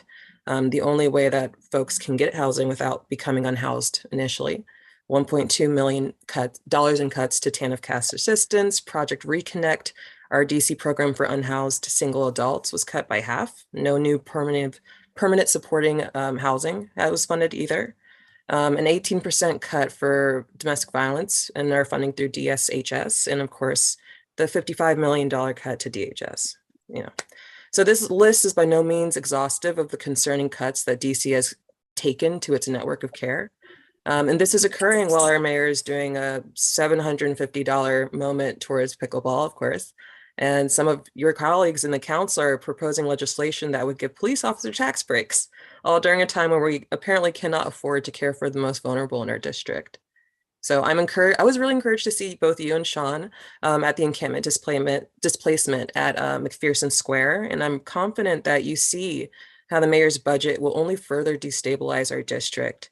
So we're suffering still from that pandemic that is still currently happening and decimate our public health workers in both governmental and community-based agencies. And as you're responding to the corruption in the DC Housing Authority, gentrification exacerbated by the pandemic and rising rental costs that the district seems hesitant at best to address rather. And of course, a worsening overdose crisis. So this is kind of the crux of my moment here. It's essential right now that DC especially takes care of its own at any time, but especially now that the federal government is not working towards the best interests of our people, to say it politely. So relevant to our clients, the district's going to lose about $500,000 in federal funding for housing navigation for LGBTQ plus substance users at the end of 2023. So just this Monday on the 27th, we heard from DBH in an Arizona-based organization about the mayor's sobering center that's set to open this summer. So we know the plan is to get people who are diverted from local hospitals, brought in by police, friends and family, to be sent to the center to sober up and be directed to resources and services. But as you've heard from dozens of speakers, from dozens of local organizations today, we are those resources and services, and we have no funding for this year and the year to come. So DC's ability to provide resources and services to its people is being decimated, and we will have the added pressure of the mayor's personally insufficient response to the public health emergency that is the overdose crisis, as added pressure to our programs in district offices, yours included. So HIPS is a harm reduction agency that works with people with lived experience with using drugs and doing sex work. And every one of the previously mentioned programs that have suffered losses affects our clients and further marginalizes them, especially these losses to DHS. So I've heard you and I've heard your calls to fellow council members to rearrange their committee budgets to supplement DHS funding, and that is very exciting to us. So we're really excited to, ask you to continue that advocacy with your colleagues on the council and with the mayor to support the most marginalized in DC by enacting the budget asks that come from our colleagues in community care, Miriam's Kitchen / The Way Home, DC Coalition Against Domestic Violence, the LGBTQ Budget Coalition, and the Fair Budget Coalition. So thank you for your time. We're happy to answer any questions, and you can hit up myself and any of my colleagues in HIPS advocacy at advocacy@hips.org. Thank you, Chibondo Iguatu. Martha Asefa, welcome. Hi, Council Member White. I'm so proud of you. You've done a really great job of having a conversation today and not just a one-way street. And I really value that. Thank you to your staff and to Council Member Fruman and Louis George, I know is having a special focus on DHS as well. I'm also a proud member of the Fair Budget Coalition. I'm with DC Hunger Solutions, and I have the privilege of being with my community and helping them through the SNAP application process, recertification, the whole 9 yards. I have a front seat row of what is broken all too often. But with that, I really want to lift up the amazing public servants who work so hard, and especially a couple of the leadership who've really been important partners with difficult advocates like myself. So I want to give a shout out to Anthea, Brian, Francine, Carla, Jessica, and Steph for never backing down and always having us have a seat at the table to talk about what's wrong and ways to fix it. What an epic year. You've already heard about the ending of the emergency allotments. Just in 1 month, I've heard the devastation, especially for older adults, of going down to that $30 minimum benefit and the impact that that's having on them not being able to choose the food that they would like and eat to the level that they would like. I just sat with families who talked about losing $300 just in this last month and the impact that that's having and them not being able to feed their family for that last week of each month. You know, the crazy thing is that Give SNAP a Raise is such an essential part of this puzzle. It's just bringing that minimum benefit up to 42, but that makes such a large difference. And the thing that I never understand is that for every dollar we're spending in SNAP, almost 2 is going back to the DC economy. This is a stimulus program. Every dollar is going back into local DC businesses. I just don't get why this program is never at the top of everyone's pile. I'm so excited for the rollout of the ESAP application. Let's make sure we have the dollars needed to make it a smooth transition. Staffing has been your theme throughout the day. I want to make sure that we have full staffing for units like DPO. Really want to see the ambassador program expanded. I think it will go a long way to improving the welcoming environment in offices. Bilingual staff is another solution, and I want to see resources behind bilingual staff as well. And really a strong emphasis on training that goes to cultural competence, training on language access compliance, training on customer service and providing dignified service. And then the underpinning of all of this is District Direct, right? If we can create confidence and faith in District Direct that it's actually working properly, this will free up staff time and resources. But to do that, you have to ensure that the tech team led by Ms. Block has the resources and the staff needed to fix all of the problems with District Direct. We haven't even started the Medicaid reauthorizations. That's only going to add more pressure to this already difficult system. So really a lot of attention needs to go to that, and it needs to go there now. For a year, we've been advocating for those changes. We've made incremental changes, and it's because they haven't had the staff to be able to fix that. And you know, the No Senior Hungry legislation is also incredibly vital. And so many people today lifted up the need for supporting client voice throughout the agency. And I think additional funding around that is also super important to have as well. I'll have way more things to say in writing, but I appreciate I appreciate today. Thank you so much. Cindy Clay, welcome. Hello, and thank you. Thank you, Councilmember White, for having the opportunity to speak, and I appreciate the discussion today. I recognize that budget hearings are always challenging, and there's multiple needs that are being requested and asked for prioritization. But I'm here today both as the Executive Director of HIPS, honoring individual power and strength. I'm a Ward 4 resident, a member of the LGBT community, and a 30-year advocate for LGBTQ rights and health here in the district. And for the past 30 years, HIPS has fought for the health, rights, and dignity of folks involved in DC street economies, primarily folks who engage in sex work and drug use. And we do our work with those, which is led by those with lived experience. Historically, we've served as one of the largest social service providers for the transgender community here in DC, as well as one of the larger employers of trans women of color in DC. I'm here to express my extreme concern and frustration that the mayor's budget has completely cut any funding for the transgender gender nonconforming workforce development program. This decision by the city is just unconscionable, especially in the light of the closing of 3 housing-related transgender-led organizations in the past year and a half. We as a city can and we must do better. The current program that is funded for this year is a promising investment by the city into overcoming the barriers faced by the transgender and gender nonconforming community. It's putting resources into the community organizations, including HIPS and others who have testified today, and will testify that have both the expertise and the experience to provide these services to the community. And these programs have the opportunity to succeed in ways that previous government-led initiatives have not.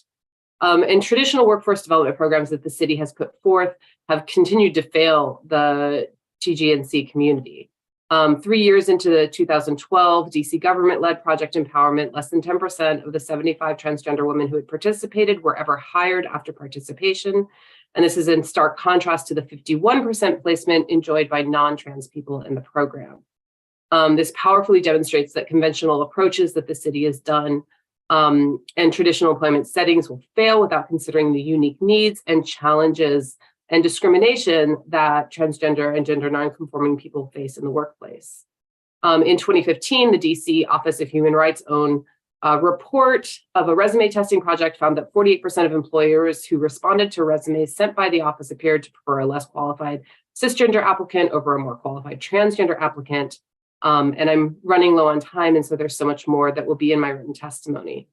What I do want to say is, on the contrary, community-led models such as HIPS, Damien Ministries, Us Helping Us, are effective. HIPS model, which our program is drawn from our peer education program, which started in 1996 and was the first to engage current sex workers, more than 2/3 of which were trans women of color who were working the streets at the time as paid health educators to the communities. Over the years, we estimate that over 75 members of the transgender community, transgender women specifically, have gone through our training and work support systems and have moved into full-time employment at HIPS or other agencies. Graduates of that program currently hold manager, director, and other living wage positions at local, national, nonprofit organizations, have gotten master's degrees, work at national policy level, and have become homeowners here in the district. The investment in the community-led workforce development program is a huge positive step, moving into this work and into the community where it belongs. It is unacceptable that as a city, we are so ready to give lip service to supporting trans leadership without putting in the work that a lack of safe education, generations of transphobia, racism, violence, and homelessness has had on this community. And we cannot address those systematic issues without investing in programs that help the members of those community overcome the barriers that we have put up that they face to making a legal living wage. We, HIPS, and the other organizations stand to be part of the solution, and we simply ask the city to do its part. Very much. Susan Jacob, welcome. Hi, good afternoon, Chairperson White and members and staff of the Committee on Housing. I am Susan Jacob, Senior Program Director for Homelessness Prevention at Housing Counseling Services. Speaking to you today on behalf of the staff, board, and most importantly, the clients of HCS. Housing Counseling Services has been a consistent grantee of ERAP funds since the program's inception in 2006, which lends me the ability to provide you with an accurate perspective on exactly what this program means to the low-income residents of the district. In addition, I'm also a co-lead of a cross-sector collaborative group born from the White House convening in 2021 that has created the eviction diversion framework. I am here today to support increased funding for ERAP as the FY24 proposed budget of $8.2 million is woefully underfunding a program that prevents evictions, rehomes residents experiencing homelessness, and is for the moment the best resource in DC for residents experiencing instability in their housing. Over the last 3 years, despite a global pandemic, DHS has done an excellent job of making the ERAP program more accessible for district residents with the creation of the centralized ERAP portal and the inception of the ERAP call center. To provide some context, in 2019, HCS, one of 6 ERAP providers, was able to accept approximately 1,300 applications. In comparison, in FY22, HCS was able to accept over 5,600 applications and provide rental assistance to over 2,000 of those households. In 2019, the ERAP citywide budget was only $7 million, and in FY22, it was $43 million. HCS's budget alone was over $12 million. It cannot be understated that the higher level of funding assisted households to avoid eviction daily.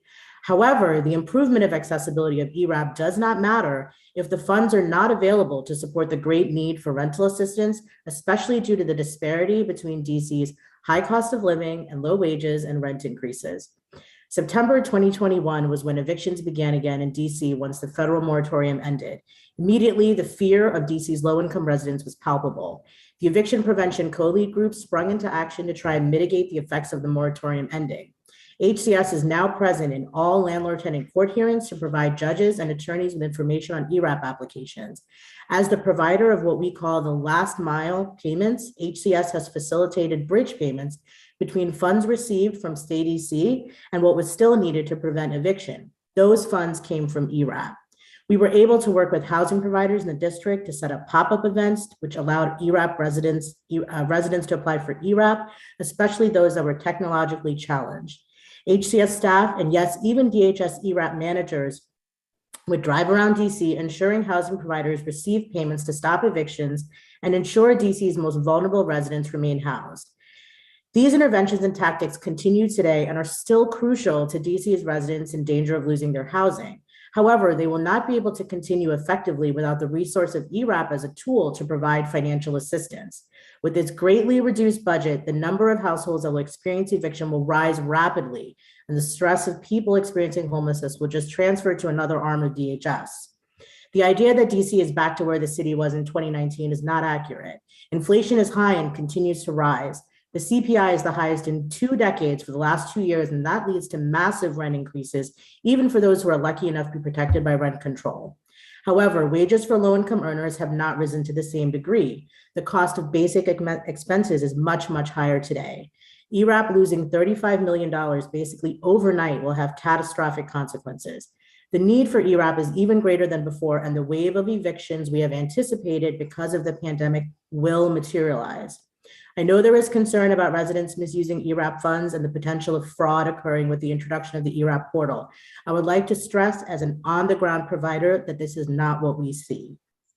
Reducing the ERAP budget to $8.2 million from $43 million will only serve to widen the economic gap between DC's lowest income and high wage earners, as well as create an undue burden on an already burdened homelessness system. Thank you so much for your time. Thank you very much. Patrice Ali, welcome.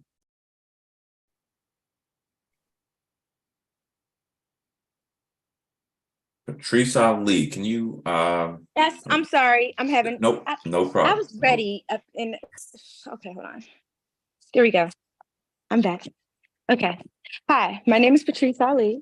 Hello, council member, fellow panelists, and committee members. I'm a DC native and a proud member of the Fair Budget Coalition. I'm here to speak to the plight of the low-income DC renters who have not recovered from the COVID-related rent crisis and continue to face deep economic disparities in the current socioeconomic climate. While many may have received rental assistance, the promised utility payments were approved but never paid. I still owe Verizon over $3,000. And when trying to resolve the discrepancy through the DC state program around the non-payment of what was promised, I was told that internet was not covered. I proved that it was covered through screenshots that I happened to save from that DC portal. If I did not have those screenshots, it would not have been proven that that was something that was previously approved but not allotted. I'm concerned for those who don't show proof, who could not show proof and were still provided no explanation with their benefits not paid.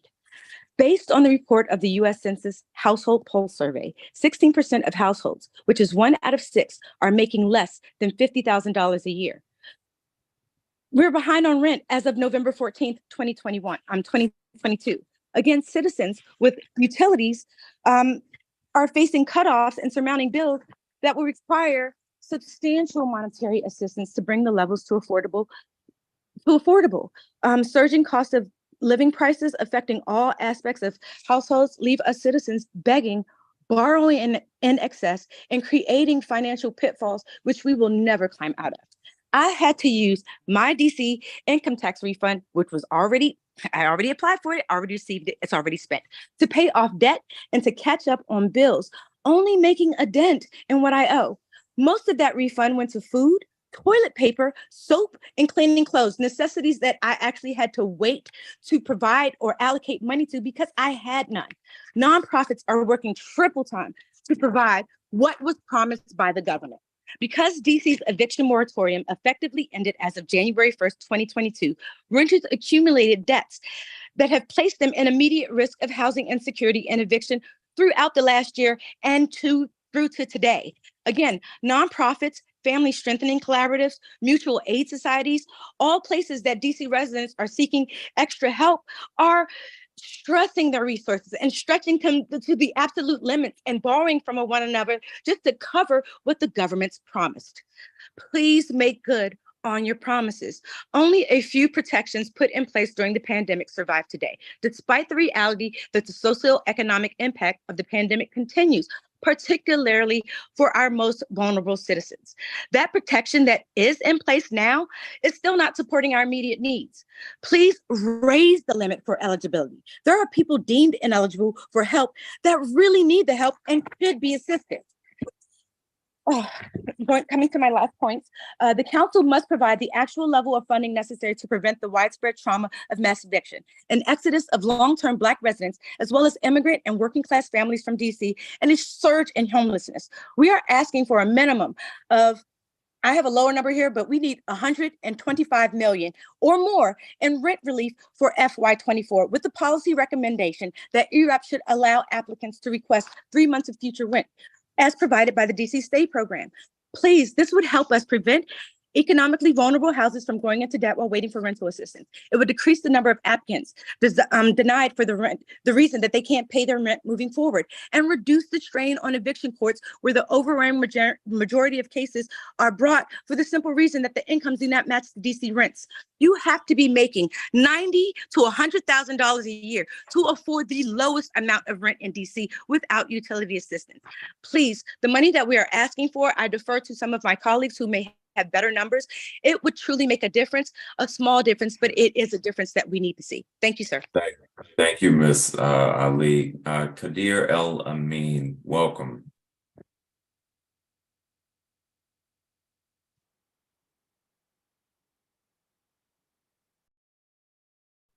Hello, good evening. Give me a chance to look at my testimony, and I'm going to cut it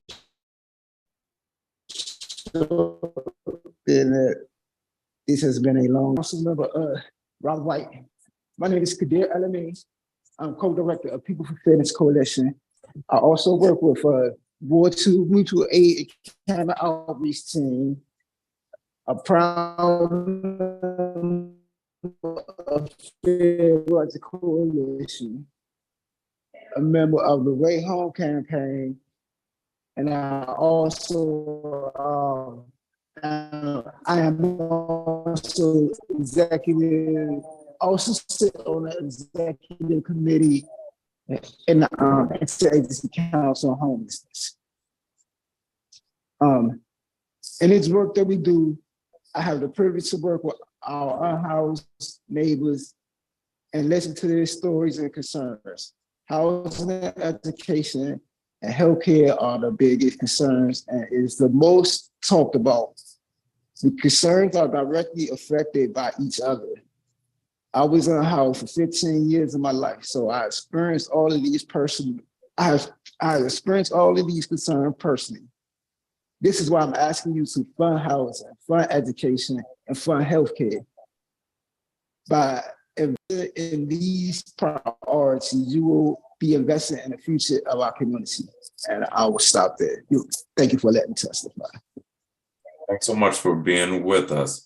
Our next witness on this panel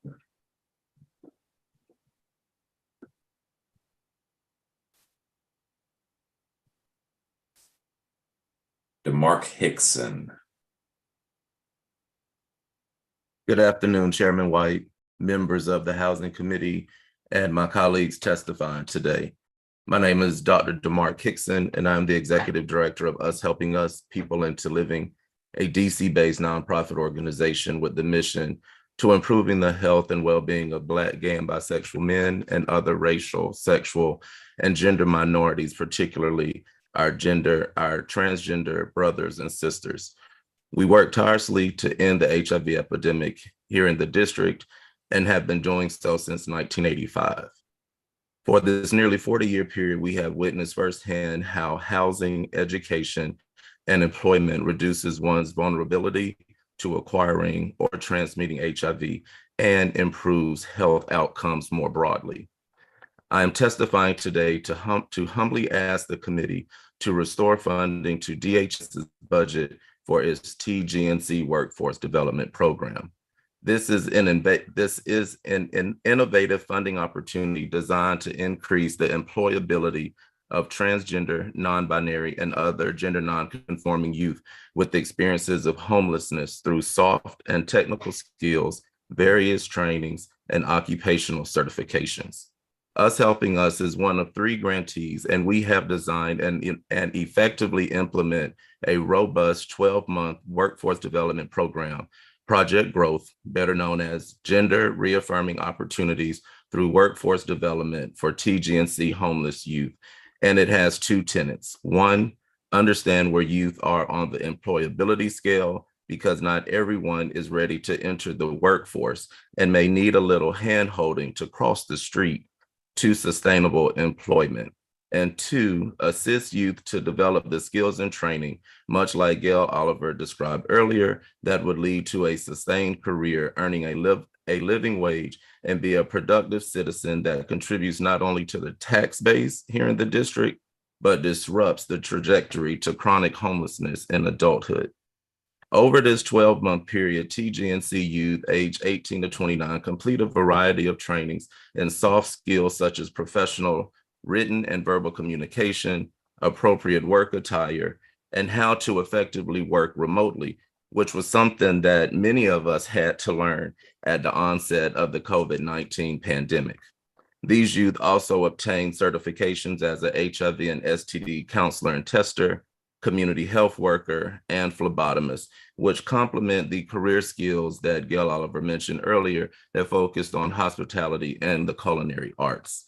An important component of our workforce development program is the on-the-job training that these youth earn as a fellow in the program. These youth work as full-time employees at Us Helping Us, earning a salary of approximately $45,000 and have access to our medical and vision insurance benefits, an employer paid contribution to a 401k plan, and life insurance. This may seem trivial to many, but to a TGNC youth who has been expelled from their home for simply living in their truth, has been forced to engage in sex work or survival sex, and have to stand at the ready to defend themselves while simply walking down the street because of the growing violence against transgender individuals, which is another topic that I'll talk about later, that this is life-saving and a life-restoring opportunity. Next, having insurance and adequate paid time off are critical because they now have the resources to undergo gender-affirming surgeries and have the appropriate recovering time. I know my time is running short, but I do want to highlight that our youth have coordinated Mpox vaccine clinics at our local offices, receiving calls and scheduling appointments, and our early activism and rapid response to the initial Mpox cases that were occurring in early June 2022 in the district. We were able to mitigate the potential larger outbreak that would have occurred in the district if we were not able to get ahead of the outbreak.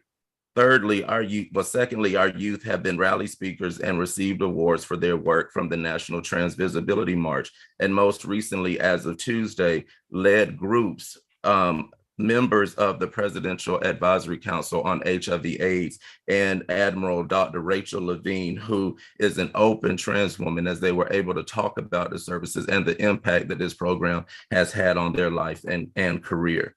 So now is not the time for the DC Council or DHS to remove this funding from the budget, as we are seeing the growing proliferation of anti-transgender, anti-LGBTQ, and anti-Black/people of color attacks and bills taking away our human rights and dignity. So Chairman White, I believe that you advocated for this funding to be in place nearly 2 to 3 years ago. And after the advocacy efforts of the LGBTQ+ Budget Committee, which I am a member, and I hope that this testimony will encourage and prompt the committee to restore this funding in DHS's budget. Thank you. Thank you. Mario Gray, welcome. Good afternoon. So I am also here representing Us Helping Us.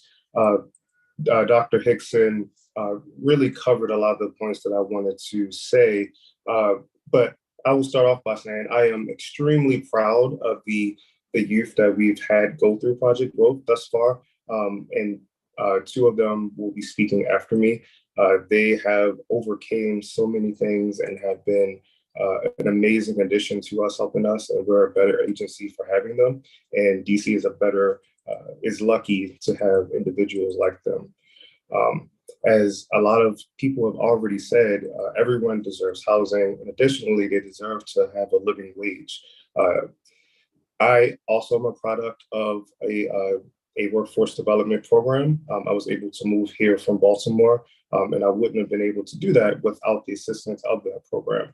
And now, fortunately, I'm able to live in DC alone and pay rent and be sustained. But that's not the story of most people. So I know the importance of having a robust and sustainable workforce development program. Through Project Growth, we have been able to support a number of TGNC youth with a living wage, linking them with housing, as well as providing them with certifications, as Dr. Hickson mentioned earlier, and providing them with case management, as well as opportunities to travel, being able to experience arts and a lot of different things that they may not have been able to do. Dr. Hickson also mentioned the issues around sex work and the alarming number of trans murders that have happened this year, last year, continuously.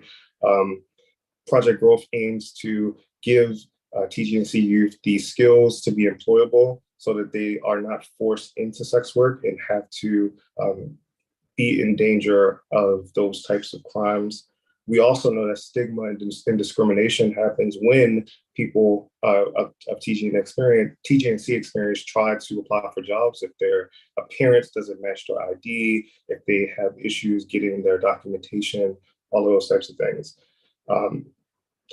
It was also mentioned earlier by the councilman that we don't want to balance the budget on the backs of the people that have the least to give. And that's basically summarizing this entire town hall call. We all are working hard to end the homelessness epidemic in our own different ways. In this budget, I understand that tough decisions need to be made, but this budget will send us back many, many years of the progress that we've been able to make as a network of organizations in the DMV. So I will just end there. Again, thank you for your time. And yes, thank you. Thank you. Melody Webb, welcome. Good afternoon, Chairperson White and committee members. I'm Melody Webb, Executive Director of Mothers Outreach Network with DC Guaranteed Income Coalition, and also a native and lifelong resident of DC. Mothers Outreach advances family preservation through supporting Black moms in the struggle to transform government income and child welfare systems with legal and policy advocacy and community organizing to fight poverty and racial inequity. In addition, next month, we'll launch a privately funded guaranteed income cash pilot for moms who've been Child and Family Services Agency involved. Thank you for your support for the $1.5 million guaranteed income public funding for strong families, strong futures, and for the benefits protections for participants through EITC legislation. Our coalition's mission is to achieve a simple solution to poverty, as Dr. King called it, a permanent guaranteed income that provides unconditional payments with no work or other strings attached. We seek to lift all our neighbors above the federal poverty line. Poverty has consequences that can include family destabilization and family separation. Examples of guaranteed income, which we support, are two recently introduced bills from Councilmember Parker, the District Child Tax Credit and financial support for families with children, no strings attached. More on our guaranteed income pilot research program to show how they work. With dollars we raise, we'll give moms $500 a month for 3 years, with no strings attached and flexibility for them to spend money and time as required to meet family needs. We'll start with 5 moms next month, double the number in the summer, and hopefully quadruple it or more in the fall. These are moms struggling with courage to keep their families fed and clothed and together. We strongly suspect that this will help families reduce food insecurity, build housing insecurity, increase family strength with no work requirements or strings attached. Dozens of programs have proven this already, and we suspect Strong Families is proving this as well. Today, we request that DHS take the lead to creatively build a guaranteed income infrastructure in DC as part of its mission. We ask for $13.5 million in funding for guaranteed income cash transfer pilots for population and neighborhood diverse 750 households as a step toward policy change to help people live, like Fair Budget Coalition Steering Committee member Cynthia Smith testified, with dignity. We support $6.5 million for a Hold Harmless Fund to protect safety net benefits of participants. In addition, we support adequate funding for ERAP as proposed by the Fair Budget Coalition. Adequate housing is a necessary corollary to guaranteed income. Specifically, we request from the budget also to make this happen. Thanking the mayor for supporting pilots for cash transfer and benefits cliff protections, Strong Families, Strong Futures, which we fought for, led by Councilman McDuffie. We also thank her for Career Map. But to strengthen these, we encourage the mayor to include existing privately funded guaranteed income pilot participants and to create new pilot programs for these funding streams to build on what's been learned from Strive, East of the River, and other pilots that are launching and currently running. We ask that the 2024 guaranteed income funding for the mayor's cash pilot and programs across DHS and DMPEG get combined and focused on guaranteeing income pilot efforts with no work requirements or other string attached. In addition, for example, if for any increase in TANF, we ask that the mayor convert this into guaranteed income pilot programming with no work requirements and benefit cliff protections. Again, we applaud Career Map to address benefits cliff, but its scope should be broader and open to a wider range of families from guaranteed income pilots, and again, with no work-related requirements. In addition, for a DMPEG program that touches on DHS-served families, we want the mayor's proposed $1 million in funding for the related Strong Families, Strong Futures program to be increased and to open up to not only mothers, but fathers, seniors, unhoused people, LGBTQ youth who are unhoused, and to participants, yes, in wards 5, 7, and 8, but also from neighborhoods with like James Creek, housing development, Syphex and Greenleaf, and other words from a greater diversity of wards. Thank you, and I'd be happy to answer any questions. Thank you so much. Olivia Rodriguez Nunez, welcome.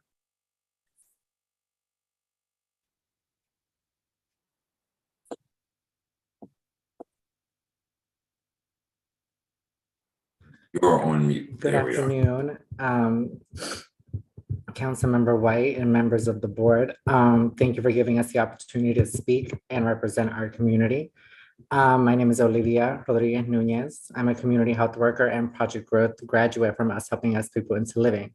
As Dr. Hickson and Mario mentioned, Project Growth is a workforce development program centered in aiding trans and gender nonconforming individuals that I was fortunate enough to be a part of. At the time, I had been struggling to find stability in my life prior to joining Project Growth. I had been disowned by my family due to the fact of myself being a Latina trans woman. This was back in January of 2021.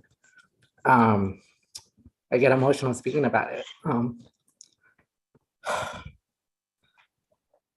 I was almost assaulted by my own mother, my own sister, and forced to leave the home I grew up in. I was alone and then homeless. I had no job and no money amidst a global pandemic, and I had nowhere to go. I eventually came across the now closed Casa Ruby. The doors were open and I had found myself having somewhere to stay temporarily. I would apply at any place that was hiring. The furthest I would get in the interview stage, I would wait for a call back just to find out that I wouldn't be hired due to the fact that I am trans. I'm also a survivor of domestic violence. I needed to find a way to survive, and unfortunately that way was through sex work. With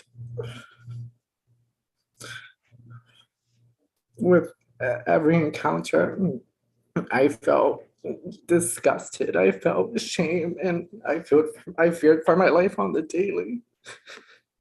Not knowing if I was going to be able to make it to the next day. But sadly, experiences like that are way too common in the trans community. Eventually, with the help of Casa Ruby, I was able to get transferred to another program.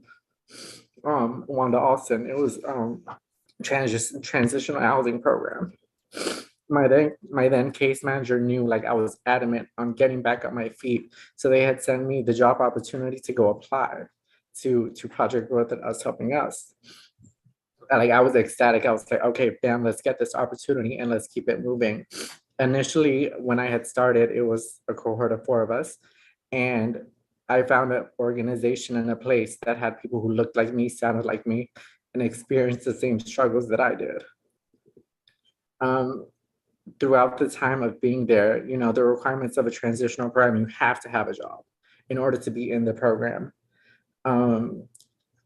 With the progression of being in Project Growth, we were able to have sustainable jobs and finally have an opportunity to go apply to apartments, go apply to housing. And eventually all of us became housed independently. We no longer needed to survive off of sex work. Project Growth gave us an opportunity to be introduced into the work field that a lot of trans individuals don't get, just to fear of rejection and the lack of services that we have. Among like the certifications and training that we got, we were introduced to the outreach field. We were introduced to the medical field. We were given platforms to represent our community on a national level. The list goes on. We're now certified phlebotomists, certified community health workers, among the list of what we were able to achieve under Project Growth. Why would we eliminate programs that are working? We are living proof that the funds are going somewhere to help the community. Defunding these development programs and services will rid any future possibility of the growth in the trans community. Thank you for your time. Thank you very much for your testimony. Jocelyn Rivera, you are our next public witness. Welcome.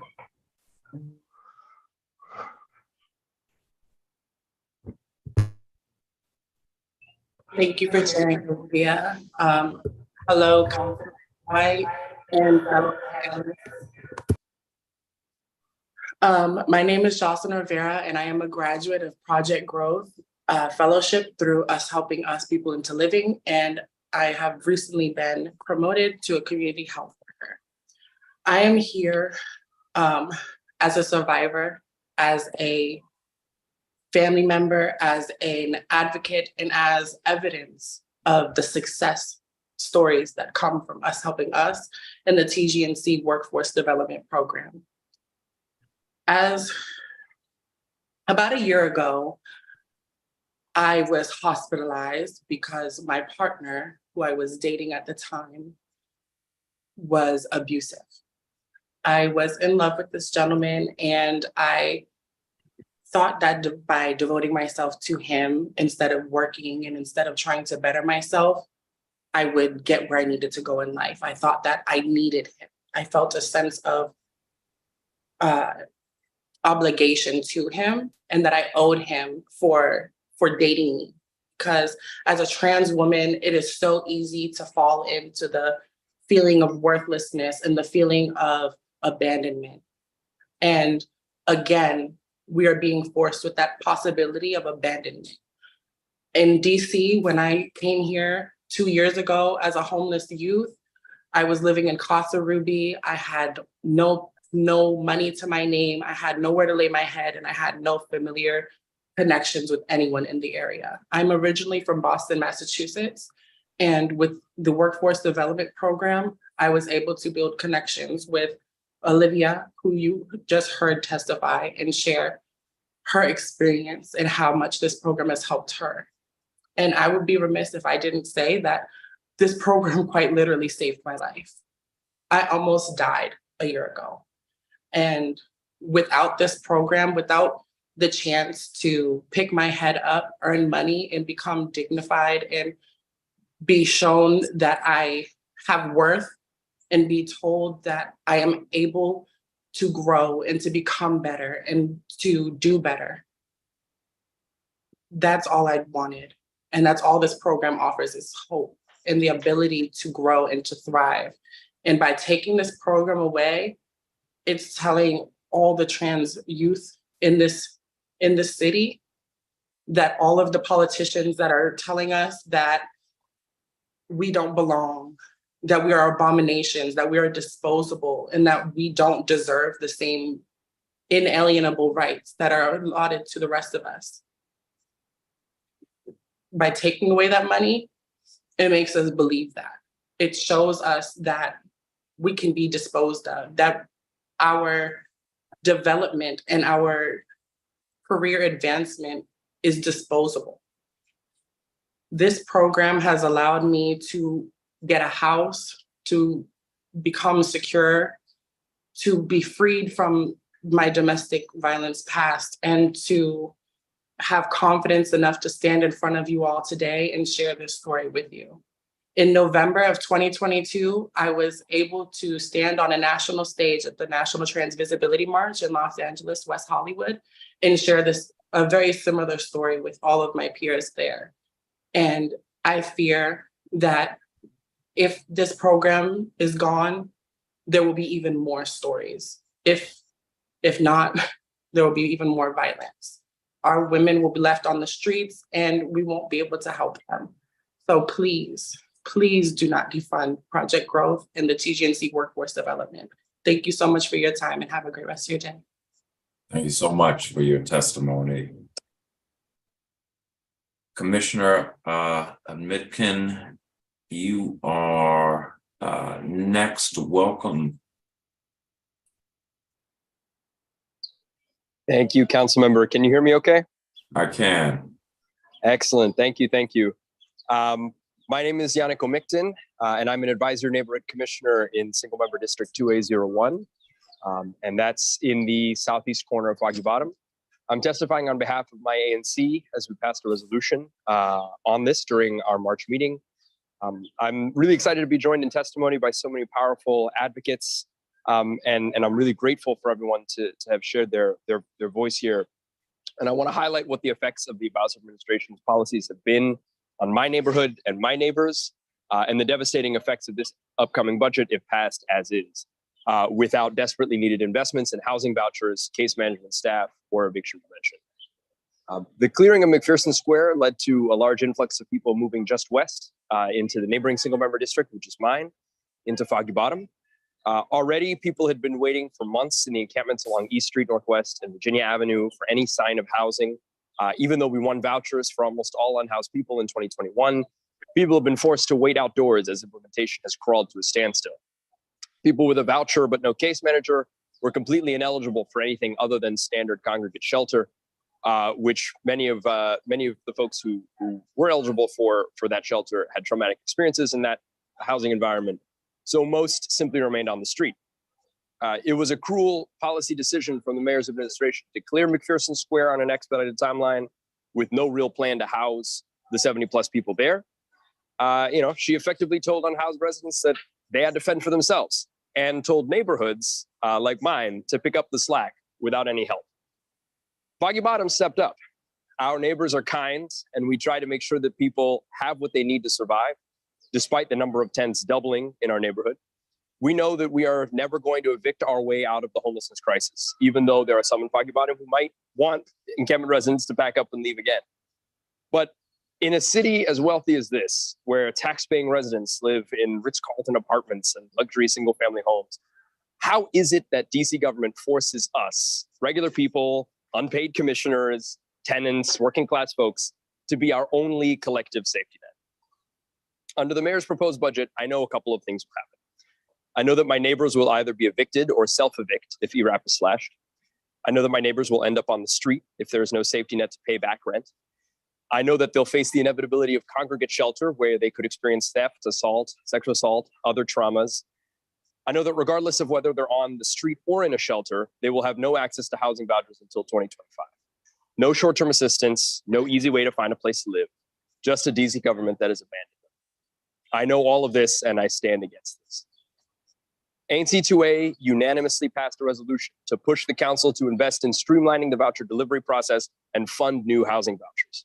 We urge the council to invest in new FTE case manager positions, remove barriers that prevent people from taking jobs in case management and outreach, and put real dollars in new housing vouchers in fiscal year 2024, according to DC's own Homeward Bound 2.0 plan. And a quick anecdote to end. One person in my single member district had waited over a year for her voucher to come through, staying in different shelters and also in Pep V. After very little movement on her case, she left to Utah to be with family, but quickly returned when her family situation worsened. She found upon her return after visiting the Downtown Day Services Center twice, that her name had been wiped completely from the record. I dug around for a couple months and finally found her records, and apparently a case manager had been assigned to her many months ago. But with no contact info, they had just given up trying to contact her. But by the time I found this case manager, she left again. She was deeply frustrated with the dysfunction of the homeless services system here in DC and was completely distrustful that she'd ever get a housing voucher. I haven't seen her since then. This was back in October of last year. We will lose more people like her if we don't change this proposed budget urgently. And if we continue down this path of a dysfunctional services system that is underfunded. DC government is failing unhoused people. It's time to step up and fund this budget according to our values. Thank you so much. Thank you, Commissioner. And Commissioner Stamper, welcome. Hi, how you doing? My name is Patricia Stamper. I'm the ANC Commissioner for 7C06, which is a panhandle of Deanwood and a lot of Burville.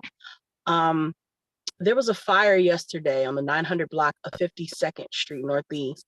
Approximately 9 to 10 residents were displaced from their home due to a fire.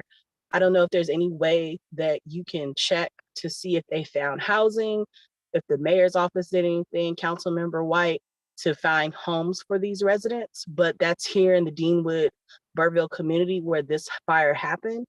And that is a housing issue because they shut down access to the entire building. So those are 9 to 10 Ward 7 residents that now do not have a home to go back to. That's several families that don't have another home. Also, I live in a community where landlords of large buildings are literally paying tenants $10,000 to $15,000 checks just to get them to move. They're not going through the proper process to either evict or to allow people to exercise their TOPA rights and collectively come together and create a tenant association. They're just paying them off to get them to put out the building and then come to the ANC with this monstrosity of a plan to say what they're going to do to revamp and revitalize our community. Housing is a crucial issue in my community. When I moved to the district, my goal was to buy a house. That's still my goal. I don't know how the hell I'm gonna do it, but that's my goal. Last year, before taxes, I only made $61,398. My AGI was way lower than that, $29,698. That's my AGI. How did I survive last year? I'm a person that has 2 kids to be responsible for on top of bills, household expenses, utilities, insurance. Luckily, East of the River Collaborative was able to help me pay my back rent when I became unemployed recently as of February 2nd this year.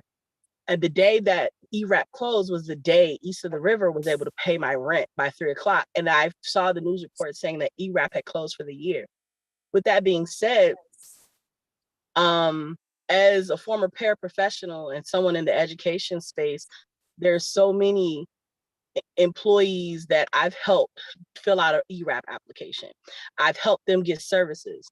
The paraprofessionals, they have to get WIC, food stamps and whatnot.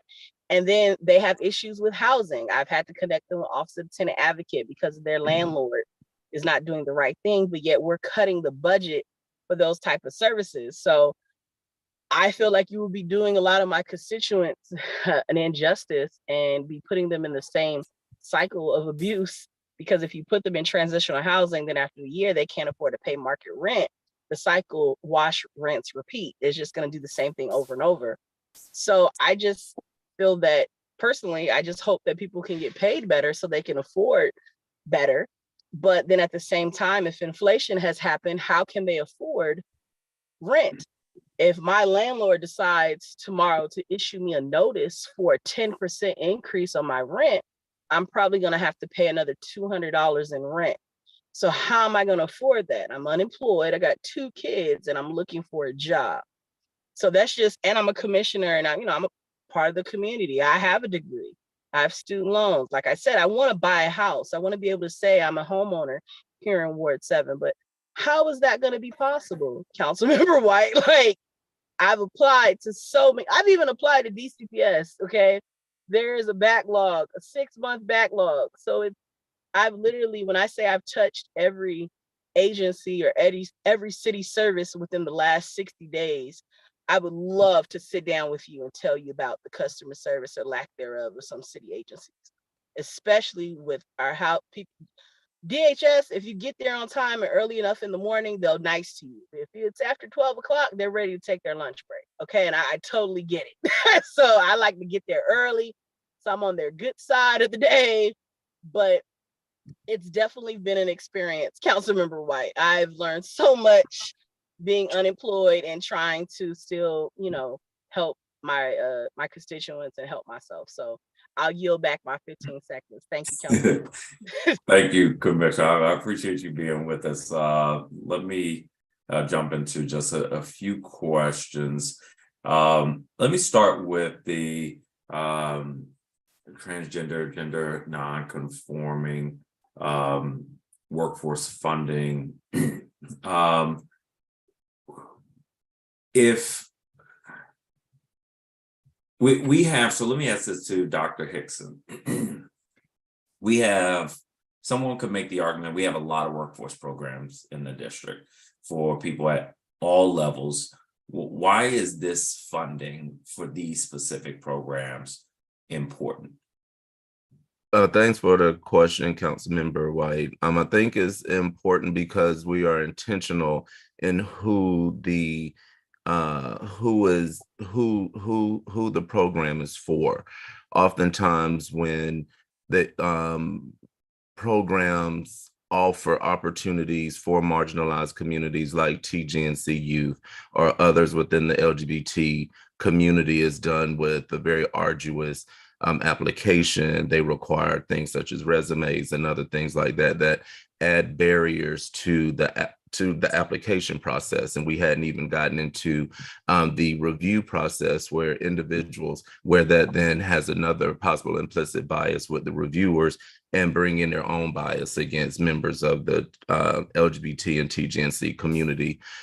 Secondly, programs like this are important, especially for organizations that work with marginalized communities such as TGNC Youth, where we already employ a large portion of the LGBT community. We have safe and affirming spaces, and it wouldn't this doesn't come as a challenge or overburdening us to provide programs like this, because we have already created environments that will support and lift up members of our community. So it's very important for programs like this to be standalone from other workforce development programs.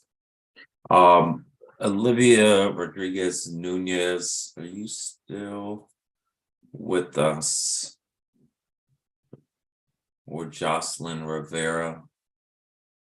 I think Jocelyn is still here.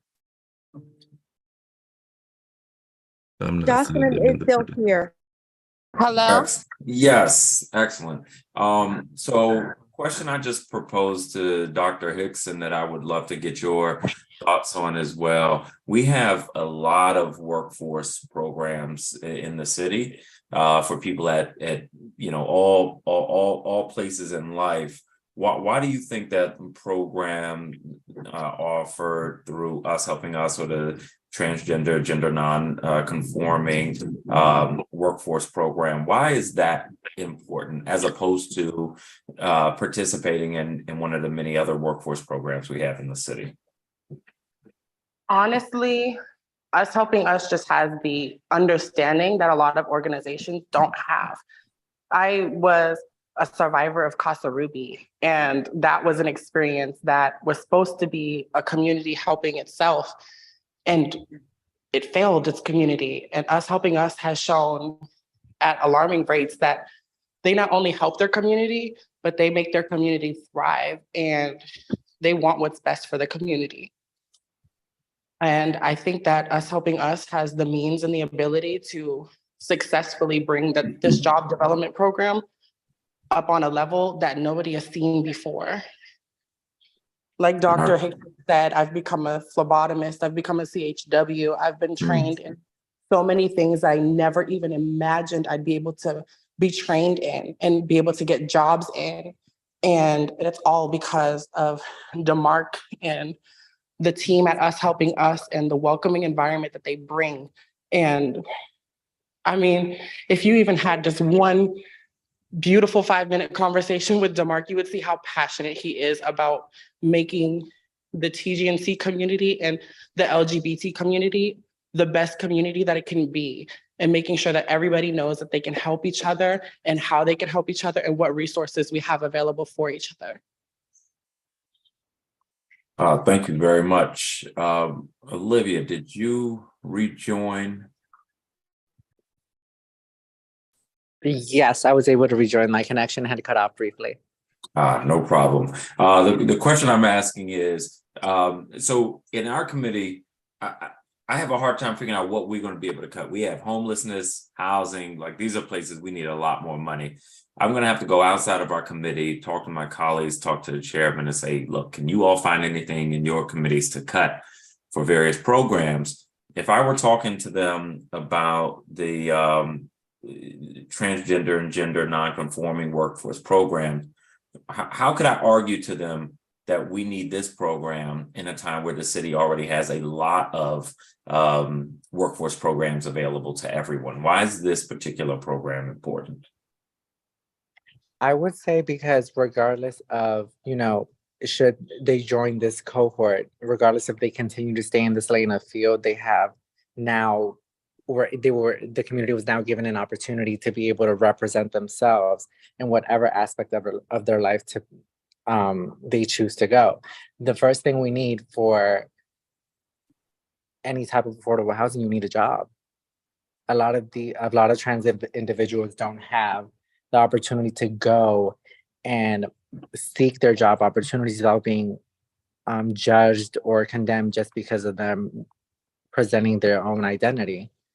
In this country as itself, you have to survive off of some type of income. If we cut the funding for programs directed towards trans individuals, what are we saying? That we don't have, there's no other programs for us to be able to go to? Are we going to stay stuck in the same situation that we are in now? Yeah. The discrimination will continue. So the best option would be have the community know the support is there, that possibilities are there, that they don't have to keep living off of the outcomes that were back years ago, back in the 80s and the 90s when sex work was a survival tactic. Yeah. Now we're in the year of 2023. Why are individuals still going back to that same route? Well, thank you very much. I appreciate you and Jocelyn have particularly powerful testimonies, and I really appreciate you being with us today. Martha Asefa, one quick data question. You mentioned that with SNAP, for every dollar we spend, $2 goes back into the local economy. Is there a place I can find that data? Yes, I'll make sure Sean has it. I'll send it to you by the end of the day. Perfect. Thank you so much. Commissioner Stamper, the residents who face a fire, do you know if those were renters or condo owners? No, they were renters. It was the 900 block of 52nd Street and Just. I would drive there right now, but I don't feel I've gone to the area several times today. They're renters, they're seniors, they're I want to say a few people have vouchers that live there as well. Good. When you are able, could you send my team the address? Oh, I could. It's 952 52nd Street. The Ward 7 Mocher, Davin Lawrence, is the one who notified. Excellent. Excellent. I appreciate it. If you talk to Lawrence Davin, he would definitely know.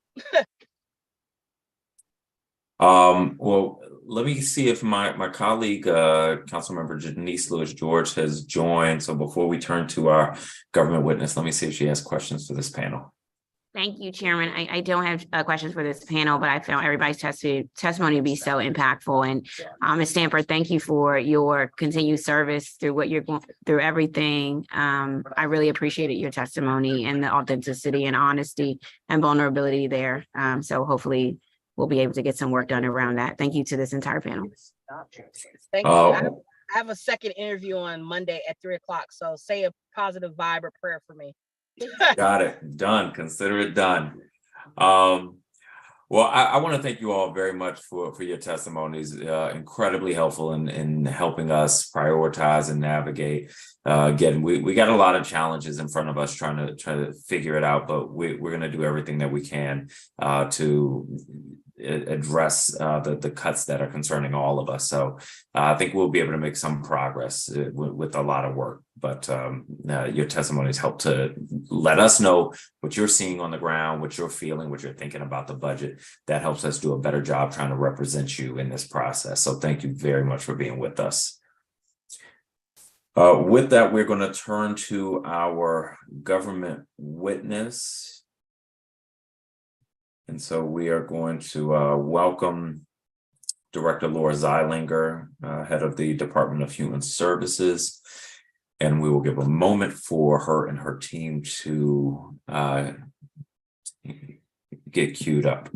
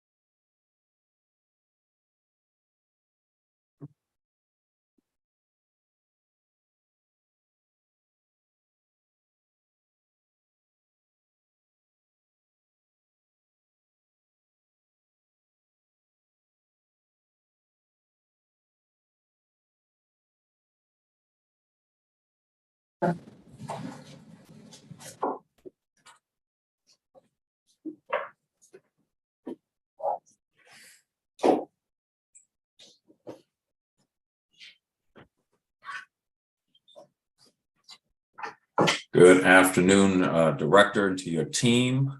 Are you ready to go? I think so. Can you hear me okay?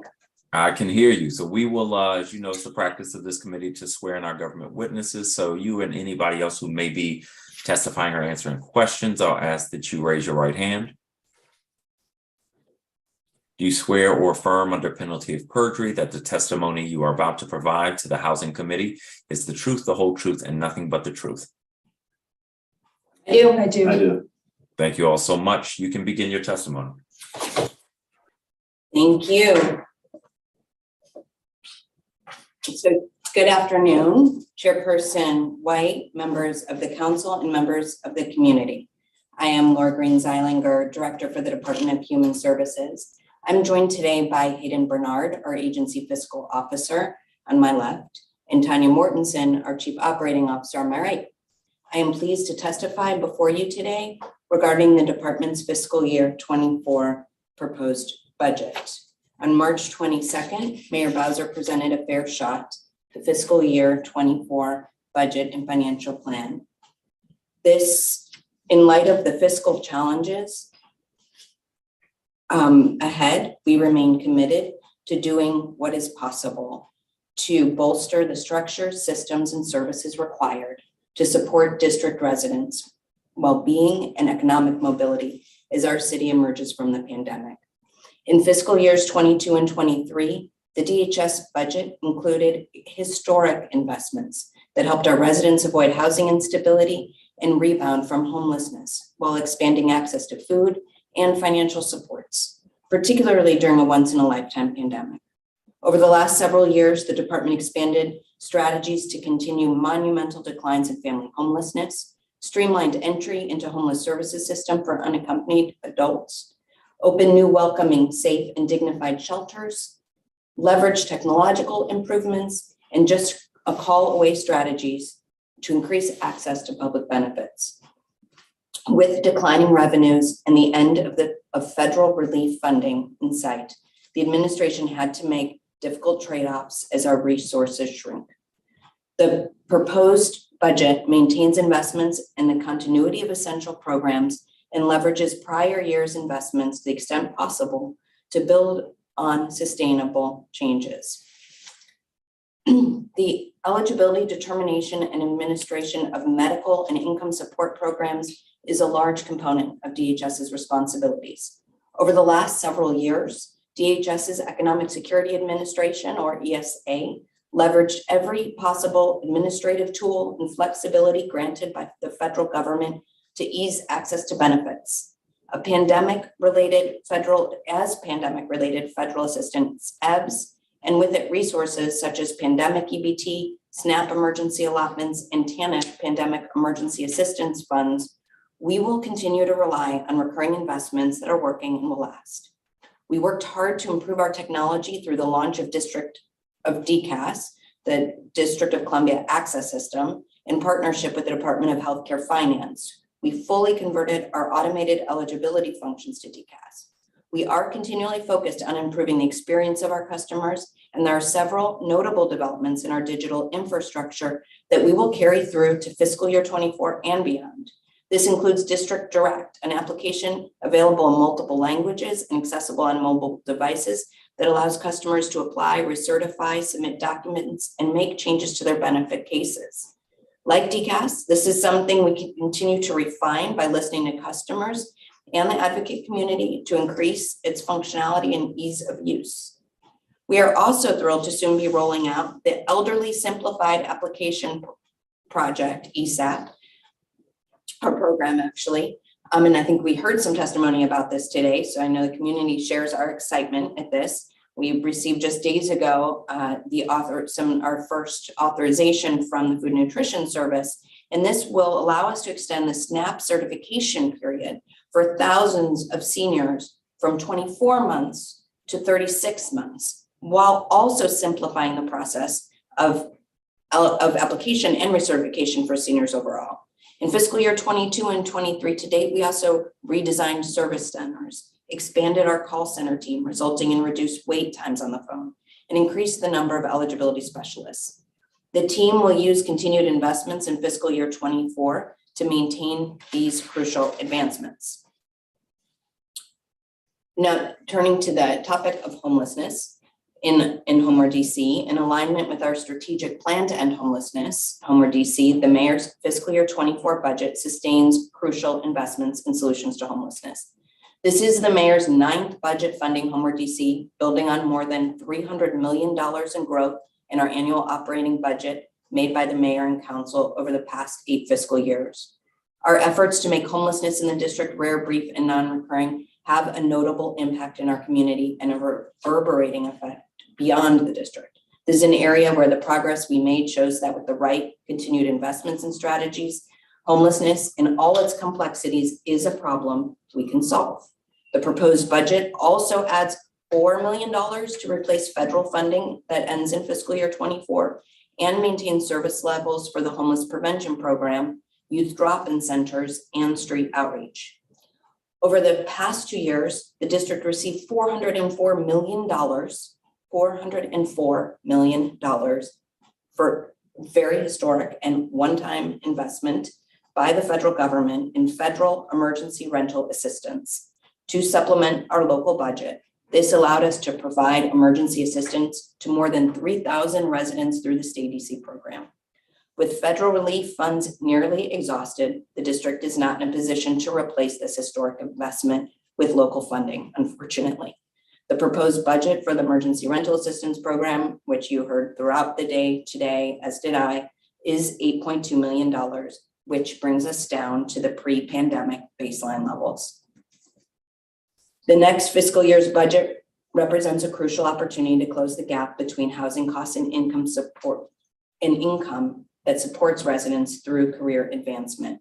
Where residents are supported to achieve greater economic mobility, they benefit in numerous ways. We know the best defense against homelessness is a job that pays a family sustaining wage, and we must continue to increase our emphasis on supporting residents to be competitive applicants for employment opportunities that offer meaningful and lasting pathways out of poverty. That is why I'm particularly excited that the fiscal year 24 budget adds $13.5 million to continue the Career Map program. This is a pilot program, and as some of you know, DHS launched Career Map early this fiscal year. This pilot is designed to remove the financial penalties or benefit cliffs that parents face when their benefits decrease at a greater rate than their earned income grows. This program provides career coaching, 2-gen case management services, and financial supports to remove obstacles to career growth. In fiscal year 23, 600 families with histories of homelessness will have exited FRSP to Career Map through a lottery process.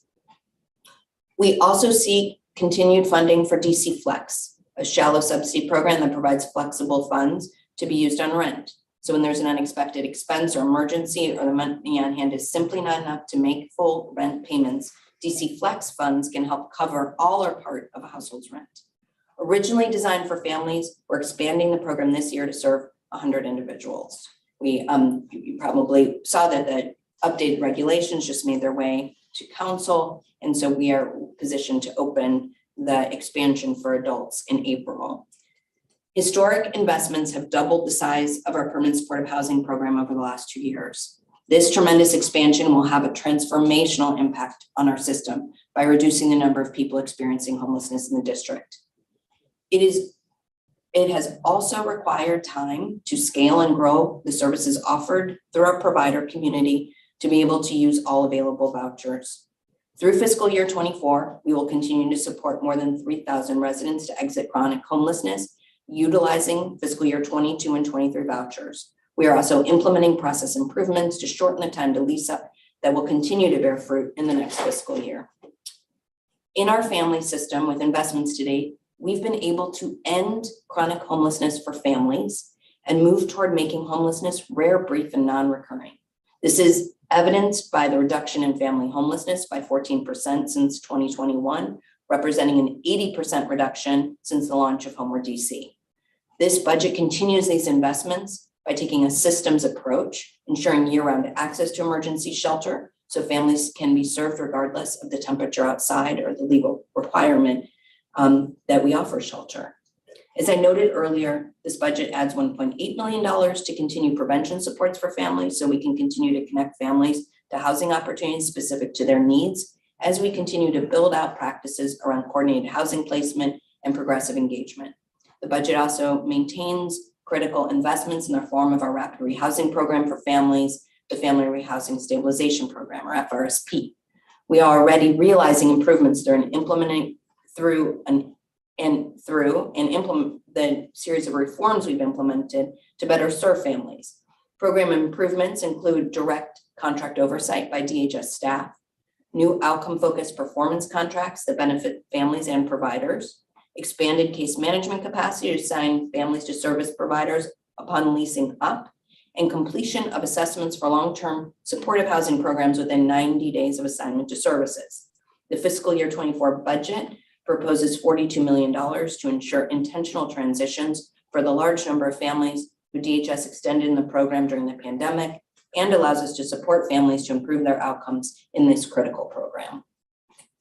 The proposed fiscal year 24 budget also includes investments to continue reforming the homeless services system for single adults or adults not accompanied by minor children, including funding for diversion and streamlining intake and outreach services. As I mentioned earlier, we're adding $397,000 to replace federal SAMHSA funding to support outreach staff, providing day-to-day services for our unhoused neighbors. These allocations will build on the transformative effect of reforming the front door over the course of multiple fiscal years. The investments will also allow us to divert individuals from homeless services by maintaining a prevention hotline with expanded eligibility for Project Reconnect resources. We learned a lot during the pandemic through our PEPV program, and we're excited at the prospect of adding non-congregate shelter to our continuum of care. The district is actively pursuing the purchase of 2 non-congregate shelter sites and hope to have 1 or even both online in this fiscal year. This will allow us to provide more flexible shelter capacity that better serves adult families, couples, and others with a range of needs. This option is of particular importance for those who often elect to remain in unsheltered settings when the only immediate alternative is congregate shelter. We will also continue to rebuild the district's legacy low barrier shelters to ensure they're dignified and welcoming spaces that feel safe for our residents. Last year, we opened the new 801 East Men's Shelter, and design work is underway for the New York Avenue Replacement Shelter. We also opened 40 LGBTQIA beds late last year that have been consistently full since opening. The proposed budget also maintains prior investments that support youth and their families and helps young people find a path to safe and healthy development. Building on the successful Alternatives to the Court Experience, or ACE, diversion program, DHS will work with the Metropolitan Police Department and the Office of the Attorney General to provide targeted community-based support services for youth. The proposed budget also sustains investments in youth-specific housing programs and outreach. We are adding necessary funding to continue services at youth drop-in centers for district youth ages 24 and under who are experiencing homelessness, housing instability, or simply need a safe place to go.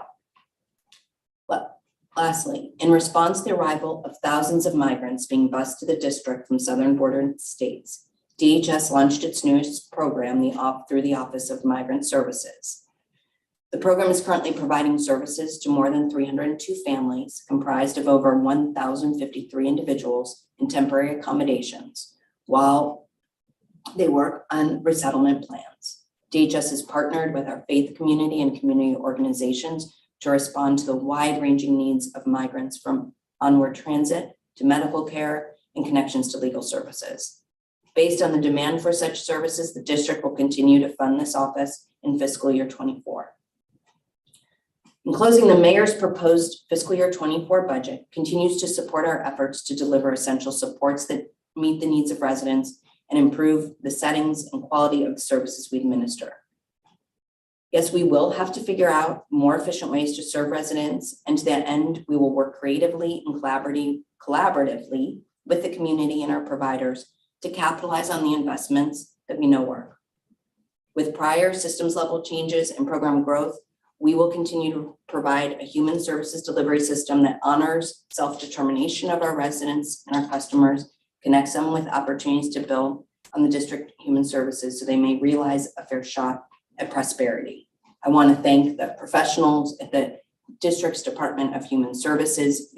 While there are certainly moments when our department falls short of the goals that we set and how we intend to serve, I have never seen a more dedicated and mission-driven group of public servants, and it is my honor to represent their work today. I want to thank our providers and partners and the almost 100 people who came out to testify today for their work in the community. And finally, I wanted to acknowledge, particularly in light of some of the testimony we heard today, that this is International Transgender Day of Visibility. I'd like to recognize and celebrate the joy and resilience of trans and non-binary people everywhere by elevating voices and experiences from these communities. And we want to see transgender and gender nonconforming residents supported and flourishing in all of our programs. Thank you very much for the opportunity to testify today. I am happy to answer any questions at this time. Thank you, Director. You mentioned in your testimony that the mayor's proposed budget is aligned with the Homeward DC plan, but the proposed budget cuts to the Family Services Division are pretty deep, $60 million cut in 50 FTEs. Homeward DC 2.0 is broken down by fiscal year. The plan projected that this proposed budget should support 3,561 permanent supportive housing vouchers for families. Will the proposed budget do that? So the proposed budget largely is a catch-up year to make sure that we mobilize the resources that have been appropriated for people who are moving into targeted affordable housing and permanent supportive housing. It maintains prior year levels for our rapid rehousing programs. And so it continues to advance our strategies. Now, Homeward DC 2.0 provides a range of estimates based on prior year performance and is very challenging. Their projections. So the Homeward DC plan, I think it's important to note that is based in, the strategies are based in evidence and the projections are based on modeling that we continue to refine based on our experience. So we learned a lot between Homeward DC 1.0 and 2.0, and we continue as part of the Interagency Council on Homelessness to refine our estimates around what is needed. So in no way am I arguing that there may be more that was envisioned in the original Homeward DC 2.0 plan for this next fiscal year, but it is extremely challenging to know exactly what is needed as well as what we can spend until we are able to successfully expend the resources and provide the essential support to people who have been connected to housing who are in our system right now.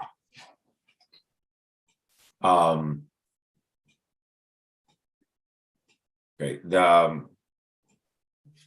There was a lot in that answer. Yeah, and there was a lot in the question. So maybe if you want, and I apologize if I didn't, and it would possibly help me if you broke down that specifically. So the Homeward DC 2.0 breaks things down by fiscal year. So if I'm looking at Homeward DC 2.0 for next fiscal year, that plan projected that the budget would support 3,561 permanent supportive housing vouchers for families. That's not where this proposed budget is going. So how do I reconcile Homeward DC 2.0 fiscal year 24 with the mayor's proposed fiscal year 24 budget? So I think what I'm trying to explain to you is that you looking at any one fiscal year in Homeward DC without looking at it in the context of what was funded in years prior doesn't really give you the exact science of what was envisioned, because it has to do with, because if we funded more, and I think we did in fiscal year 22 and 23, and there are several scenarios, not one scenario, that are laid out in Homeward DC 2.0.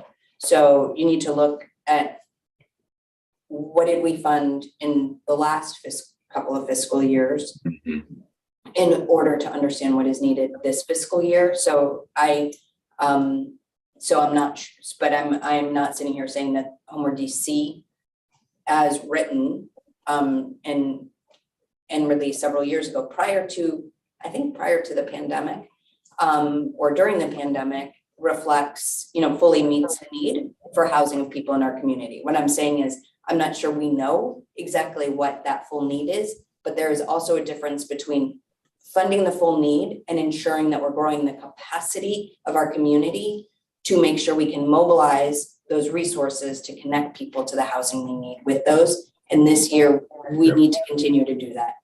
All right, so that's where I was going to go next. So maybe instead of talking about how many vouchers we're funding, we should have been or should be talking about how many vouchers we can get. I don't want to use the term out the door, get how many vouchers we can actually have people use, meaning they are leased up. And the backlog is something that's been happening for some time. So to me, it seems like this has to be a place of intense focus. I have seen some ideas about how we address that. I haven't seen that I can recall a lot of ideas that come with metrics to say, this is the outcome we expect by implementing these specific things like hiring bonuses. So to that extent, I feel like we still don't have a plan for reducing the backlog. Not that it's easy, but we all know now that we have to reduce that backlog. So how do we get there? So when I was in front of you about a month ago for our performance oversight hearing, I shared with you some of the strategies that we were deploying. We were changing some of the requirements in our case management contracts and amending our Medicaid state plan to allow us to do that around credentialing, particularly of case management supervisors. We were offering hiring bonuses and retention bonuses.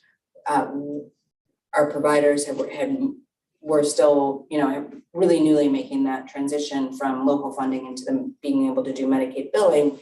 And what we've seen in March alone is 302 PSH clients who had been waiting for case management services assigned to case management based on the growth that we saw amongst our provider community. So we're seeing the strategies that we're deploying are beginning to work, and that's very good news.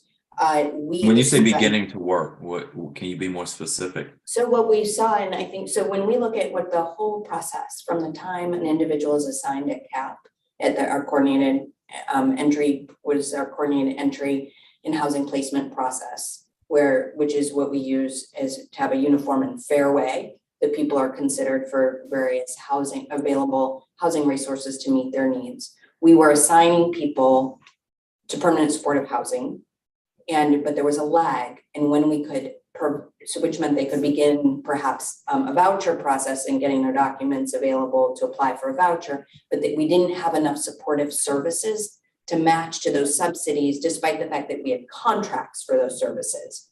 So what we've seen are the places in the process from the time someone gets assigned to CAP to when they have a key in their hand and they are home.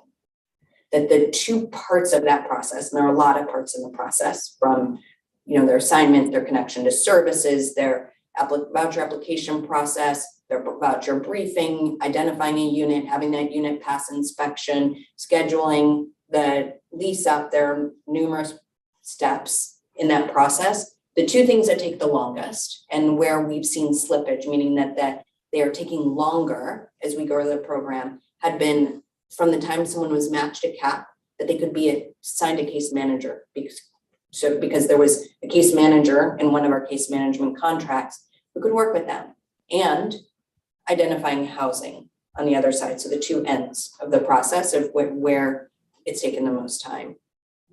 We're starting to close that first big lag that was going in the wrong direction, because our case management providers are starting to grow into the capacity of what their contracts with the department. So if we have a contract with a provider for 100 slots, but they only had enough staff on board to take 70, they're now starting to hire up so that they can accept more clients.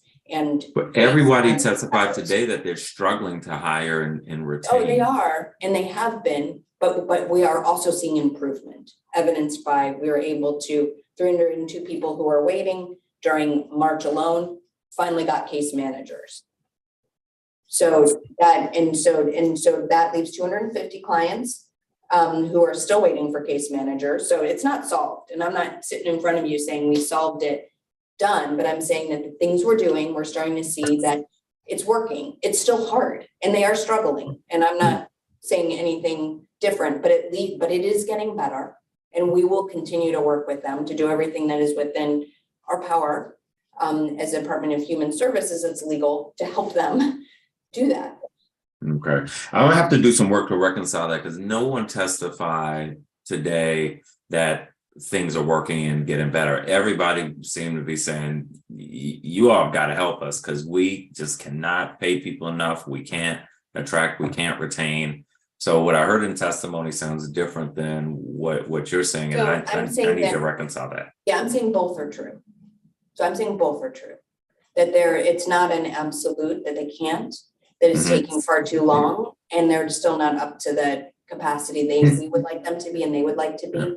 But there are some improvements. So I would say that I agree with you. You can't reconcile those two things. And I'm in no way sitting up here saying that what they've testified before you earlier and us in front of the community earlier today is not their reality. Only that we are seeing progress based if all the things we were doing and we still were flat, then it would be a different conversation, right? But we're we're cautiously hopeful, right, that we've seen really good improvement in the month of March, and all indications are that in April and May, that we will close the gap between people assigned already a CAP and the availability of case management, so that in April, as we start to match people, again, a CAP to the fiscal year 24 vouchers, or 23 vouchers, sorry, that we will have case management much more readily available to them.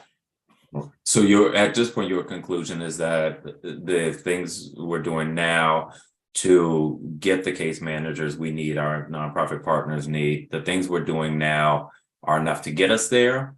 Or are you saying the things we're doing now are working, but we have to do more? We have to stay focused until we're where we need to be. So it's not solved, but some of what we're doing is solving it. So, those are relatively new changes, the changes to our contracts based on the changes to our application to CMS to change the requirements, for example, in our state Medicaid plan. That's an action we just took. And so we're seeing some positive indications that the strategies that we're using to work with our providers, we're listening to them. We didn't hear anything today that we hadn't heard from them directly before. It's real, and we're working on it with them, and we're beginning to see progress, and we will stay in it. So it's not solved, but we are solving it, and we're not completely ineffective in solving it either. We see that some of what we're doing is having the desired effect, and we are going to keep at it till we're where we need to be. I've got to turn to my colleague, but sorry, I have to push this a little bit more, because we only have the budget for a few more weeks, and then the budget is done. So I'm trying to understand if we need to be looking to do something different in this budget, or if you're suggesting that the things in place now are going to close the gap for case managers. Either you think it is or it isn't.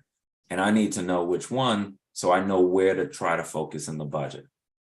I would say that it is probably too soon to tell, that it is probably worth looking at what was cut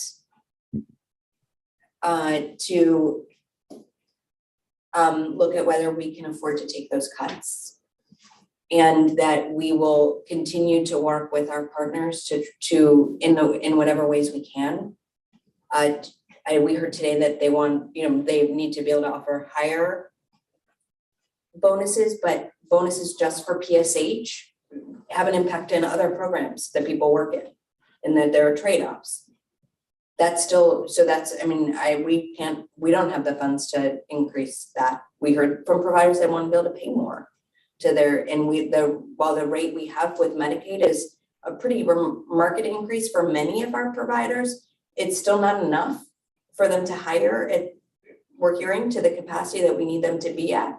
So I'm not saying that we don't, that it wouldn't, with more money, it wouldn't be helpful. I just don't, some of what we've been able to do with what we have is also, we're seeing a positive impact from that. All right. I appreciate it. I'm going to work. I wish it was that easy.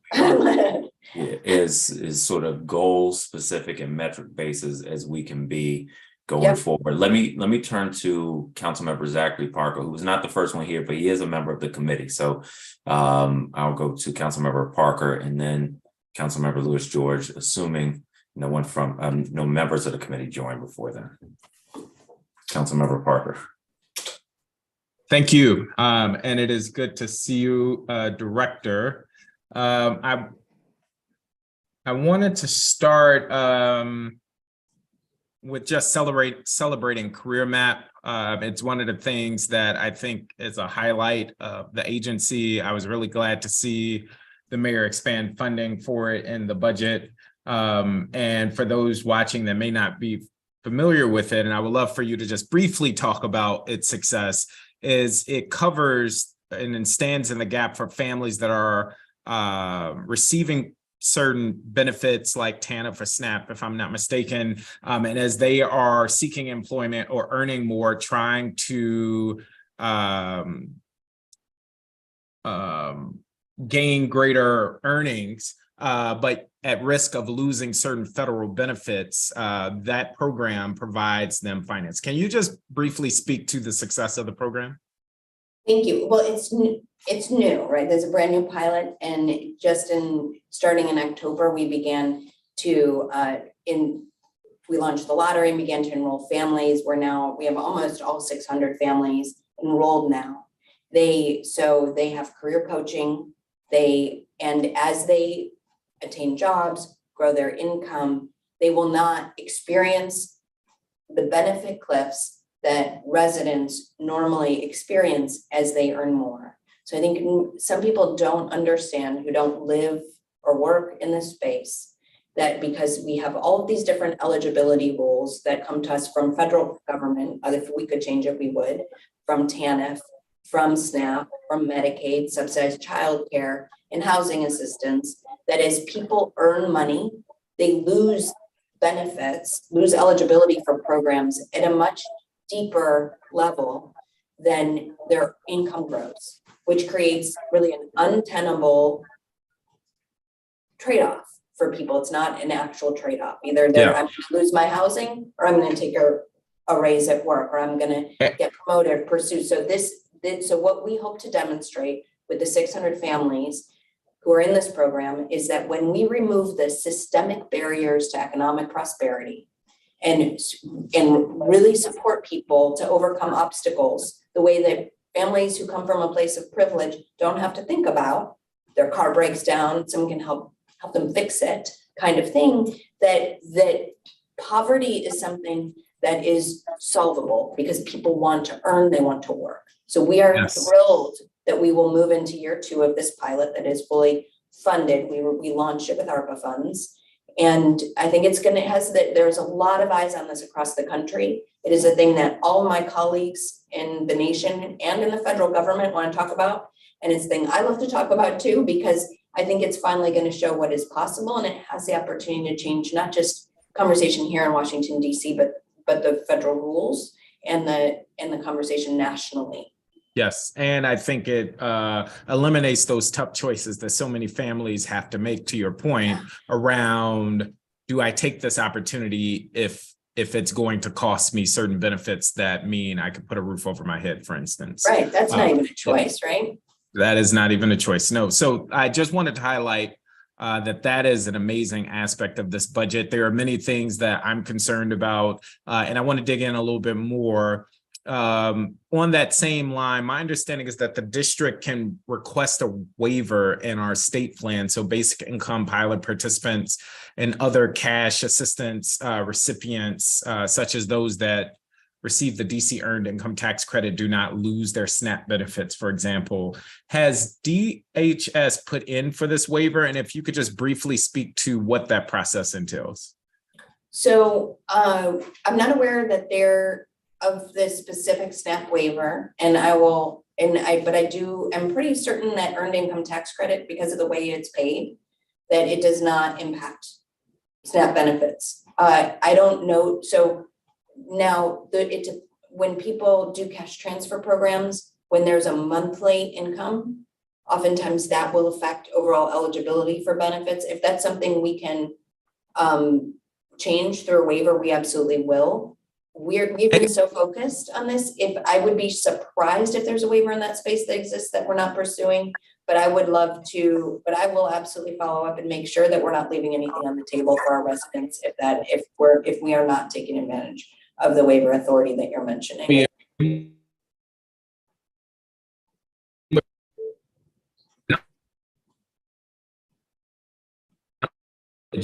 Right? I'm sorry, you're coming in and out on my end, and so I could not hear your question. Can you hear me now? Yes. Testing.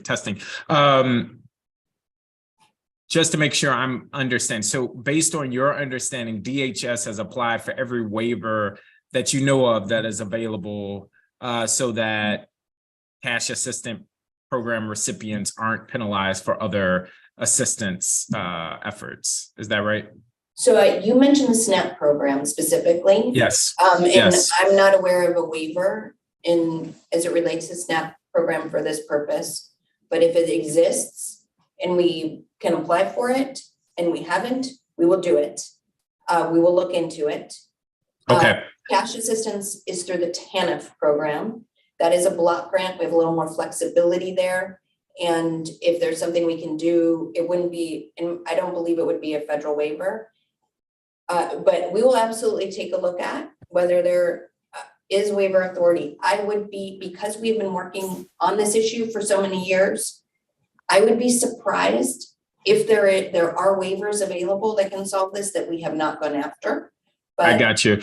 But I'm Okay. not saying they don't exist. And if they do exist, I commit to you, we will go after them. Okay, thank you. Just to pin down a specific timeline, how much time should we expect for you to look into that and get back to us?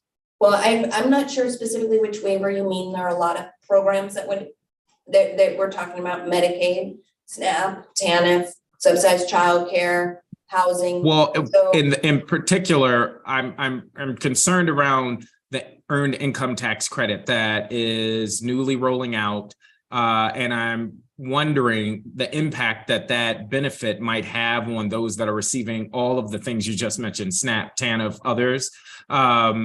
And so, if you could just investigate what waivers are available there that may ensure that people aren't punished for greater assistance, that would be great.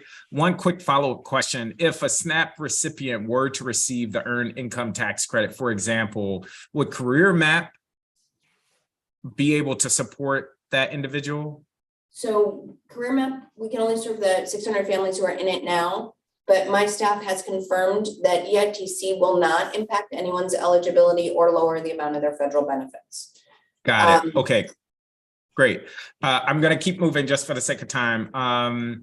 I want to go to the Migrant Services Office, and my colleagues and I recently visited with you to the Days Inn in Ward 5. One of the things that is clear through this budget is that the Migrant Office is funded through contingency funds, and so how much specifically is allocated for the office through the contingency fund? So right now, we're in close communication with the budget office about our spend, and there is not a specific dollar amount allocated. Where really the nature changes, the nature of what that spend is changes as the situation around migrants coming to Washington DC changes. So there is not a dollar amount, but conversation about what we can sustain and funds made available to support people who are here in the services we're offering, which is something that's been a dynamic situation since last April when the first buses started arriving here. How much funding was spent in fiscal 23 on migrant services broadly? So year to date, we've incurred approximately 15 million in expenses, which we anticipate about maybe 6 to 7 million might be reimbursable by the Emergency Food and Shelter Program, which is our federal FEMA funds. We know that as we've expanded into additional hotels and are expanding the services around resettlement, that number is likely to grow. Got it. And I know there were a number. Expenses are right under $4 million at the moment. Your current expenses are right under 4 million. Yes. Did I hear that right? Got Correct. it. And is there a certain amount of that you anticipate might be refundable? So yes, Or- so that's why. Right now under the Emergency Food and Shelter Program, only 30 days of a residential stay is reimbursable. There are caps on the amount that we can pay for meals, for example, and those types of services. We tend to spend more, and people stay much longer than 30 days. So it is, which is why, so the number gets bigger every month the longer people stay. And we can show you that. I think we are anticipating over the course of a year and a half around $43 million worth of expenses, and probably, but we don't know yet how much of that we'll be able to get reimbursed for. Got it. Thank you. That is my time. Councilmember Lewis George. Thank you. Director Zeilinger, I want to start out and give you kudos on Stay DC, because your team actually supported more than 30,000 residents with pandemic rental assistance. And it shows how vital rental assistance is for so many. When we talk about rental assistance, I want to start with some questions around ERAP. The centralized ERAP application portal, I wanted to ask, where do the back end of the applications go for the initial intake processing? So when someone hits submit, is it DHS or community-based organization who's receiving those very initial submissions? Thank you, Councilmember. The initial submissions, they come into DHS, and then our providers, as our providers work through them. So then they go from us to our providers. We don't act on those applications as they come in, but we monitor we can see what's in the queue for ERAP, and based on their workload, we then providers basically claim applications and work them from the central database where they live. Okay. And we monitor that, and we monitor how many applications they've been through, what their spend is, and work with them, as well as when a resident calls us because their application has been pending, if they have an eviction, for example, pending, it's how we make sure that we can act on that with urgency. Okay. And does the IT system we use for ERAP application, does it allow DHS or an IT vendor to run reports and view summaries tallying the number of applications received? I think we know how many applications we've received through that. I don't know, I'm not familiar with all of the capability around reports, but my team does. I'm sure there's some reporting capability, and certainly the number of applications in our queue is clear. Okay. I know we've talked about capacity a little bit today, but when someone applies for ERAP, how does DHS decide which CBO to refer an applicant to? Do you do this by caseload or case capacity per CBO? So the CBO will claim it. Well, they will basically claim the next case in the order in which payment. With the exception of when there's an emergency, like there's an eviction pending, in which case then we're able to use a expedited process between Housing Counseling Services, who is present in the court, and in UPL, in order to process an expedited payment to avert an eviction. Okay, and so does DHS keep track of CBO caseload? We do. Okay. And then what sort of internal tracking mechanisms does DHS use to track funding approvals and payments for ERAP? This has come up when, we visited places and, we've heard there's been issues on the landlord side of things sometimes. Is it the CBO or is it the DC CFO who cuts or issues checks to the landlords? The CBO issues the check. Okay. With Stay DC, that was not the case. But with ERAP, it's our community providers. And with Stay DC, if the applicant put in their application in the portal and the landlord didn't respond to a ping to their email within 5 days, then we would pay the tenant. I think you know that. Okay. Then you would pay. Okay. Yeah, but with ERAP, we only pay the housing provider. Okay. Got it. That's what I wanted to know. Okay. What metrics or financial determinants is DHS currently using to project when ERAP will run out of funds and when they will close the portal? So the portal we closed because we projected that we will run out of funds based on the average amount of what we pay out in each application, and based on the percentage of applications that come in, then the percentage that are approved for payment. So we projected based on our history of how many applications that come in we pay on, and what the average amount is, how many we'll be able to pay on, and could see that we were quickly getting to the point that the amount of applications coming in was going to exceed our budget. And we made the very difficult choice to therefore close the portal so that we did not create a false expectation that we would be able to pay on those applications. Okay. So how are you tracking real-time spending by CBOs? We were able to, through our reporting systems with our CBOs, we're able to see what their individual performance. So my team works with them regularly. They and we're able to track that through our systems, I think. Okay, great. One of the witnesses pointed out that there should be significant financial savings from our voucher program, given the backlog in lease ups, which have prevented unhoused residents from putting their voucher approvals to get use on housing. So where did that underspending go? Were funds reallocated within the DHS budget, or were funds sprinkled around throughout the supplemental budget? Some funds were removed from DHS's budget in the supplemental. Some funds went to cover other costs and homeless services in our budget. Okay, so it was a combination of both. Yes. Okay. What training is done for DHS in-person service center workers about language access services? Amharic and Spanish-speaking Ward 4 residents are often finding it hard and intimidating to use DH services when they go in for support, but are sort of dismissed or told they can't be assisted due to language barriers. So there is regular mandatory training that we do and emphasize related to language access.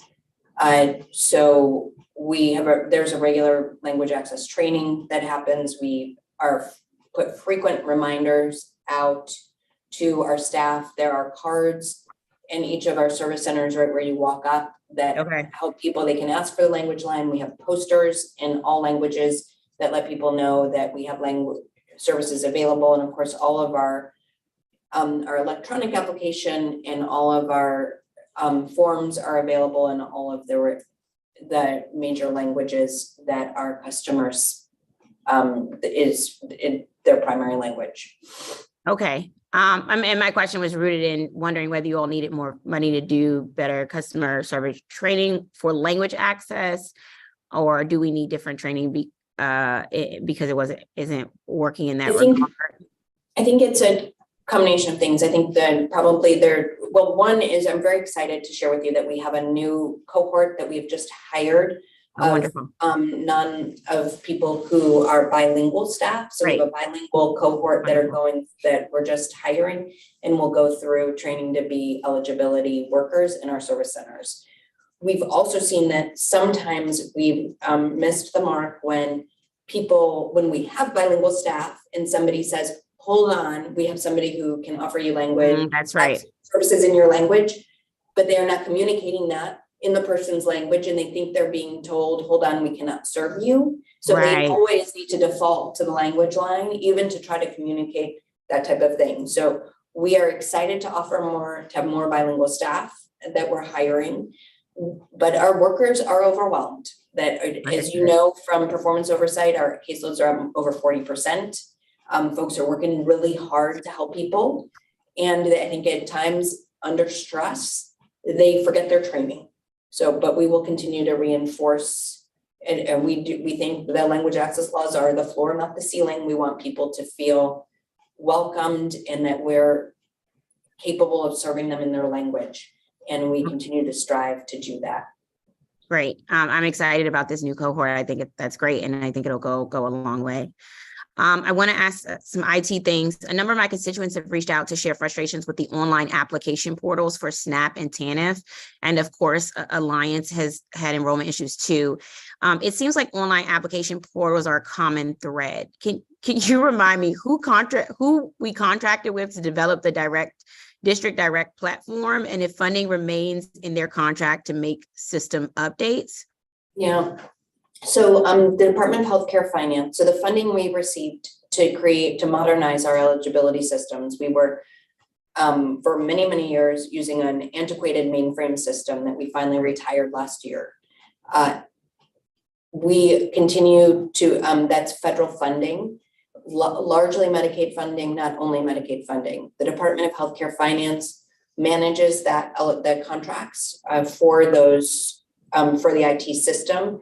We are excited that we were chosen by a group whose name is going to come back to me in just a second, to help us simplify our application. It is way too long and complex, and that is part of the problem, whether it's a great digital system or not. There are just way too many questions, and we want to make it much more easy to access and also eliminate the redundancies, because it basically has taken someone through a sequential set of applications instead of taking information one at a time. So we're excited to be working in partnership with a group that is going to provide us some technical assistance. We're doing a number of stakeholder sessions with our customers to really continue to work on refining. We do have several upgrades coming. We had a major deployment that happened just this prior weekend. We have another pretty sizable deployment coming this summer, but there are always constant updates happening to that system. Okay, thank you. I'm over my time. Thank you. Thanks so much.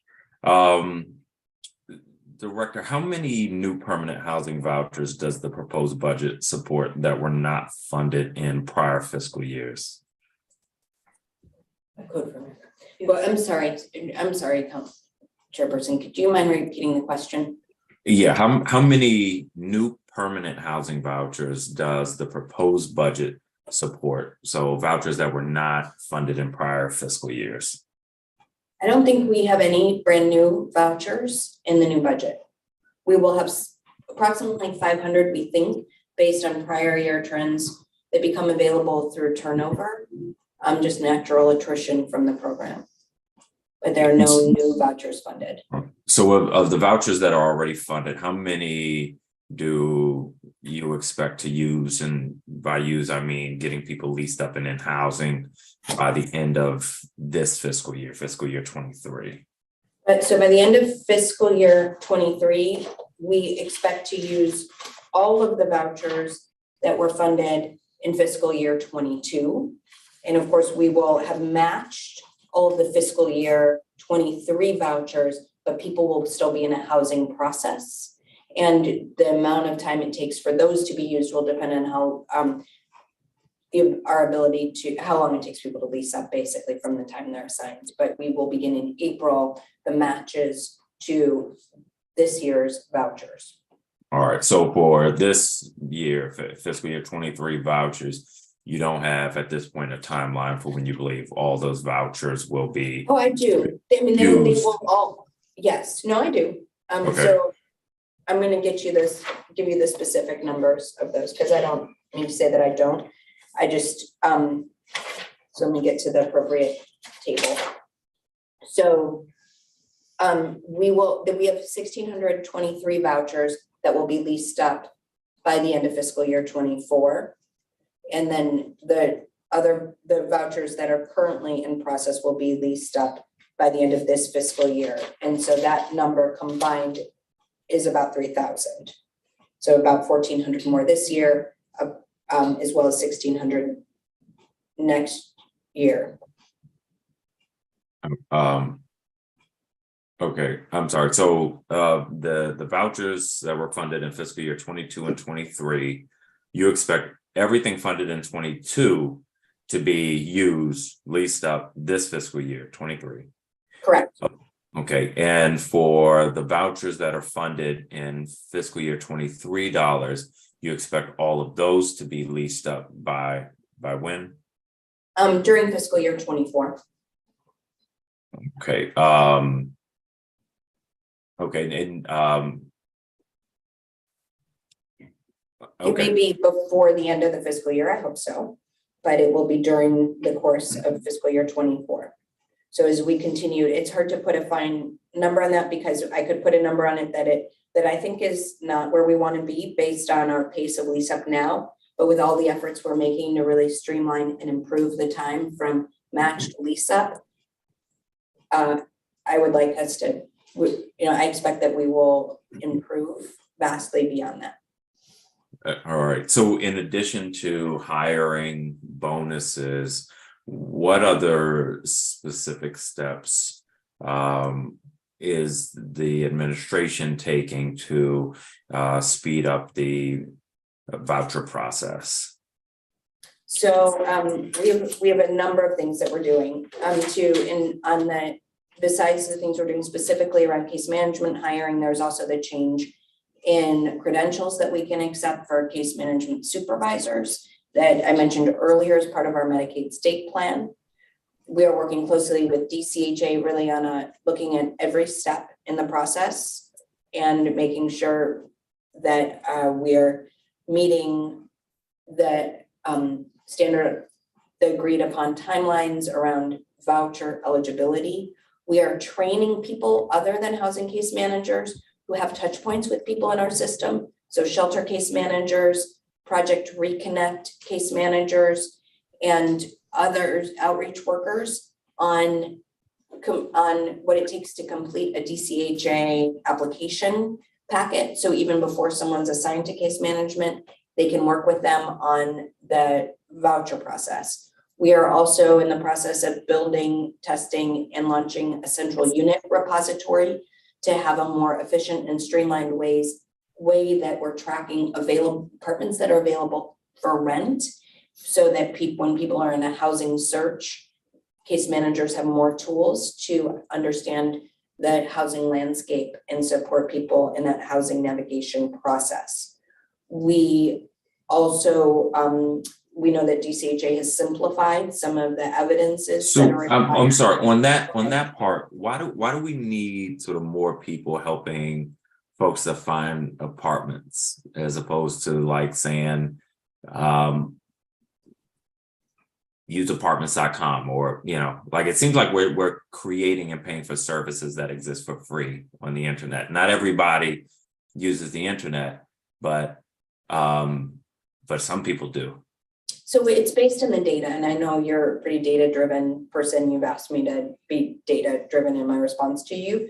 So I will tell you that when we look at the number of days from match to lease up, there are two areas that take the longest, where if we can improve the timelines in those areas, we will vastly improve the housing timeline for our residents. And those are assignment to case management and finding apartments. Our residents are often rejected when they put in applications, or they want to live in a particular area of town where there are very few places to rent or that will rent to them. Yeah. And so having an advocate and someone to walk them through that process can be really important and helpful.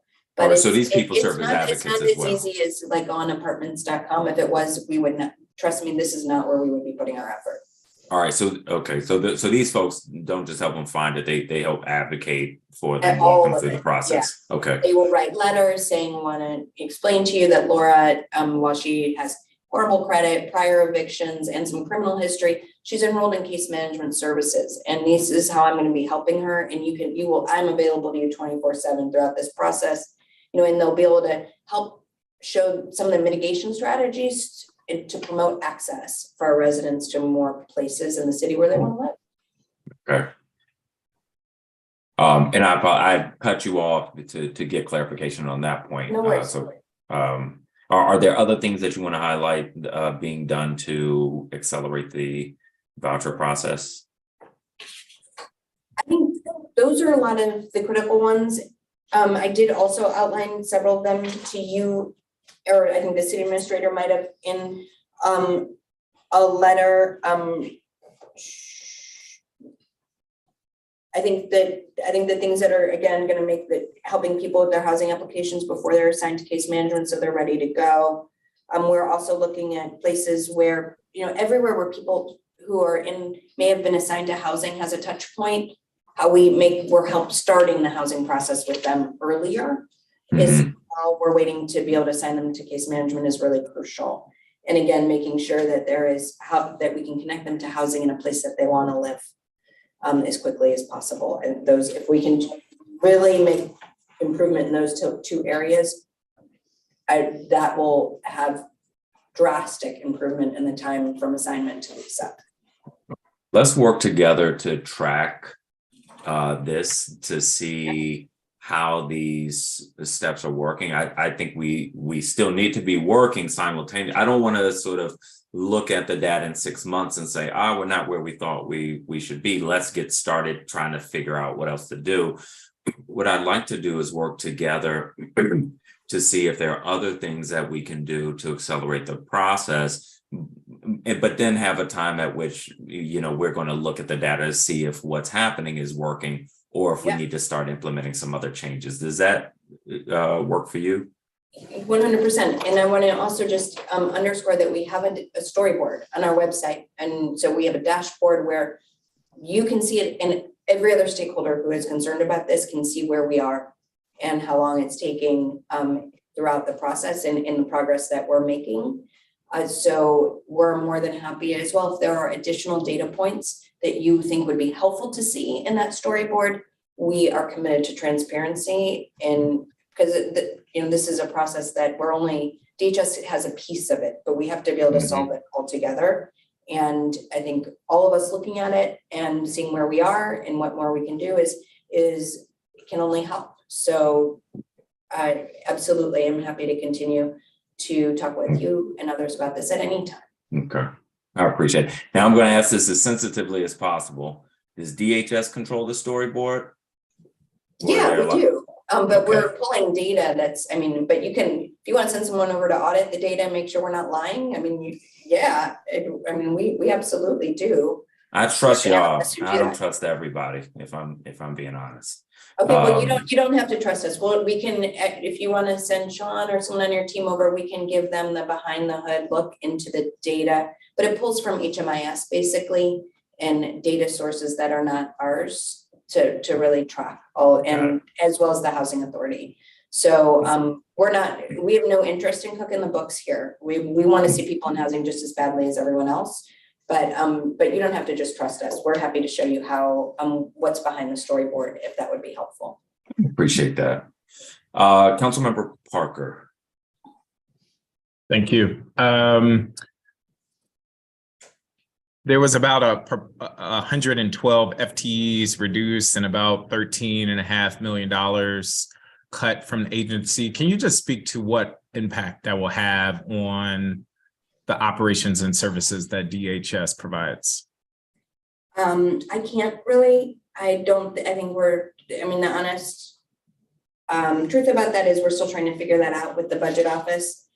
On top of the vacancy savings that is also built into our budget, it is, we right now are trying to assess each of our vacant positions and what is funded. Right now, we have that leaves us with what we think. And again, this is something that we continue to be in conversation with the budget office about. I think that leaves us only 36 locally funded vacancies this year. Because obviously we can't hire for something that was removed from for a position that was removed from our budget for next year. And we know that we've sustained a pretty major growth in the last 2 years, and the hiring just lags behind the funding for those positions. So I can't tell you which positions those are going to be. We're right now looking at making sure in collaboration with our AFO and the mayor's budget office, what is indeed funded and we can hire for. And once we've completed that analysis, I can get back to you, but we're not sure yet. We expect there will be some further delays in our work based on the fact that we don't have the employees to do everything we're accountable for at the moment. Okay, I would say the level of cuts that I see to DHS is concerning. So I would appreciate a follow-up there. I did want to just circle back on one quick point on the Migrant Services Office. A concern I have, not that this is what will happen or even that what you're planning, is how do we safeguard so that we don't get a letter or the public gets a letter saying we are stopping operations at the day's end or in supporting these migrant families in a month, in 2 months. I guess the concern around funding it through the contingency fund and not having a base allotment reduces transparency, but also puts us in a space where we actually have no sense of knowing how long we'll be able to provide these critical supports to migrants that are arriving in DC.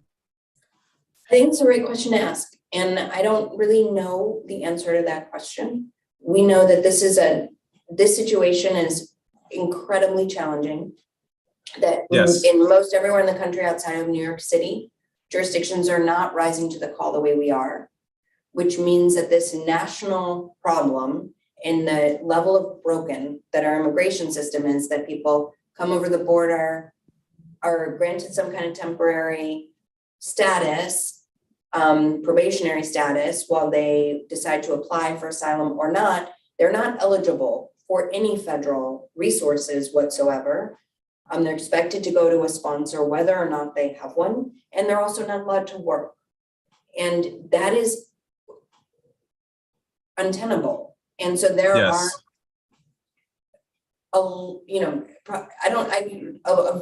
quite a huge number of people in that situation, and they are trying to find a place where they can make a new life in this country.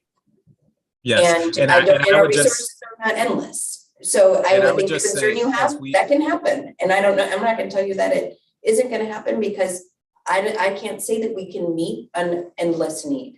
And I'm not the budget office. I don't control the contingency funds. I don't know how much of the contingency gets spent before we say we can do no more. And that might be a question to have probably with folks who are responsible for the district's budget overall. No, I hear you loud and clear. And I would just say that concern is coupled with the reality that we're entering an election season nationally. And so the political stunts that brought on many of these bus trips, I would anticipate may pick up as we enter this political season. And so that is something I'm hoping this committee will take a look at, but it is concerning. A few other things that, sorry. Yes, go ahead. I'll just add, is you mentioned the bus trip. So I'm just going to emphasize that we built something because of what happened with the bus trips. And now the bus trips are much less frequent, but the people coming are not, by and large, who are coming by bus. They're coming because they need help, and the district is a place they can get help. So it's already well beyond the issue of political stunts and bus trips. And that's something we're not going to be able to keep up with endlessly. We would like to. I hear you. But I don't think it's feasible. Yeah, sorry. I hear you. I hear you. For the cut of 11 FTEs and about $2.6 million in youth services, and I see in the budget books there's a number of programs under the guise of youth services. Can you just talk more about where those FTE cuts and that $2.6 million is coming from? Yeah, so these are, so as you know, so we have ACE, PASS, STEP, TPAP, and we have an ACE expansion that we are planning, particularly in collaboration, I think, with Baloo, right? And so we're gonna, this impacts YSD in that way. I'm gonna ask Tanya if you want to say more about the specific PS impact on our cuts. Yeah, I mean, in terms of the youth direct services, which I think you're referencing there in terms of the activity, there was a decrease in that budget, but it was really more of a result of a shift. So most of what you're seeing there is accounted for by a shift of 1.8 million in ARPA funding that was reallocated to the transitional youth and youth PSH lines. So that is not as much of a reduction as a shift. Gotcha. Gotcha. So the majority of that was made up of ARPA funding. I'm sorry. Is that correct? And the majority of that was made up of ARPA funding. Is that correct? The 1.8 is, yes, that is the ARPA funding that was just reallocated to a different line in the budget. There were some PS reductions as well. And that is, let me just make sure that there are 8 FTEs in FY23 that were funded to support ACE expansion that are right now we're trying to understand how with the reduction in our overall PS what we're able to do, but it's not Blue, it's Eastern, sorry, with Eastern High School. Yeah, and so with all of the analysis that you're doing, I totally get that you need time to make sense of the budget and what's its impact going to be. When should we expect that work to be done? Hayden, what can you tell us about that? In the next 2 weeks. Oh, that's quick. Okay, great. And so I assume once that analysis is done, we can expect to receive some type of update around just the impact of the budget cuts on services to district residents. Is that fair? Yeah. Of the reduction of the. Yeah, we'll do our best. I mean, I know we will do everything we can to quantify that for you, and certainly let you know which. And if helpful, I'm happy to work with my colleagues to come up with very specific questions, but I would like to just know what the impact of 112 FTEs and many millions of dollars missing, what that's going to result in, because I receive a lot of calls from neighbors who are concerned, and I imagine that might increase. A few other questions in my remaining time. I noticed there an addition of 44 FTEs for the Economic Security Administration. What need will these additional FTEs serve for the Economic Security Administration? 126. So that's part of the federal, then Lynn, go ahead. Yeah, and so that what you're seeing is a result of FTEs that we actually added in 22 and that are reflected in the budget book this time. So those are eligibility. That was go for it. Those are eligibility staff who do eligibility for public benefit programs. Based on our rising caseload, those have a federal cost share, and they're got it. And there were actually, I think we added more than that number, but now we're looking at what is possible with the shift in our FTE. Okay, and in my last 30 seconds, Director, I know in your testimony you mentioned that there was some 40 beds for LGBTQ or LGBTQIA plus individuals, and I imagine what I'm going to hear, but what impact, if any, will the cuts that the agency is seeing result in reduced beds offered there? We will not offer any reduced beds at that program. Okay, great. That is my time. Thank you. Thank you. Councilmember Lewis George. Thank you, because my colleague asked and would answer a number of my questions, which is great. That's the skill of my colleagues that I love. I only have 2 questions left. I want to go back to the District Direct platform. What is the timeline for addressing technical issues with District Direct? Specifically, I'm told the portal is requesting documents that are not required, but applications will not be processed until something is uploaded in those sections. And IDA applications are being denied because they're being coded as applications for TANF. And so there just seems to be a huge issue with that. And so I just wanted to see what is the timeline for addressing those issues. So I'm not aware of that as a current issue. I will need to get back to you on that, council member.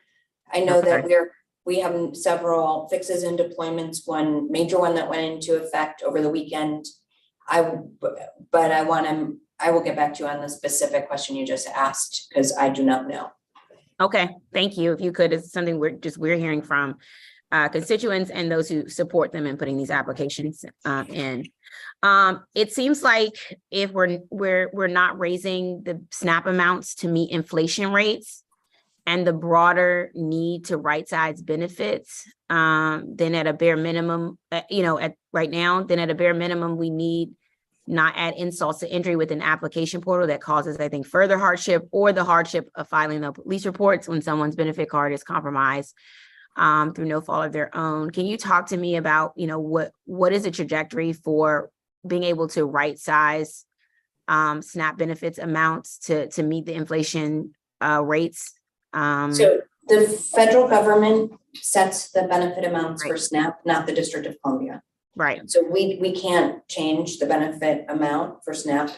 We would have to augment that, which, and I think the Give SNAP a Raise Act, I'm trying to remember. That's right. FIST for that, I think it was, how many million? 52. 152 million dollars. So that we in this for 4 years. Yes. Yeah, we didn't have the funding to do that. Okay. So that's unfortunately. Well, yeah, I know it's set by the federal government, but I know we can also do a local match. And I just wanted to see where you all were. Yeah, we offer a local SNAP. Yeah, we have a local SNAP supplement that brings the minimum benefit up to $30 for people who, so if you only qualify, let's say for $10 in SNAP, you'll never get less than 30. That's what happens through the local SNAP supplement, right? Which is locally funded. But aside from that, there's no additional funds in the proposed budget to make up for the loss in, what we had during the pandemic era where everyone got emergency allotments. And I wanted to ask you, in your role, have you all been having any conversations on the federal level?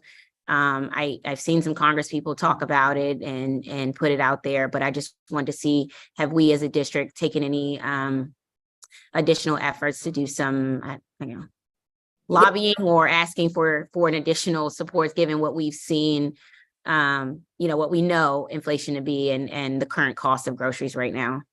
So we are part of a trade association of APHSA, of Public Human Services Professionals, and we advocate strongly through, which tends to be a very influential body, on the Farm Bill. And so one of the things that was secured this year, sort of the trade-off, unfortunately, of stopping emergency allotments beginning March 1st was the ability to offer PBT during the summer months. Okay. So that's replaces school lunches. But we do continue very much our advocacy through every possible channel. Did you have something you needed to add? I was just going to add that the FIS for Give SNAP a Raise was actually $213 million over 4 years. Okay. What was it in 1 year? 51.2 million in 23. That's right. Yes. So in this budget, we're going to have to make some decisions and some things may not be able to happen. Hence why I was asking if you all can put some muster on the federal side of things, given what we've seen across the country with inflation, especially around groceries, and from what we hear from community members. I have all faith, Director Zeilinger, you can bring some advocacy. Well, I'm going to invite you to join me in that. That's advocacy. Right. I think that you and your colleagues on the council, in addition to us, will make an even louder voice. So next opportunity, I will include you in that. Awesome. Thank you so much. I yield the rest of my time to the chair. Have a good weekend, everyone.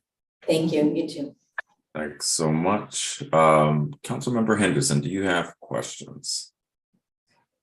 I do. Good afternoon, Chairperson White and Director Zeilinger. It's good to see you. Some of these questions may have already been answered, but I do want to still ask them. And you could just let me know if they've been answered and I can certainly follow up later. So in the case management category, sort of housed under economic security, in 4 years, it seems as though we've added about $24 million to it, an increase of around 50%. But we haven't added any additional FTEs. Is that because all of the money is basically in terms of benefits? And there's no need for additional administrative costs? So I think what you're talking about is our caseloads, and our public benefit programs are up around 40% for SNAP in particular. And have we added staff? Any staff to keep up with the case processing? And we have added staff, and we've also had staff attrition. You probably don't see many of those because some of them are federally funded, so there's some cost share. We have added, and someone else may have at their fingertips, or I can look for exactly how many staff that we've added. 126 to address the caseload increase last year. Did you hear that? No, can you repeat that? Sorry, she was. 126. We've added 126 staff. We have another cohort. We just hired a bilingual cohort. Okay. That we will add to that, and we are assessing our ability to continue to hire based on recent cuts to our the positions in our fiscal year 24 budget, and that went away in the supplemental this year. Okay. Do you find hiring for those positions to be difficult? It's more the hiring process than finding qualified applicants. What do you mean by that? We just had for a long time we didn't have HR, so it depends on the position. Eligibility staff, we are able to hire qualified applicants and train them and we've had really good success with that. We have lost HR staff, very high demand everywhere, and had a really difficult time having an HR team to be able to catch up on the hiring, which left us with a large number of vacancies, a lot of which we've lost. So there's, in government, there for sometimes good reason, there are a lot of steps in the process. There are a lot of steps in our process. And we, and that tends to be our biggest barrier to hiring, is just the, all of what is required through the hiring process, and sometimes not having, we have a limited number of people in our AFO's office. We need a funding cert from them before a position can get posted there. So it's not only DHS, but we have interdependencies with DCHR. With our AFO. So Director, let me ask, I mean, if hiring is a challenge, not because you can find good people, but because you need folks to sort of do this back office work, does this budget reflect investments so that you can address that particular problem? Because I brought this up with the mayor last week. Yes, in some cases, folks want to applaud, a reduction of 750 FTEs across the government. But if nobody is there in HR to pick up the phone, was it worth it? I don't think I can really sit here with a straight face and assure you that there would be no impact to our services if we cannot hire the positions that the vacant positions that were removed from our budget. We will do the best we can with what we have. We know that there are very challenging trade-offs across the government. We of course understand that the mayor has great reason to make the trade-offs that she makes, and we support her budget. And there will be an impact to not having those staff. We are working closely with the budget office to help everyone understand, so they're clear-eyed on what that impact is, but we will continue to do the best we can with what we have. I appreciate that honesty. And I also appreciate that everybody needs to be sort of on the same page of what this means in terms of delivering services on the other end. Let's talk a little bit about some of the enhancements that you did receive in this budget. There's an extra $13.5 million in this year's budget for career map. So this year I'm saying FY 23. My understanding is that 600 additional families will be able to benefit for that program with that money. How many more families do you anticipate will be able to benefit in FY 24 from the additional funding that's being added? So this is just the funding to maintain. We've doubled the size of the program this year. So we had more than 5 times as many families as we could accommodate initially apply for that program through our lottery. We enrolled 300, and then we were able to double the size to 600, which we're thrilled about. So the enhancement you see is to support those same 600 families. It's a 5-year pilot in fiscal year 24. Okay. And so what do we determine as success for career map? So to have people have an uninterrupted path toward an economic mobility where they continue to pursue careers, receive the degrees and credentials that allow them to achieve a family sustaining wage without getting the rug pulled out from them that would otherwise have happened, because they would not be able to take that raise or pursue that next career step because they would lose something essential like their housing or their childcare. Right. And so what we see is, success in the earlier years are people pursuing the qualifications that will make them competitive for the job opportunities that exist in our community, and over years becoming employed and continuing to grow their earnings in a way that they have some financial resilience. Right. So just to clarify, the 600 people who are currently in the program, we're basically locked in, right? We're not we're not opening up another lottery to add additional folks. People who may be consistently going to ERAP or may have, I guess, maxed out in terms of DC Flex or some of the other programs, they cannot be referred to Career Map. So whoever's in is in, and that's it. Correct. Okay. Unless we have attrition from the program, in which case we would use those funds. If we could support someone over 5 years, we would add people. But right now, so the 5 year, that's not expected. Okay. It's 600 and it's not growing. Right. Okay. So for the 5 year period, that's regardless of whatever your income status fluctuates in that time? Yeah, unless families are sustainably earning to the point where they no longer need our assistance. So I think there is a max, but that max is, I think it costs about $70,000 to support, is what you need to be earning annually to pay, to meet the cost of living, give or take, depending on your family size in DC. So it's a pretty, if we really are going to stay with families to the point they get from where they are. And I want to note we're working with families who are coming from the deepest levels of poverty because they've experienced homelessness. So those are folks who if there was community support for them to avert a housing crisis leading to homelessness, then so these are, they wouldn't be in the situation that they're in. So we do, we're really working with folks however they come to us in that pilot, and we'll be excited to share more.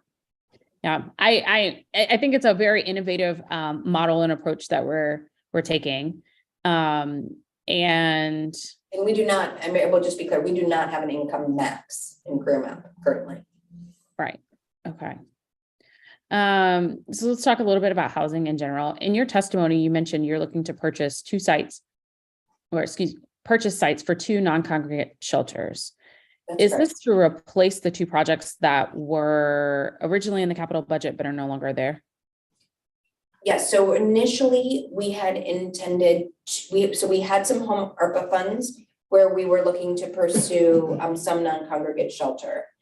And so we then were going to replace low barrier shelters as we're phasing out, either because they're in a place that it will be redeveloped, or leases or buildings that are just outdated in terrible condition. So we will continue with the New York Avenue replacement site. We have Green Court that will replace a portion of our shelter capacity, but rather than replace 1-for-1 the low barrier beds with more low barrier shelter, we decided to pursue 2 non-congregate sites. And then we will assess whether additional low barrier shelter is still needed. We can serve men and women in these sites together, and families, or adult families, however they come to us. So in terms of say what this means for projects that we were already thinking about. So let's talk about the New York Avenue, for instance. Are we no longer replacing that shelter? No, we are moving forward with New York Avenue replacement. That will still happen. Okay. But we also were looking to replace Harriet Tubman Shelter on the Hill East campus, because that parcel will eventually be redeveloped. Right. As well as the Adams Place Shelter, which we have as a leased property at the moment. We were looking at either 4 smaller or some number of similar sized properties to do that. And instead, right now, we're pursuing the 2 non-congregate sites. And then as we continue to support people who've been stuck in our system to lease up, and we see, how our inflow changes over time, we'll be able to assess probably in next budget year whether an additional low barrier shelter replacement is needed. And also right now we're in negotiation on both of those properties. There's no guarantee that they will happen. Understood. So, but we're cautiously hopeful. Okay, I'm out of time. Thank you, Director. Thank you, Chairperson White. Thank you, Councilmember Henderson. Councilmember Fruman. Thank you very much. And it's Friday afternoon at 5:30, and I have not listened into all of the rest of the questions that have been asked you, Director Zeilinger. So I just wanted to listen in at the end and do my due diligence on that. And thank you again for the tour at the Days Inn, which was really helpful. I don't want to stand between folks and the end of their Friday, so I'm not going to ask any questions just now, but thank you. Okay, and thank you for coming out to see with your own eyes. Really appreciate you and your colleagues joining us for a tour there, and look forward to continuing to invite you to see DHS programs. Great, thanks. Thank you, Councilmember Fruman. And full transparency, I have a babysitter issue, so you helped me out a lot, Councilmember Fruman. But we will get through it all.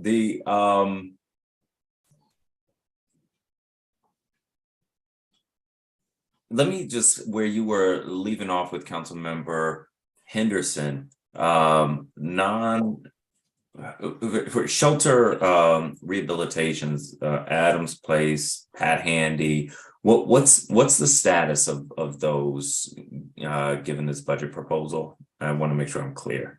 Okay, so in this budget proposal, there's about $40 million that will go toward the New York Avenue replacement. That project will move forward. We're very excited about that. We've done a lot of design work based on what is worked well at 801 East, as well as what we can improve upon with the really centered on the voices of people who stay in our programs. And we're so grateful for their input because we want it to be a place where people feel safe. We will continue a renovation of a small program, La Casa TRP.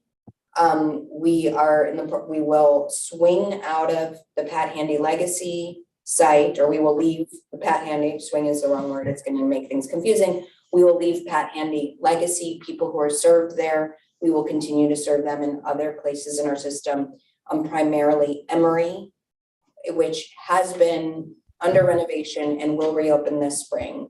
Then Pat Handy will be renovated, which is expected to be completed in winter of 2024. We have the Rolark, which had been temporarily a short-term family housing site in Ward 8 in apartment style. While we were building the rest of the short-term family housing sites, that renovation will be completed before September 2023. We also will renovate Blair, and the budget for that is the total budget is $26 million.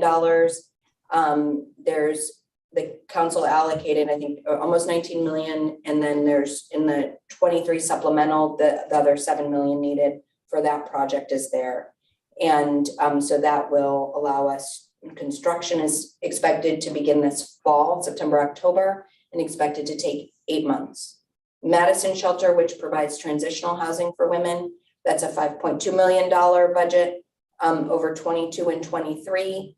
And we expect the architect to be awarded this summer, and then we'll have a better sense of the timeline for that. Okay. What's the capacity at New York Avenue? It's, I think, about 350 people. It's 310. 310. What's the capacity at 801 East? So we have, as you know from the tour that we had there together, there's 3 towers, and there's flow barrier as well as a work bed program and a program that serves people with some medical needs and accommodations. So do you want to give the? I just wanted to correct. The New York Avenue capacity currently is 225 year-round beds. Okay. We did reduce that after COVID, so forgive me. I guess what I'm trying to figure out is the $24 million for New York Avenue. What was the cost of 801 East? That was particularly an expensive building because we were building on top of the metro, and it needed these some very fancy engineering in order to build on the parcel where we were. So I don't know that is the baseline for what most of our redevelopments would cost. But it was almost $60 million, $59 million for that building. but the budgeted amount for New York Avenue is really based on the design requirements and the estimates that have come in. Are you wondering, is it too much, not enough? We're just wondering if it's enough. We'll work through that. I just don't know. I was looking for a point of comparison. Gotcha. That may not be the best. Look forward to, I mean, we can provide you the budget for the final development on our short-term family housing sites. Those are much smaller. But I think those would be likely a more helpful benchmark than 801 East, given some of the soil remediation and building on top of a metro. Okay. No, I don't need anything on that right now. If I do need something specific, I'll reach out. And DGS is probably the best go-to because they you know, the capital will show up in our budget, but of course we look to them to guide the work, the work on all the construction. Okay. So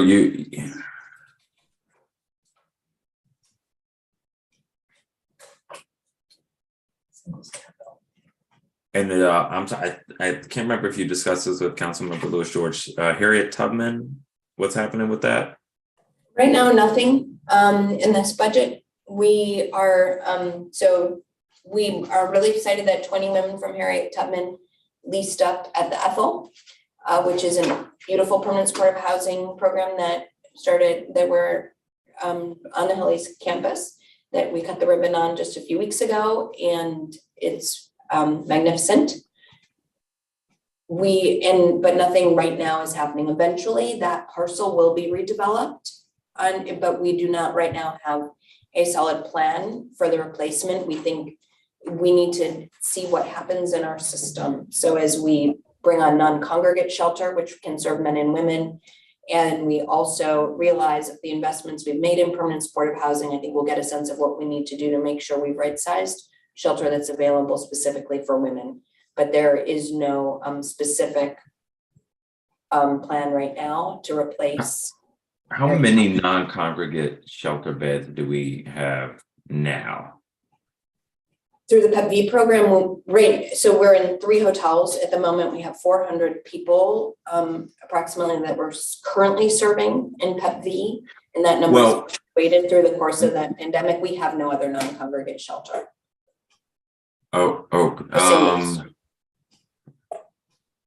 This is going to be brand new for us, which is part of what makes it so exciting. It's like, what did we learn in the pandemic that we're bringing into our new future? And this is an area where we're bringing something that we learned a lot from during the pandemic into the future of our system. How many non-congregate beds will we have? Will be created? If we're successful with the 2 sites that we are trying to purchase now, so that's contingent on that, we're estimating 320 beds approximately.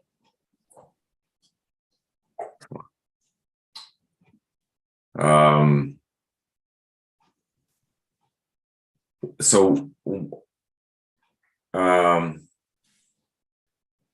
that is still it's going to be a lot less than what we're losing from PEPV.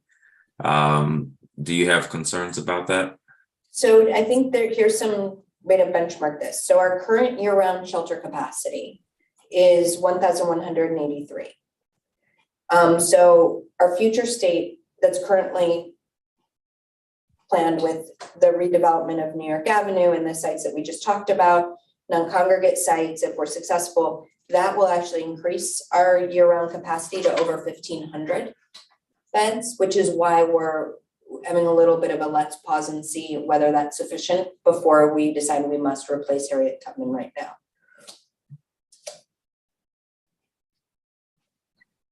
So that 1,183, that does or does not include PEPV units? So PEPV isn't technically part of our shelter system. It doesn't include PEPV because it's not year-round shelter. We also know that everyone in PEPV is, except for some number, will be matched to a housing resource that they are eligible for. So but the number of people in our system, it's not static, it's dynamic. And so based on a number of economic factors and drivers of homelessness, it is difficult to know always. It's also why it's so crucial that we're building out the front end of our single adult system so that we can realize, I know you spent a lot of time at Virginia Williams Family Resource Center recently, and it's at least your second time back there, and you heard a lot about what do we do at the beginning to try to help people as they encounter a housing crisis. And we need to do that more also, and not just look to trying to only offer shelter. Let me move to ERAP. This came up. We heard a lot of concern about ERAP. I've voiced concern. So many people are concerned. Not going to reiterate because I think we all know where things are. Did pre-pandemic ERAP funding levels meet the need at that time? No, I don't think anyone is saying that we've met the full need, except for maybe with state DC funds in that moment, of everybody who faces a housing crisis who would qualify for help with rent arrears. Not at all. I don't think I don't know that I ever heard the mayor say that, but we're certainly not saying that we've ever funded the full. The mayor said she's right sizing it. I think what she's saying is we are not going to ever be able to replace what was a one-time $404 million in federal relief. Like that is not, we've got to go back to an era where people, and so I think this is, I think about it this way. I'm not saying that this 8 million is sufficient, but I think as much money as we have, people will need it because of the gap between the cost of housing and what people earn. That mismatch is a real problem. That is why we are in an affordable housing crisis. So ERAP is the fastest way to avert an eviction, but the most important thing we can do is to help people participate in the economy and have the jobs and careers they need so that they are not one paycheck away or falling month over month behind in their rent. So I agree. Yeah. That's not where we are though. It's not where we are though. But we have to do both and. We need to look at the ecosystem because like we're so focused on the emergency room, to use that analogy. And if the homeless system is the emergency room, it is, and that's we're only investing in the emergency room and not what it takes for people to not end up needing emergency support. Yeah.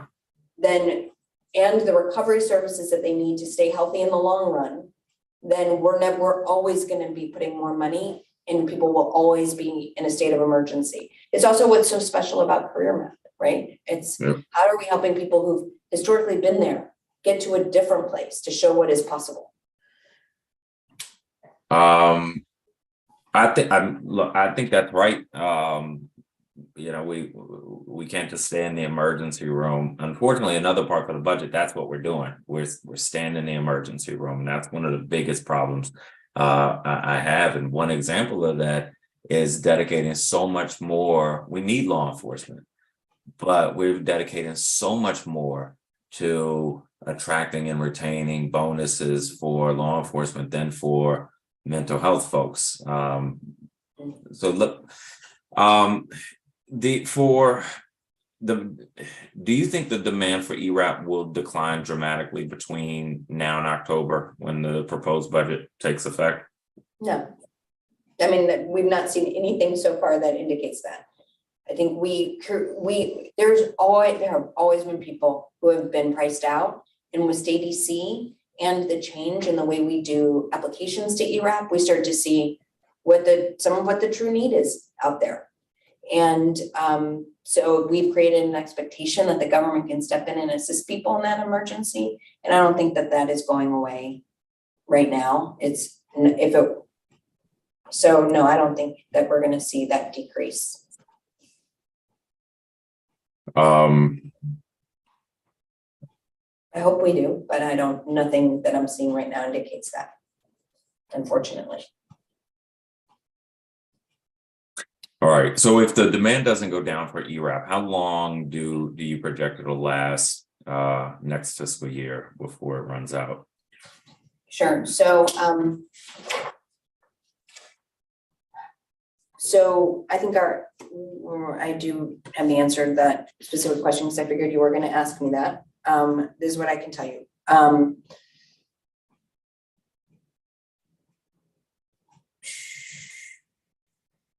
The average amount that we're paying out in ERAP is Tanya, if you have it, you look like you're ready to speak. Yeah, no. I'm happy to phone a friend. I think what we can tell you is that we're estimating if the average payment amount stays consistent next year, that we would be able to serve 1,430 households with the 8.2 million. Okay, and about how long do you predict it'll take to hit that number? So we've seen, I mean, that's a challenging thing. What we can tell you is that just in the 1 week after we announced the closure of the portal, to when, from March 6th to the 10th, we received 1,232 applications. So it may, based on our current spend, if it stays at the same level, it would be 2 months. You mentioned in investing $1.8 million for prevention support for families to keep them out of homelessness. What does that entail? So that, and you might remember this from your visit to the Virginia Williams Family Resource Center, that when families come to Virginia Williams with a housing, and the earlier they come, the better, when they're facing a challenge with, I can't stay here much longer, or other housing emergencies, the homeless prevention program funds our community providers that work with people to try to help them avert a housing crisis that will lead to a shelter stay and connection to support so that they don't have to come into shelter to get help with rehousing assistance. So it does everything from mediation with family members when conflict is at the source of what is driving a family to Virginia Williams, to being able to provide some financial support to assist to contributing with the host family, rehousing assistance, help with utilities or food if that's the issue, to help people make a transition from where they're staying, to either make that tenable for the medium term or to move to connect to rapid rehousing. Okay.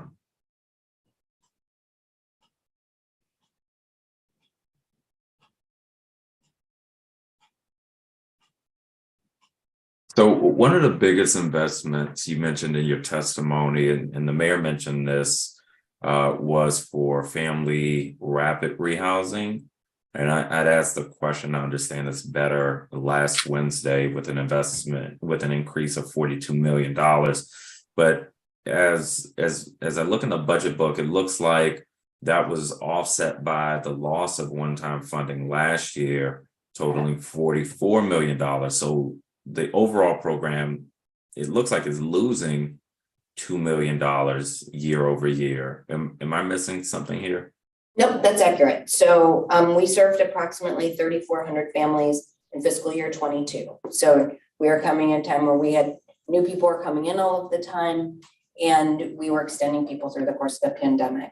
Now we've been supporting families to move into programs that they qualify for, whether it's Career Map, DC Flex, permanent supportive housing, targeted affordable housing. And so now we have 2,900 families in the program as we continue to support families to transition to other programs, and we begin to institute exits due to the amount of time we've served a family in the program. If they don't qualify for something else, the size of the families in the program will continue to decrease next fiscal year unless we see a huge increase in family homelessness, in which case it won't. Did that. You highlighted that you're working with MPD and the Attorney General to provide targeted community-based support services for youth that build on the alternatives to court experience or the ACE program. What is that? So ACE specifically is the Attorney General can make a decision when a youth has been picked up by MPD to either prosecute or to divert from the courts. If they divert, then we're the only mandatory diversion program for the district, and we can work with a young person and their family to provide a set of whole family services that help get to what is the root of what's going on. And we've seen really tremendous outcomes with more than 95% of the youth participating in that program not being rearrested. So we, I'm sorry, I know the ACE program, okay. but what are you doing with it or in addition to it? Okay, so with the expansion, we're working in collaboration with Eastern High School, where they've where MPD has seen some issues, and we're co-creating a set of interventions for young people at Eastern with the school based on an increased need there. Okay. We've been in planning with them and really working together around offering a set of services for young people there and their families. And it is particularly around bullying and retaliation. So we see a lot of issues happening and then retaliatory issues that escalate. And this is really aimed at more ways to diffuse those behaviors that are the root of some of the violence. And we love that we're doing that in collaboration with the school, and really based on, I think your point is not just investing in more law enforcement, but really getting to the root of what's going on and helping people with the skills to resolve conflict in different ways and to address what's going on in a deeper way. This is a really, I think, on point example of that. So it's using a restorative justice model. And again, it's a collaboration with MPD has brought us in, and we're working really closely with DCPS. Okay. I'm excited to see how that program works. We heard testimony today, some really powerful testimony with concern about the reduction in funding for LGBTQ plus workforce programs. Are there alternative resources to meet that need? So I want to clarify two things. One is that program is not going away completely. So we received additional one-time funds to expand the workforce development for transgender, non-conforming individuals, and we will continue to be able to maintain that, but not at the level that we are this year. Our hope and plan is to really work collaboratively with DOES, who has we will never duplicate the workforce development system, and we also understand that there are reasons why people have not felt affirmed in those programs, and that there needs to be, offering a much more diverse array of career options than one can offer through a grant program outside of the workforce development system. We've got to be able to work to translate and make sure that is a welcoming and gender affirming space. That it is really the mayor's office of LGBTQIA+ affairs that helps to lead that work, and we intend to collaborate really closely with that office, our partners at DOES, and our grantees, so that we can have a really intentional transition as this program gets sized down. But it is not being eliminated, and I wanted to underscore that our providers will see a reduction because the one-time funds are going away, but it is not being eliminated. Okay.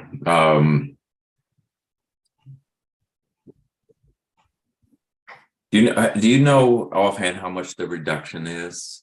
I think it's $677,000. Okay.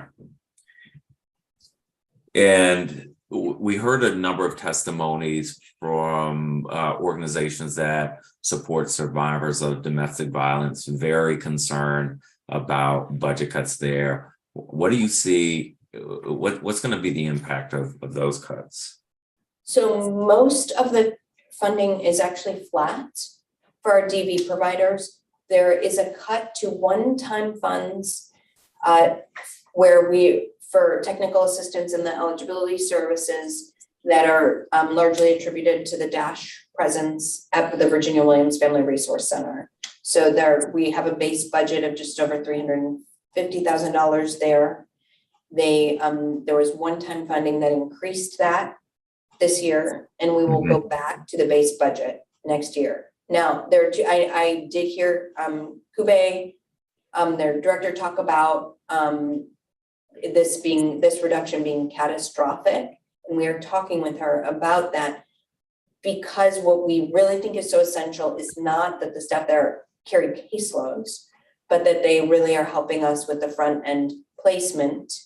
And to date, we haven't been spending at the level that the funding is. Now, I'm not saying there's not going to be a reduction, and I don't not believe her or Dash. They're providing fantastic and incredible services, and it would be devastating if they couldn't continue a presence at Virginia Williams. We really need that partnership and value it, as well as with DC Safe and the other providers in that who are supporting survivors.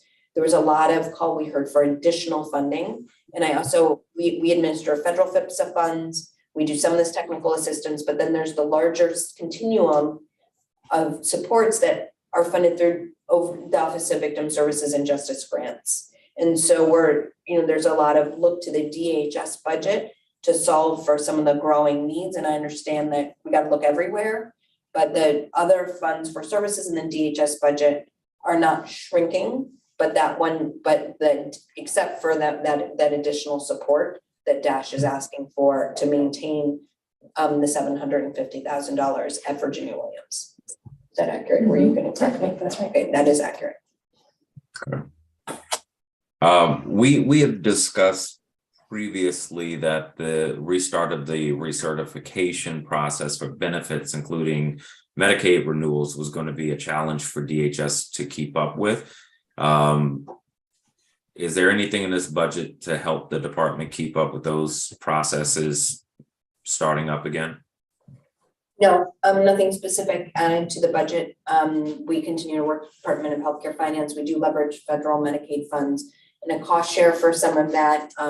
DHCF is also detailing some staff to support us in that space, but there is not a particular specific line item for that work.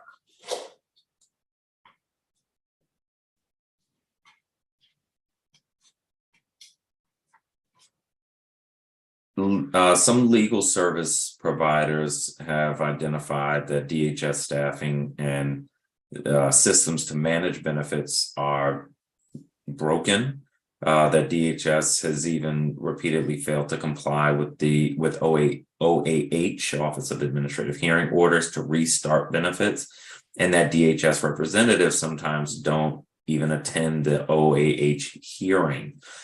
What's your assessment there?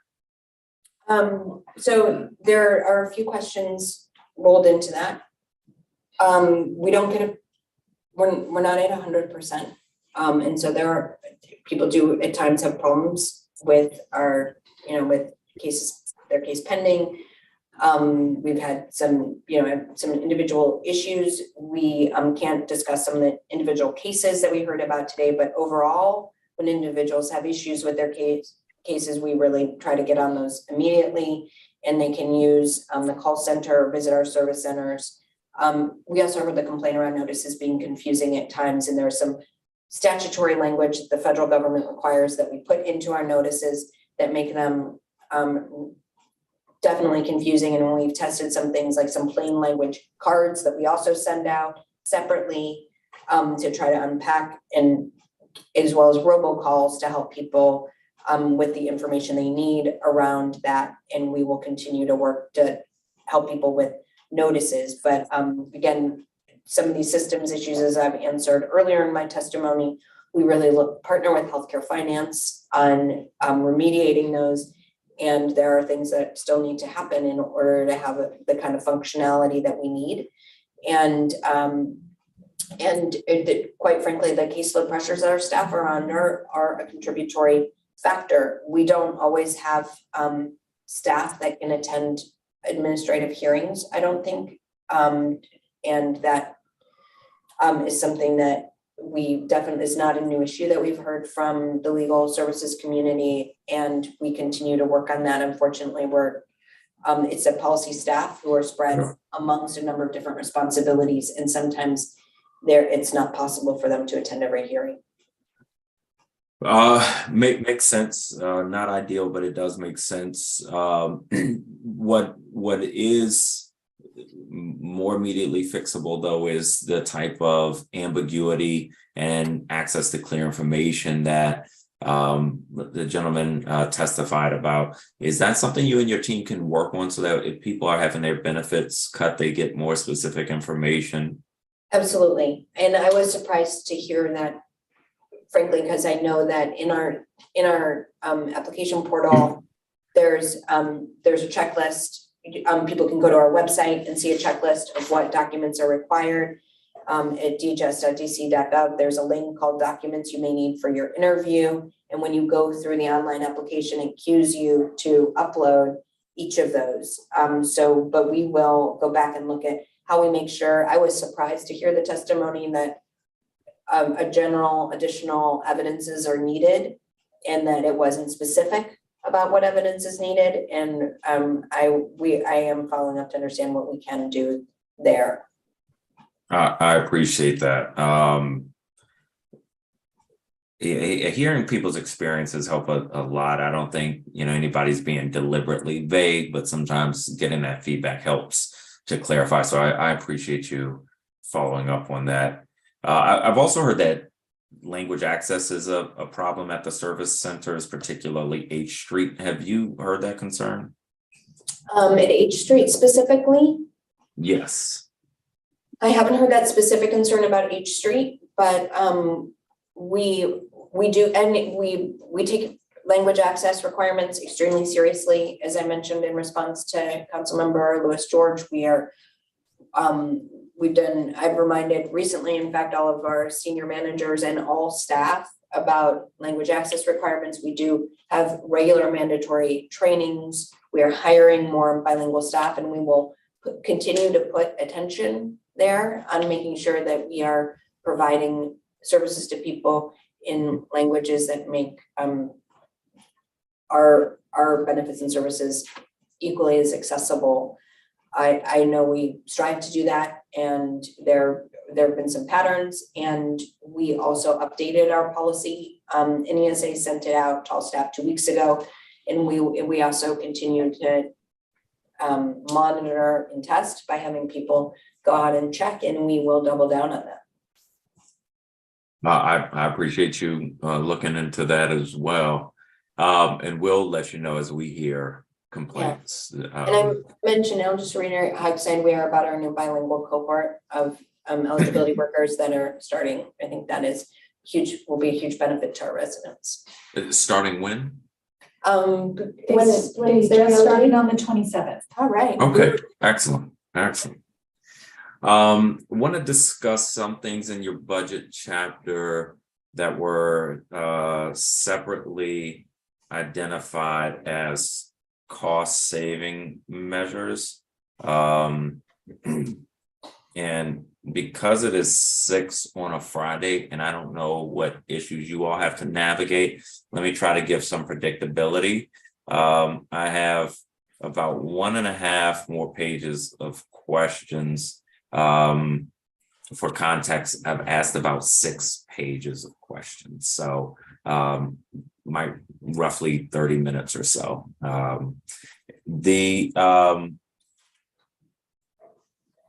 Your budget is being reduced by $5 million to reflect a reduction for the local rent supplement program, LRSP, administration fees. Can you help me understand what that is? What's the reduction of $5 million? So those are the funds we pay through our MOU to the Housing Authority for the processing of eligibility for vouchers and the services that DCJ provides on our behalf, like inspections and recertifications and eligibility determinations. Okay.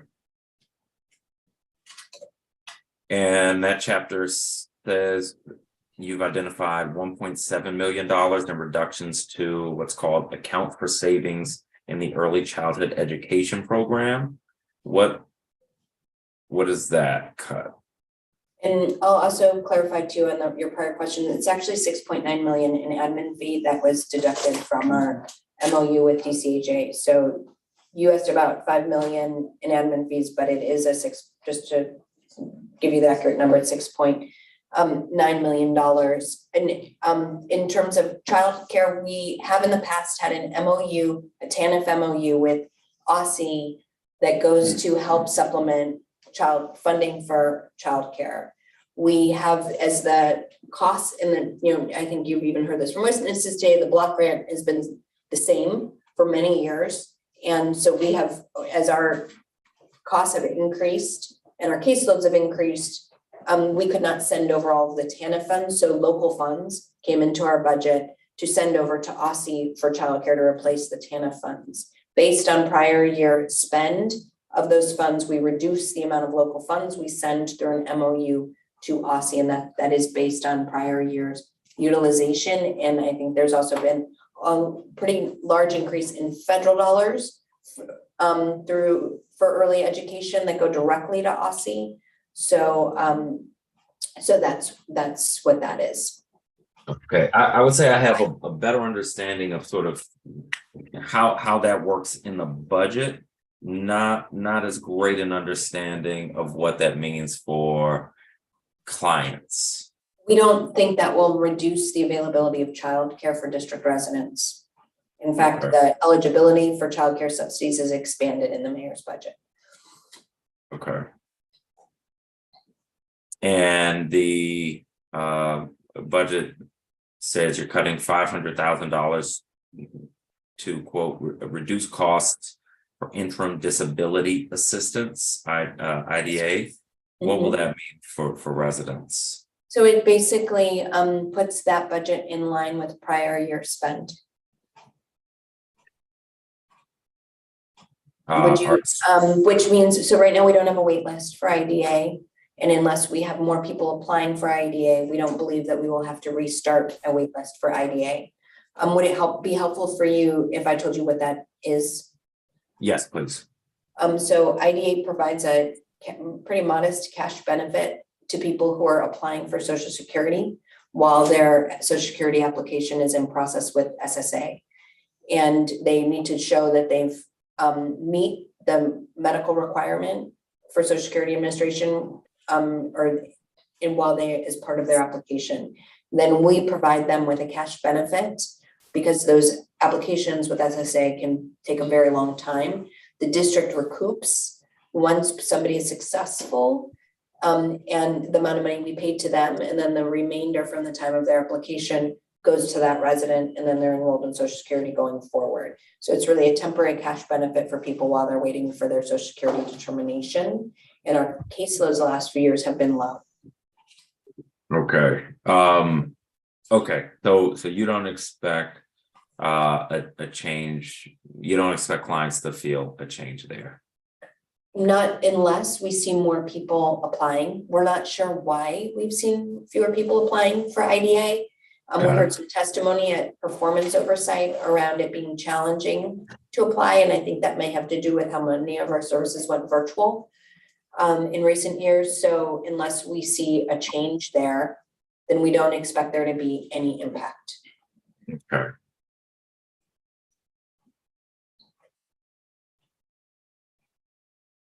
And could you break down the attributes of the decrease in funding for PSH for individuals?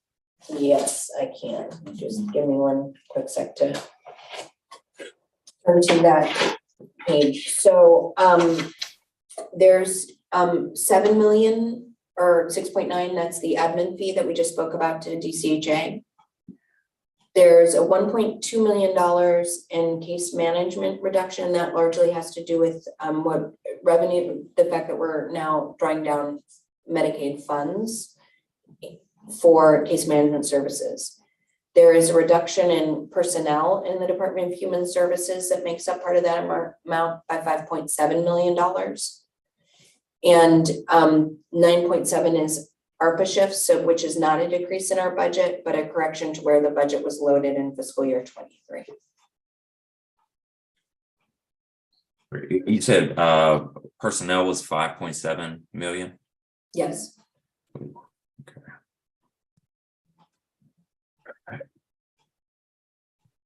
And so we have discussed in the past the significant challenges you face with vacancies.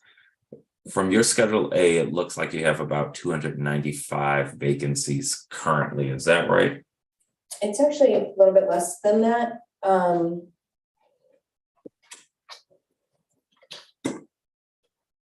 no, that is right. We have 211 local vacancies. 211. Okay. Have you made progress filling vacancies since we discussed this? I'm sorry, 211 local. What is that qualification? Some of our some positions are federally funded. Okay. How many federally funded vacancies? So is it the total number 295, but 211 are locally funded? So I can give you a breakdown, but I believe that. Go ahead, Tanya. Yeah, it's we have 211 local vacancies, and then we have another 134 federally funded vacancies. How many federally funded vacancies? 134. Okay. So the thing to understand too, not all of our vacancies are always fully funded. So if you take the example of the caseload pressures in ESA, when we offer a lot of overtime to staff to try to catch up with the workload, and that money comes from our personnel budget, and it ends up, so some positions are held by our AFOs to keep us from overspending her budget to fund overtime. So there's some fluctuation around which positions are actually funded and which are then held. The more short staff we are, the more overtime, it has a little bit of a cyclical result. So how many of your local vacancies are frozen? Or 111.8 or 112, right? Out of the 211? No, it's because there's also vacancy savings on top of that. So there's 4.2 million that needs to be applied on top to the cost of vacancy savings. And then an additional that was applied to the 24 budget in addition to an additional vacancy savings of 5.7. So we're in the process with the budget office of figuring out actually how many vacancies are actually funded right now. We think it may be 36 are funded today. We hope it's more. And that's where we're working on that with the budget office, who did not understand that number in the same way that our AFO does. So we're trying to make sure we're all on the same page about what's funded and what's not, which is why we can't today, but we'll, Hayden, Mr. Bernard says in 2 weeks, be able to give you a rack up of exactly what that is and what that is. And I think our Ms. Mortensen would like to chime in with more. Yeah, no, I was just going to add to that. So as of today, we have 177 of our local vacancies that are frozen due to the reductions in 24. And then we had additional funding reduced from the 23 budget and the supplemental of 4.2 million in personnel reductions. So that's where that leaves us right now with positions that are available and frozen. Okay. That's tough.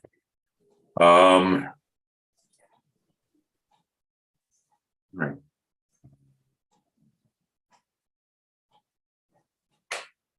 I had a few other questions about vacancies and filling vacancies, but you now don't have a lot of vacancies to fill.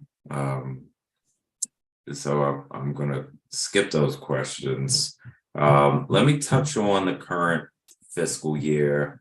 As I mentioned in my statement, the mayor is proposing to take over $35 million from DHS for the period between now and October. So the rest of this fiscal year, where's that money coming from primarily? That's coming from LRSP projected savings. So that's all coming out of the LRSP funding. All of it? The 30.8.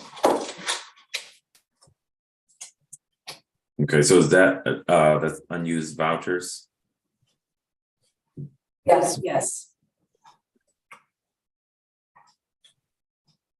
What will be the impact of that on residents? That means there are fewer vouchers for people to use. No, it doesn't reduce the number of vouchers.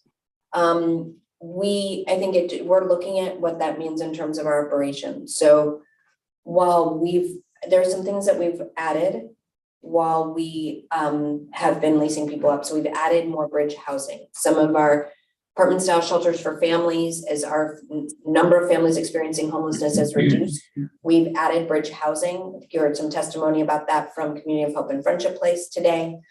And so we've redeployed some of those funds within the homeless services continuum, consistent with the intended recipient of those vouchers to support them while they're in the housing process in a different setting. This, we are, as well as to provide 24-hour shelter operations in order to be able to sustain grab and go meals, which people tend to like a lot more than, meals that are served on a plate from a big, reheated from as they've been delivered, that kind of thing, all of which have added costs over time. So we're in a process of looking at what that will mean. I think you heard we heard some testimony today about the hope to be able to extend some of our seasonal shelters at the end of hypothermia season to make sure we have enough beds for people who will come in. So those are things that are generally not funded in our baseline budget that we would have otherwise perhaps use that funding for. It means that we cannot do all of those things, and we will need to make some choices. And we're looking at that very closely and looking at that together with the budget office and RIFO to make sure that we're really clear on what we can do, and also where, because the budget is always a moving target. And what we have received from the mayor's budget office is some assurance that they would like us to be able to do all of those things. And then if we end up with a pressure later in the fiscal year, they will work with us on solving that. We need to make sure that that assurance is satisfactory to Mr. Bernard so that we get the green light to spend. And that's just, some of the probably too much into the weeds of our operations, but that is really the implication where we are, is we are really having some focused and serious and urgent conversations to figure out exactly what the implications are at the programmatic level. But it does not mean fewer people will get a voucher. All right. It does mean loss of flexibility for things that we may not see coming. The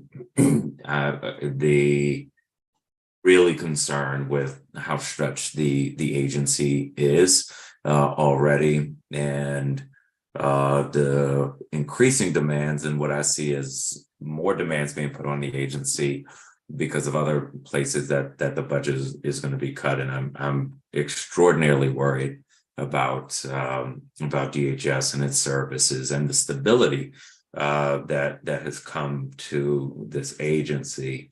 I'm going to work as hard as I can to figure out some of this stuff on our end. I do want to just give a note of thanks. I believe that it is the only way I can really understand issues well is by seeing the places and things and talking to people. And you all have been very accommodating in the visits and tours, and in addition to working on this budget, and I appreciate it. As I've noted on social media, I will, give the agency a hard time where things don't look right, but where things, do look good. I try to note that. My visit to 801 East, I was really impressed with what I saw at the shelter, what I heard from people that I just stopped and talked to, and seemed very thoughtful. And I saw a lot of deliberate thought went into that. And my understanding, and I also know that shelter is now at capacity, and having to turn people away, which is very different from what I hear from people when I talk to people living in encampments and ask them why they're not going to shelters, it seems like we're trying to solve for those problems.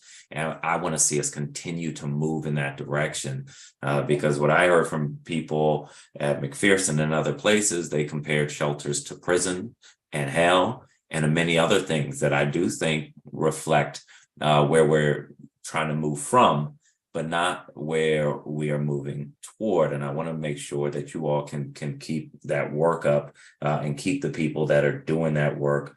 The migrant services at the Days Inn, this is a program that's been running less than a year. It isn't perfect. I wouldn't expect it to be perfect, but it seems to be run very well. There are some issues that we'll need to work through in time, but it seems like many issues are being worked through, and I appreciate that. So thank you, Director, to you and your staff for the work that you all are doing. We'll work through the budget. In our regular oversight work, there'll be places we agree, places we disagree, all toward the same end. But I do want to recognize the good work that I'm seeing. And I want to thank people who came to testify. Many of these folks have been testifying for a long time and have been pushing the agency and the council and the administration, and deserve some of the credit for where things are going. But I think we all want to make sure we continue moving in that direction. And what I really heard in testimonies today was worry about moving backwards. So that is what we're trying to figure out as we look at the budget going forward. So again, I want to thank you for being with us today, and for you and your team being attentive to the testimonies and working with us between now and the end of the budget. Councilmember Fruman. I was just going to chime in to say thank you as well, and have a good weekend. Well, thank you all again.